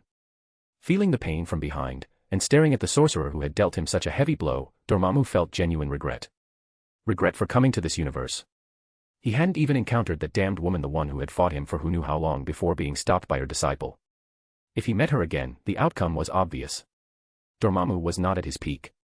Crossing countless dimensions while carrying his dark dimension placed an immense burden on him. The power he could wield now was limited. If this were his own dimension, he could crush this little ant instantly. Yes. Noah was an ant in his eyes. But an ant worthy of attention. An ant that might one day stand at the same height as him. From the most fundamental perspective of a sorcerer, Noah's casting speed alone was terrifying. No matter how powerful the spell, his speed never wavered. Dormammu sensed trickery. That magic like an independent universe had to obey rules of output and mental strain. It was like drawing water. A hose, no matter how wide, always had a limit. But a great river. No waiting. If ordinary sorcerers were hoses, Noah was a surging river. And that independent universe was exquisitely constructed. 6 elements interacted in perfect balance. Any mistake, any instability, and it would collapse. But it didn't. Not once. Noah maintained that pseudo-universe. Cast devastating spells non-stop. And sustained an infinite time loop. All at once. Faced with a being like this, there were only 2 options. Recruit him. Or destroy him. But right now, Dormammu could do neither. His incomplete power couldn't defeat a sorcerer hiding within the river of time. Damn it. Dormammu roared, feeling the hole burn through him from behind. Fury exploded. He smashed Noah's domain apart with a single punch. Still not satisfied, he grabbed Noah and crushed him into fragments. The next moment, Noah reappeared. Domain intact. As if nothing had happened. Dormammu finally snapped. This endless battle. This prison of time. It was driving him insane. Worse. The sorcerer in front of him was using him as a whetstone. And Noah's growth was horrifying. Dormammu wasn't afraid. But he wanted out. This was not what he had expected. After another half-hour of battle. No. After countless cycles. Dormammu no longer wanted to see Noah. As Noah gathered magic again, Dormammu roared. Stop. You idiot. Stop right now. What's wrong? Noah bared his teeth, then smiled. We haven't fought that long, have we? Let me think. Decades. Centuries. It's all an instant. Dormammu thundered. If you dare end this damned loop, I swear I'll give you a comfortable death. Are you stupid? Noah sighed. With a light wave of the space-time star wand, his domain perfected itself. Flames. Mountains. Wind. Rain. Space. Time. Everything harmonized. The 6 massive halos slowly overlapped. The point of fusion expanded. Elemental fusion. A real breakthrough.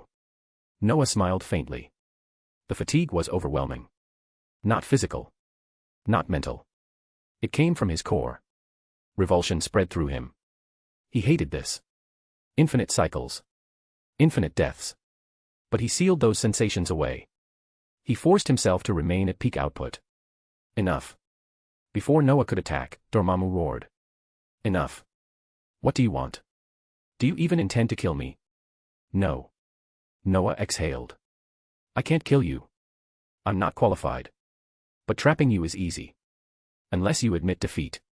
And agree to spread the stash. Don't even think about it. Dormammu interrupted, firing a black beam instantly. Noah didn't flinch. He had died to that attack countless times. Calmly, he raised his domain. The beam vanished. Only ripples spread. Noah swallowed.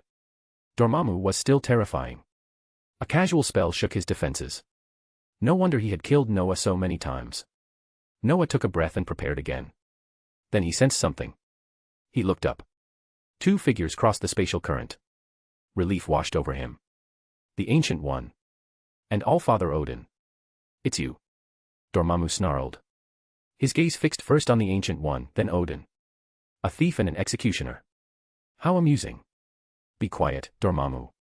The Ancient One ignored him and smiled at Noah. Well done, Noah. Thank you, Master.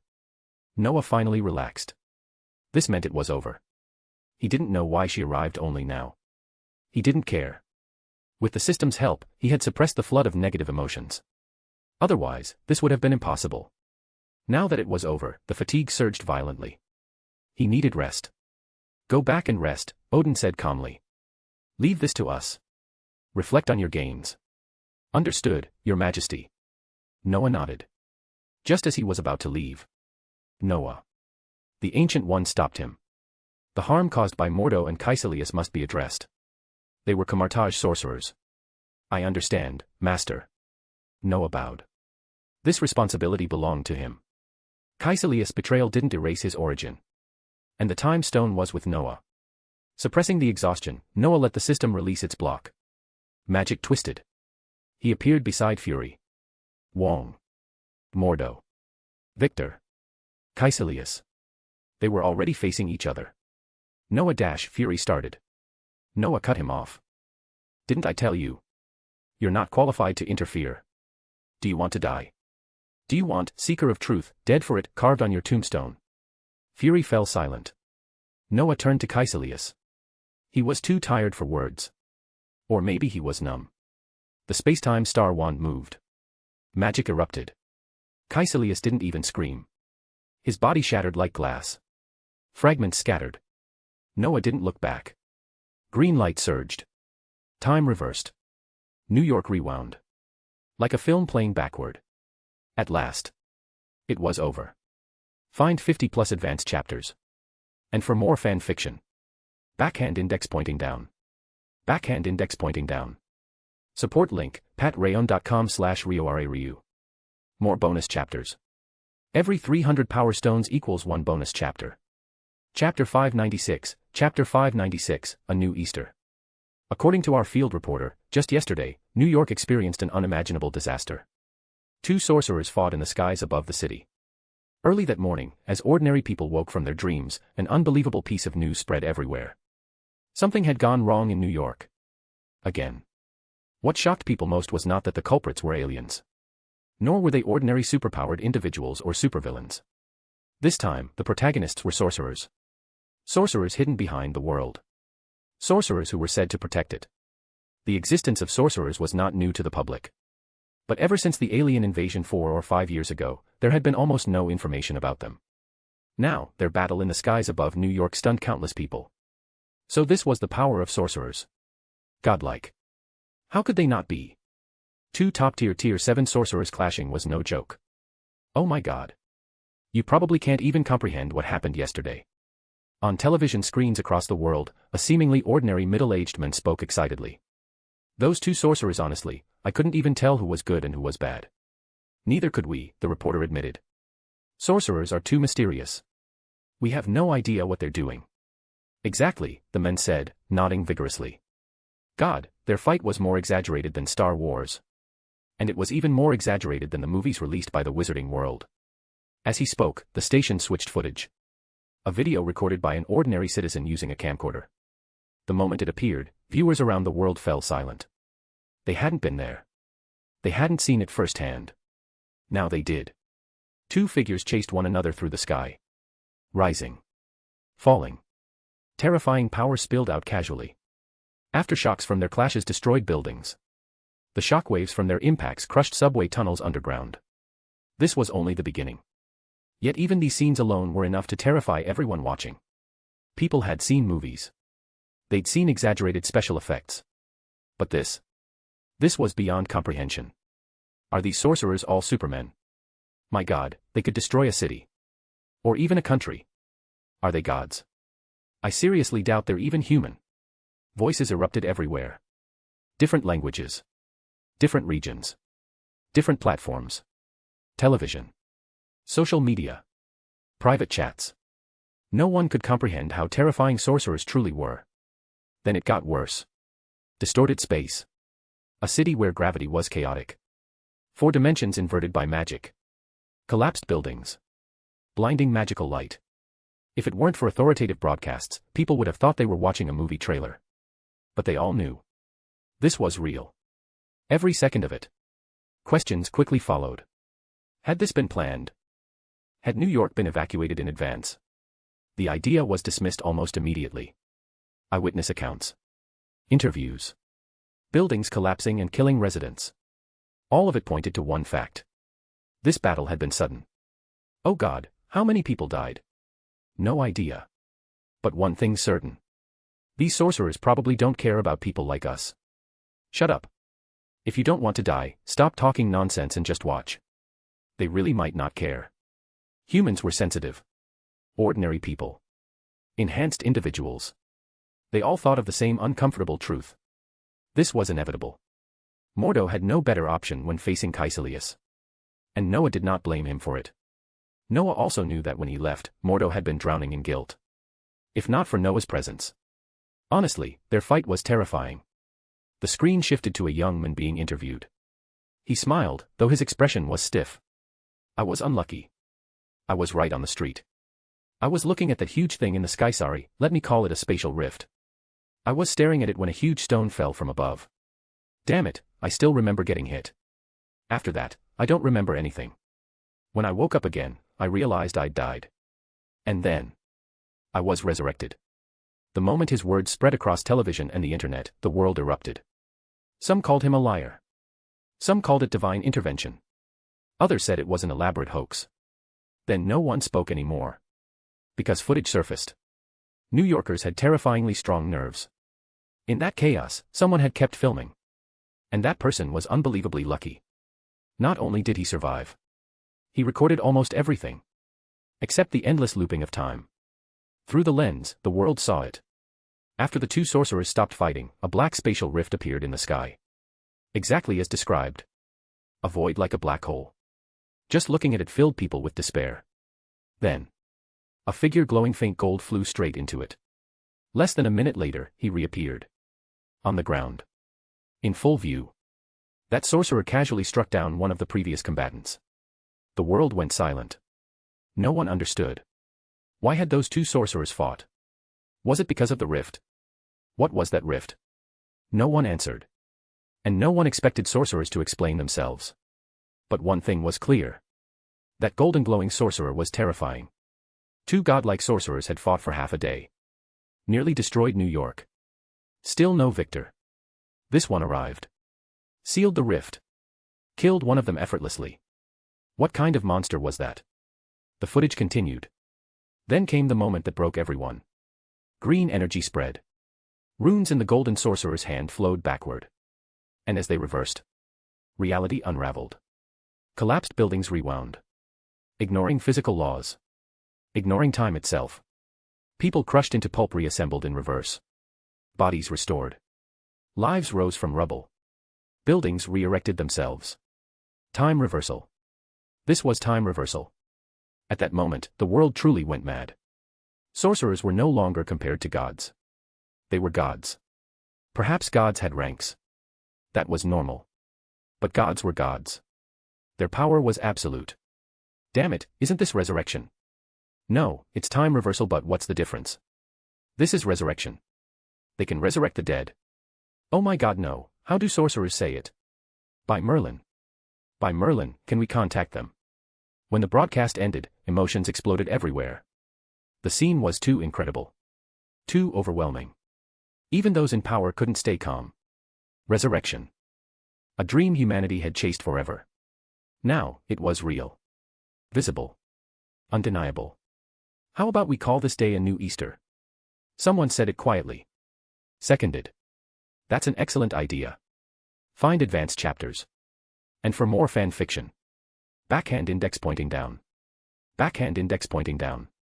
Support link, patreon.com/RioRaRyu. More bonus chapters. Every 250 power stones equals bonus chapter. Give me more power stones. Chapter 597, Chapter 597, Humble and Cautious Noah.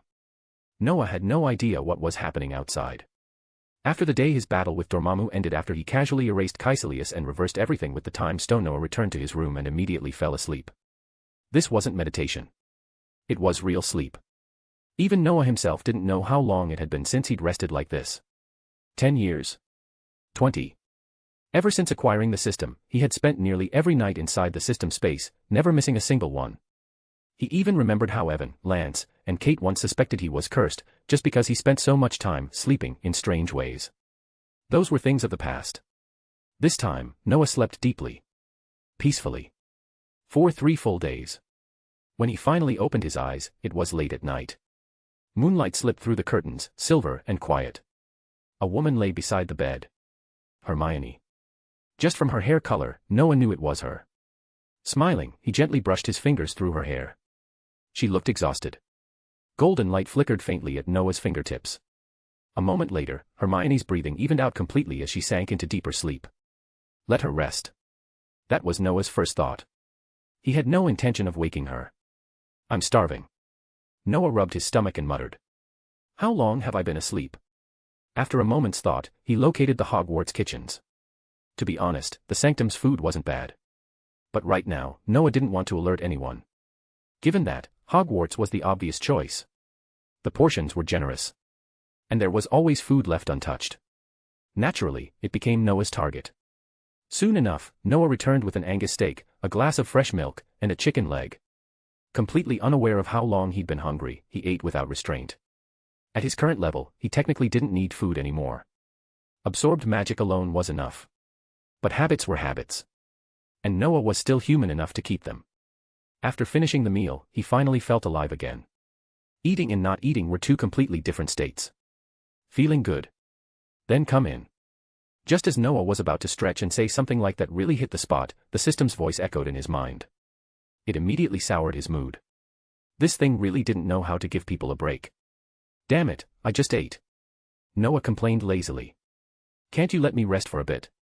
With a flick of his hand, paper and pen appeared. He quickly scribbled a note and tossed it into space.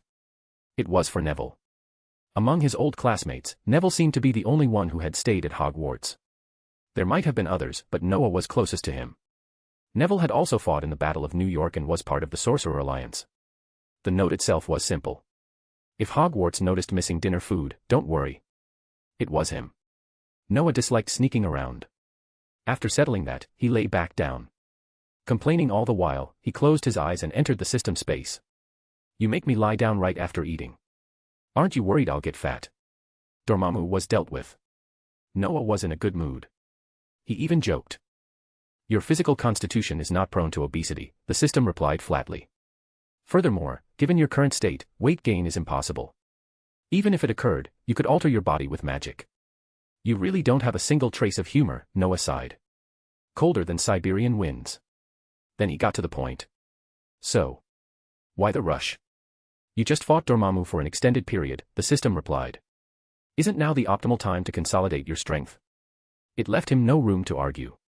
Your luck was exceptional. You faced an entity far stronger than yourself and survived. You gained invaluable experience. But none of this is reason for pride. What you must do is maintain humility, review every detail of the battle, and refine your understanding. Noah felt a twinge of displeasure. Not because the system was wrong. But because of its assumption. He had never been arrogant. He'd been proud, yes. But he had always been clear about himself. The system's words had guided him from the very beginning. You are not chosen. You are not invincible. Without the system, Noah knew exactly what he would be. That was why he had always been cautious. Always. Snorting softly, Noah didn't argue. There was no point competing with a machine. Fine, Noah nodded. I get it. So what now? I will open a simulation field, the system replied. You may reconstruct everything: battle insights, magical comprehension, power usage. After that, meditate. You have 70 hours. I understand. Noah inhaled deeply, his expression turning serious. Let's start. I don't want to lose anything I gained. While Noah began reviewing every detail of his battle, far away in New York, Fury was having a miserable time. Watching the figures arguing endlessly on the screen, Fury felt a deep sense of irritation. This was the newly formed highest decision-making body overseeing Sword. And what were they arguing about? Sorcerers. The clash between Mordo and Caecilius had terrified them. It proved how dangerous sorcerers could be. With the exception of the Eastern representative who clearly stated, no participation, no interference, no stance, everyone else was at each other's throats. Their shared conclusion. Sorcerers were a massive hidden threat. They didn't care about ordinary people. Why was Fury here? Bad luck. Even as the director of Sword and the de facto head of SHIELD, he wasn't part of the decision-making tier. He was just senior management. The real reason he was present was simple. The footage of Noah killing Caecilius and reversing time had caught Fury's bald head on camera. That was it. Fury didn't want to be here. The entire discussion was meaningless. Did they think talking and voting could solve this? Naive. All they were doing was courting disaster. Director Fury. A voice snapped him back. You seem familiar with sorcerers. Do you have any suggestions? Do you understand them? Fury straightened slightly. If it's understanding, then yes. I've had contact with sorcerers since '95. Our relationship has been ongoing. Many of your advisors have similar connections. You could ask them. Stop dodging, another voice interrupted sharply. I want to know if you have a way to deal with them. Fury looked at the men calmly. Then sighed. The original idea behind Sword, both his and Noah's, was to have people close to sorcerers at the top. That plan had failed. This group was no better than the old World Security Council. After an hour of pointless arguing, Fury had had enough. He took a breath and smiled faintly. Then may I ask, sir, what's your plan? Nuclear weapons. Silence. If you have their coordinates, I'll arrange it right now. But be careful. Sorcerers aren't easy prey. Don't forget New York 4 or 5 years ago. Don't forget today's resurrection. The man opened his mouth. Fury cut him off. If you have schemes or dangerous thoughts, bury them. Take them to your grave. Sword and shield exist to protect Earth. Not to fuel your paranoia. Think carefully. If sorcerers are enraged, can you bear that responsibility? Find advanced chapters. And for more fan fiction. Backhand index pointing down. Backhand index pointing down. Support link, patreon.com/RioRaRyu. More bonus chapters. Every 250 power stones equals bonus chapter. Give me more power stones. Chapter 598, Chapter 598, what 3 days gave him. Great, Noah, you're finally awake. Do you know you've been unconscious for 3 whole days? Early that morning, the moment a powerful magical fluctuation spread from Noah, everyone in the sanctum knew he had awakened. That overwhelming aura so intense it was hard to even look at was something no one else here could produce. Noah smiled as he looked at everyone gathered around him. Wong. Dennis. Madame Heffen. Lily. And Hermione. She had clearly been guarding him the whole time and had probably only rested last night. Noah was in an exceptionally good mood. Unreasonably good. The gains from fighting Dormammu had given him a qualitative leap. Not just in raw magical power though, that had increased as well. Strictly speaking, his magic rank hadn't skyrocketed, mostly because he hadn't had time to meditate properly. Even so, Noah was now a 9th order, 6th rank sorcerer. That alone said enough about how much those endless battles had pushed him forward. But raw power wasn't the most important thing. What truly mattered were his understanding of power. His comprehension of magic. And his domain. Those endless loops of combat had reshaped him. Even his fighting style had changed. Perhaps because he had been killed too many times. Now, Noah no longer wasted movements. He seized every visible flaw and loophole without hesitation.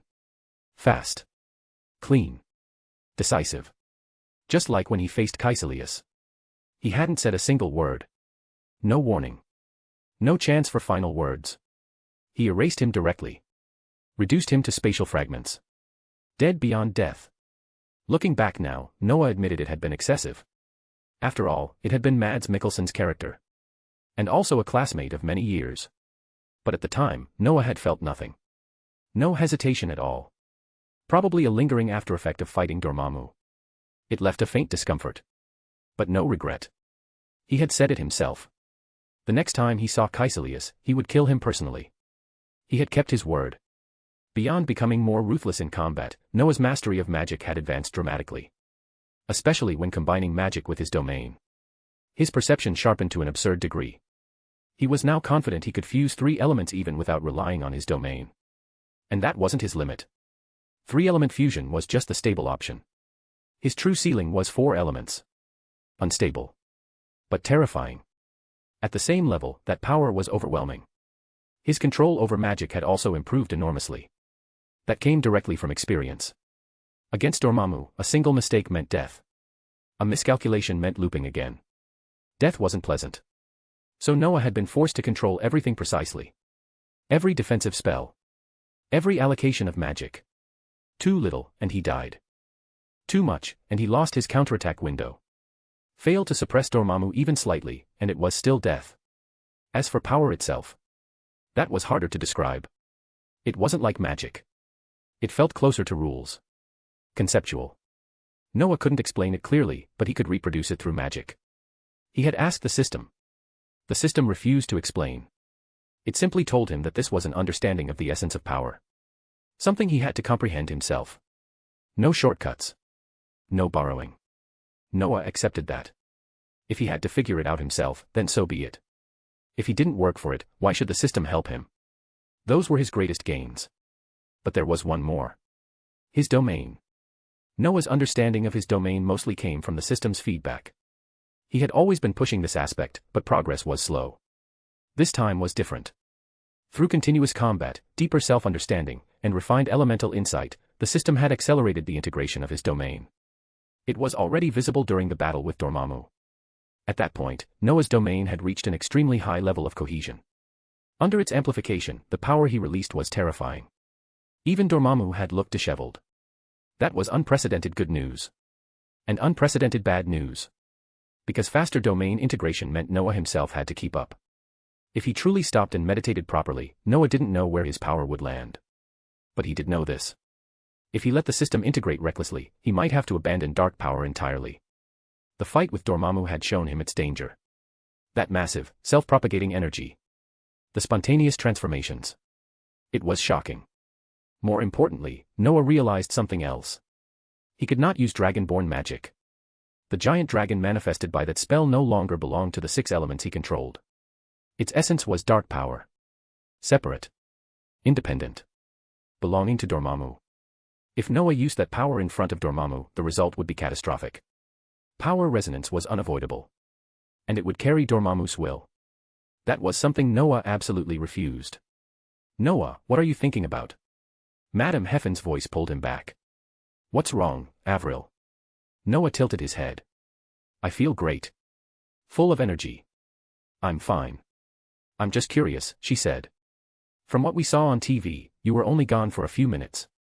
That shouldn't have done this to you. Oh, that. Noah shrugged. The opponent was too strong. I did my best. Very few people in this world truly understood what had happened yesterday. And Noah had no intention of explaining. Endless reincarnation. An old soul returning again and again. If he hadn't already adapted to wild time flow inside the system space long ago, he would have gone insane. He took a sip of milk tea and looked at Hermione, who was still sitting nearby. Did you take time off? Noah smiled. The ministry won't complain about you disappearing, will they? Don't worry, Hermione replied softly. Evan's handling it. I'm just glad you're awake. Thank you for watching over me these days, Noah said. Last night I almost dash. He stopped himself. Cleared his throat. Anyway, thank you. As everyone looked over curiously, Noah smoothly changed the topic. So. Anything happened recently? Recently. Wong looked confused but still answered. The Ministry of Magic is very concerned. The damage caused by 2 Camartage sorcerers in the city was enormous. Especially Mordo. He's feeling extremely guilty. Noah nodded. Mordo had been deeply involved. The destruction he and Caecilius caused was unimaginable. If Noah hadn't reversed everything with the time stone, the consequences would have been unthinkable. Noah sighed. He couldn't blame Mordo. The man was already drowning in guilt. There was nothing more to say. As for the Ministry of Magic, that required careful handling. Appeasement was unavoidable. This time, they really hadn't done well. In the original timeline, Stephen Strange never faced problems like this. That only meant that universe had fewer sorcerers. And far less collateral damage. This time was different. Urban environment. Uncontrolled power. The scale alone was enough to cause panic. After a moment's thought, Noah made his decision. Tell Mordo to issue an apology statement, Noah said, rubbing his chin. Sincere, but not submissive. Make our stance clear. I'll apologize publicly as well. I was the one planning and guiding this. You're going to apologize? Wong froze. Noah, you're the future Sorcerer Supreme. Doing that dash. Precisely because I am, Noah replied calmly. You can relax. My apology will be very direct. I know who I am. That's good, Wong smiled, reassured. By the way, he added, Fury's been looking for you. Do you want to see him?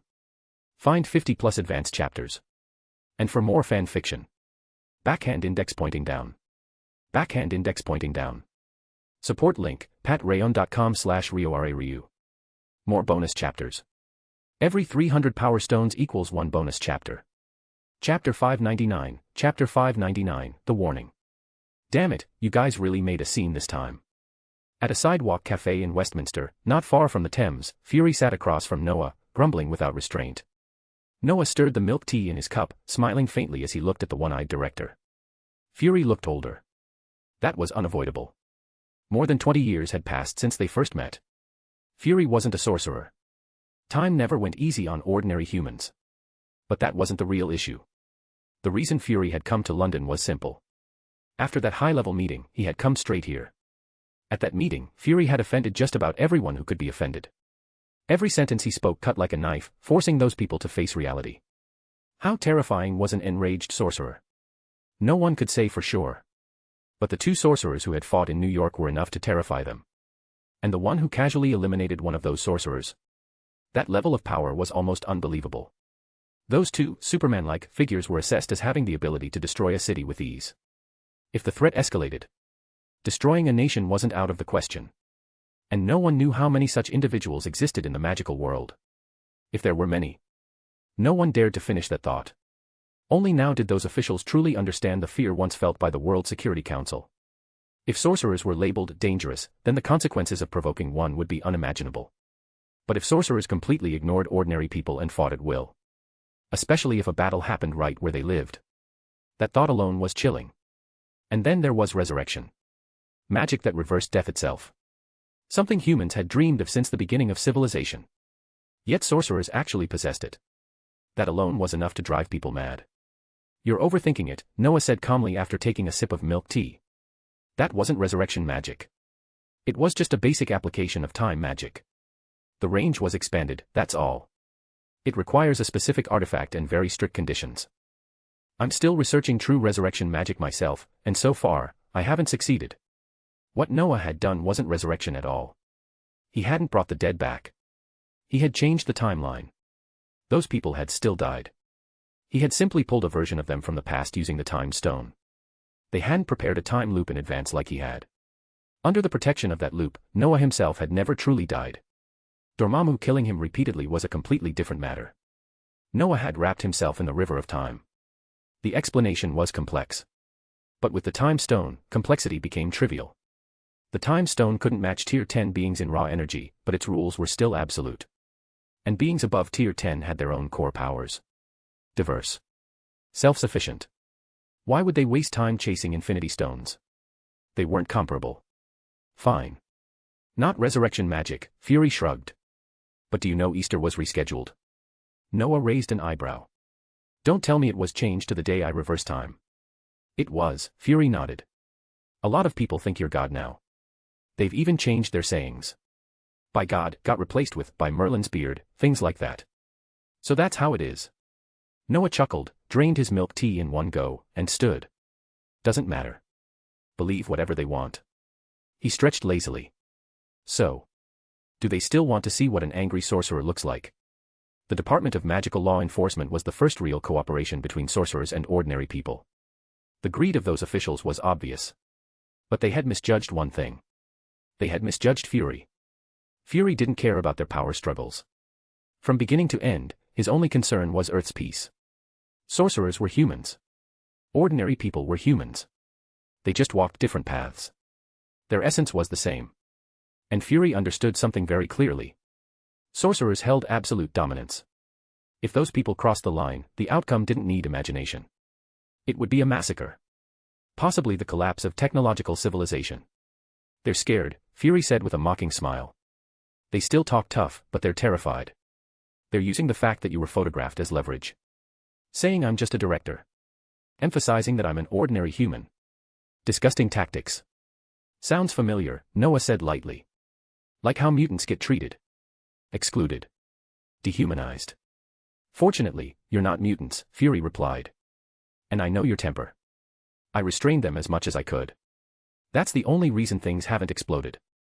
They won't admit it, but they know one thing. If they provoke you, they're finished. Noah smiled. Finished was generous.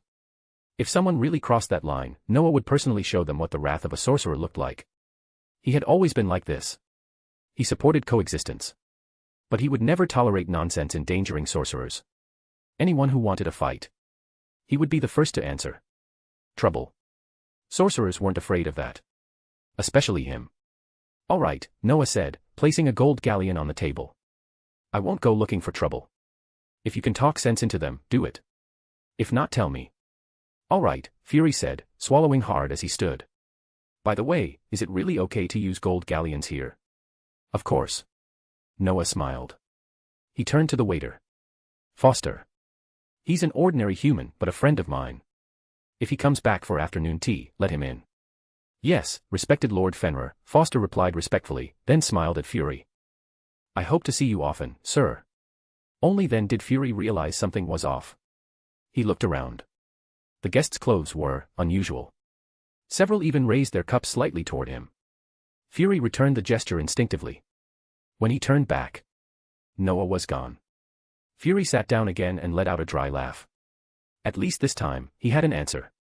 Not one those officials would like. But a clear stance. He finished the milk tea to the last drop. After all, this was the first time Noah had ever paid. After leaving Fury, Noah went straight to 221B Baker Street. He didn't take the warning too seriously. Maybe years in the magical world had changed him. To Noah, these matters were trivial. Most sorcerers would think the same.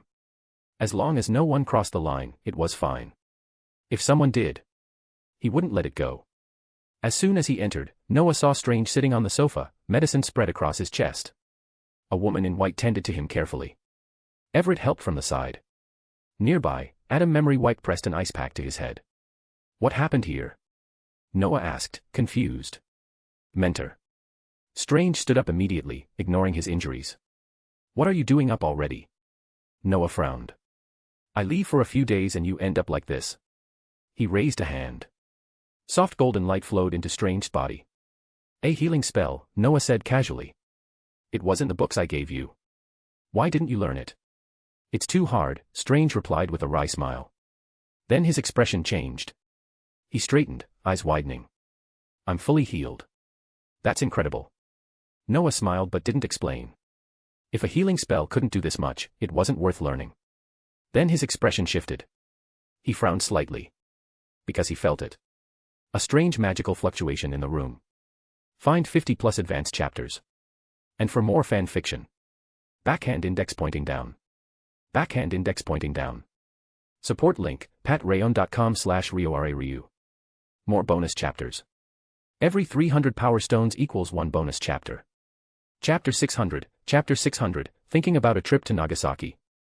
So, Noah said slowly, you were unlucky enough to lose your ring, nearly died because of it, then gained the approval of the Red Cloak, and finally defeated that female sorceress. Yes, mentor. Noah's mouth twitched. He really hadn't expected Caecilius' apprentice to be this unlucky and this fortunate. Unlucky, because just like the original course of events, Strange had been attacked by Caecilius' followers and lost the protective ring Noah had given him. Fortunate, because also just like before, he survived the crisis and earned the recognition of the Cloak of Levitation. Honestly, this guy really did feel like a chosen one. The one who attacked him wasn't Caecilius himself with a group of disciples, but a single, fairly capable sorceress. Noah still didn't know why that woman chose to target Strange.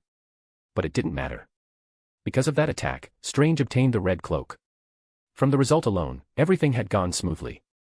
However, Noah continued, tilting his head, as a sorcerer, instead of going to St. Mungo's, you insisted on wasting mana to fly all the way back to America.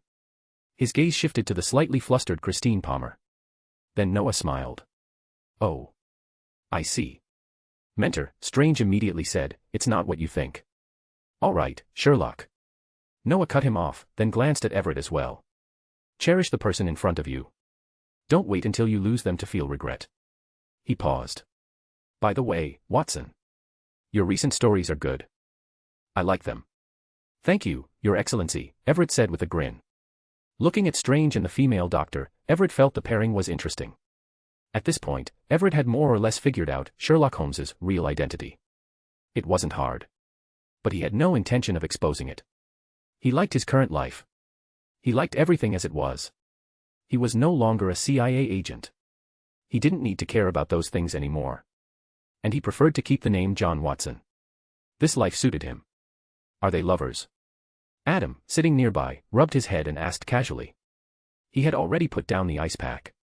On the day Nicole attacked, the werewolf whose memory Strange had erased had been in a room downstairs. He was lucky. He'd only been knocked unconscious by the energy released during the fight. Since the sorceress's sole target was Strange, Adam had been unharmed. Do you really need to ask? Everett shrugged. It's obvious. I wish them well, Adam laughed. Do we need extra food tonight? Tuna. Fresh beef. You handle it, Everett said, patting Adam's shoulder. Do you have enough money? If not, I can give you more. No, no, no, Adam refused immediately. You've already done too much for me. I haven't done anything to deserve it. I'm really grateful. Truly. Noah watched the scene and sighed quietly. To be honest, he didn't entirely agree with Strange's handling of the situation. Adam Lester had his own reasons for wanting to die. The men truly had nothing left. Erasing all his memories was, in a sense, killing the werewolf. And it went directly against Adam's own will. Cruel. Selfish. But it was Strange's choice. And Noah had no reason to interfere with a decision made by an adult sorcerer. Even if that sorcerer was still an apprentice in many ways. At least, the spell itself was clean. Unless a high-level sorcerer intervened, Adam would never recover those memories. With a faint smile, Noah prepared to leave. This visit had only been to check on Strange. More specifically, to see how he handled the cloak. Now that he had his answer, there was no need to stay. Sherlock, Noah said before leaving, rest for a while. Spend time with your friends. A month or two. Then report to the sanctum. Your next stage of study will begin. I understand, Mentor, Strange replied. He had no resistance to learning. If anything, he was looking forward to it. I'll be there on time. No need to be exact, Noah said casually. I'm just giving you a rough time frame. I don't even know when I'll be back myself. I'll probably be leaving the Milky Way. Just go once a month. Understood. After that, Noah left. Strange needed time with Christine. Noah had no intention of interfering. Truthfully, Noah also wanted to rest with Hermione. But now wasn't the time. This entire incident had been a massive accident. The fusion within his domain had reached a level capable of supporting divine transformation. That wasn't entirely good news. The higher the fusion level, the harder it became to introduce new elements. And Noah's situation was urgent. He had to suspend many things. Especially cultivation. He needed to find high-latitude light power of sufficient intensity. That was the only way to relieve his current predicament. The best method was to complete Odin's task. Then have Odin locate a world that possessed the power he needed. Noah sighed softly. He felt guilty toward Hermione. He had spent far too little time with her. I'll make it up to her later. The thought hardened his expression. Hermione probably wouldn't blame him. She wouldn't even ask for compensation. But Noah couldn't accept that. So the only thing he could do was move faster. He sent messages to Hermione and Madame Haven through magic. Then folded space and headed straight to Asgard. After the battle with Dormammu, Noah's control over space and time had improved drastically. He could now do things with the stones that had been impossible before. That was one of his gains. Upon arriving in Asgard, Noah quickly reached Odin's palace. And immediately walked into an awkward scene. Frigga was pulling Fat Thor by the ear. Did you steal wine from the cellar again? She scolded. And you even dragged Loki along this time. Mother, I swear I didn't. Fat Thor cried. Despite being vastly stronger than Frigga, he didn't dare resist. I'm on a diet. You call this a diet? Frigga snapped. How long has it been? You're still like this. From today on, no drinking. No excuses. And eat more vegetables. Do you hear me? I swear I'll behave. Fat Thor pleaded. Can you let go first? Noah's here. Noah. Frigga froze, then immediately let go and smiled warmly. Child, I heard you just resolved a major crisis. Why didn't you rest before coming? Noah rubbed his head awkwardly. It was hard to reconcile the elegant queen with the woman who had just yanked a Tier 10 powerhouse by the ear. The scene was absurd. Thor's aggrieved yet obedient expression made it even better. Noah had expected something like this. But witnessing it firsthand still felt surreal. He coughed lightly and recovered his composure. Greetings, Your Majesty, Noah said with a courteous bow. Then he turned to Fat Thor. We meet again, Thor. Honestly, how am I supposed to tell you apart from the Thor of this world? And you're still fat. This is accumulated divine power. Fat Thor protested. Not fat. Frigga shot him a look. His head dropped instantly. All right. Maybe a little fat. Just call me Fat Boy. Are you planning to drop a big boy on Nagasaki? Noah said flatly. Then continued, how about Lebowski? Or should I just call you Fat Thor? Fat Thor's expression turned strange. Lebowski. Nagasaki. He didn't know what either meant. But he didn't like the name Fat Thor. Unfortunately, Noah had already turned away to speak with Frigga, leaving Fat Thor standing there. He patted his belly. Then laughed. Fat Thor it was. In this universe, he had found everything he'd lost. If a nickname helped distinguish him, that was fine. It wasn't worth worrying about. Find 50+ advanced chapters. And for more fan fiction. Backhand index pointing down. Backhand index pointing down. Support link, patreon.com/RioRaRyu. More bonus chapters. Every 300 power stones equals 1 bonus chapter.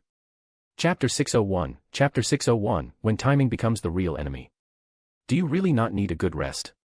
Odin asked in a deep voice, unable to stop himself. At this moment, Odin wore a white robe and looked unusually relaxed. Even so, that attire did nothing to diminish his majesty. His name alone was enough to intimidate. I think I'm ready, Noah said with a faint smile.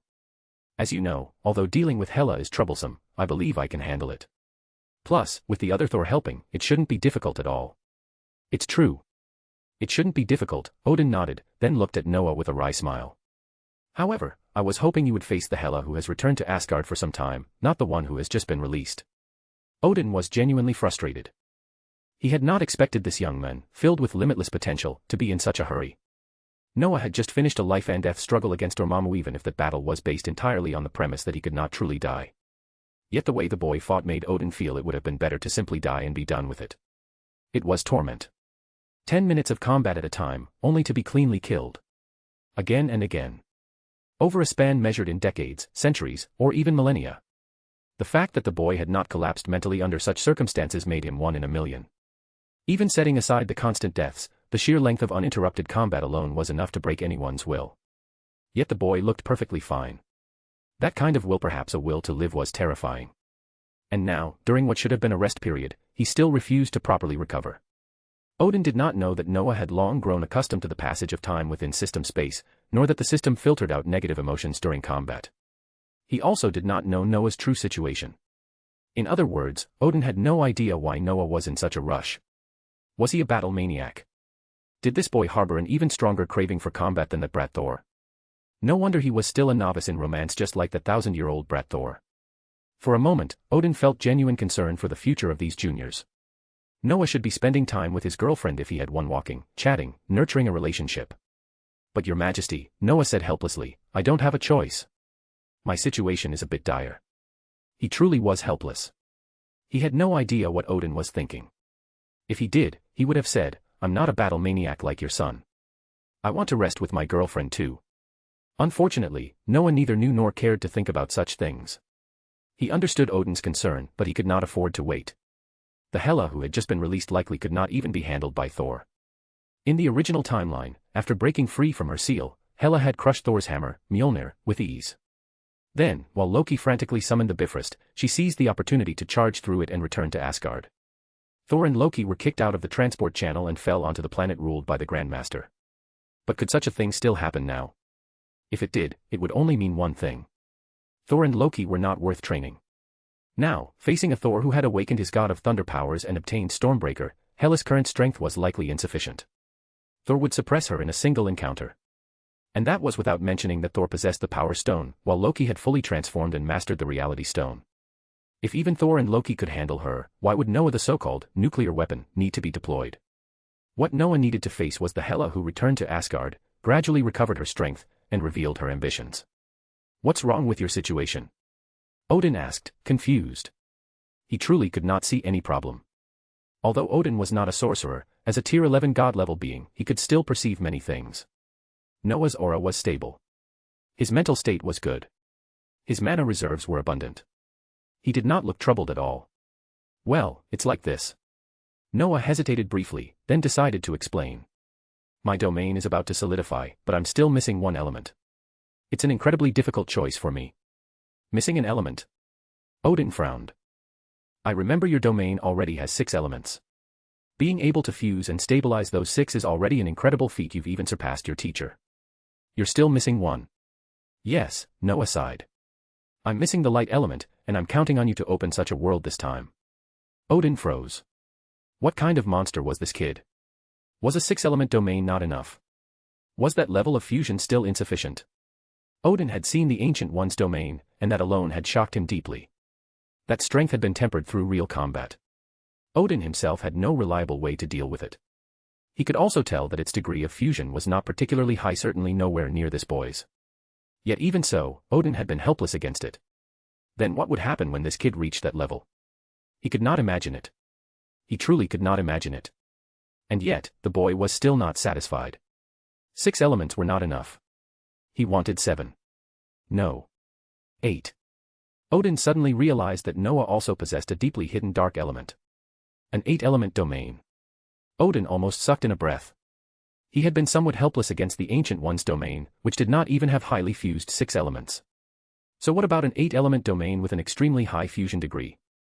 After a moment of hesitation, he asked cautiously, can the domain you created fuse elements infinitely? I heard your teacher say this requires talent, patience, and extreme difficulty. Yes. It is extremely difficult, Noah said calmly. You could say I have no confidence in it myself. That was a lie. Or rather, a half-truth. Noah lacked confidence, but the system did not.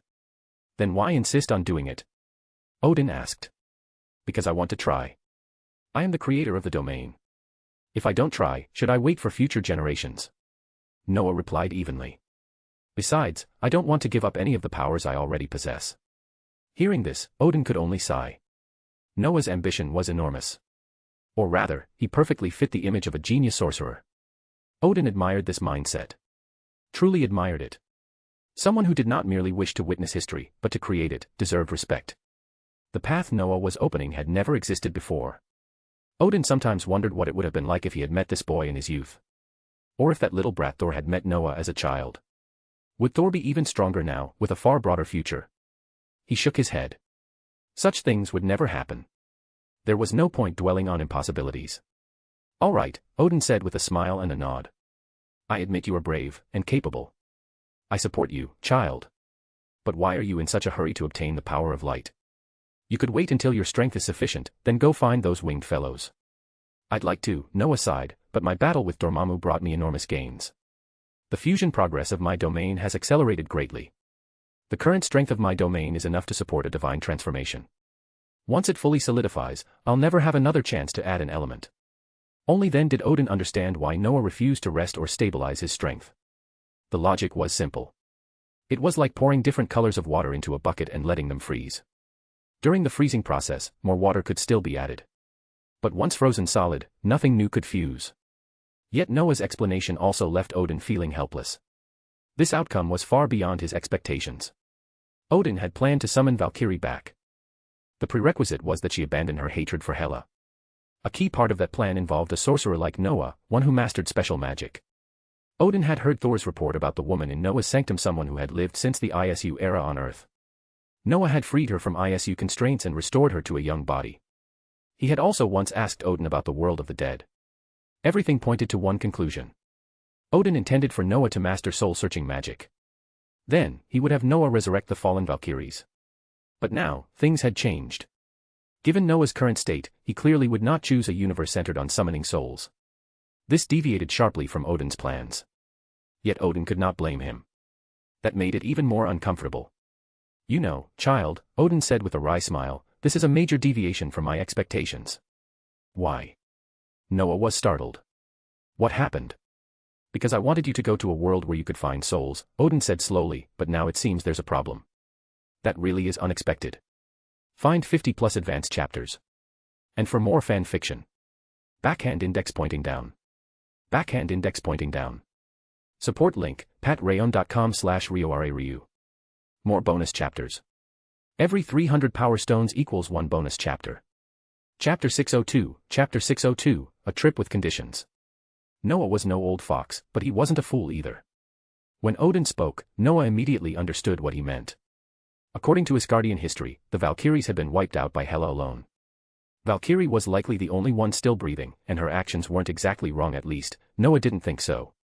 They had been dragged into a family feud between the Odinsons, a conflict that left them shattered and dead. Honestly, Odin bore heavy responsibility for that mess, though Noah couldn't be bothered to dwell on the past. The most likely scenario was that the old man had grossly underestimated his daughter's strength, thinking a group of Valkyries could handle her. Now, facing a deathly awkward situation, Odin probably wanted to make amends while reclaiming what Asgard had lost. Noah felt he could actually help.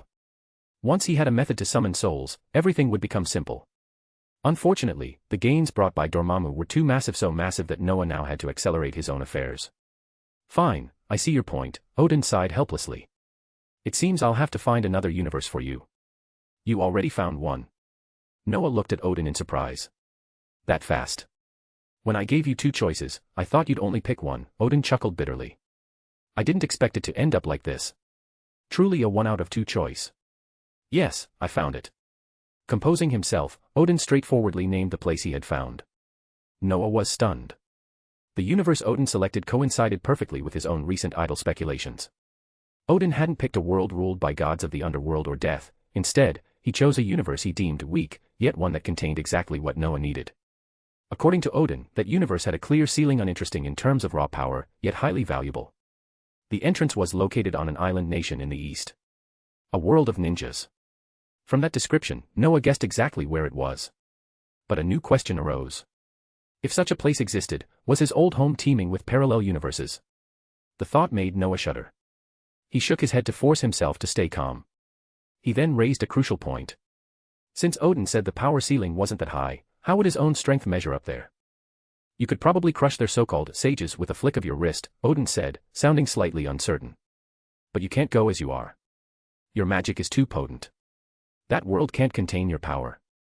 You'll have to go another way. Another way. Noah scratched his head. How else can I go? Doesn't Kamartaj have a method for soul projection? Just bring some of your magic along. If you hit a fatal crisis, let that magic explode. It's simple. Are you encouraging me to do a soul possession transmigration? Big boss Odin, you're way too trendy. Still, Odin's words gave Noah a lot to think about. He just wasn't sure where the limit of that universe lay. In Noah's mind, going to that world in an incomplete state required extreme caution. One slip up and he might end up brain dead, which was definitely not on his agenda. It seemed he needed to sleep on it. Even if he wanted to help Odin, he wasn't about to gamble his life. Noah and Odin chatted for a while, but soon the conversation stalled. They both realized their topics were hitting a strange note. A man as shrewd as Odin could sense Noah's reservations. It made Odin both annoyed and amused, but he didn't mind. He had ways to get Noah to take a look. All right, enough of that. You'll decide later, Odin switched gears. So, what's your plan this time? Are you in a rush to find a new universe? Yes, I'm in a bit of a hurry, Noah nodded. I don't even dare to meditate right now, fearing I'll lose control of myself. I'll find a suitable universe for you as soon as possible, Odin sighed. You know these things take time, but given your state, you might have to take a risk. Well. Noah wanted to say there was no rush, but seeing Odin's determined expression, he kept quiet. Understood, Your Majesty. Thank you for the help. Noah wondered if he should go back and ask his teacher for help. He felt His Majesty Odin was becoming a bit unreliable. But since Odin had made the promise, Noah figured it was best not to disrespect him. By the way, get ready. This time, you'll go with Fat, Aham, my son from the other universe. Odin nearly let an insult slip but corrected himself immediately. It was clear he wasn't happy with that Thor's physique. Fat Thor. Noah said with a smirk, having no such reservations. Understood. He has experience in his own universe. He'll be a great help. And my presence will be a safeguard. I'll get it done, even if I'm not sure about the timing. Good. Odin nodded, looking at Noah seriously. Prepare to depart. But remember to be careful. That place is not as simple as it looks. I understand. Noah's expression turned solemn. I'll be careful. Noah knew it wasn't a simple place. That Thor hadn't been weak, yet he had been turned into a slave by a tiny controller. The number of slaves there was massive, all used as fodder for the arena. If the place lacked strength, it couldn't have operated that way. The technology was high, but the combat power was uncertain. At least in the movies, the Grandmaster didn't seem like much. He was comic relief, the brother of the Collector, and likely mediocre in strength. Which was good news. If it were the one from the comics, Noah wouldn't even go. That would be an entity above the 11th tier. In the comics, he was a member of the Elders of the Universe, a highly intelligent race that appeared shortly after the Big Bang. He ran the arena on Sakaar purely out of boredom from living too long and a passion for gambling. Noah recalled the description. Near infinite life. Immune to aging and disease. Impervious to physical attacks. Powerful regenerative abilities. He could convert cosmic energy into levitation, energy projection, telepathy, matter reorganization, and space-time jumping. He could even resurrect the dead if they had been gone for less than 30 hours. This thing was a literal god. Even described simply, every single ability was terrifying. Noah shook his head. Against such a monster, even using the space stone to flee might be impossible. Fortunately, this world leaned toward the cinematic version. Meaning Noah didn't have to worry about meeting that absolute freak. Besides, the Valkyrie didn't seem to run off to Sakaar in the comics. Noah couldn't remember for sure, but he trusted Odin wouldn't set him up like that. Walking out, Noah saw Fat Thor sitting by the road with a helpless face. Clearly, he had been chewed out pretty badly. He looked listless and only gave a sheepish smile when he saw Noah approaching. "What's wrong, Thor?" Noah sat down beside him. "Not adjusting well. You look like you just lost your true love." "Hey, I like that phrasing." Fat Thor smiled weakly, then complained bitterly. "I can't eat meat to my heart's content, and I can't drink. Those damn doctors say my cholesterol is too high. Damn it, this is all divine power. Is it cheese sauce or cream sauce?" Noah poked his large belly. "Maybe if I roast you with magic, I'll smell a natural aroma. Let's see, besides roasted meat, there should be the scent of fine wine and various messy toppings, right?" "Hey, hey, hey." Fat Thor looked at Noah warily and instinctively put some distance between them. "I'm not a roast pig. Damn it, I'm an Asir, not food, man. And your earth is long past the age of cannibalism. Too barbaric." Hearing this idiot, Noah nearly rolled his eyes. For some reason, he suddenly felt like punching the guy. But he held back. Clearly, the oaf was joking. "Get ready. We're moving out," Noah said directly. "Moving out?" Fat Thor asked, surprised. "To where?" "You know where. Planet Sakaar." "Oh. You're helping us find Valkyrie. Awesome. She's a firecracker, you'll love her. And she's tough. But no drinking. Got it. Damn it. You can't do this to me. Find 50+ advanced chapters. And for more fan fiction. Backhand index pointing down. Backhand index pointing down. Support link, patrayon.com/RioRaRyu. More bonus chapters. Every 300 power stones equals 1 bonus chapter. Chapter 603, Standing Before the Infinite. Thor couldn't argue with Noah. Before they left, Frigga had specifically pulled Noah aside and told him that under no circumstances was Thor allowed to drink, and that his diet had to be strictly controlled. Noah, of course, had agreed without hesitation. Seeing Fat Thor's miserable expression made Noah feel oddly refreshed. While being fat made him easy to distinguish from the Thor of this universe, being that fat was never a good thing. Fat Thor knew he couldn't keep going like this, but he was content to remain that way, because it allowed him to linger here and savor emotions he had long since lost. "You really don't need to do this," Noah whispered as they sat in the ship, waving goodbye to Thor, Loki, and the royal couple on the ground. "Huh."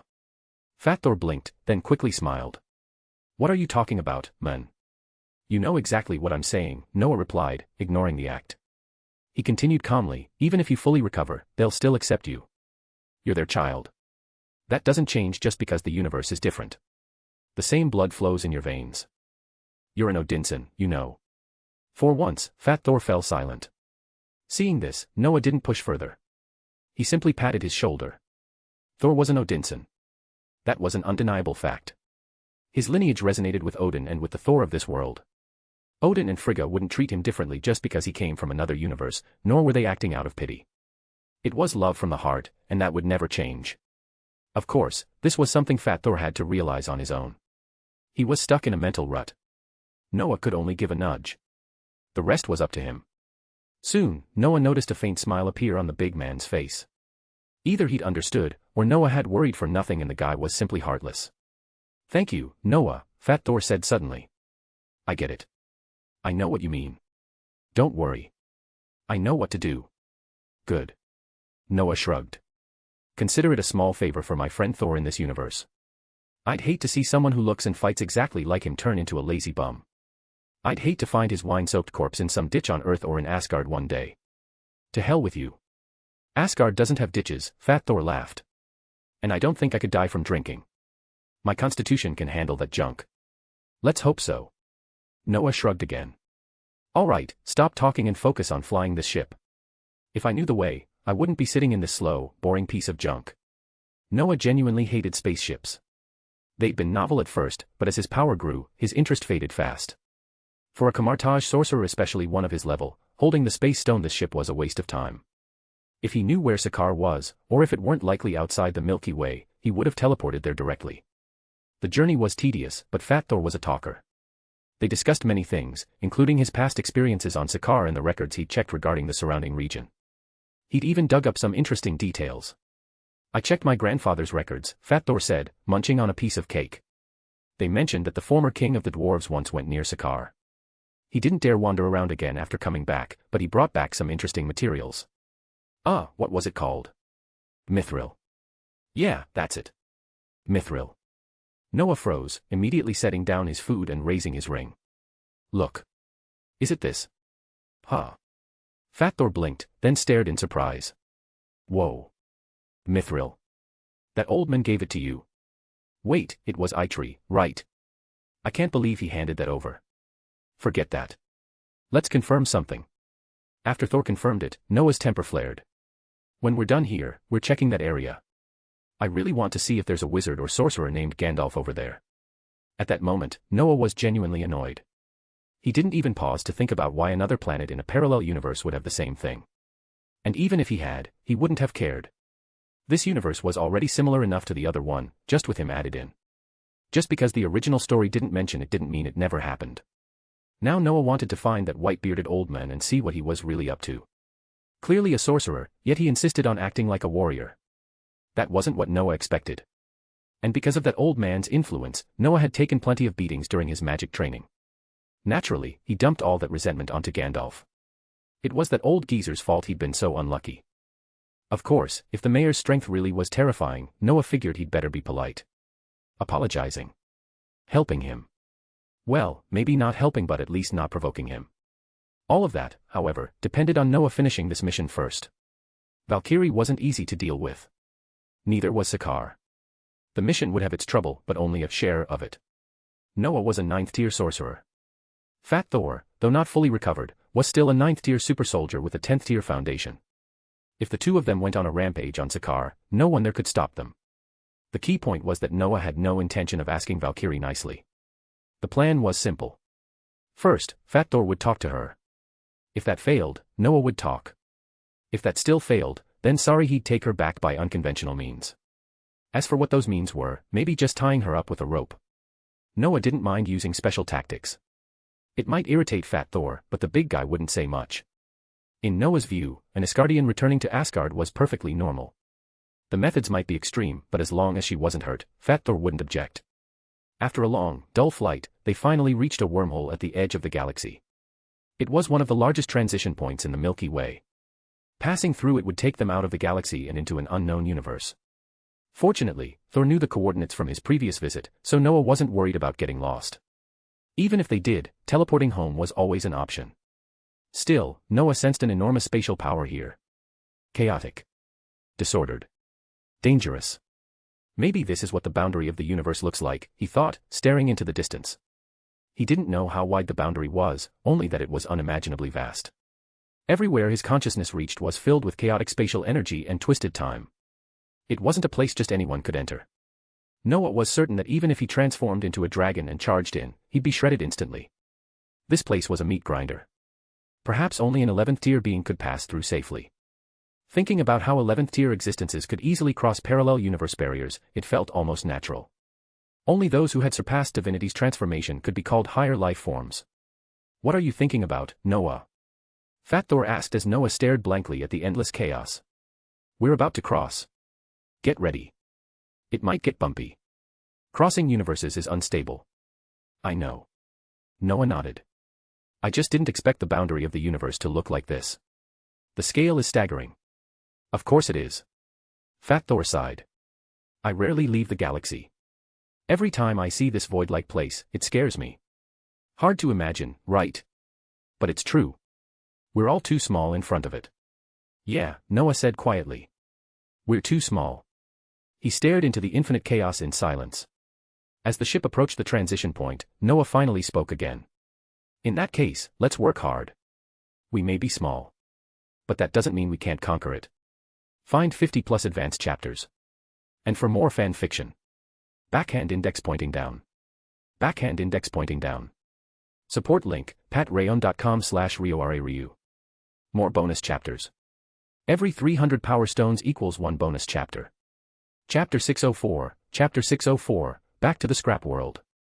Crossing the boundary of the Milky Way, Noah and Fat Thor arrived at planet Sakaar. They picked a random spot that looked like a scrapyard and landed their ship. To be fair, the entire planet looked like one massive scrapyard. In Noah's memory, Sakaar was located in the Teo star system of the Fornax galaxy. The natives were brutally barbaric, locked in constant war. None of that mattered to him. What caught his attention was the overwhelming spatial energy saturating this universe. He had never felt anything like it on Earth. Strictly speaking, Earth's spatial structure was extremely stable. Even on a galactic scale, wormholes were rare. Looking into the distance, he saw a massive mushroom cloud-like structure the place nicknamed the Devil's Anus. It was the largest wormhole on the planet, perhaps even in the universe. Despite its size, it was astonishingly stable, as if sealed off by some unknown force that prevented its energy from spilling onto the planet. That power protected Sakaar from the spatial torrent. It didn't, however, stop idiots from jumping into it. If someone charged in blindly, the outcome was usually ugly. Unfortunately, Noah happened to be standing next to one such idiot. Still, fools had their own kind of luck. With the Grandmaster's high-end ship, Thor had passed through without any issues. I can't believe I'm back. I'll never forget this place. Looking at the wreckage around them, Fat Thor let out a long sigh. I know you already know what happened, but I still have to say it. This place left a deep impression on me. I actually became a slave in this dump. Can you believe it? Why not? Noah punched his shoulder and spread his hands. It's barbaric. Nothing surprising. Then he looked at him. So what's the plan now? I'm not just talking about Valkyrie. What about the rulers of this planet? The question was direct. He was asking whether they should settle old scores. Noah disliked this place. In his eyes, it was nothing more than a slave camp. Everyone trapped here existed solely to entertain the so-called upper class. Winners got luxury and food. Losers died. There was nothing to like. On top of that, Noah wanted to find that damn Gandalf, mess with him if possible, and maybe grab some more mithril. If he couldn't find him, fine. But he wanted to finish things quickly and leave time for free exploration. Fat Thor's eyebrows twitched. He hated Sakaar too and agreed in principle. But there was a problem he couldn't ignore. Korg the Cronin and Meek the Insectoid were still locked in the slave pens. If they moved recklessly, the slave masters could use the slaves as shields. His old friends might be forced to fight them. Even Valkyrie could end up on the opposite side. About that concern, Noah smiled with clear disdain. You think they actually stand a chance? A top-tier sorcerer and a warrior like you, and you're worried about this. We can't take risks, man. Fat Thor took a deep breath. In that universe, they came to save us. They stopped Hela from killing us. And it was their ship that saved us from Surtur and Hela destroying each other. He clearly wasn't willing to gamble. That annoyed Noah. But after a moment, he understood. If their positions were reversed, he wouldn't risk it either. That left an awkward stalemate. Rubbing his brow, Noah gave in. They were already in this dump. Staying a little longer wouldn't kill him. Coming here was annoying. Leaving would be easy. No problem. Noah nodded, his tone sour. Operation, rescue mission. I'm in. Let's get it done. After that, I still have to meet your sister. I heard about that. Fat Thor's eyes lit up. My mother said you wanted my help. He didn't even know what an operation was, but the mention of his sister excited him. That's a perfect idea. I'm more than happy to help. Of course. Noah smiled. Facing the one who slaughtered so many Asgardians and took your eye, you'd want revenge. But this universe is different. We probably can't kill her. We just beat her until she remembers who she is. Piece of cake. Fat Thor patted his belly confidently. I'm good at fighting. I'm Thor, the god of thunder. I'm never afraid of a fight. And I won't accidentally kill anyone. They walked forward, chatting casually. Before long, something felt off. The farther they went, the more desolate the surroundings became. There were no signs of civilization. Worse, groups of savages kept ambushing them. It was irritating. Are you sure you know the way? Noah asked, clearly annoyed. They were completely lost. Didn't you say to just follow the mushroom cloud? Fat Thor scratched his head. Seeing Noah's expression darken, he spoke honestly. Sorry. I really don't remember. I was captured right after landing. When I woke up, I was already on a ship. Enough. Noah realized his mistake. Fat Thor had been taken out instantly the moment he arrived on Sakaar. He'd been unconscious all the way to the Grandmaster's palace. Expecting him to navigate was foolish. Noah glared at him, then turned his attention elsewhere. He decided to grab a local and ask for directions. With Thor around, language wouldn't be a problem. Finding one was easy. The savages kept throwing themselves at them. Fat Thor didn't even need to move. Annoyed, Noah decided to teach them a lesson. There was a reason you didn't piss off a sorcerer. A mage was always a mage. With a surge of magic, the attackers were shattered into spatial fragments, erased into nothing. Only one was left alive. He stared in horror. He had never seen anything so terrifying. Noah didn't bother finishing him. Fat Thor stepped forward, questioned the men, and got the route they needed. You sure you don't want to kill him? Noah asked as they followed the path. He's useless. Why not just end him? They're just miserable people, Fat Thor sighed. Under the Grandmaster's rule, they lost their homes and food. They fled here to survive. For them, it's either be a savage or be a slave. For freedom. Noah shrugged. How noble. Suit yourself. But mercy doesn't save them. Sometimes it just makes them die faster. He has no brothers left. He won't survive alone. Valkyrie understands this far better than you. I know. Fat Thor smiled. I know my flaws. That's why I let go. Otherwise, I wouldn't have made her the new king of Asgard. She's kind-hearted, but decisive. A real leader. He wasn't avoiding the topic. He spoke openly. Noah respected that. Some of his choices would have given Odin a heart attack. But they weren't wrong. Fat Thor lacked decisiveness, and losing everything had crushed his fighting spirit. Stepping aside and handing things over to the right person had been the correct choice. The Thor of this universe was luckier. He had Valkyrie. He had a Loki who didn't cause trouble. And after spending time with Noah, plus Odin's careful guidance, he was far more decisive than this version. They continued walking, chatting, dealing with a few more savages along the way. Before long, the Grandmaster's city came into view. But just as they were about to enter, a ship flew overhead. Fat Thor froze. Find 50+ advanced chapters. And for more fan fiction. Backhand index pointing down. Backhand index pointing down. Support link, patreon.com/RioRaRyu. More bonus chapters. Every 300 power stones equals 1 bonus chapter. Chapter 605, when the end finally arrives. That's Valkyrie's ship. Fat Thor stared at the vessel flying overhead, momentarily stunned. He recognized it immediately. He had been saved by that ship when he first arrived here, spending half a day unconscious inside it.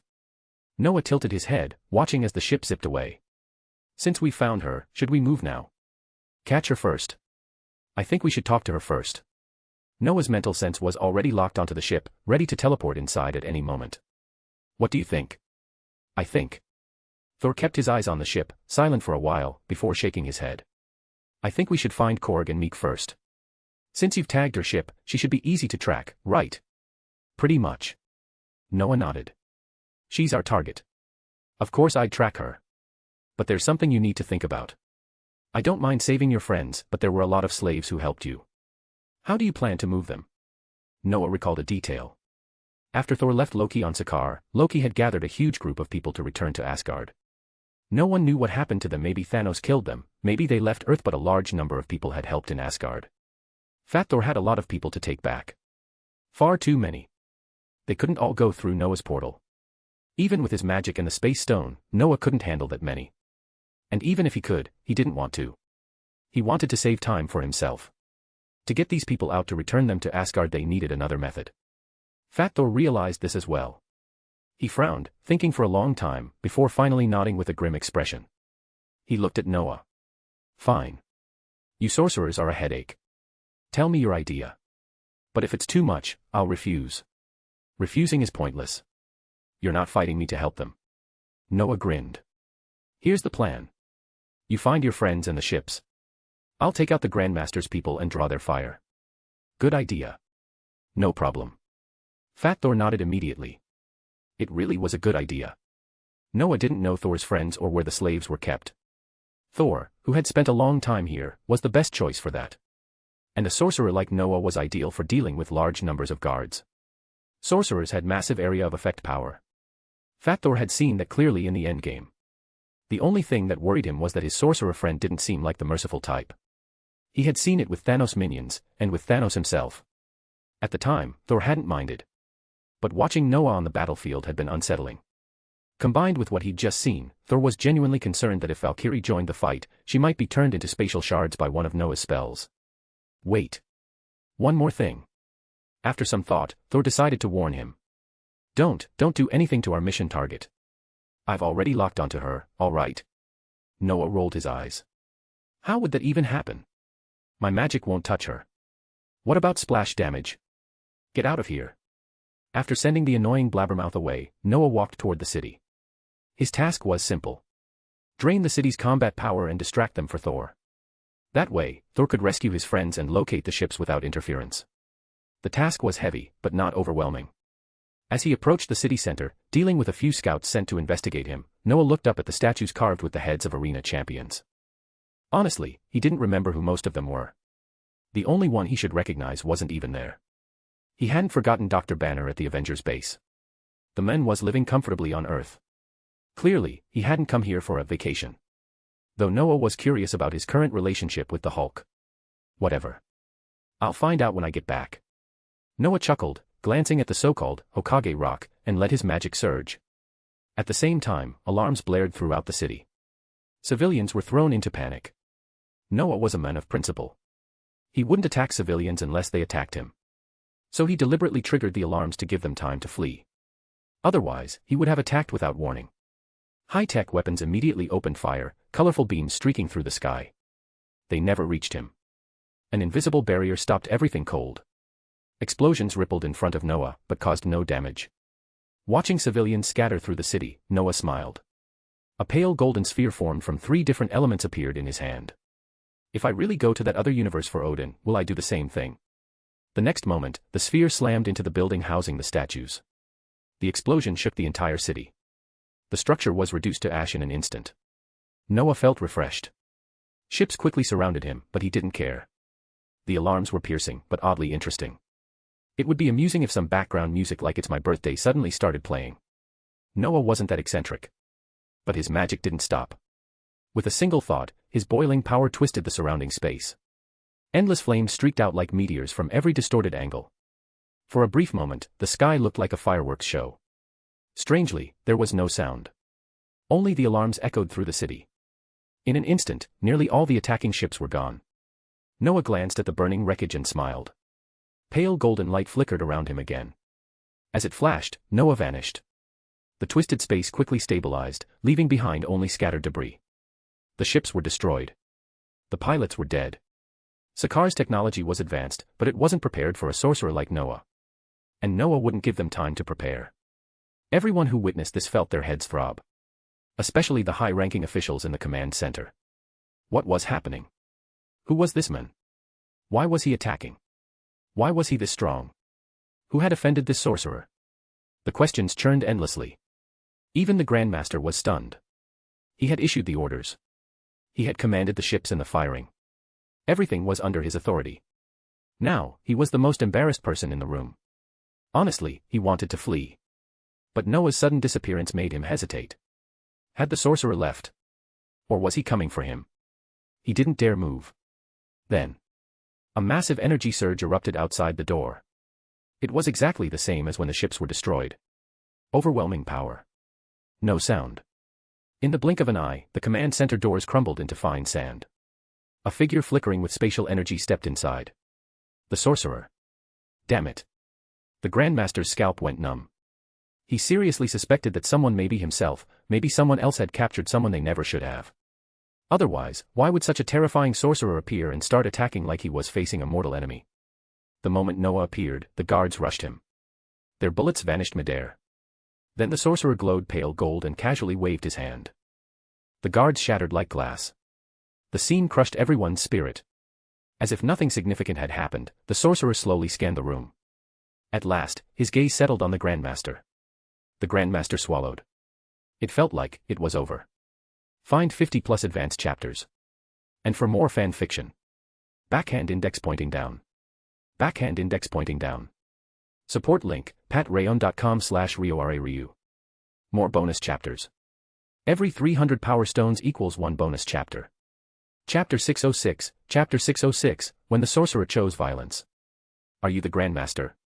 Noah tilted his head, studying the ridiculous-looking man in front of him. The moment he saw him, Noah relaxed completely. Luckily, it was this fool. Not a blue-skinned man. The only blue present was the man's clothing, along with a silver stripe that ran from his lip to his chin. He looked neurotic. A little dim. Even somewhat cowardly. But Noah believed it was an act. No one that stupid could rule a place like Sakar. Yes, but I think calling me Grandmaster would be more appropriate, the man said with a flattering smile. He understood Noah's words clearly. He had a cousin in the galaxy and used a translator. Grandmaster. Noah nodded. At least the title distinguished him from that terrifying elder. He glanced at the men again. Good. Please issue an order. What order? The Grandmaster swallowed. As long as it's not too much. Evacuate all civilians, Noah said calmly. And if you can release all your slaves, that would be even better. The Grandmaster's face darkened at the first request. Evacuate everyone. He knew exactly what that meant. It meant war. The words dragged his heart straight into the abyss. This sorcerer had arrived with absolute malice. The second request was worse. Release all slaves. Without slaves, how could the arena operate? No arena meant no income. This was cutting off his livelihood. The sorcerer was sending them straight to hell. There was no room for negotiation. Combined together, these demands were a declaration of war. The surrounding high-ranking officials were furious. If the sorcerer were not so terrifying, they would have attacked already. Well, you look conflicted, Noah shrugged, a faintly playful look on his face. So tell me. Is your army ready? Army. The Grandmaster blinked. Then his face turned pale. Was this sorcerer planning to wipe out the entire military? The Grandmaster was not stupid. He rapidly pieced together the information. This sorcerer came from the galaxy. That meant he was unfamiliar with Sakar. He likely discovered them through the scavengers. The Grandmaster searched his memory. He couldn't recall capturing anyone from the galaxy. So this man wasn't here for revenge. Nor was he here to rescue someone. He was here to make trouble. And to wipe out the ruling class. Because he was an outsider, he didn't know the terrain or military deployment. But he didn't want to harm civilians. So he targeted the command center. Forced them to call out the army. Then destroy it all in one strike. The Grandmaster realized it. He had guessed Noah's intentions perfectly. But that only made things worse. They had no way to threaten him. Looking at the smiling sorcerer, everyone swallowed hard. The next instant, space shattered. A terrifying torrent of energy swept through the hall. Reality twisted. Then broke. I wonder how Thor is doing, Noah thought calmly after dealing with the high-ranking officials. Next, he planned to deal with the army. Honestly, he felt he was being far too lenient. He didn't know what happened to these people in the original story. But judging from how the Grandmaster treated slaves, their endings wouldn't have been pleasant. His method was terrifying. But probably painless. Probably. Ignoring the destruction behind him, Noah's body glowed with pale golden light again. He appeared in the sky outside the city, facing the approaching army. Two choices, Noah said evenly. His boiling magic pressed down, creating an indescribable pressure. 1. Leave. 2. Die here. You have 5 seconds. Starting now. He said nothing else. He didn't care whether they understood. He simply stood there. The soldiers ignored the warning. They opened fire even as the countdown continued. Noah waited. Exactly 5 seconds. When time ran out, his expression hardened. Magic erupted. A flood without restraint. A massive fire dragon roared across the sky.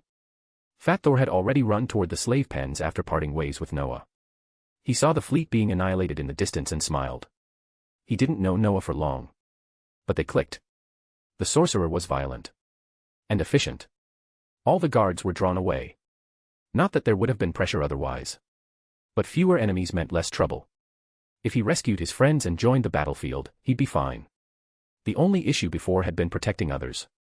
Fat Thor encountered little resistance. Anyone who appeared was dealt with immediately. In close combat, even Noah would lose to Thor. These alien soldiers had no chance. After knocking down another guard, Thor arrived at the laser gate of the holding area. A wave of nostalgia hit him. Once, this gate had been insurmountable. Now, it was nothing. Things change. But bonds don't. When he was at his lowest, Valkyrie, Korg, Meek, and the surviving Asgardians were there. Looking through the light curtain at the panicked slaves, Thor sighed. He had once stood among them. He knew the oppression. The hopelessness. Lightning surged. His expression turned solemn. His eyes glowed silver. If he weren't so fat, he'd look better. He didn't care. Stormbreaker flashed. He swung. The laser gate exploded like a bomb. The wall collapsed. The slaves froze. They hadn't expected this. Especially not a massive figure emerging from the smoke. "Hey!" Thor called out cheerfully. "Old friends.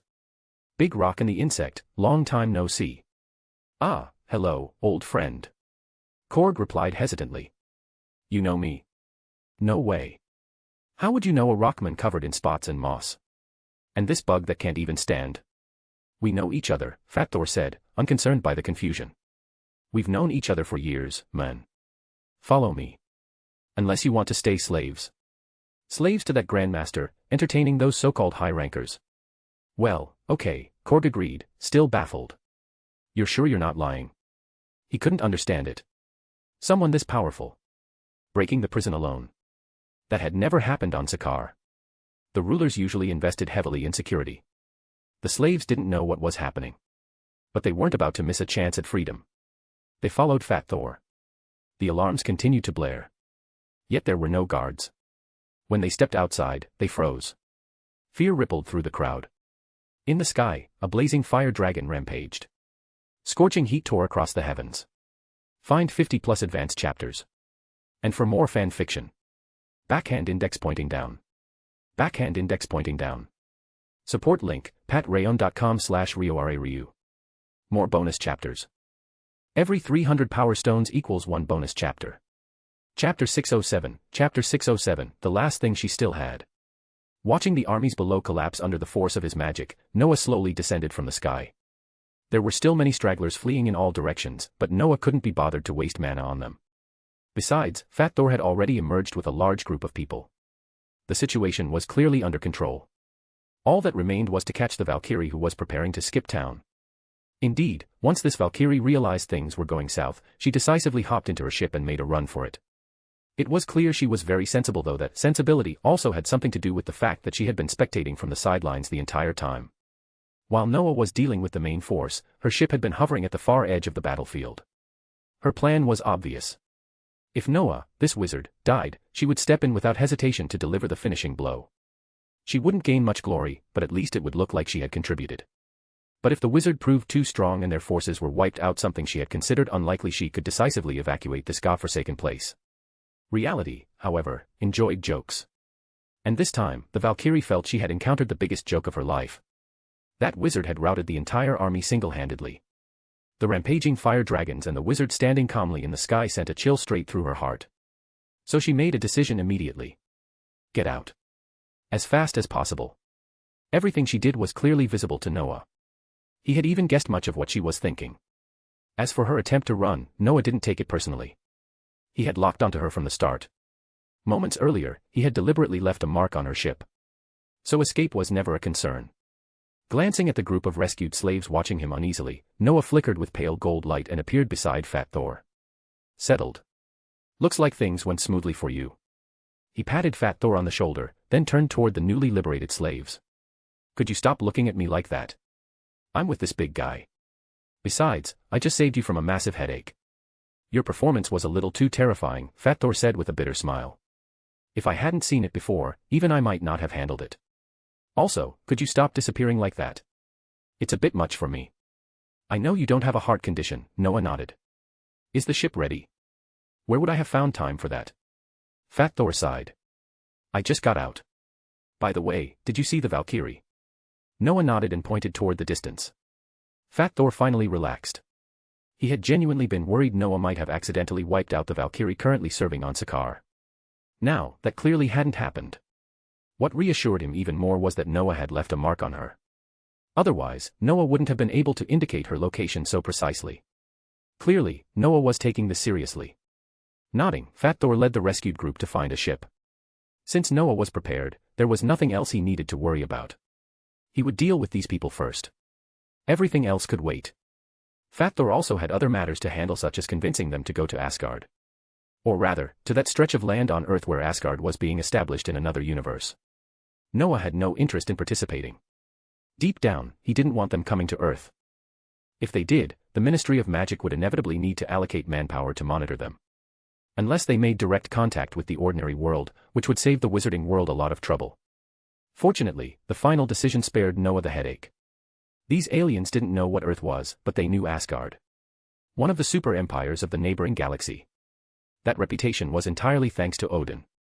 The old man had built Asgard's name so large that even neighboring universes had heard of it. People always left their own reality. And when they returned, they talked. Naturally, Asgard's name spread. So their choice wasn't surprising at all. After some searching, they quickly found a ship large and stable enough. Fat Thor set the coordinates and let them depart on their own. That alone was already going above and beyond. If they changed course midway, there was nothing he could do. He had done all he could. The rest was up to them. All right, problem solved. Watching the ship lift off smoothly, Fat Thor smiled at Noah. Thank you, Noah. Without you, none of this would have gone well. Forget it, Noah waved it off. If everything goes smoothly, how long will it take them to reach Asgard? If they don't change course, 3 to 5 days, Fat Thor said after some thought.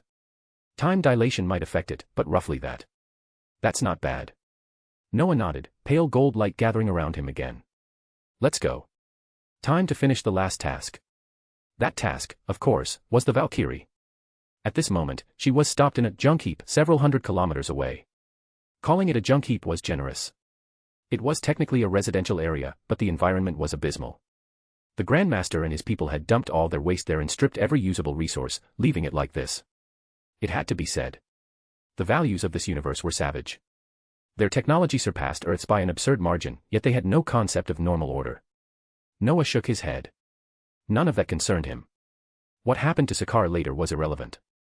He didn't have the capacity to care. All he needed to worry about was himself, his organization, and the Ministry of Magic that fully supported him. The pale gold light flickered. The next moment, Noah and Fat Thor appeared in a remote area. The sudden teleport nearly sent Fat Thor stumbling. He hated this kind of travel. Doctor Strange had put him through it more than once in his universe, leaving him with lasting trauma. He shot Noah a frustrated look. Then he turned and froze. The Valkyrie stood there with her mouth wide open, panic written all over her face. Damn it. Who the hell are you? You chased me all the way here. She shouted and immediately drew her weapon. I'm not one of their soldiers. I just live here and serve them temporarily. I left 5 seconds ago, all right. No, Noah said calmly. You left because you saw me defeat everyone. Fat Thor opened his mouth. Noah continued. Don't deny it. I watched the entire field. Cursed bastards, the Valkyrie snapped before Fat Thor could speak. You really have to kill everyone. You're a butcher. I won't be taken without a fight. That's not up to you, Noah rolled his eyes. Then he turned to Fat Thor, confused. Why aren't you saying anything? Didn't you say you'd handle this? Fat Thor almost laughed.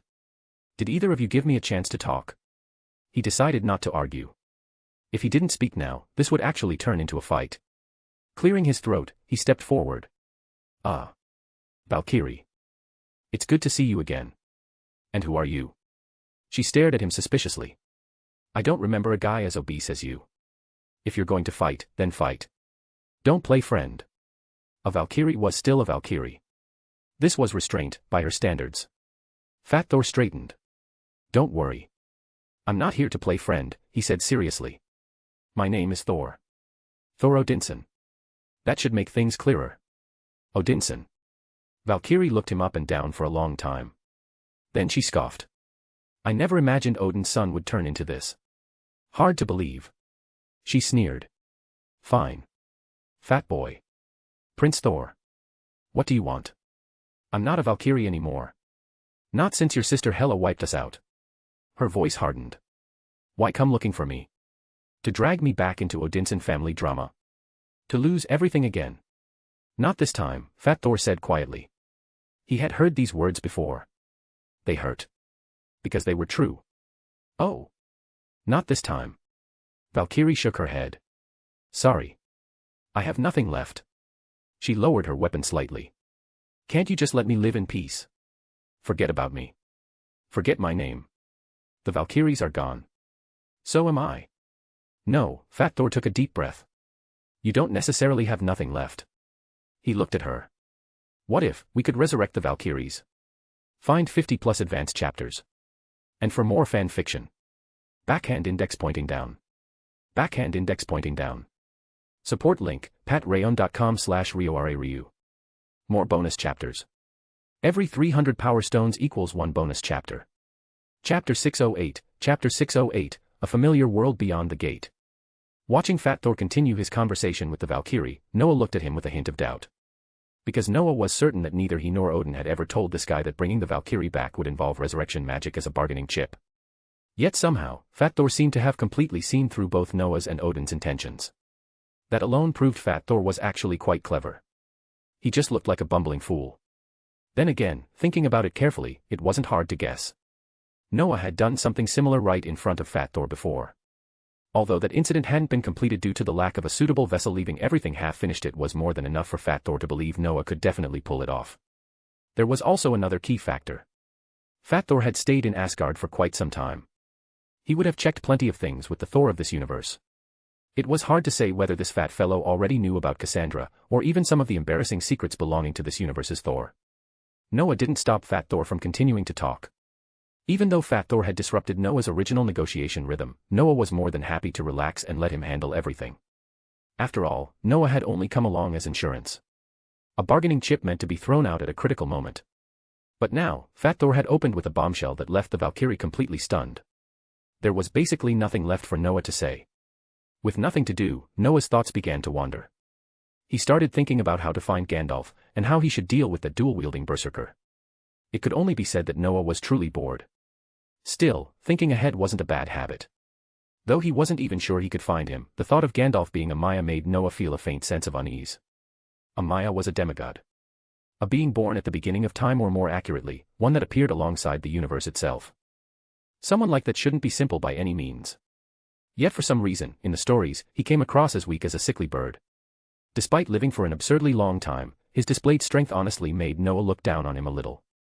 Whenever trouble appeared, his first reaction was always to rally every faction before solving it. He even managed to get himself killed fighting a Balrog. Noah couldn't imagine something like that happening to him. Could it be that the novels were intentionally written that way?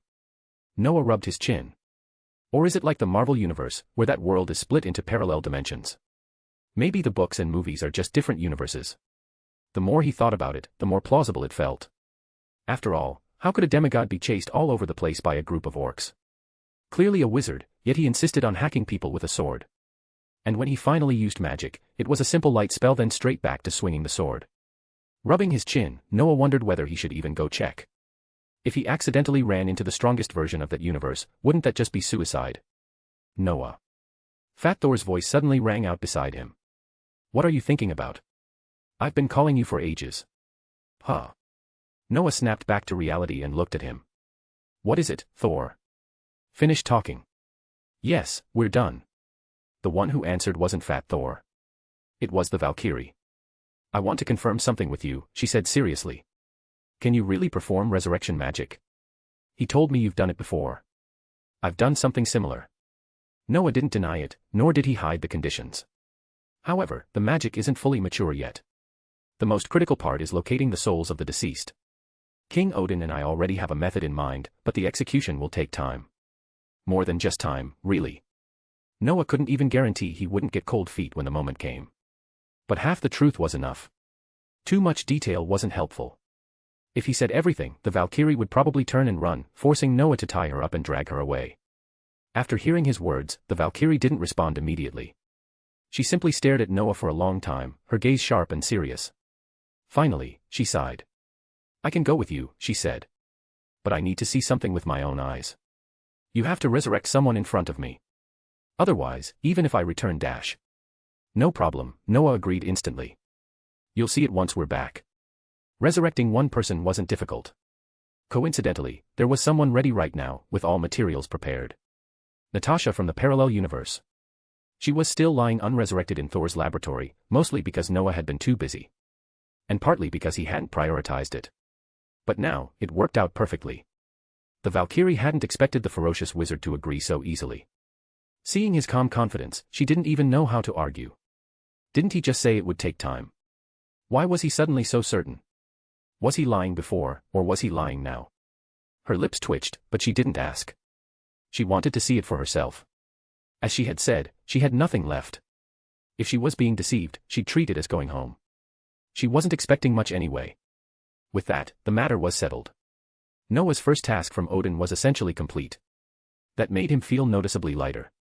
With the remaining time, Noah considered whether he should still look for that damn Gandalf. After some thought, he decided it was better to play it safe. He could wait until his strength truly reached demigod level. If his luck was bad and he stumbled into a terrifying, main universe, he'd just be courting death.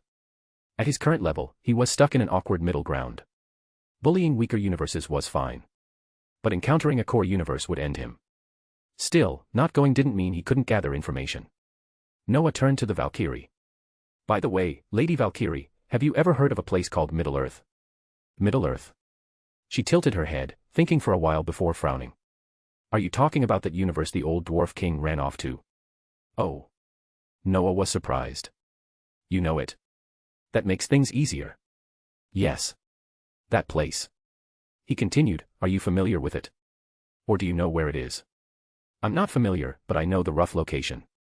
Valkyrie nodded. I passed by once while drifting through the universe, but I didn't enter. That place felt out of sync with my understanding of reality. Why? Interested? Looking for mithril. Something like that. Noah rubbed his chin. In the future, I'll need precise coordinates. I want to take a look. Valkyrie didn't refuse. There was no reason to. Of course, there was a condition. Noah had to help her accomplish certain things or at least prove he could. Noah paid no attention to her quiet calculations. He was focused on her words. After a while, he pushed the thought aside. She had stirred his interest again. It took some effort to suppress it. Let's go. Time to head back, Noah said, deciding the best solution was to leave this place as soon as possible. All right. Valkyrie nodded. But my ship can't take us out of here. The one that brought me was destroyed, and this one can't pass through wormholes. As she spoke, she walked toward her ship. But when she opened the hatch, she froze. The two strange men were staring at her with oddly complicated expressions. The wizard, especially, looked as though he were staring at an idiot. That instantly irritated her. What? She snapped. Are you planning to stay here forever? Of course not. Noah spread his hands innocently. I hate this cursed place. But why do we need a ship? You absolute idiots. Valkyrie exploded. How did you even get here? Did you fly? Idiots. Do you remember, Fat Thor said helplessly, how we arrived here? And calm down. We're not enemies. How they got here? Of course she remembered. This damn wizard had teleported directly in front of her. Teleportation magic wasn't unfamiliar to her. Asgard had the Bifrost. But teleporting from Asgard to here was already impossible. Teleporting directly between universes. That was absurd. And yet. At that moment, she watched with her own eyes as the wizard opened a glowing ring. Beyond it was a familiar world. A world she knew all too well. Is that, she whispered, Asgard? Find 50+ advanced chapters.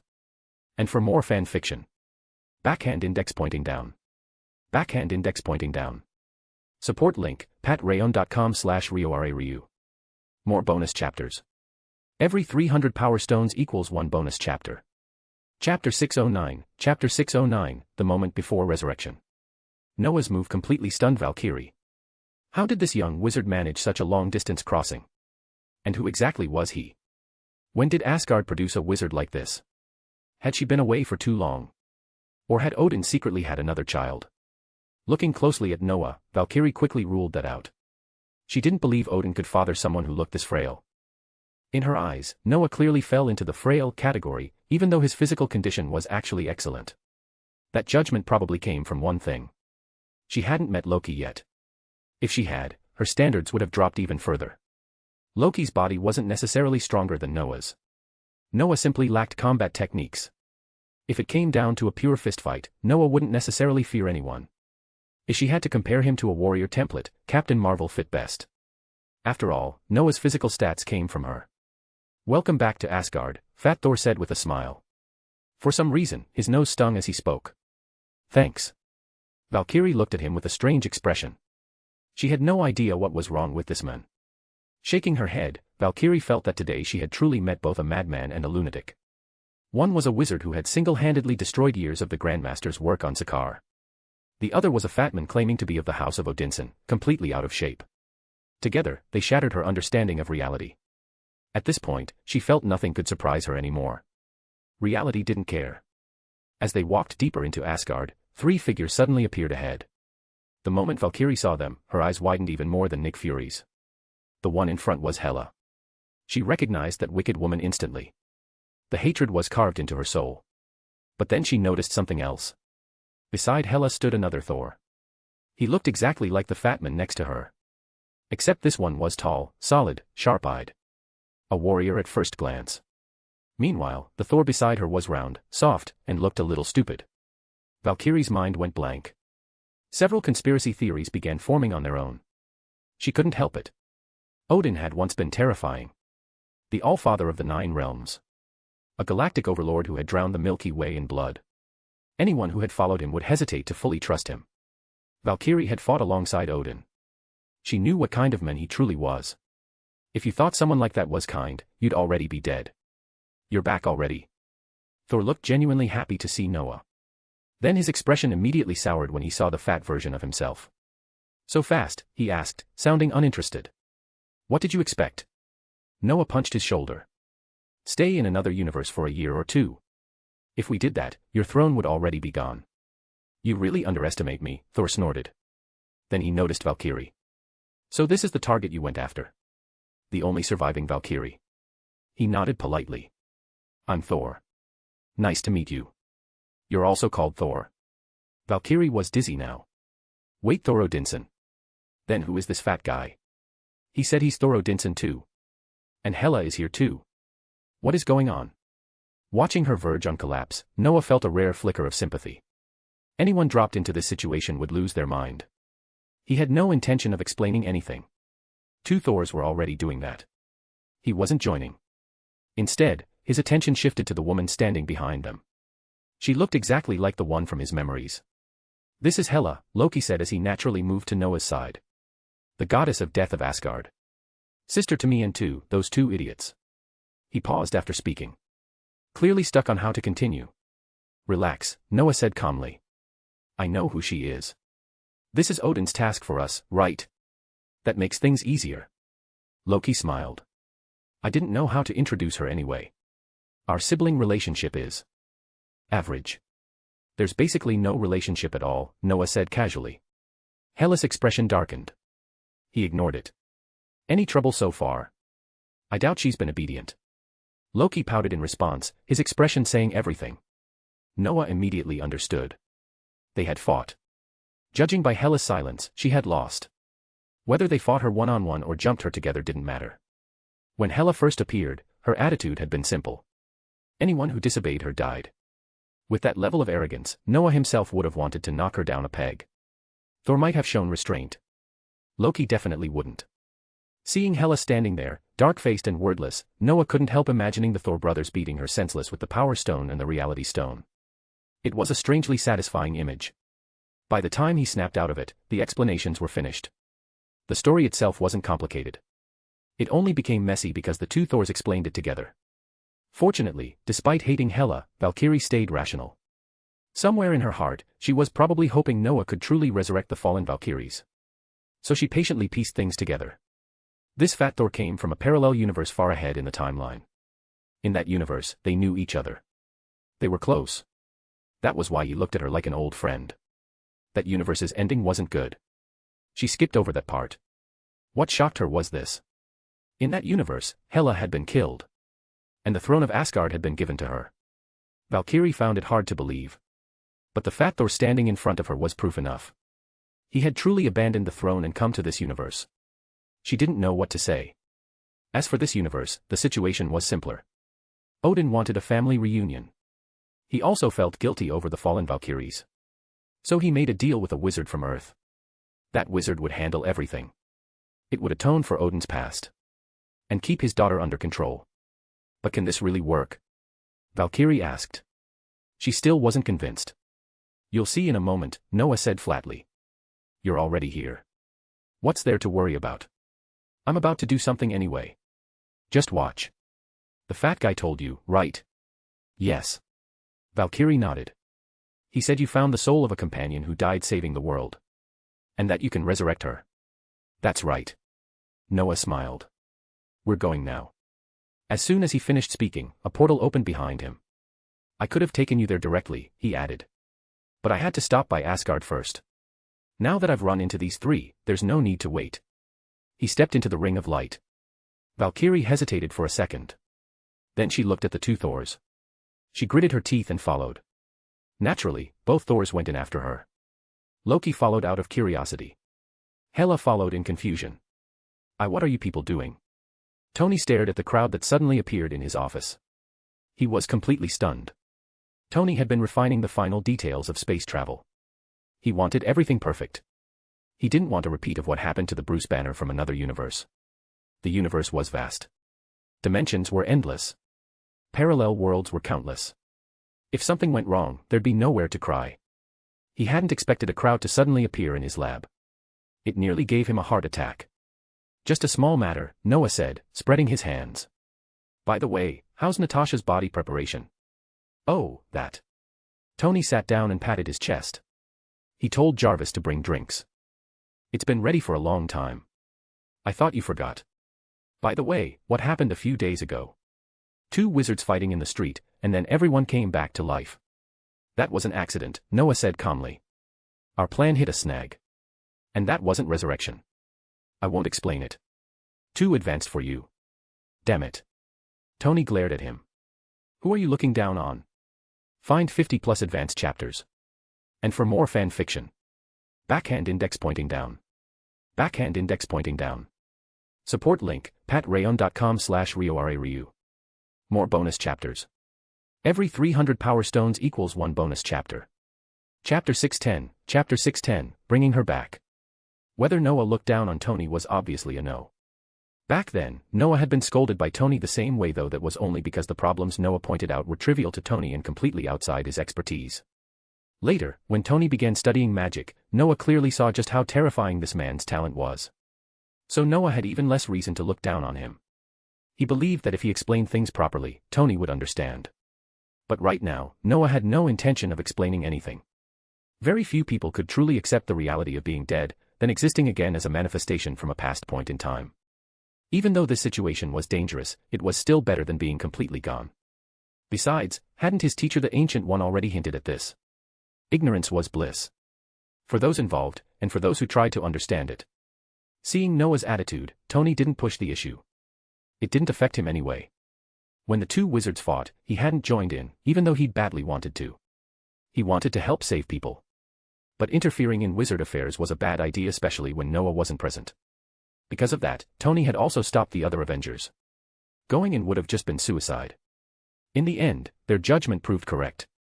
Watching the devastation caused by the two wizards on the screen, followed by the black spatial rifts tearing open the sky, they finally understood the meaning of a massive gap.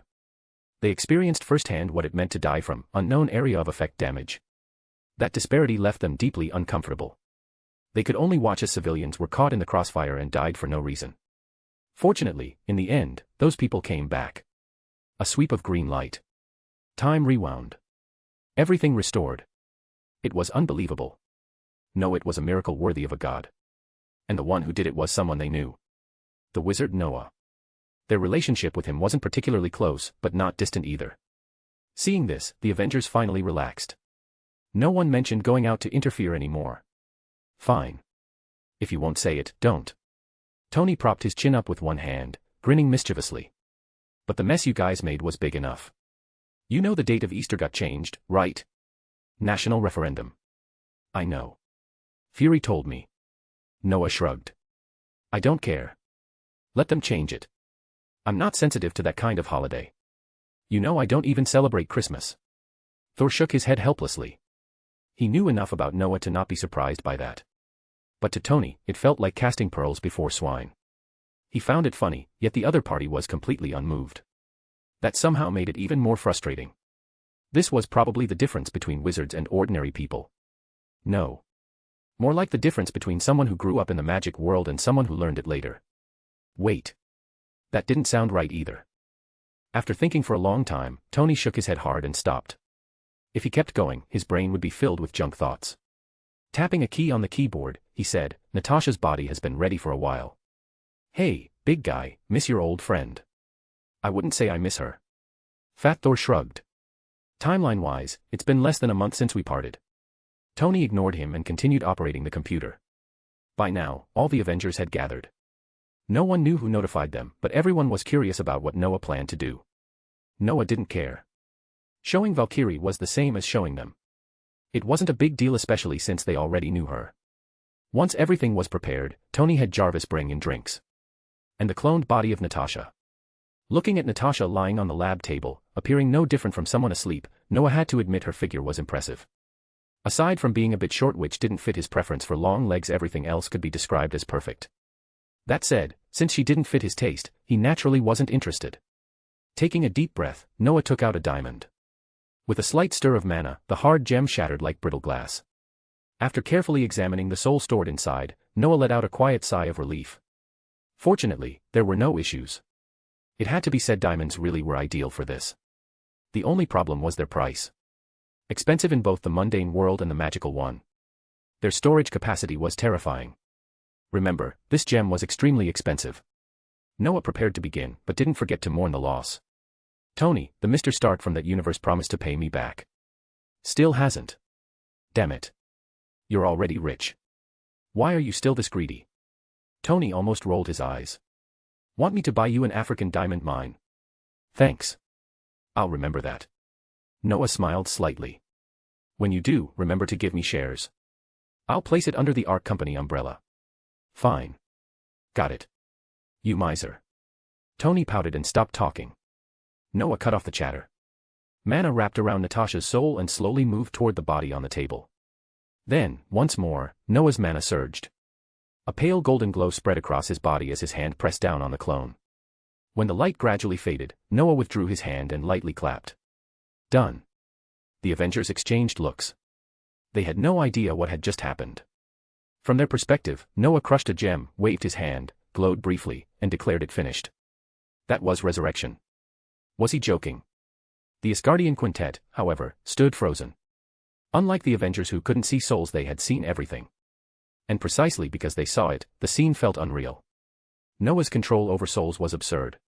Valkyrie, especially, was now completely convinced. This wizard had truly mastered resurrection magic. The body on the table was a clone. Fat Thor had already explained that. Given her age and experience, how could she not understand what a clone was? A body with life signs but no consciousness. An empty shell. And yet, in Noah's hands, it had become a true living being. It was unbelievable. With this wizard around, everything suddenly felt simple. In her excitement, Valkyrie even forgot that Noah's magic was still missing a crucial step. Of course, she wasn't the only one shaken. Hela was unsettled as well. Earlier, this wizard had mocked her openly, earning himself a permanent place on her mental to-be-settled list. But now, she had to admit. He wasn't simple. Even without fighting him, this level of soul manipulation and the mana that felt dangerous even when barely leaking was enough. Hela immediately classified him as a threat. She had been sealed for far too long and knew little of the current world. But her instincts were intact. Her judgment was sharp. She realized this wizard was someone she absolutely shouldn't provoke. That made sense. If he were easy to deal with, how could he be so close to her too, those two idiot brothers? And the Thor from the other universe was no less alarming. Fat. Smiling. Looking like a harmless fool. Yet the power contained within him was terrifying. It even made Hela feel that even if she returned to Asgard at her peak, she might not win. What just happened? The Asgardians were lost in thought, but the Avengers couldn't hold it in anymore. They really didn't understand. Did it work? Of course it worked. Noah replied casually. Didn't you see me put her soul into the body? He said it as if it were obvious, then paused. Oh. Right. You can't see it. He waved a hand. Anyway, the magic was simple. It's done. That's it. Just like that. What were you expecting? Noah rolled his eyes. Magic circles on the floor. Blood everywhere. Animal corpses. Brewing some foul-smelling potion. Chanting spells even Native Americans wouldn't understand. This is magic. Not folk witchcraft. The Avengers looked awkward. Because that was exactly what they had imagined. And at that moment, Natasha's eyelids, resting on the lab table, suddenly trembled. Find 50+ advanced chapters. And for more fan fiction. Backhand index pointing down. Backhand index pointing down. Support link, patreon.com/RioRaRyu. More bonus chapters. Every 300 power stones equals 1 bonus chapter. Chapter 611, standing at the edge of another reality. It didn't take long for the Natasha from the parallel universe to wake up, exactly as Noah had predicted. Since he was already committed, Noah had made sure to cast a few specialized spells to hasten her recovery. When she opened her eyes, the parallel universe Natasha was completely disoriented. Seeing a group of Avengers surrounding her didn't help, especially when she saw herself standing among them. If Fat Thor hadn't stepped in to smooth things over, things might have gotten very messy. In truth, Noah didn't think it would have escalated too far. He stopped paying attention soon after. He trusted the Avengers to explain everything clearly to her. What interested him now was Tony's progress. Tony had already prepared nearly everything, yet he still hadn't acted, which made Noah unsure what he was planning. A device capable of traveling to parallel universes was far too versatile. Even Noah had his own ideas about it. Technically, Noah could search for space-time gates himself. With the star of time and space, he could open a passage and step into a parallel universe. But the uncertainty was far too great. If he accidentally entered a prime universe, especially something like the Marvel Ultimate Universe, getting out could become extremely difficult. It was better to avoid unnecessary danger. Why take risks when peace was an option? I'm almost ready, but I still need time to calibrate, Tony replied directly when Noah asked. The Tony from that universe didn't have time for perfect adjustments. They were in a rush. On top of that, they didn't have spare PIM particles for that version of me to study. My situation is different. I'm aiming for perfection. Noah nodded. That parallel universe truly hadn't given Tony any room to experiment. Dr. PIM had been erased by the snap. The remaining PIM particles had been exhausted during Banner's tests and Scott's clumsy mistakes. In the end, they had only one round-trip opportunity per person. One chance. If they'd had more resources, that Tony's plan might have been even more refined. So precise positioning won't be an issue. Noah thought for a moment, then asked. We won't have a repeat of Mr. Banner's mishap. That's exactly what I'm fixing, Tony said, gesturing vaguely. I don't want something that unlucky happening again. Even if we survived a bad landing, the real risk is something going wrong during transit. That would be tragic. If you land safely but end up in a problematic universe, that's even worse, Noah thought. Then he asked what he actually cared about. Can you locate other universes? For example, the Star Wars-type universe I visited last time. A parallel galactic universe. Tony rubbed his chin. Honestly, I always felt that one didn't quite fit the definition. It completely breaks our understanding. But if you say it's a parallel universe, then fine. I haven't studied it specifically yet, but I do have the concept. Seeing Tony's energized expression, Noah suddenly suspected he had some ideas of his own. Thinking back, this universe's culture was fairly interesting. In terms of entertainment, it was almost identical to the Earth from Noah's previous life. The main differences were the presence of superheroes and the absence of Marvel-related works. Everything else existed. Of course, there was likely no Harry Potter here. This world already had a magical system. And a far more terrifying one. Which meant Tony would definitely know about certain fictional characters. For example, there was a comic character whose background was strikingly similar to Tony's. Tony even narcissistically believed that character had been modeled after him. Bruce Wayne. The famous billionaire who built his own equipment to fight crime as the Dark Knight. The premises of Iron Man and Batman were undeniably similar. In Noah's past life, they had been endlessly compared. Both were absurdly rich. Both had a sense of justice. Both relied on self-made technology. The difference lay in personality. One was a flawed man. The other, almost saint-like. Still, both were wildly popular. Though in terms of relatability, Iron Man the imperfect human tended to be more beloved. If those two billionaires ever met, who knew what would happen? Noah rubbed his chin. In the end, he chose not to say anything. Tony could figure it out himself. Even Noah found the idea interesting. Patting Tony on the shoulder, he said, "Good. Keep going." "Why do I feel like there's something strange in your eyes?" Tony asked. His intuition was sharp, perhaps sharpened by prolonged exposure to magic. "Nothing," Noah said with a shrug. "Just do your best. Maybe we'll find an interesting world to visit later." He meant it. If all the troublesome matters were resolved, Noah wouldn't mind traveling elsewhere for fun. It could count as broadening his horizons. That was assuming Tony could build the device properly and lock onto the correct destination. If they landed somewhere wrong, it would be disastrous. After some idle conversation, Noah led the Asgardian quintet back to Asgard. With today's task complete, he needed to prepare for what came next. Looking at the silent Hela, Noah felt a growing irritation. Her strength was indeed slowly recovering now that she had returned to Asgard. But reaching her peak would take a long time. She was wasting his time. And time was what Noah lacked the most. Being stuck at this bottleneck was unbearable. Although the system had preserved a backup of the insights gained from fighting Dormammu, perceiving them again would likely require being killed repeatedly by Dormammu in system space. That experience was infuriating. Noah wasn't a masochist. He instinctively hated it. Worse, he didn't even know if a second attempt would yield the same results. Even the system couldn't guarantee it. That left him at a loss. He even considered forcing Hela to accelerate her recovery. At least that might save time. But he couldn't be sure the results would meet his expectations. Or whether fighting her prematurely would produce what he needed. Too many variables. The mess gave him a headache. It seemed his only option was to talk to Odin. To see if the Allfather could open a universe ahead of schedule. But had Odin found a suitable one yet? "What are you thinking about?" Loki asked. Noticing Noah's silence, he grinned wickedly. "Don't tell me you're thinking about something unsavory. Say, have you taken a liking to my dear sister?" Noah snapped out of it instantly. "First of all, given your relationship with your sister, you'd never use the word dear. I think it's far more likely she wants to tear you apart, dear Loki. Second, while I do like mature women, she's too old to relate to. Not to mention her neurological issues." "Oh, right. Loki. The cat in my sanctum misses you. Why don't you come visit sometime? You haven't been there in a while." "Absolutely not." Loki's face darkened instantly. That thing in Noah's sanctum. Calling it a cat was generous. It was a flurkin. Why it stayed there freeloading was beyond him, but Loki didn't care. He just knew he wasn't going anywhere near it. "That's a shame," Noah said with mock regret. "I wanted to check on your cultivation progress. You studied in my sanctum for so long. I'm curious about your current level. How about, we do it right here in Asgard?" Loki pretended not to hear. He turned his head and walked straight ahead. His reaction made Noah chuckle.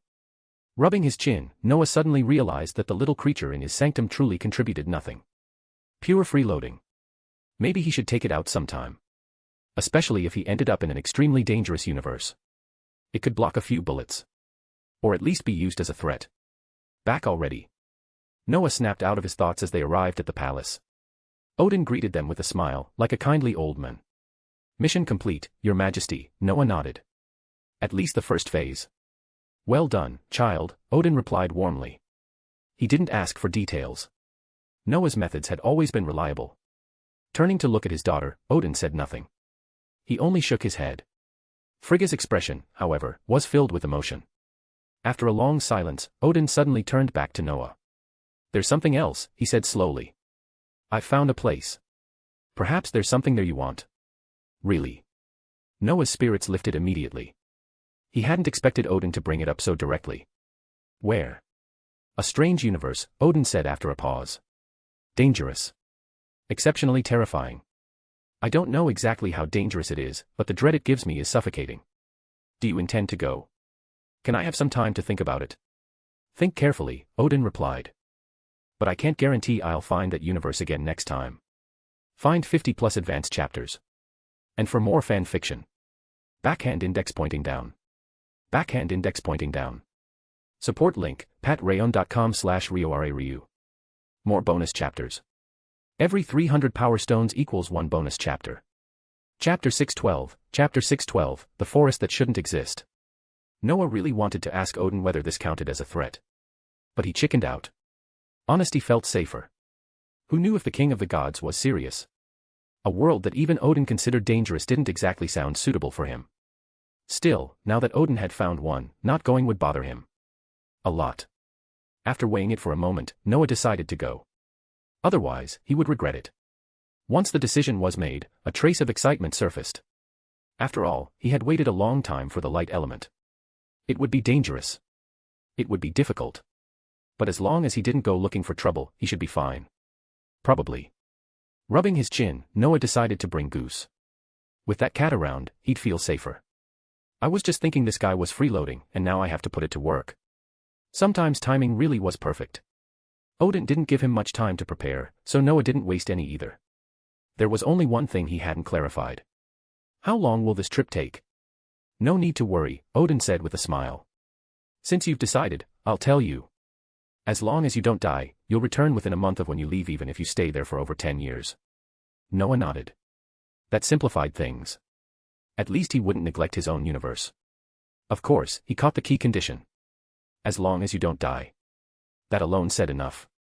That universe was dangerous. Which only reinforced his decision to bring Goose. Even if the cat wasn't needed, having it nearby couldn't hurt. With everything settled, Noah moved quickly. He returned to his sanctum first and grabbed Goose, who was in the middle of bullying Hathaway. Ignoring the cat's displeased expression, Noah said his goodbyes to Ms. Hyphen and the others. They were curious, but they didn't pry. Given Noah's position and strength, disappearing for dangerous matters was normal. Hermione understood as well. She looked a little down, but she smiled and wished him well. That left Noah briefly at a loss for words.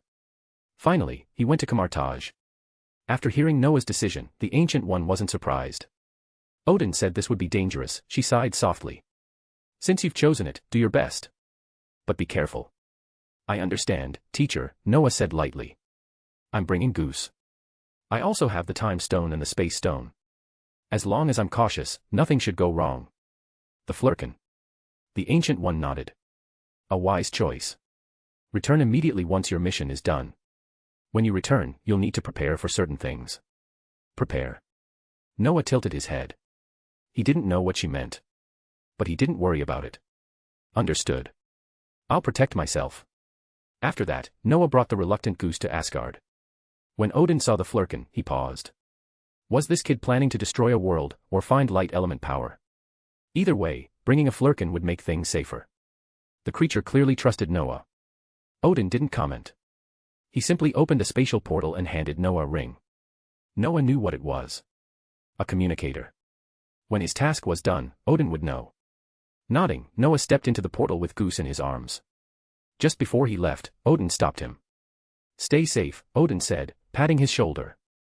And you should move faster too. I'm preparing for Thor to inherit the throne. Inherit the throne? Noah froze for a moment, then understood. Yes. But before that, I still need your help with one more matter. Do well. And as Sorcerer Supreme, you need to push yourself harder. I understand, Noah replied. I'll return and offer my blessings. Let's not tell Thor I'm leaving. If he tries to follow, that'll be troublesome for you. True, Odin said. Though if he insists, I won't stop him. Then I'll be going. Noah turned and left. A flash of blue light followed. Perhaps due to his recent battles, the spatial tunnel felt unstable. Noah felt slightly dizzy. But he adapted quickly. The passage was short. And then he landed safely. No crash. No vomiting gods. For the first time, interuniversal travel didn't end in disaster. Thank goodness. Thinking back, Thor and Loki were clearly the problem. Good thing I didn't bring them. Acting alone really is more convenient. Wait. Alone. Noah paused. Where was his cat? He looked around. Goose was gone. That was bad. Before he could react, an orange blur fell from the sky with a sharp meow. It slammed straight into his face. Man and cat rolled together. All right, Noah said, grabbing Goose by the scruff while rubbing his face. Everyone's here. He had sensed the fall but hadn't raised a shield. His face hurt. Fortunately, his neck was intact. Meow, Goose complained. Noah set the cat down and surveyed the surroundings. They were in a forest. A massive one. Towering trees surrounded them, their trunks thick and ancient. The canopy was so dense that sunlight barely filtered through. Looking up, Noah could tell it was daytime. The stray beams of light were enough to see clearly. This was a primeval forest. Untouched. More importantly, this wasn't Earth. Many of the plants didn't exist there. Thank you, Professor Sprout. And Professor Snape. At least I can tell that much. Picking up Goose, Noah prepared to leave. Without knowing his location, teleporting was risky.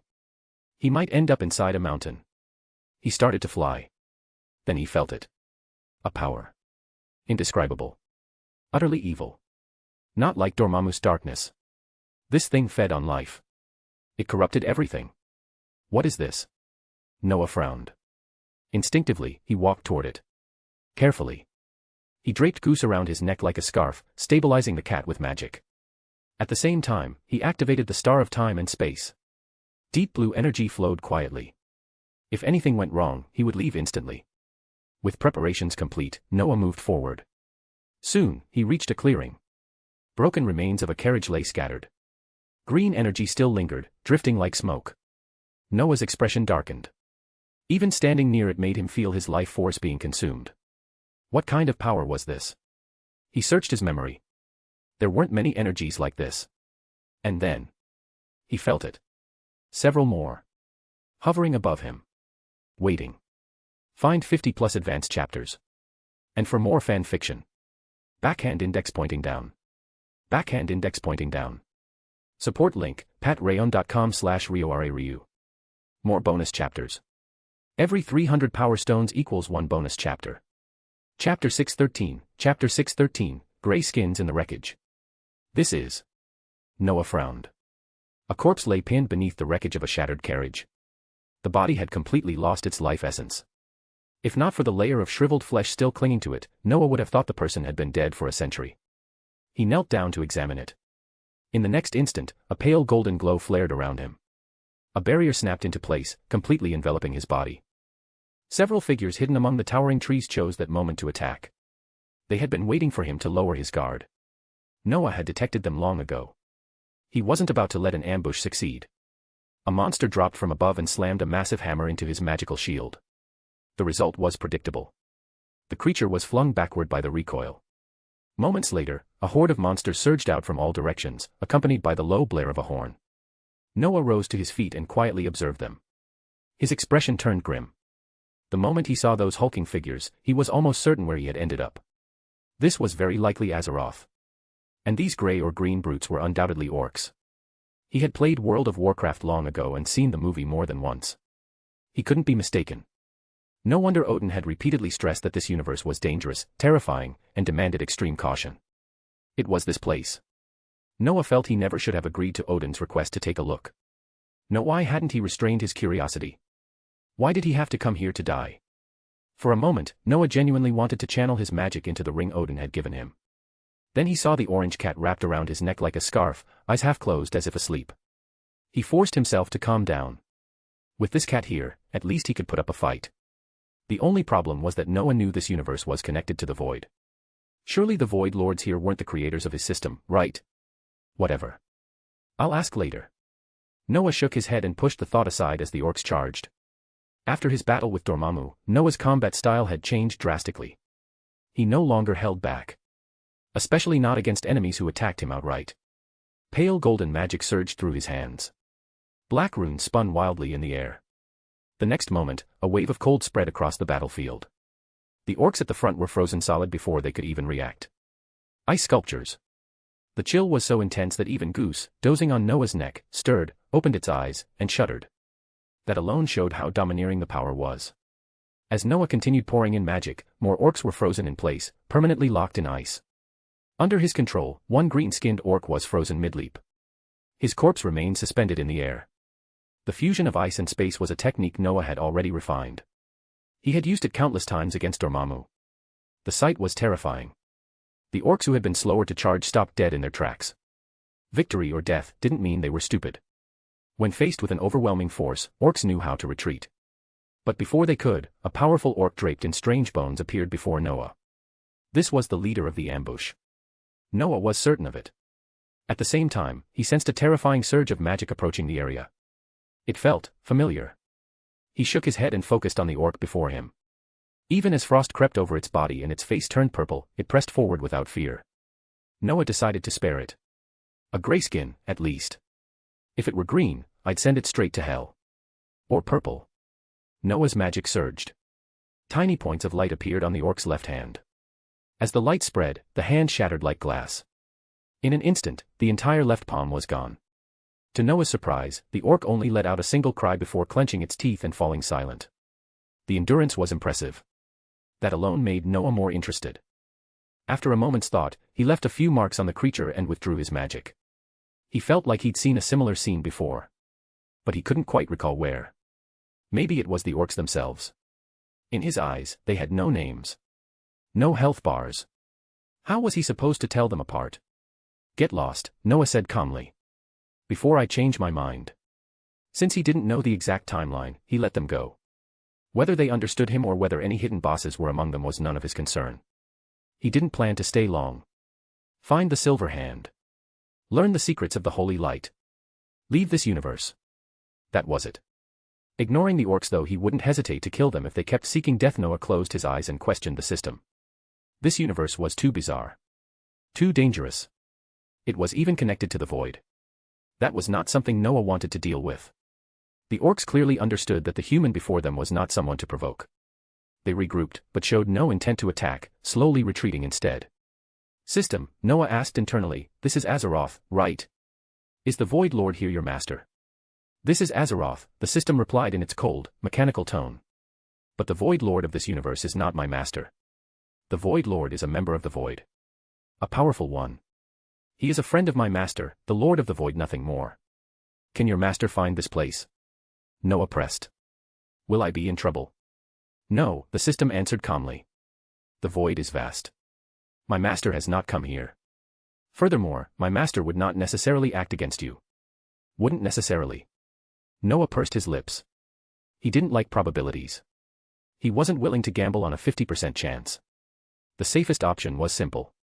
Don't provoke beings like that. Who knew what they were thinking? All he wanted was to grow stronger in peace. He'd deal with the future when it arrived. Right, Noah suddenly realized. If I provoke Sargeras here, will my original universe be affected? First, the system replied, he targets universes susceptible to void corruption. Second, forget it. Knowing more will not benefit you. Top-tier void lifeforms are beyond your comprehension. I was created by the Lord of the Void. While I cannot prevent your death, I can prevent your origins from being discovered. I see, Noah muttered. By the way, can you teach me the languages here? I can't even communicate. How am I supposed to blend in? This universe is not lacking in astral mages, the system said flatly. Medivh can do it. Why can't you? Noah almost cursed out loud. Medivh.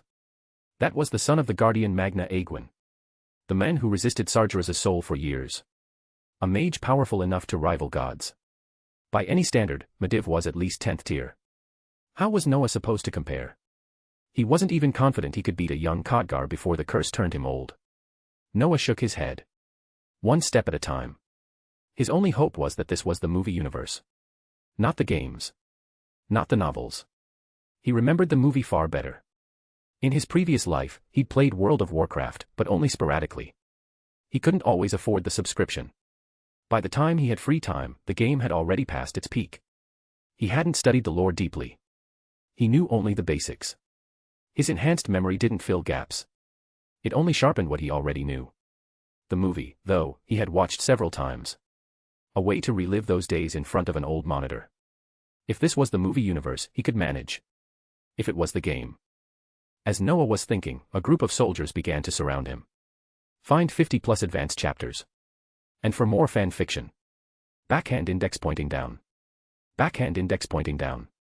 Support link, patreon.com/RioRaRyu. More bonus chapters. Every 300 power stones equals 1 bonus chapter. Chapter 614, Chapter 614, so this is your welcome for visitors. My god, what on earth is that? When Anduin Lothar, Medivh, and Khadgar arrived at the battlefield with a detachment of soldiers, all of them were stunned. It wasn't that the sorcerer's display itself was shocking. Mages weren't rare on Azeroth, and they had one of the strongest mages in the world standing right beside them. What truly stunned them were the frozen monsters. They had no idea what these creatures were. A few days earlier, Lothar had received urgent orders from Stormwind and rushed back from Ironforge. Someone was attacking Stormwind's outer fortresses. The reports he received along the way were deeply unsettling. After nearly lecturing Khadgar in the morgue, Lothar contacted Medivh through the King of Stormwind. After some discussion, the three of them entered Elwyn Forest. Their goal was clear. Those wolf-riding, heavily armed, seemingly unstoppable giant monsters were somewhere in this forest. To understand what they were facing, they needed captives. So this elite four set out. They searched for days with no results. Until today. During a routine sweep, both mages sensed a surge of magic. Following that pulse, they arrived here. And saw this. The sight was genuinely shocking. The extreme cold had already weakened, but traces of it still lingered. The massive monsters were frozen solid, like grotesque ice sculptures. Most shocking of all, one of them was suspended in midair. There was no ice beneath its feet. It simply hung there. Unnaturally. This mage is incredibly powerful, Khadgar whispered as he turned to Medivh. Guardian, what should we do? Should we ask him to thaw them? Thawing them won't help, Medivh said calmly. They're already dead. His gaze lingered on the green light still faintly glowing within the frozen remains. His brow furrowed. It seems things really are troublesome. Truly troublesome. Medivh recognized that green energy almost instantly. The familiar, hateful whisper in his mind began to stir again. He had long been aware of his condition. For years, he had devoted everything to suppressing it. He had even severed contact with Lothar and Lane for 6 full years, hoping to eliminate the threat. The results were poor. His condition was getting worse. At this point, Medivh had not yet been fully corrupted. It was a process. A slow one. But his state was already terrible. Resisting the demon consumed nearly all of his focus. He couldn't use his full power. If he overextended his magic and weakened his mind, the consequences would be catastrophic. That was why even casting 1 or 2 spells left him looking exhausted. He wasn't tired. He was fighting a demon every second. As for the young, unfamiliar mage ahead of them, Medivh could tell he was powerful. Very powerful. Not someone to provoke lightly. But he sensed no hostility. So Medivh chose not to interfere. This situation could be handled by Lothar and Khadgar. His strength needed to be saved for far greater dangers. In this, Medivh was wrong. It wasn't that Noah lacked malice. He was simply stunned. He had finally confirmed when he was. This was the first, no, that wasn't right. The first time had been long ago. Then this had to be it. The period when the orcs had just entered Azeroth. Which meant only one thing. The people in front of him were Medivh, Lothar, and Khadgar. All of them. At once. Meeting so many legendary figures in person made even a half-informed player like Noah feel excited. But that excitement vanished almost instantly. Because he remembered something else. In both the game and the movie, Medivh was possessed by Sargeras. The difference was timing. In one version, he had already fallen. In the other, he was still resisting. If this had been before his conversation with the system, Noah would have turned around and left immediately. No contact. No hesitation. But with the system's assurance, he dared to stay. He even briefly wondered if he could just kill Sargeras now, while the Titan was in such a weakened state. It wasn't arrogance. Medivh's current condition was genuinely terrible. And Noah wasn't weak. With full knowledge of the plot, he knew exactly how much Medivh was suffering. The thought flickered. Then vanished. Sargeras was no joke. If Noah killed Medivh and ended up dragging Sargeras' soul into the abyss like in the original story, then what? Endure Khadgar's curse? Rapid aging. That wasn't happening. Even if old mages looked impressive, Noah preferred looking young. He dropped the idea. Seeing Medivh move to examine the green energy, Noah prepared to leave. He needed time. Time to plan. Time to sort through his memories. The timing of his arrival was terrible. In his recollection, the silver hand hadn't fully formed yet. Which meant the path of the holy light might not even exist. And there was another problem. A critical one. It felt like he shouldn't be in this universe. My God. Did my brain glitch back then? I created Neltharion. And now I'm here. Isn't that going to cause a collision? Noah felt both amused and distressed. This was absurd. He couldn't even remember where Neltharion currently was. Otherwise, he might have tried to find a man named Benedictus. That could have led to something interesting. As his thoughts wandered, Noah noticed Lothar and Khadgar approaching. He immediately adjusted his expression. Hello, gentlemen, Noah said politely, offering a refined mage's bow. Both Lothar and Khadgar froze. They couldn't understand a single word. This young human mage wasn't speaking any language they recognized. Not human. Not elven. Not dwarven. And definitely not common. Confusion spread across their faces. Do you? Khadgar hesitated. Do you speak common? Noah tilted his head slightly. He had expected this. The movie language meant nothing. It had just been translation. His own translation device was completely useless here. Awkward. After a brief pause, Noah had an idea. If words didn't work, he could build a bridge directly. A mage of his level could do that easily. In an instant, the connection formed. Khadgar didn't even have time to react before his mind was linked. Can you understand me now? Noah's voice echoed directly in his thoughts. Huh. Khadgar stiffened. Something had touched his mind. It felt strange. Yes, he replied carefully. I can understand you. What kind of magic is this? Just a small trick, Noah said calmly. Don't worry about it. Allow me to introduce myself. My name is Noah. It's a pleasure to meet you, mage. He hadn't planned to use his real name. But when he thought about using another Ronin or something similar, he couldn't say it. It wasn't external pressure. It came from himself. A feeling. Strange, but he followed it. He also deliberately omitted his surname. Khadgar, the young mage replied. He clearly wasn't sure how to handle this situation either. But he didn't forget why he was here. His expression turned serious. Mage Noah, can you tell me what happened here? And, who exactly are you? Me. Noah shrugged helplessly. I'm an astral mage. My arrival here was an accident. As for them. He glanced at the frozen monsters. I don't know. I was attacked the moment I landed. I assumed this was how your planet welcomed visitors. Find 50+ advanced chapters. And for more fan fiction. Backhand index pointing down. Backhand index pointing down. Support link, patreon.com/RioRaRyu. More bonus chapters. Every 300 power stones equals 1 bonus chapter. Chapter 615, Proof of a True Mage. From Khadgar's expression, Noah could tell his last remark had probably made things awkward. In truth, Noah understood this perfectly well. When facing an unknown mage from another world, caution was only natural. If their positions were reversed, he would have reacted the same way. But he didn't have many options. He didn't speak this universe's language and had no way to pretend he was a local. Taking the initiative and staying ahead was the only viable choice. As for how things would turn out, Noah didn't bother overthinking it. It was worth trying. Besides, he was already in the process of learning this world's common tongue. Noah's talent for learning was never in doubt.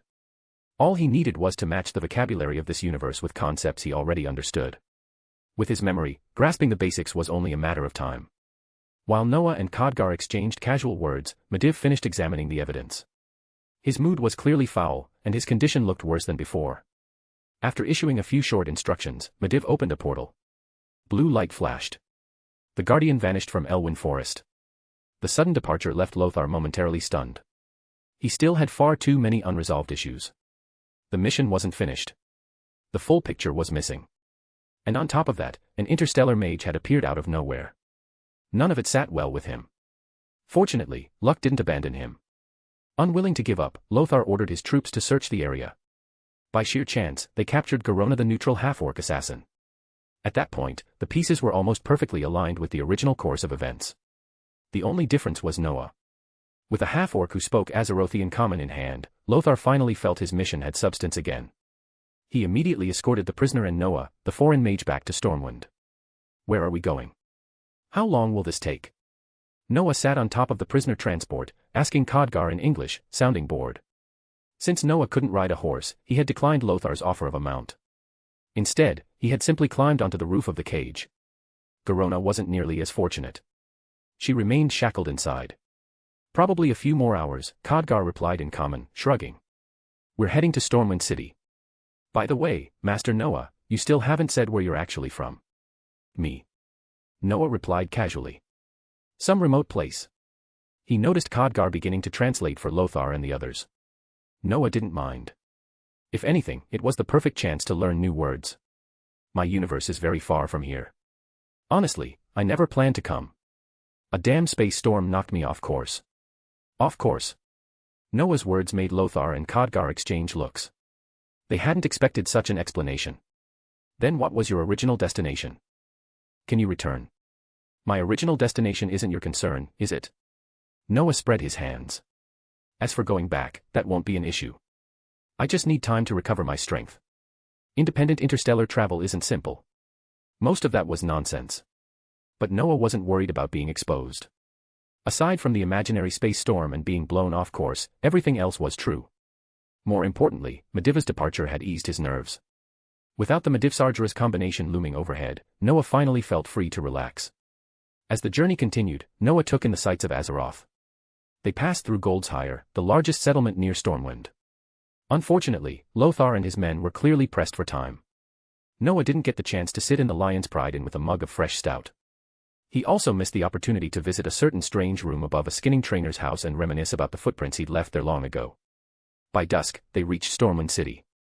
Escorted by a large force of soldiers, Noah was brought before King Lane Rin. Greetings. Master Mage from another world. Lane inclined his head slightly. His manners were impeccable, polite, refined, and naturally warm. Looking at the king, Noah felt a hint of nostalgia. Lane had left a deep impression on him. Back when he'd watched the movie, Noah had genuinely liked this king. If not for Lane's choice to stay behind and cover the retreat, well, perhaps the late-night assassination by Garona wouldn't have happened. Maybe. Noah didn't dwell on it. That conversation could wait. Before Khadgar finished translating, Noah cut the mental link. He spoke directly, in slightly rough but functional Azerothian common. Greetings, Your Majesty. Silence followed. Lane, Lothar, and Khadgar all stared at him. After a long pause, Lane finally spoke, carefully, forgive me, but the information I received That I didn't know your language. Noah spread his hands. That was true. Earlier. But as a mage, learning is essential.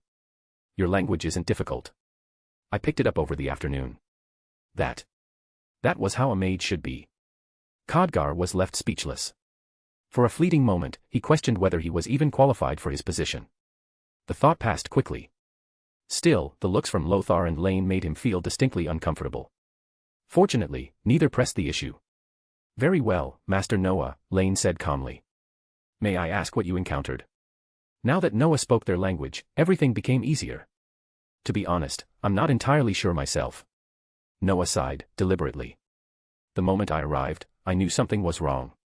Soon after, I was attacked by a group of, forgive me, I don't believe they're native to your world. I'm sorry for your dash. Lane stopped mid-sentence. He remembered Lothar's report. It had described the scene in vivid detail.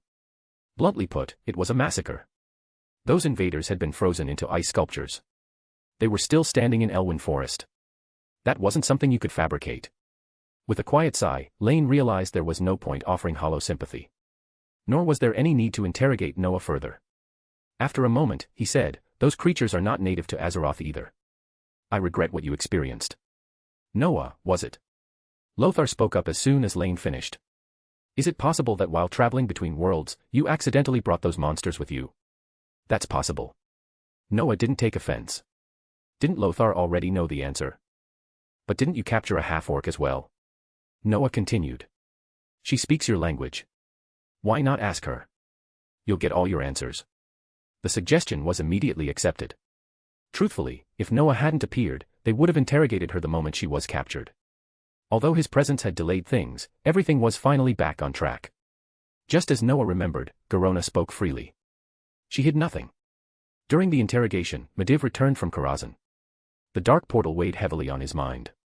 He appeared deeply troubled. Noah watched the Guardian carefully. Before the Fel fully manifested, it was impossible to tell whether Mediv was himself or Sargeras. After the interrogation, Garona still refused to cooperate. She was thrown into the dungeon to await execution. Or redemption. As for Noah, since he couldn't leave yet and since he had effortlessly crushed the Orc, Stormwind granted him temporary residence. Noah had no objections. He needed time to think. Coming to this universe, he felt oddly directionless. The complexity here was far beyond expectation. The real threats weren't just powerful, they were layered with contingencies. And most importantly, where the hell am I supposed to find that damn holy light? That was Noah's true goal. Everything else was irrelevant. And if he got what he wanted, he wouldn't mind causing a little chaos. Stirring things up. Then disappearing quietly under the cover of his system. Find 50+ advanced chapters. And for more fan fiction. Backhand index pointing down. Backhand index pointing down. Support link, patreon.com/RioRaRyu. More bonus chapters. Every 300 power stones equals 1 bonus chapter. Chapter 616, Chapter 616, what do you think? Finding the holy light was never going to be easy. Noah had known that from the beginning, especially given his understanding of its nature. He never expected to obtain it through prayer or faith. What he wanted was simple. To truly feel the essence of that power. Once he understood its core, he would let the system take over. That way, he could attempt to acquire this unique force within this world without being tricked by something like faith. Unfortunately, Noah felt his luck was terrible. He had arrived in the wrong era. That alone made everything awkward. Was this time period dangerous? Not really. Sargeras stood in front of him, Gul'dan behind him, but neither was truly insurmountable. Khadgar and Lothar would be enough to deal with Sargeras. Noah remembered the movie clearly. Those two resolved the matter without much trouble. Lothar even had time to rush barefoot onto the battlefield to retrieve Lane's body. As for Gul'dan, Noah wasn't sure of his exact strength, but his fell magic was undeniably disgusting. In close combat, Noah admitted he wouldn't stand a chance. But if he opened with time and space, even if he couldn't tear the warlock into spatial fragments, dumping him into an infinite mirror dimension should be possible. Even if Nazul or some other shadowy figure was backing him, Noah vaguely remembered that those characters didn't become relevant until much later. Where they were now, he had no idea. And even if Noah did kill Gul'dan, he doubted the others would immediately come knocking. This wasn't the era of true chaos yet. The heavy hitters were still busy setting their own stages. The real opening act of the Warcraft era wouldn't begin for decades. Take Arthas, for example. The owner of the most infamous sword of filial piety. At least, that was Noah's understanding. Whether it was accurate didn't matter. Worst case, he could just run. If things truly went south, he could always unwrap Kuko, who was currently masquerading as his scarf, and let her have a proper meal. So in the end, Noah muttered, "Where am I supposed to get this radiant energy?" His mood dipped. Did he really have to stay here for decades? If that was the case, he would rather leave.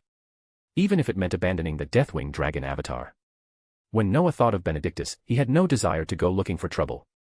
But thinking of that man reminded him of someone else. Specifically, the teacher of that super double agent. Wasn't his name Alonsis Fail? A memory surfaced. Long ago, when Noah and his friends played the game, they used to argue about who truly led the Silver Hand. Noah had been convinced it was Uther. His friend told him he was wrong. They argued endlessly. In the end, Noah lost badly. Because the true leader of the Silver Hand wasn't Uther.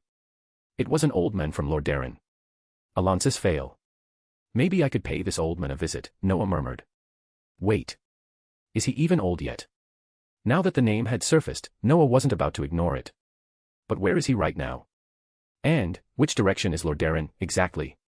As a mage without a map, Noah's frustration was difficult to describe. That frustration lasted several days. Mostly because he didn't know how to casually bring up Fail to Lane or Lothar. As an outsider, he naturally wouldn't know the men. To gather information, Noah wandered Stormwind a few times. He heard nothing useful. The upside. He experienced the local atmosphere. And even stopped by Gold's Hire for a mug of Lion's Pride stout. Just as Noah was sinking into quiet irritation, Lothar suddenly sought him out. "Hey, Master Mage," Lothar said. "I was wondering what your plans are for the near future." "Is something wrong?" Noah asked, spreading his hands. "Lothar, right? That's your name." "That's correct," Lothar nodded. "Let's do this properly. My name is Anduin Lothar." "It's a pleasure." He shrugged lightly. "I remember you took down quite a few orcs. We're planning to investigate the orc situation again. Would you be interested in joining us?" "Investigate the orcs?" Noah tilted his head. Garona had already been redeemed. He nodded. "Sure. It's boring staying here anyway. I'll help. But I hope you can do me a favor in return when the time comes." "A favor?" Lothar frowned. Ideally, interactions especially with someone as unfamiliar as Noah should be without strings attached. He had no idea what a mage like Noah might ask for. What if it was unreasonable? What if it was something he couldn't provide? After weighing it carefully, Lothar decided blunt honesty was best. "What kind of help do you need?" he asked directly. "The locations of magic organizations," Noah replied without hesitation. He hadn't mentioned Fail yet. He would figure that out later. "You know I'm a mage. Isn't it normal to visit such places? And I'd like access to some magical records. That's all." Lothar blinked, then nodded quickly. "Deal. I can give you that information right now. No rush, Noah shrugged. After we get back. You're not going anywhere. Neither am I. That settled it. To be honest, Noah was genuinely interested in this world's magical knowledge. Although his own magic leaned closer to shamanism or something adjacent, he was fundamentally different. Unfortunately, he had no access to their systems. He was curious. Could the shamans here use resurrection magic? He doubted it. Too many people had died without returning. If anything, necromancy was more impressive. That was the school that truly pulled souls back from death. Noah didn't care whether magic was labeled evil. His path was already set. There was no risk of corruption. Still, thinking about how long it would take for necromancy to even appear gave him another headache. Forget it, Noah thought. I should be prepared to leave empty-handed. With a quiet sigh, he set out with Lothar and the others. The force wasn't large. But this was a scouting mission, not a battle. The numbers were sufficient. Noah remembered this mission. In the original course of events, it ended in disaster. They were nearly wiped out by Derotenthral's father. That wasn't happening this time. Because Noah was here. Master Noah, Khadgar suddenly asked, closing his book out of boredom, what did you think of the orcs we encountered that day? And, have you ever heard of something called Fel? Of course I have. Noah mocked internally. Outwardly, he maintained his composure and smiled faintly. Before arriving in your universe, I truly hadn't. Is that green substance that devours everything called Fel? Yes, Khadgar nodded. It's exceptionally evil and terrifying. It also seems to empower the orcs. Isn't that just standard shaman behavior? Wait, Gul'dan is a warlock. Noah shook his head, stopped overthinking, and replied casually. I didn't feel any particular empowerment. He didn't feel it. Those words immediately caught everyone's attention. Lothar. Garona. The soldiers behind them. Many of them had accompanied Lothar and Medivh during the first investigation. They still remembered that hellish scene. This foreign mage had clearly fought those orcs. How could he not notice the difference? Yet admiration crept in despite themselves. Noah looked thin. Frail, even. His oversized black robe concealed his physique entirely. No matter how they looked at him, he was just a human.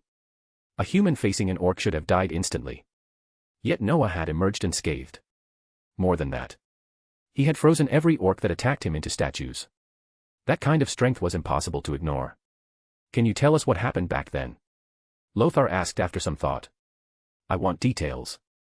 It'll help me judge their strength. Well. Noah hesitated, looking conflicted. I honestly don't know how to describe it. After a long pause, he sighed. Let's put it this way. I was attacked the moment I landed. They couldn't break through my magic shield. How strong is your shield?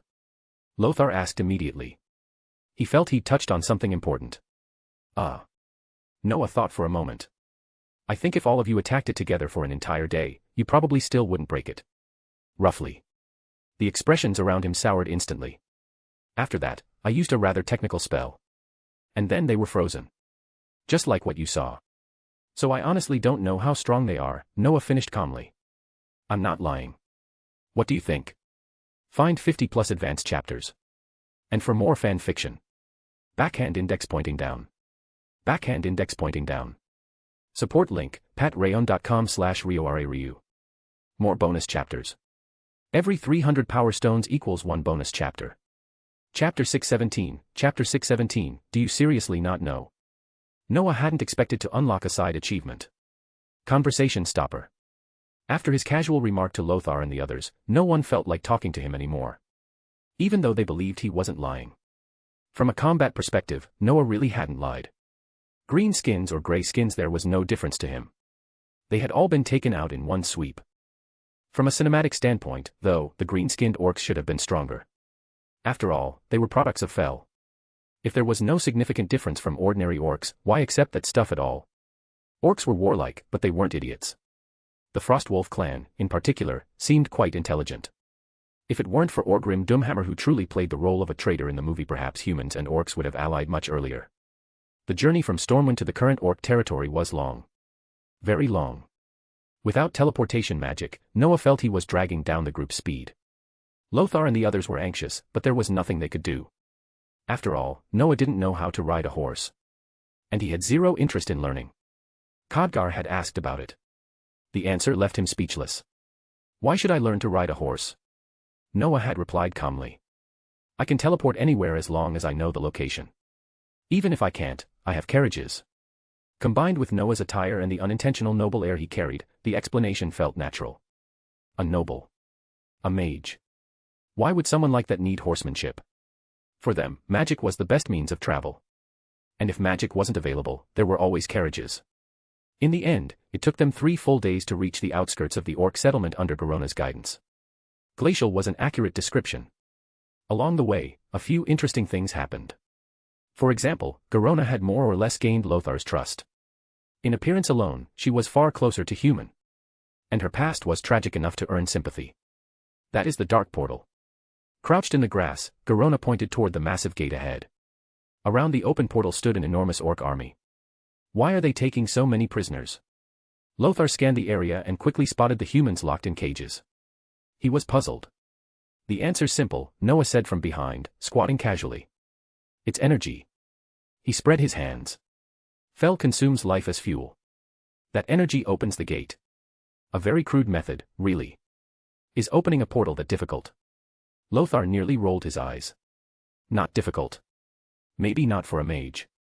He ignored Noah and turned back to Garona. How many more orcs are they planning to bring through? Noah watched with a smile. He didn't mind the attitude. As for their safety, he wasn't worried. While they were scouting, Noah had already noticed an orc watching them.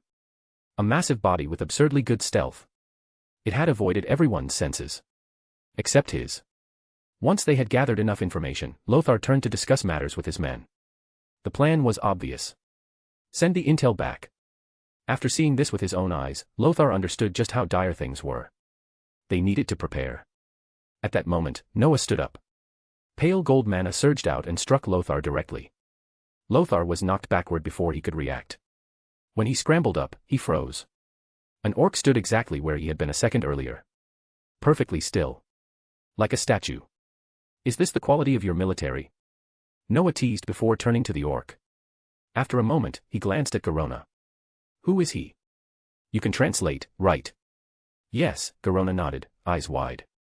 I didn't think you could subdue Durotan so easily. It seems you weren't lying. She paused. This is Durotan. Chieftain of the Frostwolf clan. So it's him. Noah looked at Durotan. Speak. What do you want? I noticed you long ago. They didn't. If you wanted to attack, they'd be dead already. Why didn't you? What? Lothar rubbed his chest, stunned. Then he shut up. He had almost been caught. If Noah was right, and the orc had been watching them for that long, he might already be dead. Sighing inwardly, Lothar realized his mistake. How had he let someone like this get so close? I am here to discuss something. I mean no hostility, Durotan said bluntly through Garona. As you said, I could have killed the others. Or returned and brought warriors. None of you would escape. The translated words darkened the soldiers' expressions. Noah didn't react. What do you want to discuss? He asked directly. Our leader is Gul'dan. He is extremely dangerous. His magic kills all life. It must be stopped, Durotan said calmly. My clan alone is not strong enough. You want to ally with humans to kill Gul'dan? Noah tilted his head. Interesting. He glanced at Lothar. What do you think? If the Frostwolf clan allied with humans, would the first war even happen? Noah didn't know. He also didn't plan to figure it out. Though he respected this chieftain, the men had to survive first. Should I tell him Orgrim Doomhammer is a traitor? Noah considered it. Then dismissed the thought. Not his place. For now, he would observe. With Garona translating, Lothar and Durotan reached a basic agreement. Truthfully, Lothar didn't trust him. If Durotan weren't Noah's prisoner, Lothar's first instinct would have been to kill him. In the end, Noah let Durotan go. Lothar planned to return and report everything to King Lane. The meeting location matched the original story. The only difference was that Khadgar wouldn't have his mouth covered and rendered useless. Watching Durotan leave, Lothar curled his lip and turned to Noah. You should have killed him. He's an orc. I don't think anything good will come from our king meeting him. He's your king, not mine, Noah smiled. And he was sincere. He paused. I don't know much about orcs, but a violent race usually takes promises seriously. Why? Lothar frowned, then glanced at Garona.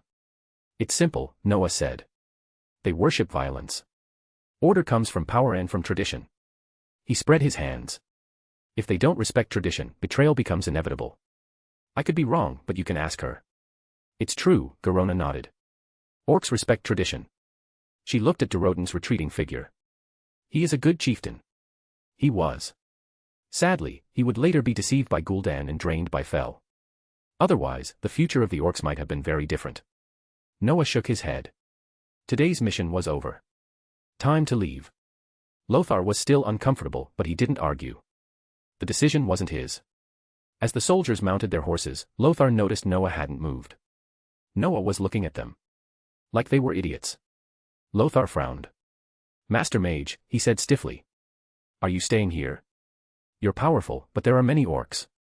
Relax, Noah sighed. As long as they aren't top-tier powerhouses, numbers don't matter. Pale gold light gathered around him. A golden ring of light formed behind his back. And as a mage, he added calmly. Once I know the exact location, why would I sit on a horse? Lothar stiffened. You don't mean dash. No need to guess, Noah said. Can't you see where this magic leads? Find 50+ advanced chapters. And for more fan fiction. Backhand index pointing down. Backhand index pointing down. Support link, patreon.com/RioRaRyu. More bonus chapters.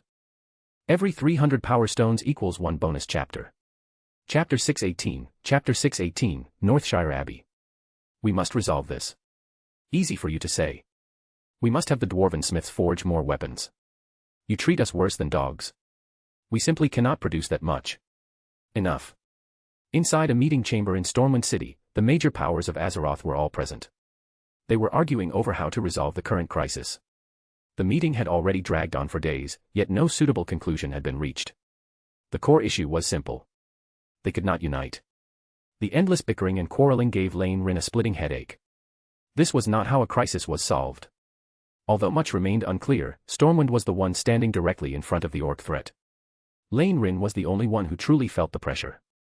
Looking at the humans, elves, and dwarves before him, he spoke in a heavy voice. You have all come to Stormwind seeking aid, whether soldiers or arbitration. If we cannot stand united against this enemy, the consequences will be dire. Stormwind needs soldiers, horses, and weapons. Now. Ha! Our own kingdoms need those as well. What the hell is Dash? The representative from Lordaeron didn't get to finish. A pale golden shimmer suddenly appeared in the air. It expanded rapidly, forming a perfect circle. A scene from the other side was revealed. A forest. And standing there was a familiar figure.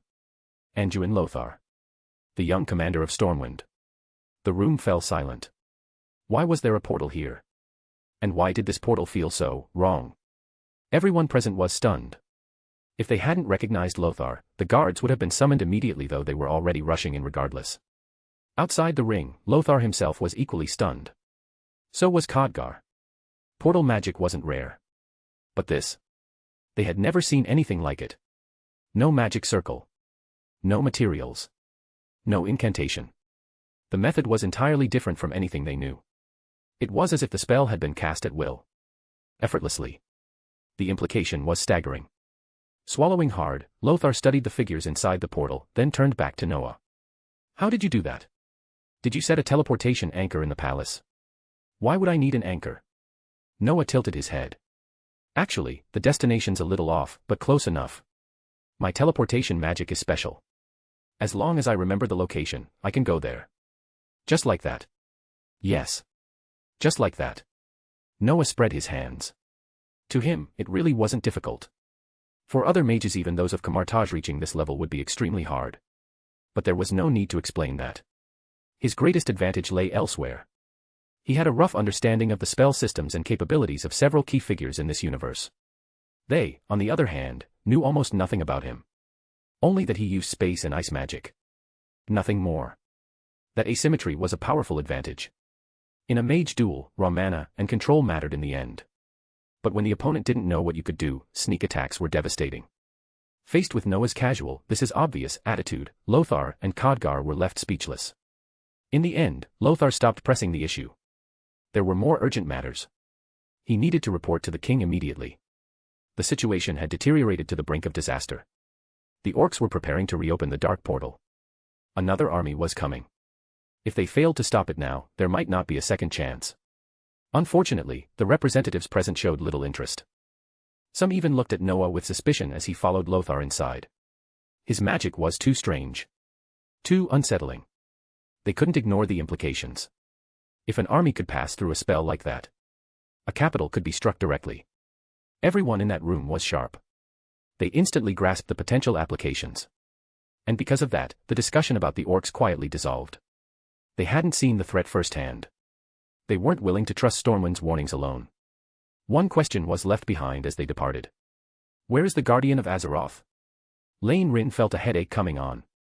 As if things weren't bad enough, another report arrived soon after. Another fortress had fallen. This time, Callan Lothar's son was listed among the casualties. Fortunately, he wasn't dead. That alone gave Lothar some relief. After finishing his time with his son being comforted more than comforting, Lothar went to discuss Durotan's proposal with Lane. Noah didn't participate. Nor was he qualified to. No matter how much he helped, he didn't belong to this universe. They had no intention of dragging him into internal affairs. Noah didn't mind. Bored, he wandered through Stormwind aimlessly. He wasn't sure what to do next. Lothar had promised him records, but the man was overwhelmed. Those records also needed sorting. It wouldn't be quick. Noah had no intention of rushing him. In fact, delay suited him. According to the movie timeline, Medivh wouldn't last much longer. Once Medivh and Sargeras' souls fell into the abyss, Karazhan would become temporarily masterless. At that point, Noah could help himself. The temptation of knowledge was immense. For a mage, it was nearly irresistible. Lost in thought, Noah didn't know how long he had walked. Then his left eye throbbed slightly. A faint, obscure power brushed against his perception. It immediately caught his attention. He stopped. Looked around. He had nearly wandered out of the city. Only a few guards and commoners were nearby. That made no sense. What kind of power could irritate his left eye like that? Closing his eyes, Noah scanned the area. He locked onto one of the commoners. The trace was there. Hidden. Wait a moment, sir. Now that he'd found something unusual, Noah wasn't about to let it go. The group didn't react at first. When they realized someone plainly dressed, yet carrying an undeniable presence was addressing them, they panicked slightly. Fortunately, Stormwind under Lane's rule was relatively fair. A quick-witted commoner bowed respectfully. Greetings, Master. How may we assist you? No need for that. Noah got straight to the point. Have you encountered anything unusual recently? I sensed a special energy on you. I'd like to know what you've experienced. Special energy. The men froze, then laughed awkwardly. I understand, Master. We were attacked recently by a giant wolf. I swear, it was the biggest wolf I've ever seen. A giant wolf. Noah rubbed his chin. A warg. That meant an orc mount. At that realization, Noah looked at them differently. These people were absurdly lucky. They'd encountered a warg. No orcs. And survived. That kind of luck was legendary. Yes, a giant wolf. My companions and I were attacked. Perhaps the gods were watching us. Just as we were about to die, a horn sounded from the forest. The beast abandoned us and ran off. The man's hands trembled as he recalled it. The others weren't much better. And then. Noah interrupted, reluctantly. Sorry, Master. It's not a pleasant memory. The men forced a smile. Those of us who survived made it back, though many were badly injured. When we passed Northshire Abbey, we were saved by a priest. A priest. Northshire Abbey. Noah's eyes lit up. He wasn't sure when the holy light first appeared in Azeroth. But that didn't stop him from trying his luck. Northshire Abbey shouldn't be in ruins yet. In the game, many players considered it the starting point of Azeroth's disasters. Reaching into his pocket, Noah produced a gold coin. How far is Northshire Abbey from here? Master. Tell me, and it's yours. But Master, the men said helplessly, you'll see the road signs the moment you leave the city gate. Noah stared at him in silence. Find 50+ advanced chapters. And for more fan fiction. Backhand index pointing down. Backhand index pointing down. Support link, patreon.com/RioRaRyu. More bonus chapters. Every 300 power stones equals 1 bonus chapter. Chapter 619, Chapter 619, Alliances Fail. Following the signs, Noah soon arrived at Northshire Abbey. Looking at the familiar scene, he couldn't help feeling a trace of nostalgia. Years ago, back when he was still staring at a bulky CRT monitor, he had been here countless times. Especially when playing a human. This place had been the starting zone. The memories were vague, but the feeling remained. He shook his head and pushed the useless sentiment aside, then stepped into the abbey. It was quiet. But as he moved deeper inside, discomfort began to spread from his left eye. There weren't many people inside. Most wore priestly robes. Some were praying. Others were busy with routine work. At the very front, an elderly man knelt in prayer, murmuring softly. A pale gold radiance flowed from his body. It was also pale gold. But unlike Noah's own glow, this one felt holy. Pure. Warm. His own radiance carried pressure. This one carried comfort. The feeling was unmistakable. Like standing beneath sunlight. Noah's heart skipped a beat. Even as the pain in his left eye intensified, he was shaken by the sensation. Holy. Sacred. Pure. Rejecting corruption. Resisting darkness. The impressions flooded his senses all at once. He was almost certain. This was what he had been searching for. The holy light. Noah murmured. Ignoring the looks around him, he slowly walked toward the old priest. He didn't interrupt. He simply stood there and closed his eyes. As he sensed the power, he spoke inwardly to the system. Record this power. For once, Noah felt genuinely lucky. He hadn't expected to encounter this just by visiting the human starting zone. This was the holy light. There was no doubt. As the radiance around the old man grew stronger, the pain in Noah's left eye intensified. The restless dark power inside him stirred, on the verge of breaking free. For a brief moment, Noah hesitated. Could he really learn this? He had accepted evolved dark power. He had a counterfeit Deathwing sealed within him. In terms of attributes, his power stood directly opposite the holy light. He wasn't sure whether he could truly master it. Or whether he would need to seal it, just like the dark power. Control, at least, wasn't an issue. Noah had long decided that he wouldn't submit to any power. Especially not the holy light. The blood elves were the perfect example. They had used arcane methods to drain and wield the light, creating the first blood knight paladins. That alone proved the light was still a form of energy. Yet after prolonged use, countless blood knights began to internalize the light's philosophy. They were influenced. Assimilated. Eventually, they offered their faith. From that point on, their use of the light was no different from humans or Draenei. Noah remembered that lesson clearly. One of the few things from Warcraft lore he still remembered well. The light will trick you. It wasn't just a saying. It was a warning. Long-term exposure subtly altered one's thoughts and spirit. The blood elves hadn't anticipated it. They hadn't guarded against it. So they fell. Noah had guarded himself from the very beginning. He clung to his own beliefs. In that sense, he was similar to certain human paladins. Some of them, after years of use, found ways to resist the light's influence. Others even abandoned their faith entirely and still retained the ability to wield the holy light, though in a weakened form. Whether he could learn it or not soon became a moot question. If even the undead can learn the holy light, why can't I? Noah thought calmly. I'm not walking the path of faith anyway. I'll take the blood elf route. The system quickly recorded the circulation method of the holy light within the priest. The gain was enormous. Even if Noah never practiced it, having the method was invaluable. Soon, the old man stirred. Greetings, Master Mage, he said gently, lifting his head with a warm smile. Have you come to pray? I'm sorry, Master, Noah replied, shaking his head. I'm not a man of faith. That much was true. He believed in himself. Very much in line with a mage's mindset, the priest said calmly. Faith comes from the individual. My name is Alonsis Fail. It's rare to see a mage in the abbey. Especially someone who carries dark power. Noah finished for him. He already knew. To his surprise, the man before him was exactly who he thought. Alonsis Fail. The true core of the Silver Hand. Internally, Noah was shaken. Outwardly, he remained composed. He stopped suppressing his aura. There was no point. With his left eye acting up, Fail had likely sensed it already. Yes, Alonsis Fail said softly. I didn't expect such honesty. Is that rare? Noah crouched down. The priest was kneeling. Standing over him felt wrong. I never intended to hide it. I'm different from you all. I won't be influenced by power. He said it without hesitation. It was the truth. Even the will embedded in power had already been stripped away by the system. Alonsis Fail looked at him strangely. He hadn't expected such words. Not influenced by power. He didn't argue. He simply smiled. Through the light, he could sense that this mage wasn't evil. Very well, Alonsis Fail said. I wish you the best on your path of magic. May you remain true to yourself.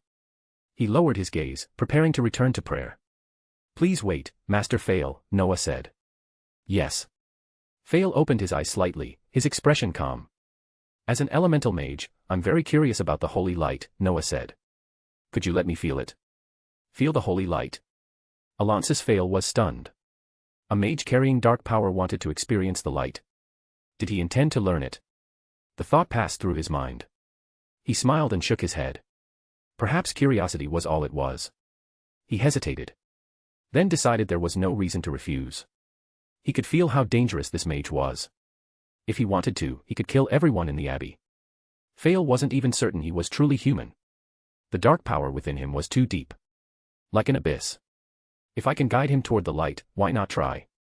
With that thought, Alonsis Fail slowly raised his hand. A gentle golden glow bloomed in his palm.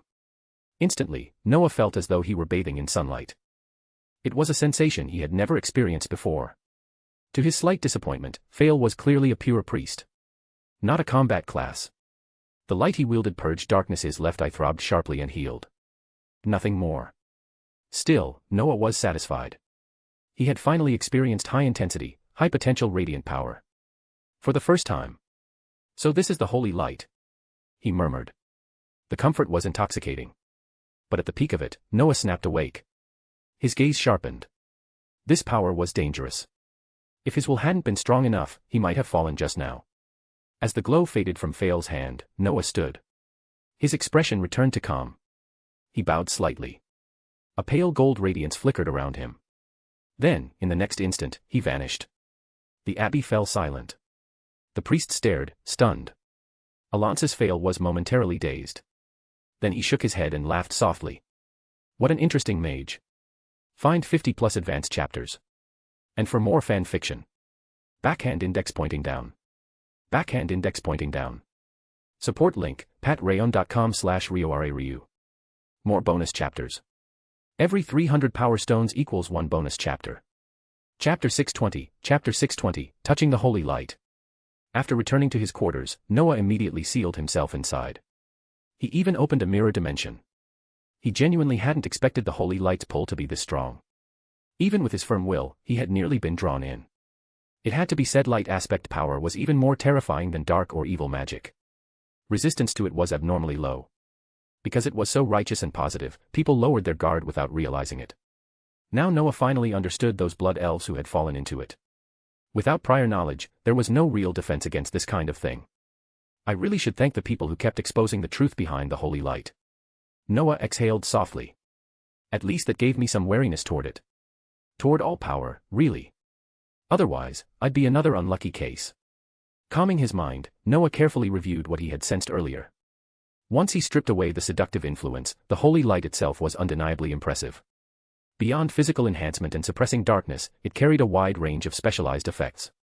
Healing could be considered an entire branch of development on its own. As for its offensive potential, Noah could sense it, but without fully understanding the light, he couldn't judge it properly, let alone improve it. After a brief pause, Noah spoke aloud. System.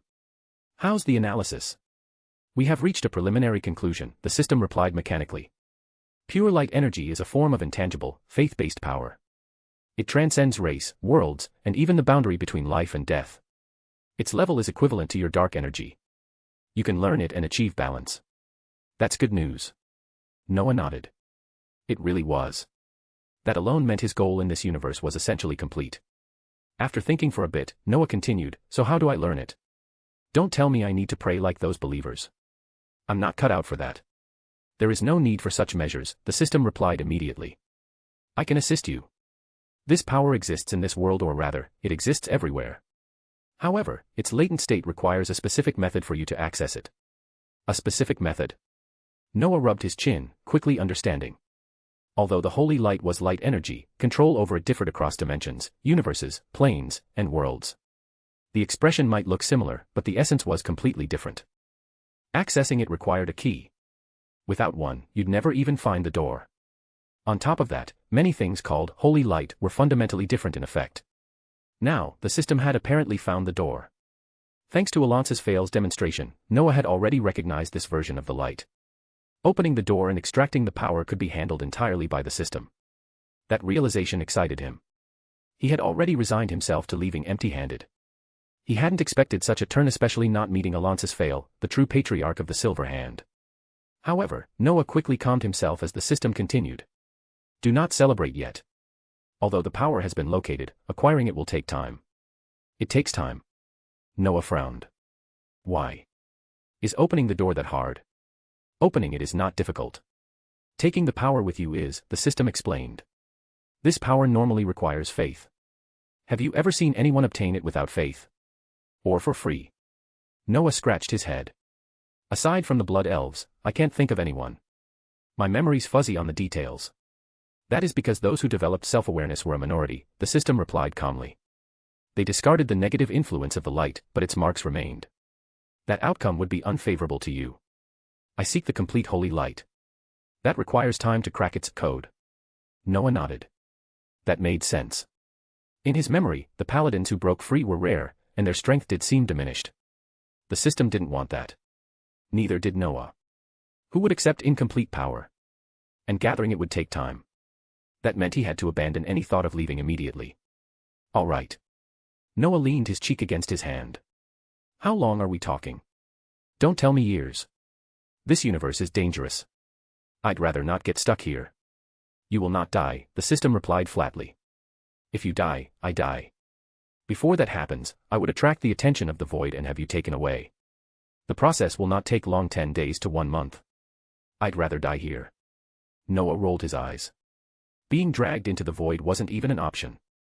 And he strongly suspected that attracting the void would also attract several other, unpleasant existences. Shaking his head, Noah accepted the time frame. 10 days to a month was manageable. Even if he caused trouble, he'd be gone before it mattered. Time meant nothing to beings at that level anyway. With his pressure lifted and his goal clear, Noah deactivated the mirror dimension. He slept well, spent time reading in the system space, and waited. He still couldn't act freely yet, but that wouldn't last long. The next morning, Noah stepped out refreshed. He planned to visit Gold's Hire for a drink, then see Alonce's fail again. Unfortunately, someone else had plans. What are you doing here? Noah asked, looking at Lothar in surprise. He snapped his fingers. 2 glasses of beer appeared instantly. Fresh Lion's black beer. Hopefully they won't mind me skipping the payment. Does this count as stealing right in front of me? Lothar looked at the beer with a tired expression. He pulled out a silver coin. Can you pay? Of course. Noah nodded. With a flick of his wrist, the coin vanished. Only then did Noah sit down and lift his beer. So. What do you need? Troublesome business. Lothar took a long drink and sighed. By the way, I heard you went to the cathedral last night. Noah wasn't surprised. He nodded. He hadn't hidden anything, and guards were present when he questioned civilians. If Lothar didn't know, Noah would question his competence. I didn't expect a mage to visit a cathedral, Lothar said. Alonces is a good friend of mine. Did you meet him? You know him. Noah hadn't expected that, but nodded anyway. We met. A solid man. I was planning to see him again. This makes things easier. Noah was quietly glad he hadn't asked Lothar about the priest earlier. That could have turned awkward fast. This way was better. Anyway. Lothar set down his empty glass, his expression serious. The king plans to meet the orcs. What do you think? What could I think? Noah tilted his head. I'm not from this world. Any advice I give lacks context. He paused. But I can guess why you're here. Oh. Lothar raised a brow. That obvious. You don't trust the orcs. That's normal. Noah shrugged. What they've done is strange. You want me there because I've killed orcs before. If nothing happens, fine. If it does, I step in. Right.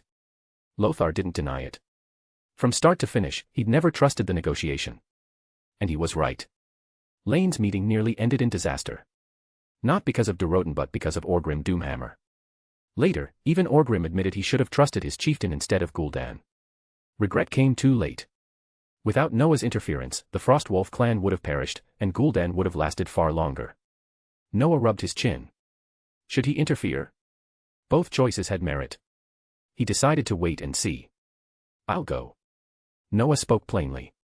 I can help. I haven't even invited you yet, Lothar said helplessly. Though, you're not wrong. If I'm right, there's nothing more to say. Noah took another sip. By the way, do you have any other powerful mages? Why? As a spatial mage, I've noticed something off about the dark portal. It requires coordinates. Which means? Noah looked at Lothar calmly. The orcs were invited. Do you understand? Find 50+ advanced chapters. And for more fan fiction. Backhand index pointing down. Backhand index pointing down. Support link, patreon.com/RioRaRyu. More bonus chapters.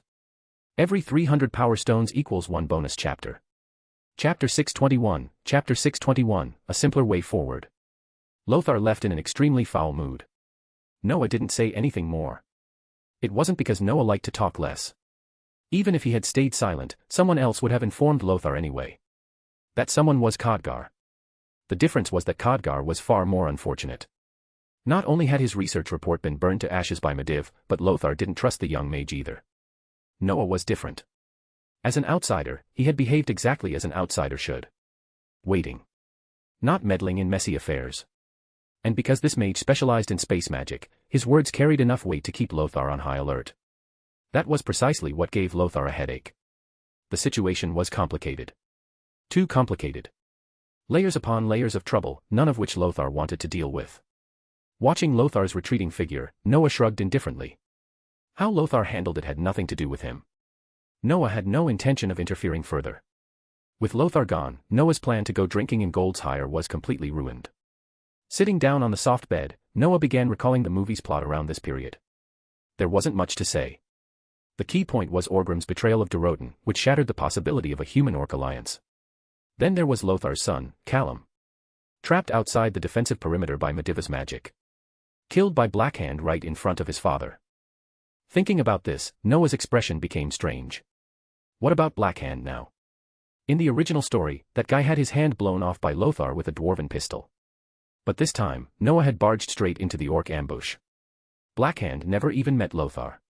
So did that orc with the severed hand and black iron replacement even exist anymore? Or had Noah accidentally created a completely new Blackhand? I remember admiring an orc's courage back then, Noah muttered, rubbing his chin. I didn't understand this universe yet and didn't want to offend the locals, so I let them go. I didn't realize it was that situation. Thinking it through, Noah suddenly felt he might have done a good deed. If he had wiped them out back then, none of this negotiation would exist now. Doroten, the Frostwolf chieftain, was probably in that forest at the time as well. A little closer, and Noah might have frozen him into an ice sculpture on the spot. Noah chuckled quietly. Some people simply weren't meant to die yet. That orc had encountered Noah twice. And survived both times. After making a few preparations, Noah left Goose inside the mirror dimension. About an hour later, he regrouped with Lothar and the others. Noah hadn't expected Lane and Lothar to prepare a carriage specifically for him. Most likely, his earlier displays of power had made the soldiers uneasy. That was fine. Noah had no intention of riding a horse anyway. If it really came down to trouble, he would rather give Khadgar a ring imbued with spatial magic and tell him to activate it if things went south. Master Mage, thank you for coming, Lane said as he rode his horse up beside Noah's carriage once the force set out. For someone from so far away, this isn't your responsibility. Thank Lord Lothar for what he promised me, Your Majesty, Noah replied casually. And while this universe isn't my final destination, taking time to rest, learn, and look around isn't a bad choice. I see, Lane said thoughtfully. You've been to many universes. The word sounded unfamiliar on his tongue, but he continued using Noah's terminology. What are those places like? Too many to count, Noah replied. With nothing better to do, he didn't mind talking. He spoke of the profanity world. Of Coiling Dragon. Of medieval Western worlds like The Witcher. He even mentioned modern settings like Marvel and DC. If he weren't worried they wouldn't understand, he might have gone into Eastern worlds as well. Even so, what he shared was more than enough to shock them. To Lane and the others, only the world of demon hunters sounded remotely reasonable. The rest felt like myths. To be honest, they didn't really believe him. They treated it as listening to fairy tales. After all, none of them had ever seen power reach such absurd heights. To them, Medivh was already the strongest mage imaginable. Noah didn't care. He was just talking. Even if he hadn't personally visited all those worlds, it didn't stop countless pioneers from doing so. Even this Warcraft world had countless parallel universes invaded by Noah's fellow transmigrators. Compared to those scheming old monsters, Noah felt it was better not to compare himself at all. The journey passed quickly amid conversation. After a day or two, they finally arrived at the meeting location Doroten had specified. Northern Elwyn Forest. A massive black rock formation pierced the clouds. From a tactical standpoint, it was the perfect place for an ambush. From within the carriage, Noah had already sensed orcs hiding beneath the rocks. Their breathing was controlled. But the fell energy gave them away instantly. Just like the original story. It seemed Orgrim still didn't trust humans and had informed Gul'dan of Doroten's plan. Noah shook his head. When he sensed Mediva's magical fluctuations nearby, he knew the plot was likely repeating itself. This was the mission where Mediva's mental state finally collapsed. The first time fell energy manifested on his body. Unluckily witnessed by an already suspicious Khadgar. From there, it all spiraled downward. After meeting Garona and giving her a flower, Mediv lost control completely. Sargeras officially took over. Mediva's fate was tragic. Given his power, erasing these orcs should have been effortless. Instead, he was forced to rely on defensive magic just to hold them back. Soon after, Lane met Doroten. With Garona translating, communication went smoothly. Seeing this, Noah stepped out of the carriage and walked to Lothar's side. Scanning the surroundings, he spoke quietly. "Tell your troops to stay alert. Watch the flanks." "What?" Lothar stiffened, his expression darkening instantly. "An ambush. We've been tricked." "Calm down," Noah said flatly. "Look closer. The ambushers are all tainted with fel. I suspect the negotiating orcs were exposed.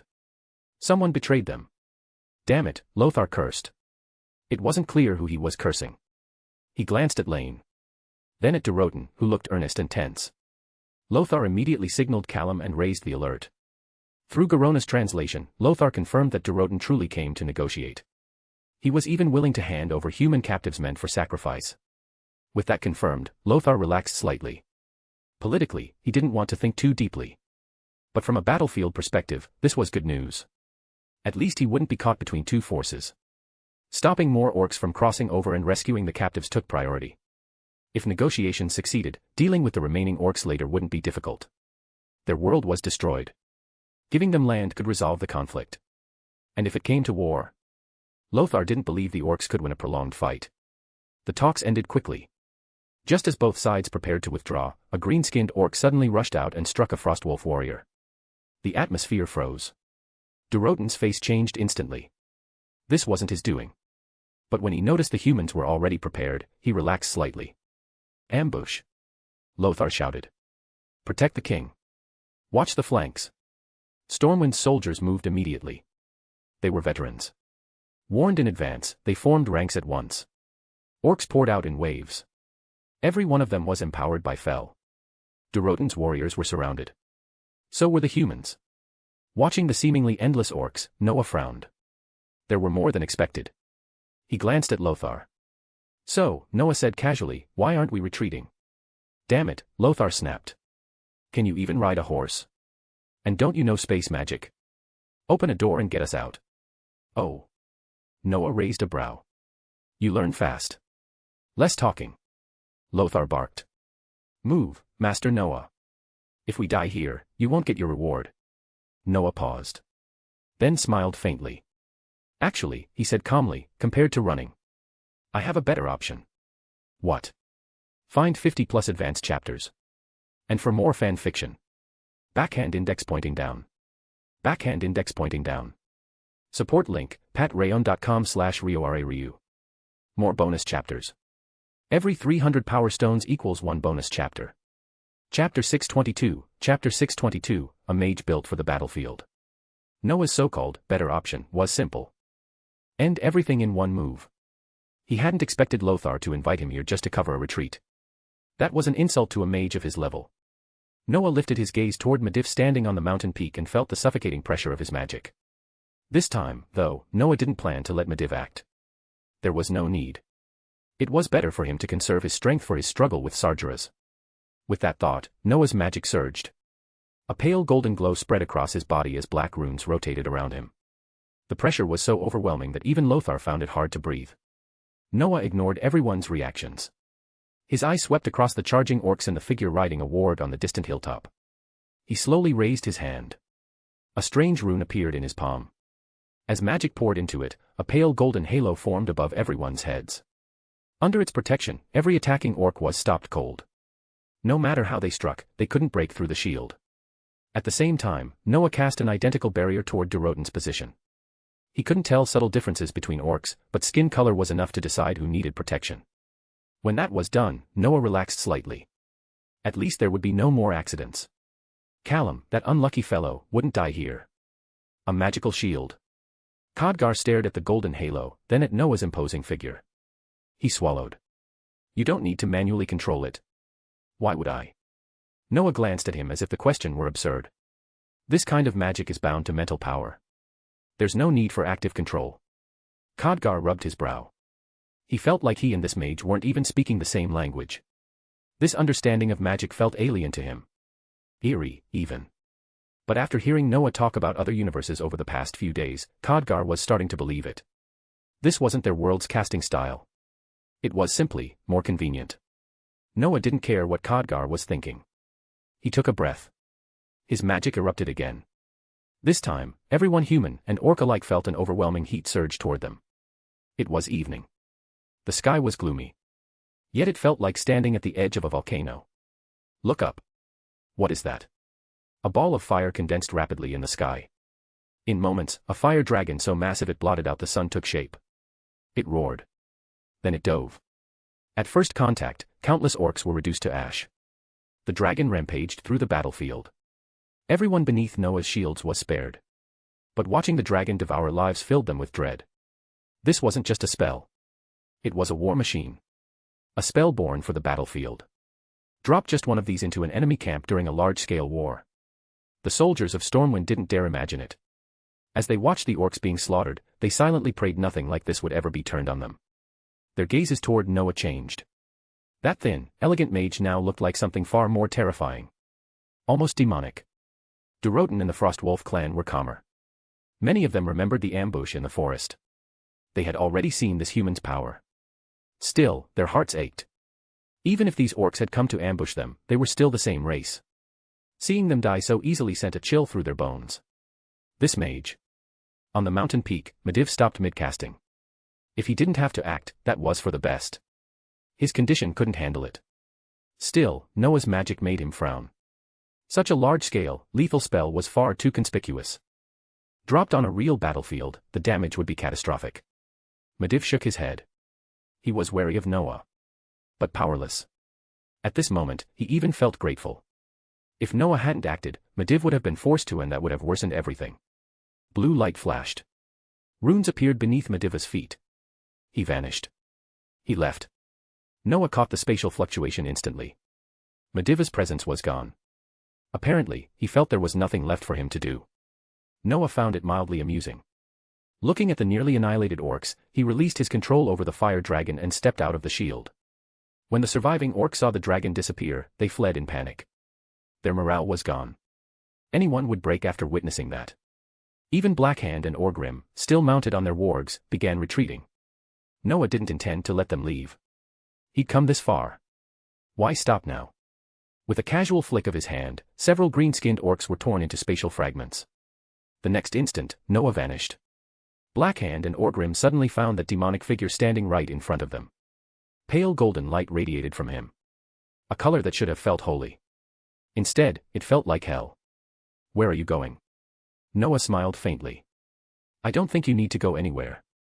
Whether they understood him or not didn't matter. Terrifying spatial magic froze them in place. Then Noah tossed both of them into the mirror dimension. Done. He stretched lazily. In another flicker, he appeared before Lothar. Space twisted. The two orc leaders were dumped onto the ground between the human and orc camps. The Frostwolf clan fell into stunned silence. Finished? Lothar asked hoarsely. For an elementalist, the battlefield is where value is proven, Noah shrugged, saying it as if it were obvious. Though that's just a side job. I'm mainly a spatial mage. Don't talk about elementalists, Lothar said quickly. I'm asking, are they all gone? Except for a few small fry that ran, yes. Noah spoke casually. These two should be the commanders. I'll leave them to you. He snapped his fingers. Pale golden magic converged.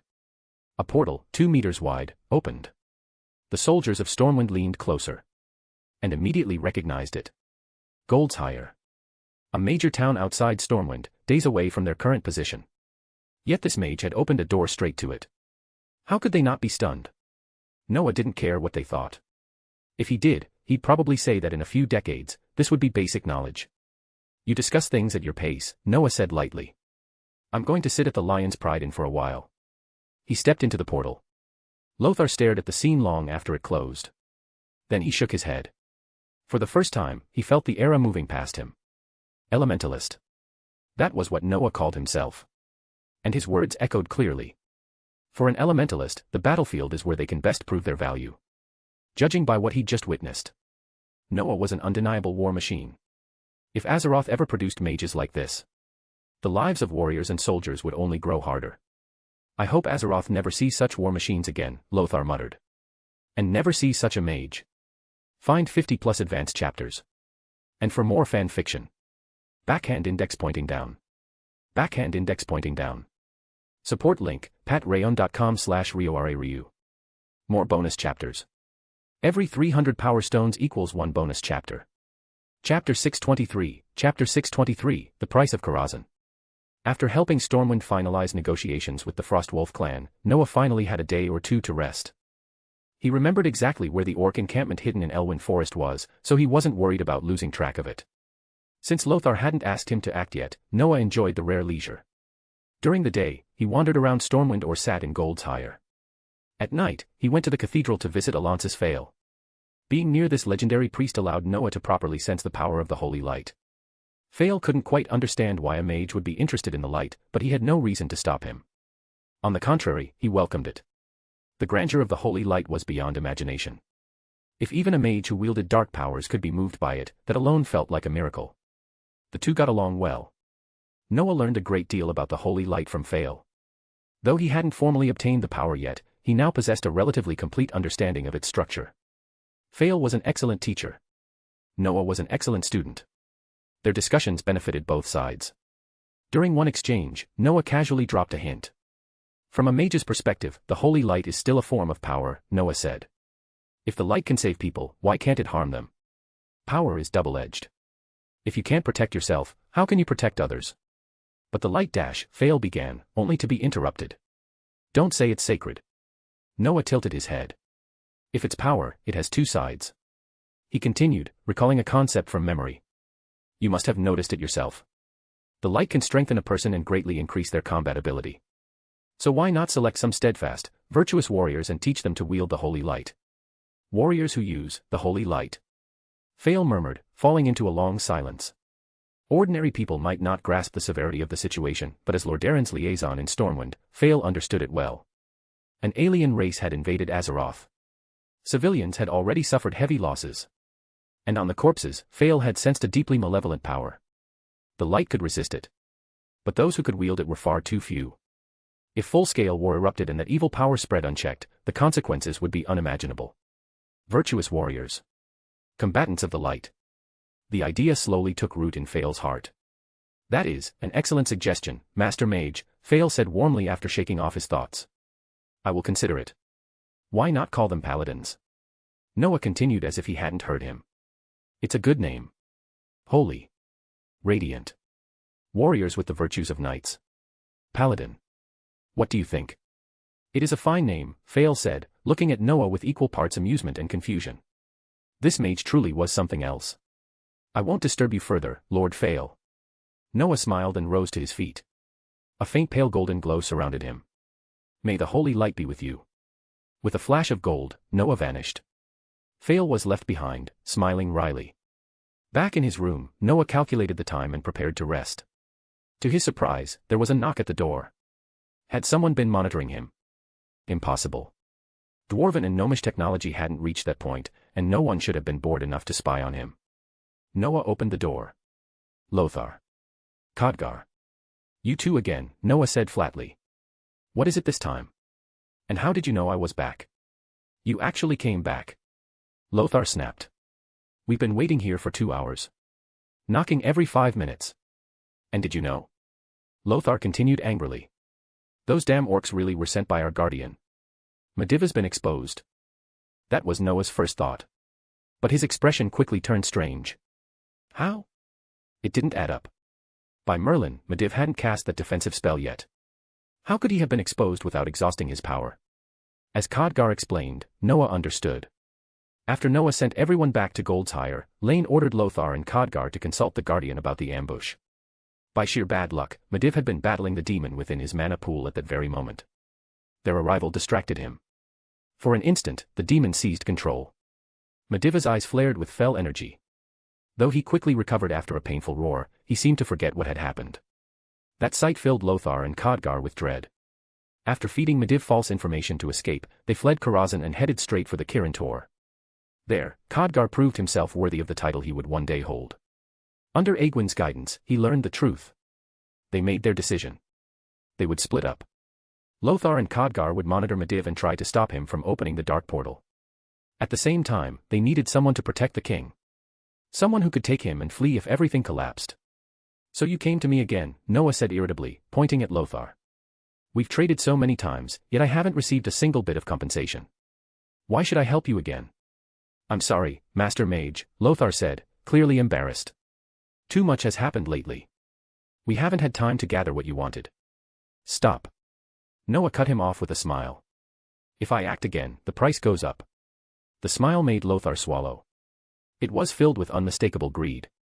He didn't know what Noah wanted. But it wouldn't be cheap. Still, he had no choice. Tell me, Lothar sighed. But don't be excessive. If it's too much, I won't be able to agree even if the cost is high. Relax, Noah said. It's simple. You're going to deal with Medivh. And once he's gone, the Guardian's mantle will likely pass to Khadgar. Khadgar blinked. I don't think I'm suited. You are.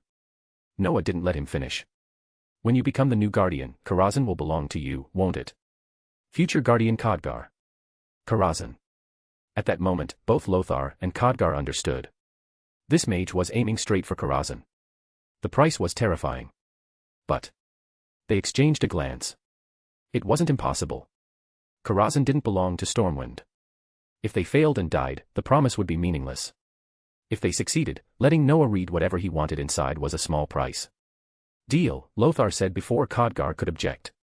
Once Medivh is dealt with, Karazhan will be open to you. He turned to Khadgar. Right, Master Khadgar. Under the combined gazes of Noah and Lothar, Khadgar could only smile bitterly and nod. Of course.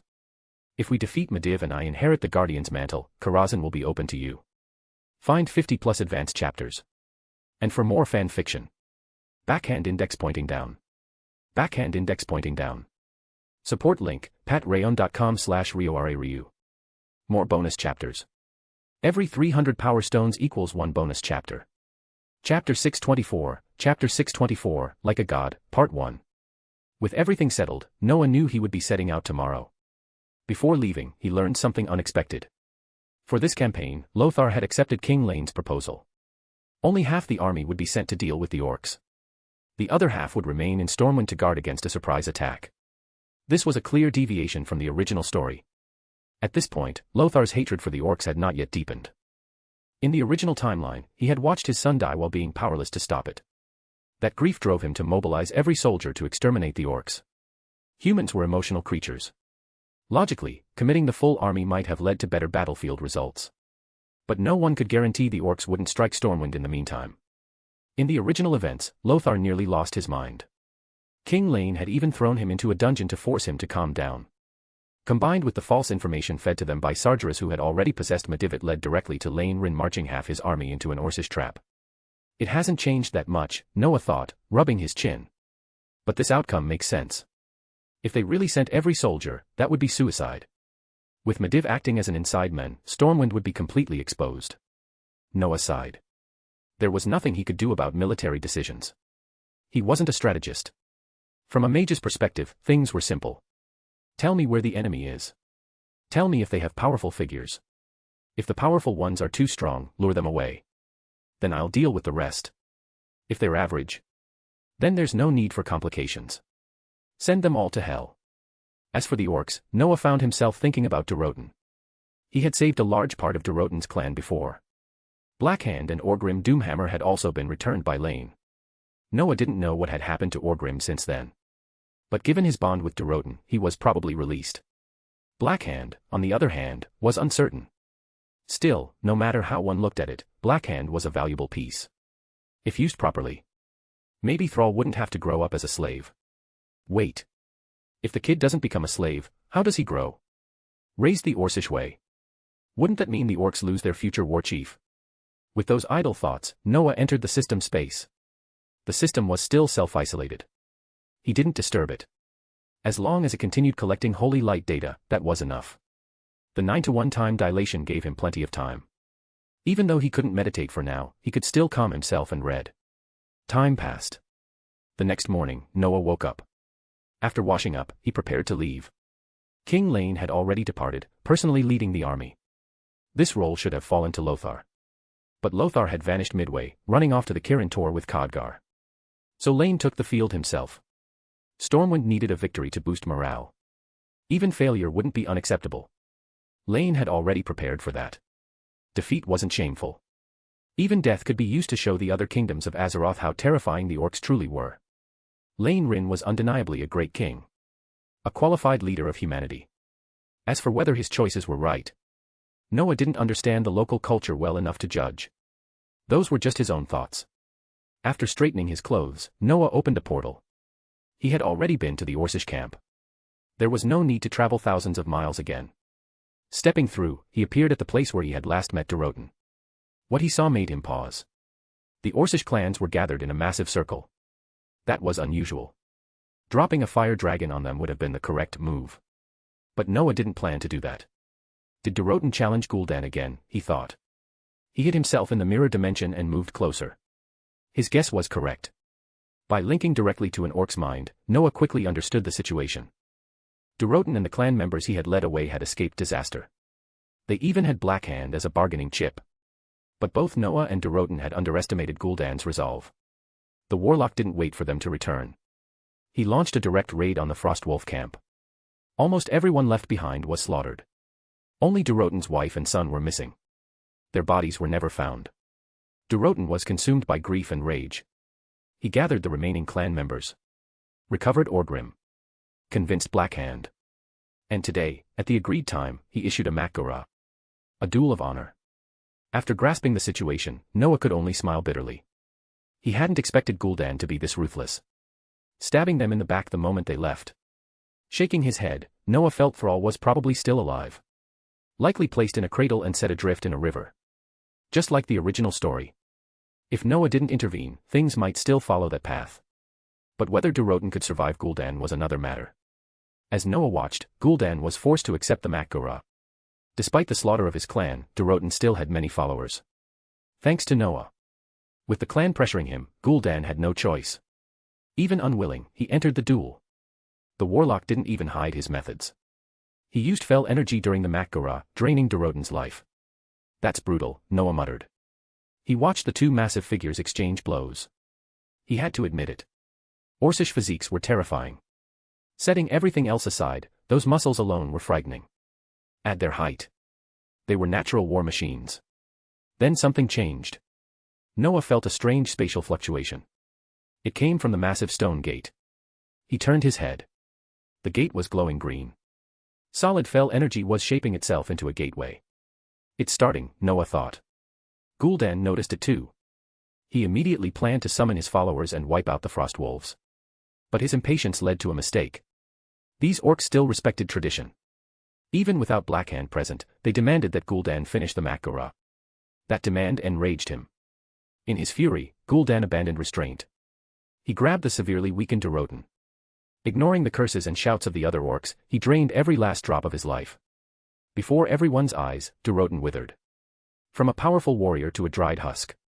If not for Orcish resilience, he would have died instantly. Noah frowned. Watching it, he felt a strange familiarity. Life drain. It really does resemble that spell, he thought, rubbing his chin. The technique created by that Chinese master suddenly felt unsettling. Noah had learned it. Even used it. Thankfully, it remained restricted. A forbidden curse. Even without an evil label. Seeing Gul'dan like this, Noah felt the restrictions should be even stricter. Some knowledge shouldn't be widespread. Glancing at the dying Doroten. At the nearly completed dark portal, Noah made his decision. He had already considered the consequences. This was Warcraft. Bronze dragons might exist. So what? If I can't win, I can leave. Besides, he'd been here for a while. No one had come looking for trouble. A faint, disdainful smile appeared. Pale gold light bloomed around Noah. The space around him shattered like glass. The gathered orcs didn't even have time to react. In an instant, the area was cleared. Noah stepped forward. Straight toward Doroten. The orc was barely alive. If not for the faint, struggling heartbeat, he would have been mistaken for dead. With a wave of his hand, a pure gemstone appeared. Powerful life energy erupted. It condensed into a golden beam. The light poured into Doroten's body. As if time reversed. His shriveled form rapidly recovered. His breathing stabilized. Strength returned. Doroten opened his eyes. He stared at the human before him. Disbelief filled his gaze. At that moment, it was as if he were looking at a god. And that god had no intention of speaking. After finishing, Noah turned. He walked calmly toward Gul'dan. Find 50+ advanced chapters. And for more fan fiction. Backhand index pointing down. Backhand index pointing down. Support link, patreon.com/RioRaRyu. More bonus chapters. Every 300 power stones equals 1 bonus chapter. Chapter 625, Like a God, Part 2. Lane Rin led his troops at full speed toward Orc territory, with Corona guiding them so they wouldn't lose their way. After a day or two, they finally reached the edge of the Orcish lands. And the sight before them made everyone's heart sink. Corpses. Dozens, no, hundreds of orc corpses were hung upside down or bound along the path. Their deaths were brutal. Some had clearly been killed by overwhelming force. Others looked exactly like the human soldiers they had found earlier. Their muscles were completely withered, as if they had been dead for centuries. Even Stormwind's battle-hardened soldiers felt a chill crawl up their spines. Frostwolf clan. Lane carefully examined the banners near the bodies. Soon, he confirmed it. These were the orcs who had intended to ally with them. Clearly, after the negotiations were exposed, the orcs hadn't spared the so-called traitors. And Gul'dan, the one Doroten wanted dead, would never allow mercy. The situation gave Lane a pounding headache. There are no allies left, Lane said quietly. We can only rely on ourselves. He sighed. At that moment, he noticed a gate-like structure slowly taking shape in the distance. Lane immediately turned and shouted, "Soldiers! Save our people! Rescue the captives! Charge!" He drew his long sword and spurred his horse forward, leading the charge himself. As a campaigning king, Lane always demanded that he stand at the front. Inspired by their king, Stormwind soldiers let out a thunderous roar and surged toward the orc camp. Yet, the orcs showed no reaction. That absence of response made Lane uneasy. As king, caution was second nature to him. Faced with this situation, he instinctively slowed down. What if this was an ambush? Lane desperately missed Lothar. If Lothar were here, he would have options. Methods. Plans. Lane was deeply worried about him. Ever since Lothar left for Karazhan, there had been no word. Even Mediva's visit hadn't provided answers. Lane felt helpless. Taking a deep breath, he decisively slowed the advance. Morale might suffer, but safety came first. And when they reached a hilltop, his caution was rewarded. God damn, what is that? For a king as refined as Lane to curse was rare. The generals and soldiers at the front were equally stunned. Below them, an enormous number of orcs were gathered in a massive circle. The density was absurd. At the center, a human was fighting an orc. The surrounding space twisted violently, flipping and distorting. Unlucky orcs on the edges were torn apart instantly. The sheer spatial distortion made Lane hesitate to move closer. After a moment, he pulled out a dwarven-made telescope. Through it, he recognized familiar figures. Noah. That mysterious mage. And Doroten. Who are you? Gul'dan stared solemnly at the human before him. The magic the human had just used carried traces of Fel. But it wasn't Fel. It wasn't evil. It even carried vitality. That contradiction put Gul'dan on high alert. More importantly, this human forced him to take things seriously. Their operations had failed multiple times now. And every time, it involved a strange human mage. Clearly, this was the saboteur. Rumors said this mage was terrifying. Gul'dan scrutinized him for a moment longer, then lost interest. To an orc, humans all looked the same. Small. Fragile. Even when exceptions existed, stereotypes were hard to shake. Kill them, Gul'dan ordered coldly, already turning back toward the dark portal. Are you really going to follow this thing? To his surprise, Orgrim, who had reported to him earlier, spoke up. Really? You'll obey a demon? Looking at the hesitant orcs, Orgrim roared, I won't. I follow a true orc. A true chieftain. With that, he walked straight toward Durotan, who was still sitting on the ground. Without hesitation, the entire Frostwolf clan followed. Blackhand hesitated. He glanced between the human mage and Gul'dan, conflict written on his face. Then, finally, he walked behind Durotan as well. More and more orcs joined them. They struck their left chests with their right fists in respect. Some spat curses as they passed Gul'dan. Go to hell, demon. That broke him. Gul'dan's eyes flared green. With a wave of his hands, 2 beams of fell energy shot toward the orcs who had insulted him.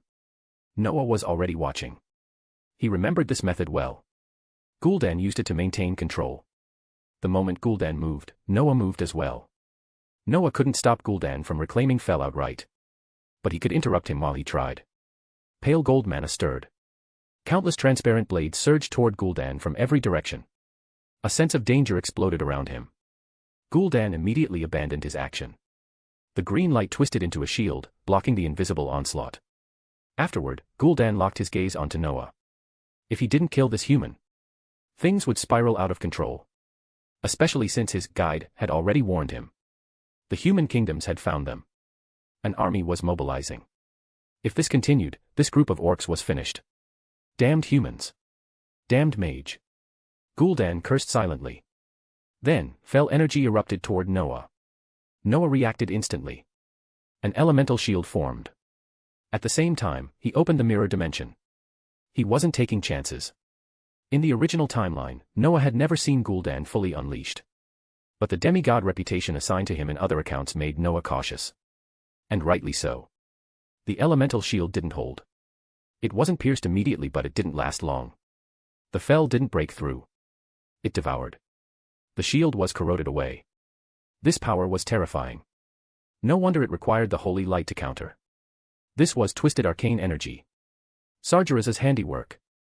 Handling it wasn't simple. Noah paused briefly. Then decided to end it. He wanted to experience this power. But he didn't want to be drained dry. So he followed his plan. The Warcraft world was strange. Even the strongest could fail. Sargeras himself was proof. Wounded by countless heroes across history. Even now, another blow was being dealt elsewhere. Karazhan. And there was Illidan Stormrage. And others. Even a former champion of the Pantheon, a being who slaughtered demons by the millions, who destroyed titans. Even he could fall. So why not others? Especially when facing a mage who specialized in space. A mage who excelled at miracles. Noah controlled his mana and shifted tactics. A pure mana duel. Elemental spells detonated across the orc camp. The once organized tribe was instantly reduced to ruin. Tents burned. Explosions tore craters into the ground. The area became a wasteland. Durotan and the others had long since withdrawn. They understood one thing clearly. The human mage might have saved them. But if they were caught in the crossfire, he wouldn't hesitate to ignore them. The bombardment lasted several minutes. Gul'dan found it troublesome, but he wasn't injured. Fel was arcane too. Different, but equally powerful. And Gul'dan could feel it. This human mage wasn't stronger than him. If he endured. If he waited. One small mistake would be enough. That would be his chance. Gul'dan glanced at the dark portal, still forming. Anxiety surged. But he forced himself to stay calm. Then. Everything around him twisted. At some point. The world itself had begun to distort. Find 50+ advanced chapters. And for more fan fiction. Backhand index pointing down. Backhand index pointing down. Support link, patreon.com/RioRaRyu. More bonus chapters. Every 300 power stones equals 1 bonus chapter. Chapter 626, Chapter 626, Like a God, Part 3. This is. Standing atop the hill, Lane and the soldiers of Stormwind fell silent as they stared at the distant scene. Their expressions were blank, as though they were witnessing something that should not exist. More soldiers gathered around. They couldn't explain what they were seeing. Even the environment around them was changing in ways they couldn't comprehend. Fear began to creep in. Is this really something a human can do? Not only the soldiers. Even the generals felt uneasy. They weren't strangers to Noah. They had traveled together for days. To them, this mage had always been powerful. But what they were seeing now forced them to understand what kind of existence this seemingly frail man truly was. If Lane hadn't still been standing there, some of them might have already retreated. In their eyes, facing those damned orcs felt preferable to facing a mage like this. Who, exactly is he? Lane murmured. Durotan. Compared to the humans, the orcs were in an even worse state. They were witnessing Noah and Gul'dan head-on. The earlier elemental explosions alone had already shattered their courage. Some orc warriors had been blown apart simply because they failed to retreat in time. And now, things had become even more terrifying. This human mage had completely overturned everything the orcs believed. Faced with the questioning gazes of his people, Durotan had no answers. His thoughts were in chaos. He had never imagined that this human mage would be such an existence. He had raised his assessment of Noah again and again. Yet every time, he realized he was still underestimating him. When fighting Gul'dan earlier, Durotan had felt death approaching. He had been prepared to accept it. Yet in that moment, he had glimpsed what lay beyond death. Only to be dragged back by force in the next instant. When he regained consciousness, he saw the truth. It was this human mage. Reversing life and death. That alone was godlike. If earlier it was merely like a god, then what this human mage was doing now was no different from a deity. Maybe. Durotan whispered, he truly is a god. Gul'dan was equally shaken. He hadn't expected this mage to be so powerful.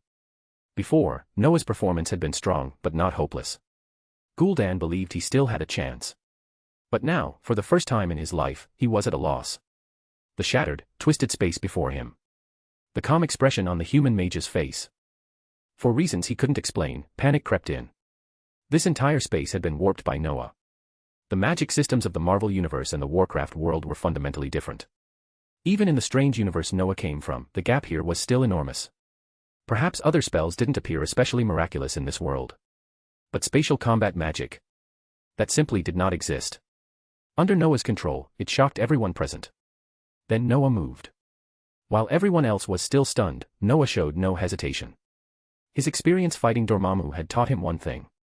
Never leave openings in battle. No matter how strong or weak the enemy was, distraction meant death. Mana surged. Space warped. The distorted flow rushed straight toward Gul'dan. Gul'dan reacted quickly. Though momentarily stunned, he sensed the danger immediately. The problem was simple. He had never encountered magic like this. He had no idea how to counter it. He rolled away without dignity, wrapping himself in fell energy. The next instant, the space where he had stood shattered completely. Pitch-black cracks spread like an abyss. Gul'dan's heart raced. But it wasn't over. Before he could stand, the world twisted again. The ground became a wall. Gravity inverted. Gul'dan fell violently. Below him was space sliced into fragments, like torn dimensions. He slammed his hands into the surface, carving deep claw marks to stop himself. What a pathetic sight. Noah's voice was calm. Spatial magic was truly a cheat-level power in some universes. In the past, Noah had known it was strong. But at Kamartaj, everyone used it. And many powerful beings were too fast to even allow its deployment. So he had never felt its true impact. Now, facing Gul'dan, Noah finally understood. This wasn't fair. And he liked that. Fairness didn't matter. The more unfair, the better. Watching Gul'dan struggle, Noah felt no sympathy. Without spatial magic, Noah would be the one being crushed. He had no desire to experience fell up close. That corrosive power alone meant he had almost no defense. A mage without defenses, no matter how strong his body, couldn't survive close combat with an orc. Noah knew this well. Though his body inherited traits from Captain Marvel, close combat was still a blind spot. Gul'dan wouldn't need much effort. Even a random orc could beat Noah senseless. At that moment, Noah sensed the dark portal stabilizing. Localization was complete. Medivh, or rather, Sargeras had finished his work. All that remained was for Gul'dan to open the gate. Gul'dan sensed it too. A dangerous smile spread across his face. He suddenly lunged toward the captives. Noah reacted instantly. A spell he had created himself erupted. Spatial strangulation. A spiral formed beside Gul'dan midair. Then space collapsed violently. At the moment of impact, Gul'dan raised his left hand. In an instant, his entire arm was severed, shredded into spatial fragments. Noah frowned. Even with altered gravity, Gul'dan had still managed to grab the cage. Had he truly gone mad? Noah snorted. Space trembled again. But Gul'dan was even more ruthless than expected. He released the cage.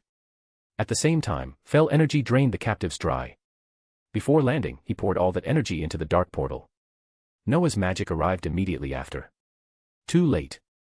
Gul'dan was already grievously wounded. He had forced the portal open purely to distract Noah. But he hadn't expected this mage to ignore the portal entirely. All of Noah's attention remained locked on him. No dash. Distorted space. Overwhelming mana. Gul'dan didn't even have time to react. A chill brushed his neck. By the time he understood what happened, his body had already disintegrated. Fragments scattered. Only his head remained. This guy. Noah stared at the skull of Gul'dan on the ground, momentarily speechless. So this time, he was the one who created it. Turning to the fully opened dark portal, Noah felt a headache coming on. He hadn't expected Gul'dan to be so desperate. Risking death just to open the gate. In Noah's memory, this warlock valued his life immensely. So why the sudden resolve? A burn the boats mentality. Shaking his head, Noah stopped thinking about the dead. He turned his attention to the portal, now spewing orcs. Worry surfaced. Had Lothar and Khadgar failed? If so, that was bad. Noah didn't care much about this universe's future. But he did care about his reward. And Karazhan. Then he noticed it. The portal was dimming. Spatial power began to dissipate. Noah exhaled. It worked. Lothar and Khadgar hadn't failed. A faint smile appeared. The twisted space around him settled. The orcs who had just arrived were tossed around once more as gravity flipped again. When everything was done, Noah opened a portal. He had left a magical mark on Lothar. He was about to leave. Master Mage. Durotan's voice stopped him. Find 50+ advanced chapters. And for more fan fiction. Backhand index pointing down. Backhand index pointing down. Support link, patreon.com/RioRaRyu. More bonus chapters. Every 300 power stones equals 1 bonus chapter. Chapter 627, Chapter 627, Talk It Out Without Me. Noah tilted his head and looked at the orc. If he hadn't just pulled this guy back from the edge of death, it would have taken Noah a moment to figure out who he was. But that wasn't important. What Noah found strange was why this orc was looking for him. Shouldn't the target be Lane? The King of Stormwind was on the hilltop not far away. Yet during the earlier fighting, this orc hadn't approached or attempted a sneak attack. In that regard, he was far calmer than Lothar. Noah even thought that if Lothar had been in command, he might have attacked already. After all, the orcs had been completely stunned earlier. Since Noah couldn't understand a single word the orc was saying, he turned his gaze toward the hilltop. By now, the orcs had realized the human soldiers had arrived. However, with Noah the mage who had killed Gul'dan standing inside their camp, and with the deep fear he had left behind, the orcs didn't dare move rashly. So when the soldiers of Stormwind advanced under Lane's command, the orcs didn't attack. They didn't surround them either. Instead, they silently withdrew, leaving the central area to Durotan, the mysterious human mage, and the human king. Even the newly arrived orcs didn't dare act. Those who wanted to were stopped by the others. Noah had left too strong an impression. Orcs worshipped violence, but they weren't stupid. They had no desire to provoke something that felt like a god. All right, Noah said as Lane approached, spreading his hands toward Durotan. I think the rest is for you to discuss. There's no need to involve me, a stranger. Garona immediately translated. She was still shaken by Noah's performance, but she didn't hesitate. Durotan nodded, struck his chest with his fist, and spoke. Thank you for what you have done for the orcs. We will remember it. No need, Noah replied calmly. I'm just a mage fulfilling a trade. He glanced at Lane. My agreement was to protect the human king and ensure the negotiations weren't disrupted. I've done what I should. In truth, Noah's task had only been to protect Lane. Saving this wise-looking chieftain had just been a bonus. What happened next was none of his concern. War or peace, that was their choice. The changes Noah had brought to this world were already massive. As long as the bronze dragons didn't intervene, no one could predict the future. Lane lived. Stormwind still stood. The orcs had a new warchiefan, a son who would one day become war chief as well. Both sides had been altered beyond recognition. Who knew what would happen next? Maybe they would talk it out. Maybe they would skip a great deal of bloodshed. And then... Wait. Noah suddenly remembered something. The one who reopened the connection between the Burning Legion and Azeroth was currently just ahead. That was a problem. If that guy was gone, who would do it? Noah's lip twitched. This was getting complicated. Would Azeroth still be Azeroth without the Legion's invasion? Shaking his head, Noah stopped thinking about it. His priority was simple. Wait for the system to finish collecting the holy light. Then leave. Although the system was blocking information and no one had come knocking yet, that didn't mean it would stay that way. Someone might come checking the water meter tomorrow. Lane and DeRoten both noticed Noah had no interest in staying. They didn't press him. They agreed to postpone further talks and focused on returning the captives first. The reason was obvious. DeRoten was wary. After seeing Noah's power again and again, he knew exactly what kind of threat this mage represented. If Noah turned hostile, every clan present would suffer. Lane's thoughts were simpler. The number of orcs far exceeded expectations, and Noah looked ready to leave. If anything happened after Noah was gone, the consequences would be disastrous. Once the captives were returned, Lane immediately withdrew his forces. The gate to Stormwind opened earlier by Medivh had already closed. To Lane, this outcome was acceptable. They hadn't fought. And he had accomplished his goal. That was enough. Noah watched them depart. Then he opened his own portal. Under the gaze of countless orcs, he vanished casually. Only then did the orcs truly relax. To them, the departure of this bringer of calamity mattered more than anything else. Noah, of course, had no idea he'd earned such a title. He just wanted to go to Karazhan. Unfortunately, the moment he passed through space, he felt himself falling. Free fall. Noah froze. Did Lothar and Khadgar blow Karazhan apart? As that thought crossed his mind, he spotted a griffin flying ahead. That explained it. Just like in the original story, Lothar was rushing toward the battlefield after dealing with Medivh. Noah found it mildly amusing. Clearly, the men didn't trust him. Shaking his head, Noah's mana surged. In the next instant, he appeared beside Lothar, flying parallel to the griffin. Lothar was startled. Even more shocking was the realization that the mage was flying. Before he could speak, Noah spoke first. Control your griffin. If its wings hit me, you'll be eating extra meat tonight. Damn it. Lothar hurriedly steered away, then froze. Wait, how are you flying? And why can I hear you so clearly? We're moving at this speed. Magic, Noah replied calmly. Your king has recovered the captives and is likely returning. Our deal is done. He looked at Lothar. Now it's your turn. You didn't send them back to Stormwind. Lothar frowned. You left them in such a dangerous place. That wasn't our agreement. His voice grew tense. Even though, strictly speaking, there had been no such agreement. Lothar had simply assumed Noah would escort Lane to safety. He hadn't expected Noah to leave immediately. If the orcs attacked, the king would be in danger. There was no such agreement, Noah said evenly. Pale gold mana erupted. Space locked. Lothar and the griffin froze midair. Noah's voice followed. Sir Lothar, respect the contract. I've fulfilled my end. If you intend to break it, I don't mind using force. Force. Lothar stared at him. And what force would that be? Simple, Noah said, drifting closer. You break the deal, I take back what I'm owed. He smiled.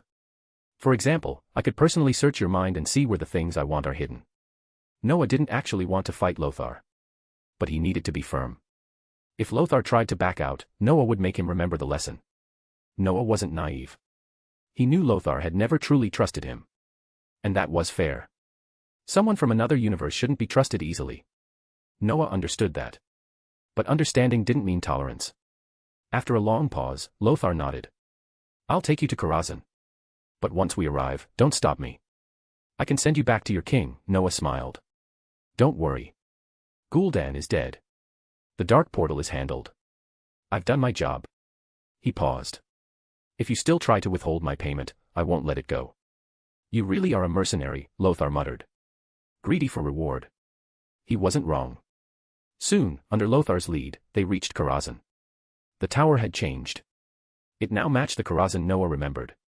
Stepping inside, Noah saw Khadgar waiting. And Medivh. Lying motionless beneath a golem. Find 50+ advanced chapters. And for more fan fiction. Backhand index pointing down. Backhand index pointing down. Support link, patreon.com/RioRaRyu. More bonus chapters. Every 300 power stones equals 1 bonus chapter. Chapter 628, Chapter 628, it's not that I don't trust you, it's that I look down on you. Say it again.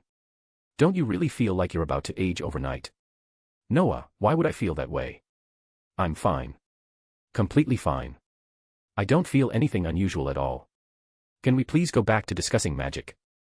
Inside the now dilapidated library of Karazhan, Khadgar looked at Noah with pure helplessness. This was nearly the 200th time Noah had asked him the exact same question over the past few days. Khadgar still had no idea why this mysterious mage was so fixated on the topic. At first, he had been genuinely worried. But after monitoring himself for a long time, he found no signs of abnormal or accelerated aging. That was when he finally concluded that Noah was just messing with him. They were currently in Karazhan. Likely due to the massive fell explosion triggered when Khadgar and the others killed Medivh, the surroundings had completely transformed into a scene Noah found very familiar. To put it poetically. From that day onward, a terrifying curse descended upon the tower and the surrounding lands. A ghostly black veil shrouded Deadwind Pass. The forest to the west became corrupted, slowly turning into what would later be known as Duskwood. The environment had changed drastically. No matter where one looked, it felt ominous. Karazhan itself had not been spared. The tower functioned as a massive conduit for mana. Now that the mana pool was gone and Medivh was dead, those energies had lost their master. For now, the effect wasn't severe. But Noah knew that with time, the stray mana would accumulate. It would attract magical beasts. Eventually, Karazhan would become what mages later called a dungeon. Of course, none of that concerned Noah. Khadgar hated everything about the area around Karazhan. Noah, on the other hand, felt the opposite. He didn't find the atmosphere unpleasant at all. In fact, he rather liked the aesthetic of a magical tower like this. He was even considering building one of his own after returning. The sanctums were designed to defend Earth from external threats. They weren't built to aggregate mana. A magical tower was different. Every function existed solely to serve the mage. Even if he couldn't replicate one perfectly, Noah felt it was worth studying. At the very least, he needed to understand the mana aggregation mechanism. And so, driven by Noah's enthusiasm, Khadgar had no choice but to follow him through the Karazhan library. There was no helping it. Noah was effectively illiterate here. He could speak Azeroth's common tongue, but he couldn't read it. As for the countless books written in other languages, forget it. The linguistic systems of Azeroth were vast, and Karazhan's collection made Noah practically salivate. Naturally, he wasn't about to waste this opportunity. Khadgar stayed at his side. He was frustrated. And completely powerless to resist. That frustration, however, vanished after 2 days. Although Noah was illiterate, his learning speed was terrifying. And his understanding of magic left Khadgar genuinely stunned.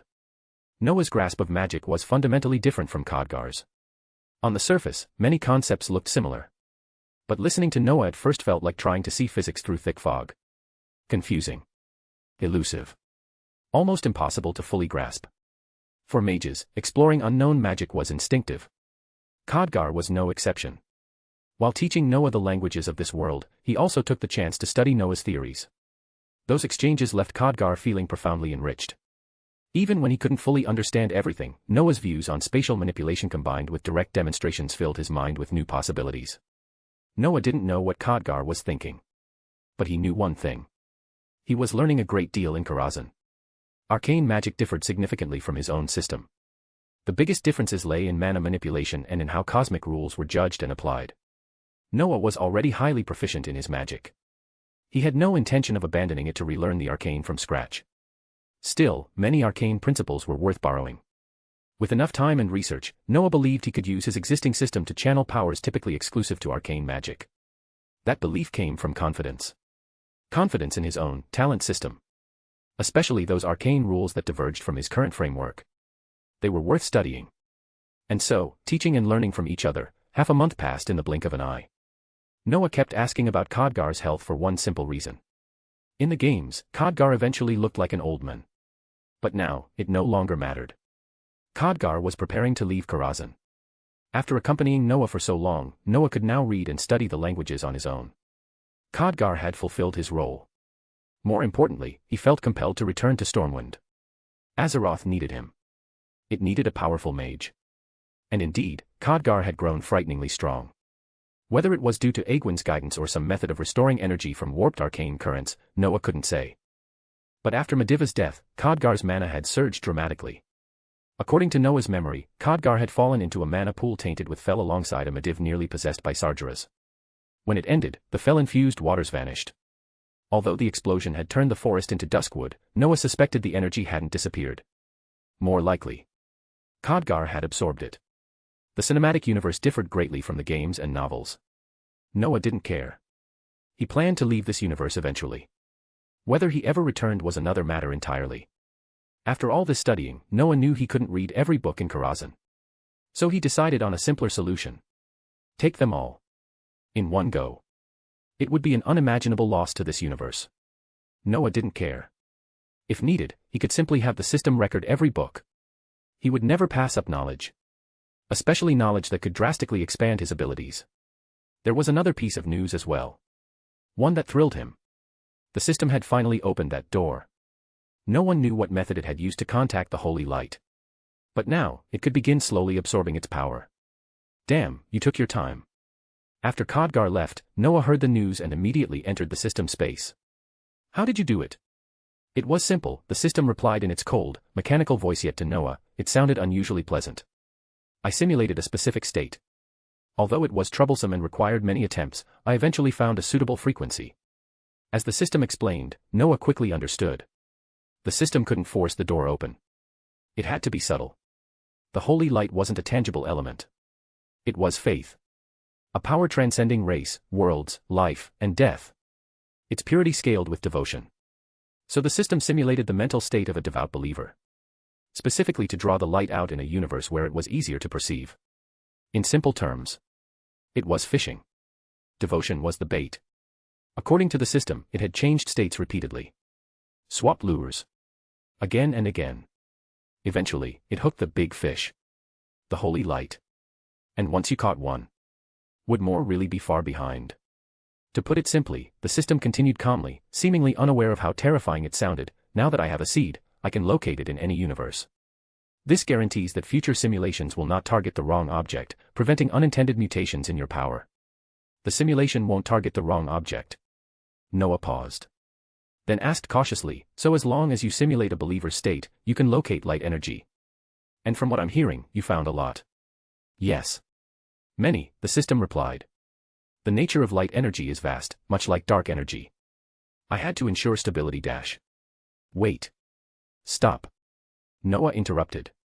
You're telling me I didn't even need to come to this godforsaken place? You could have just simulated a believer and found light energy anyway. Yes. Then why didn't you say so earlier? Do you know how much pressure I was under coming here? How much stress I felt trying to find the light? Do you know? You didn't ask, the system replied flatly. How was I supposed to know what you were thinking? I am not human. Furthermore, even if you had asked, could you have accurately described the mental state of those believers? It's not that I don't trust you. It's that I look down on you. You have no idea how thoroughly their minds have collapsed. Find 50+ advanced chapters. And for more fan fiction.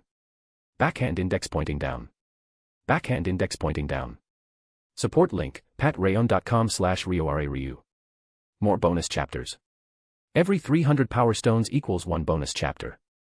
Chapter 629, Chapter 629, Bound for Draenor. However, there is one thing I need to clarify for you. Just as Noah was at a loss for words, the system spoke again. It felt strange. The system had just, in so many words, called him an idiot. And now it seemed to realize it hadn't finished speaking. The situation was bizarre, but Noah stayed quiet and waited. This was for his own benefit. And honestly, the system wasn't wrong. He really couldn't act like a true believer. Fine, Noah sighed. What is it? If you're just going to keep insulting me, forget it. I know my personality. As a mage, I can't have the same mindset as those zealots. No, the mechanical voice replied calmly. I wasn't referring to you. I intended to inform you that I appear to have discovered a Naru. You know. The being composed of 7 floating tiles. You found a Naru? Noah froze. Why now? What was the point of finding one at this time? Naru were sentient energy beings. Masters of both light and shadow.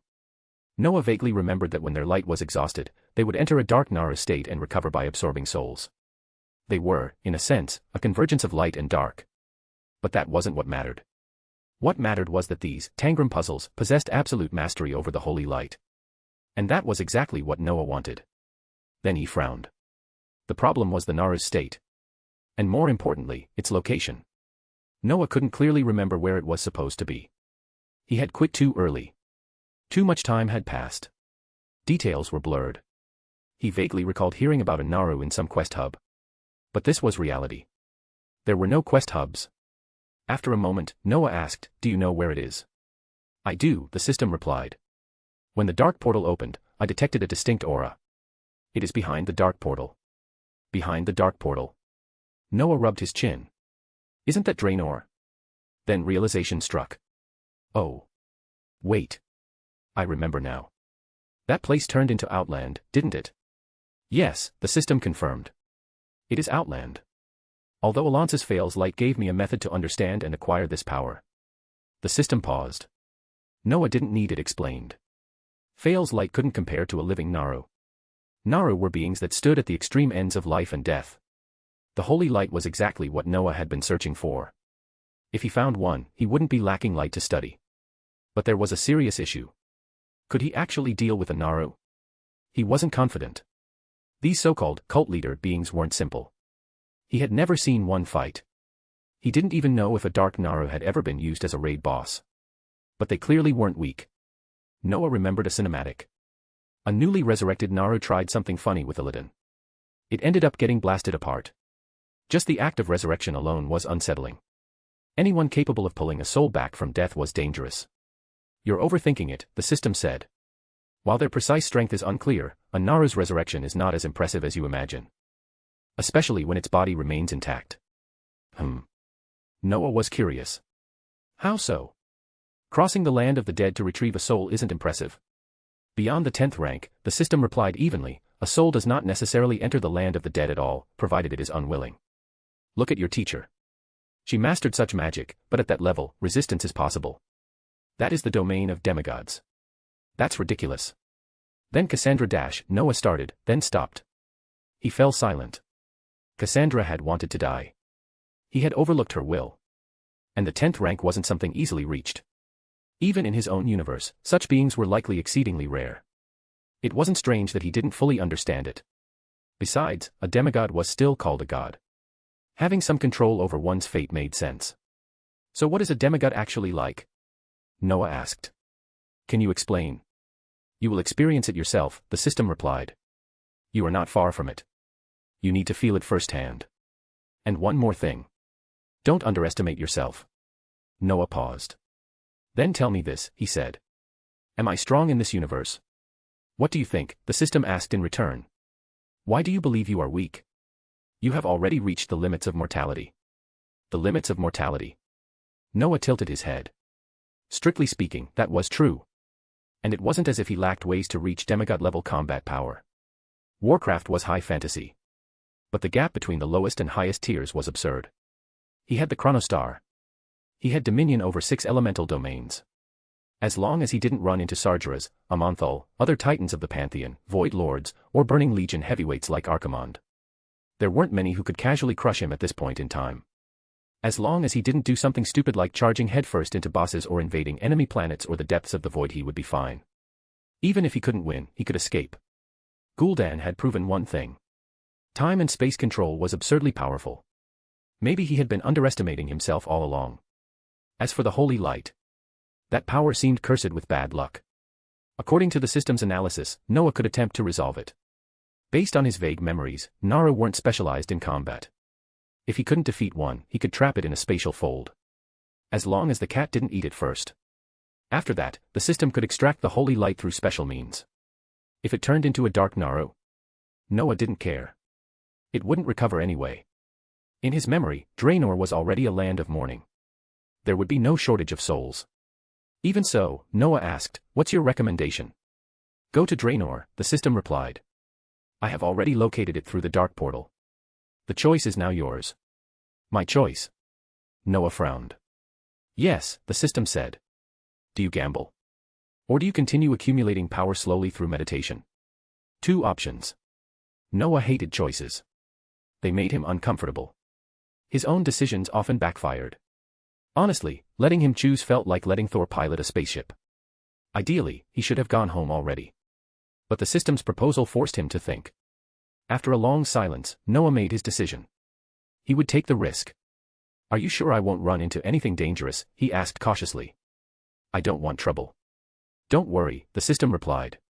Karazhan has been set as a teleport anchor. If you encounter serious danger, use the space stone. You'll be back instantly. Why not my sanctum? Too far. You cannot cross that distance safely yet. Noah nodded. According to the system, if things went wrong, he could rewind to Karazhan with the time stone and summon Odin to bring him home. Of course, it was better to avoid trouble entirely. No one knew what kind of disaster he might stumble into. Since he was going in blind, Noah decided to keep the chronostar active at all times. If he saw a boss, he would run. All right, Noah said.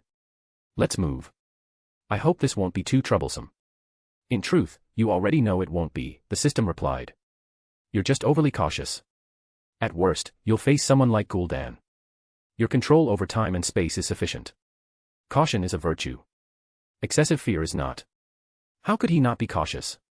Noah really didn't want to meet any legendary figures. Not even once. He took a deep breath. Pale golden magic rippled around him. In the next moment, a golden portal opened. Noah turned. And stepped inside. Find 50+ advanced chapters. And for more fan fiction. Backhand index pointing down. Backhand index pointing down. Support link, patreon.com/RioRaRyu. More bonus chapters. Every 300 power stones equals 1 bonus chapter.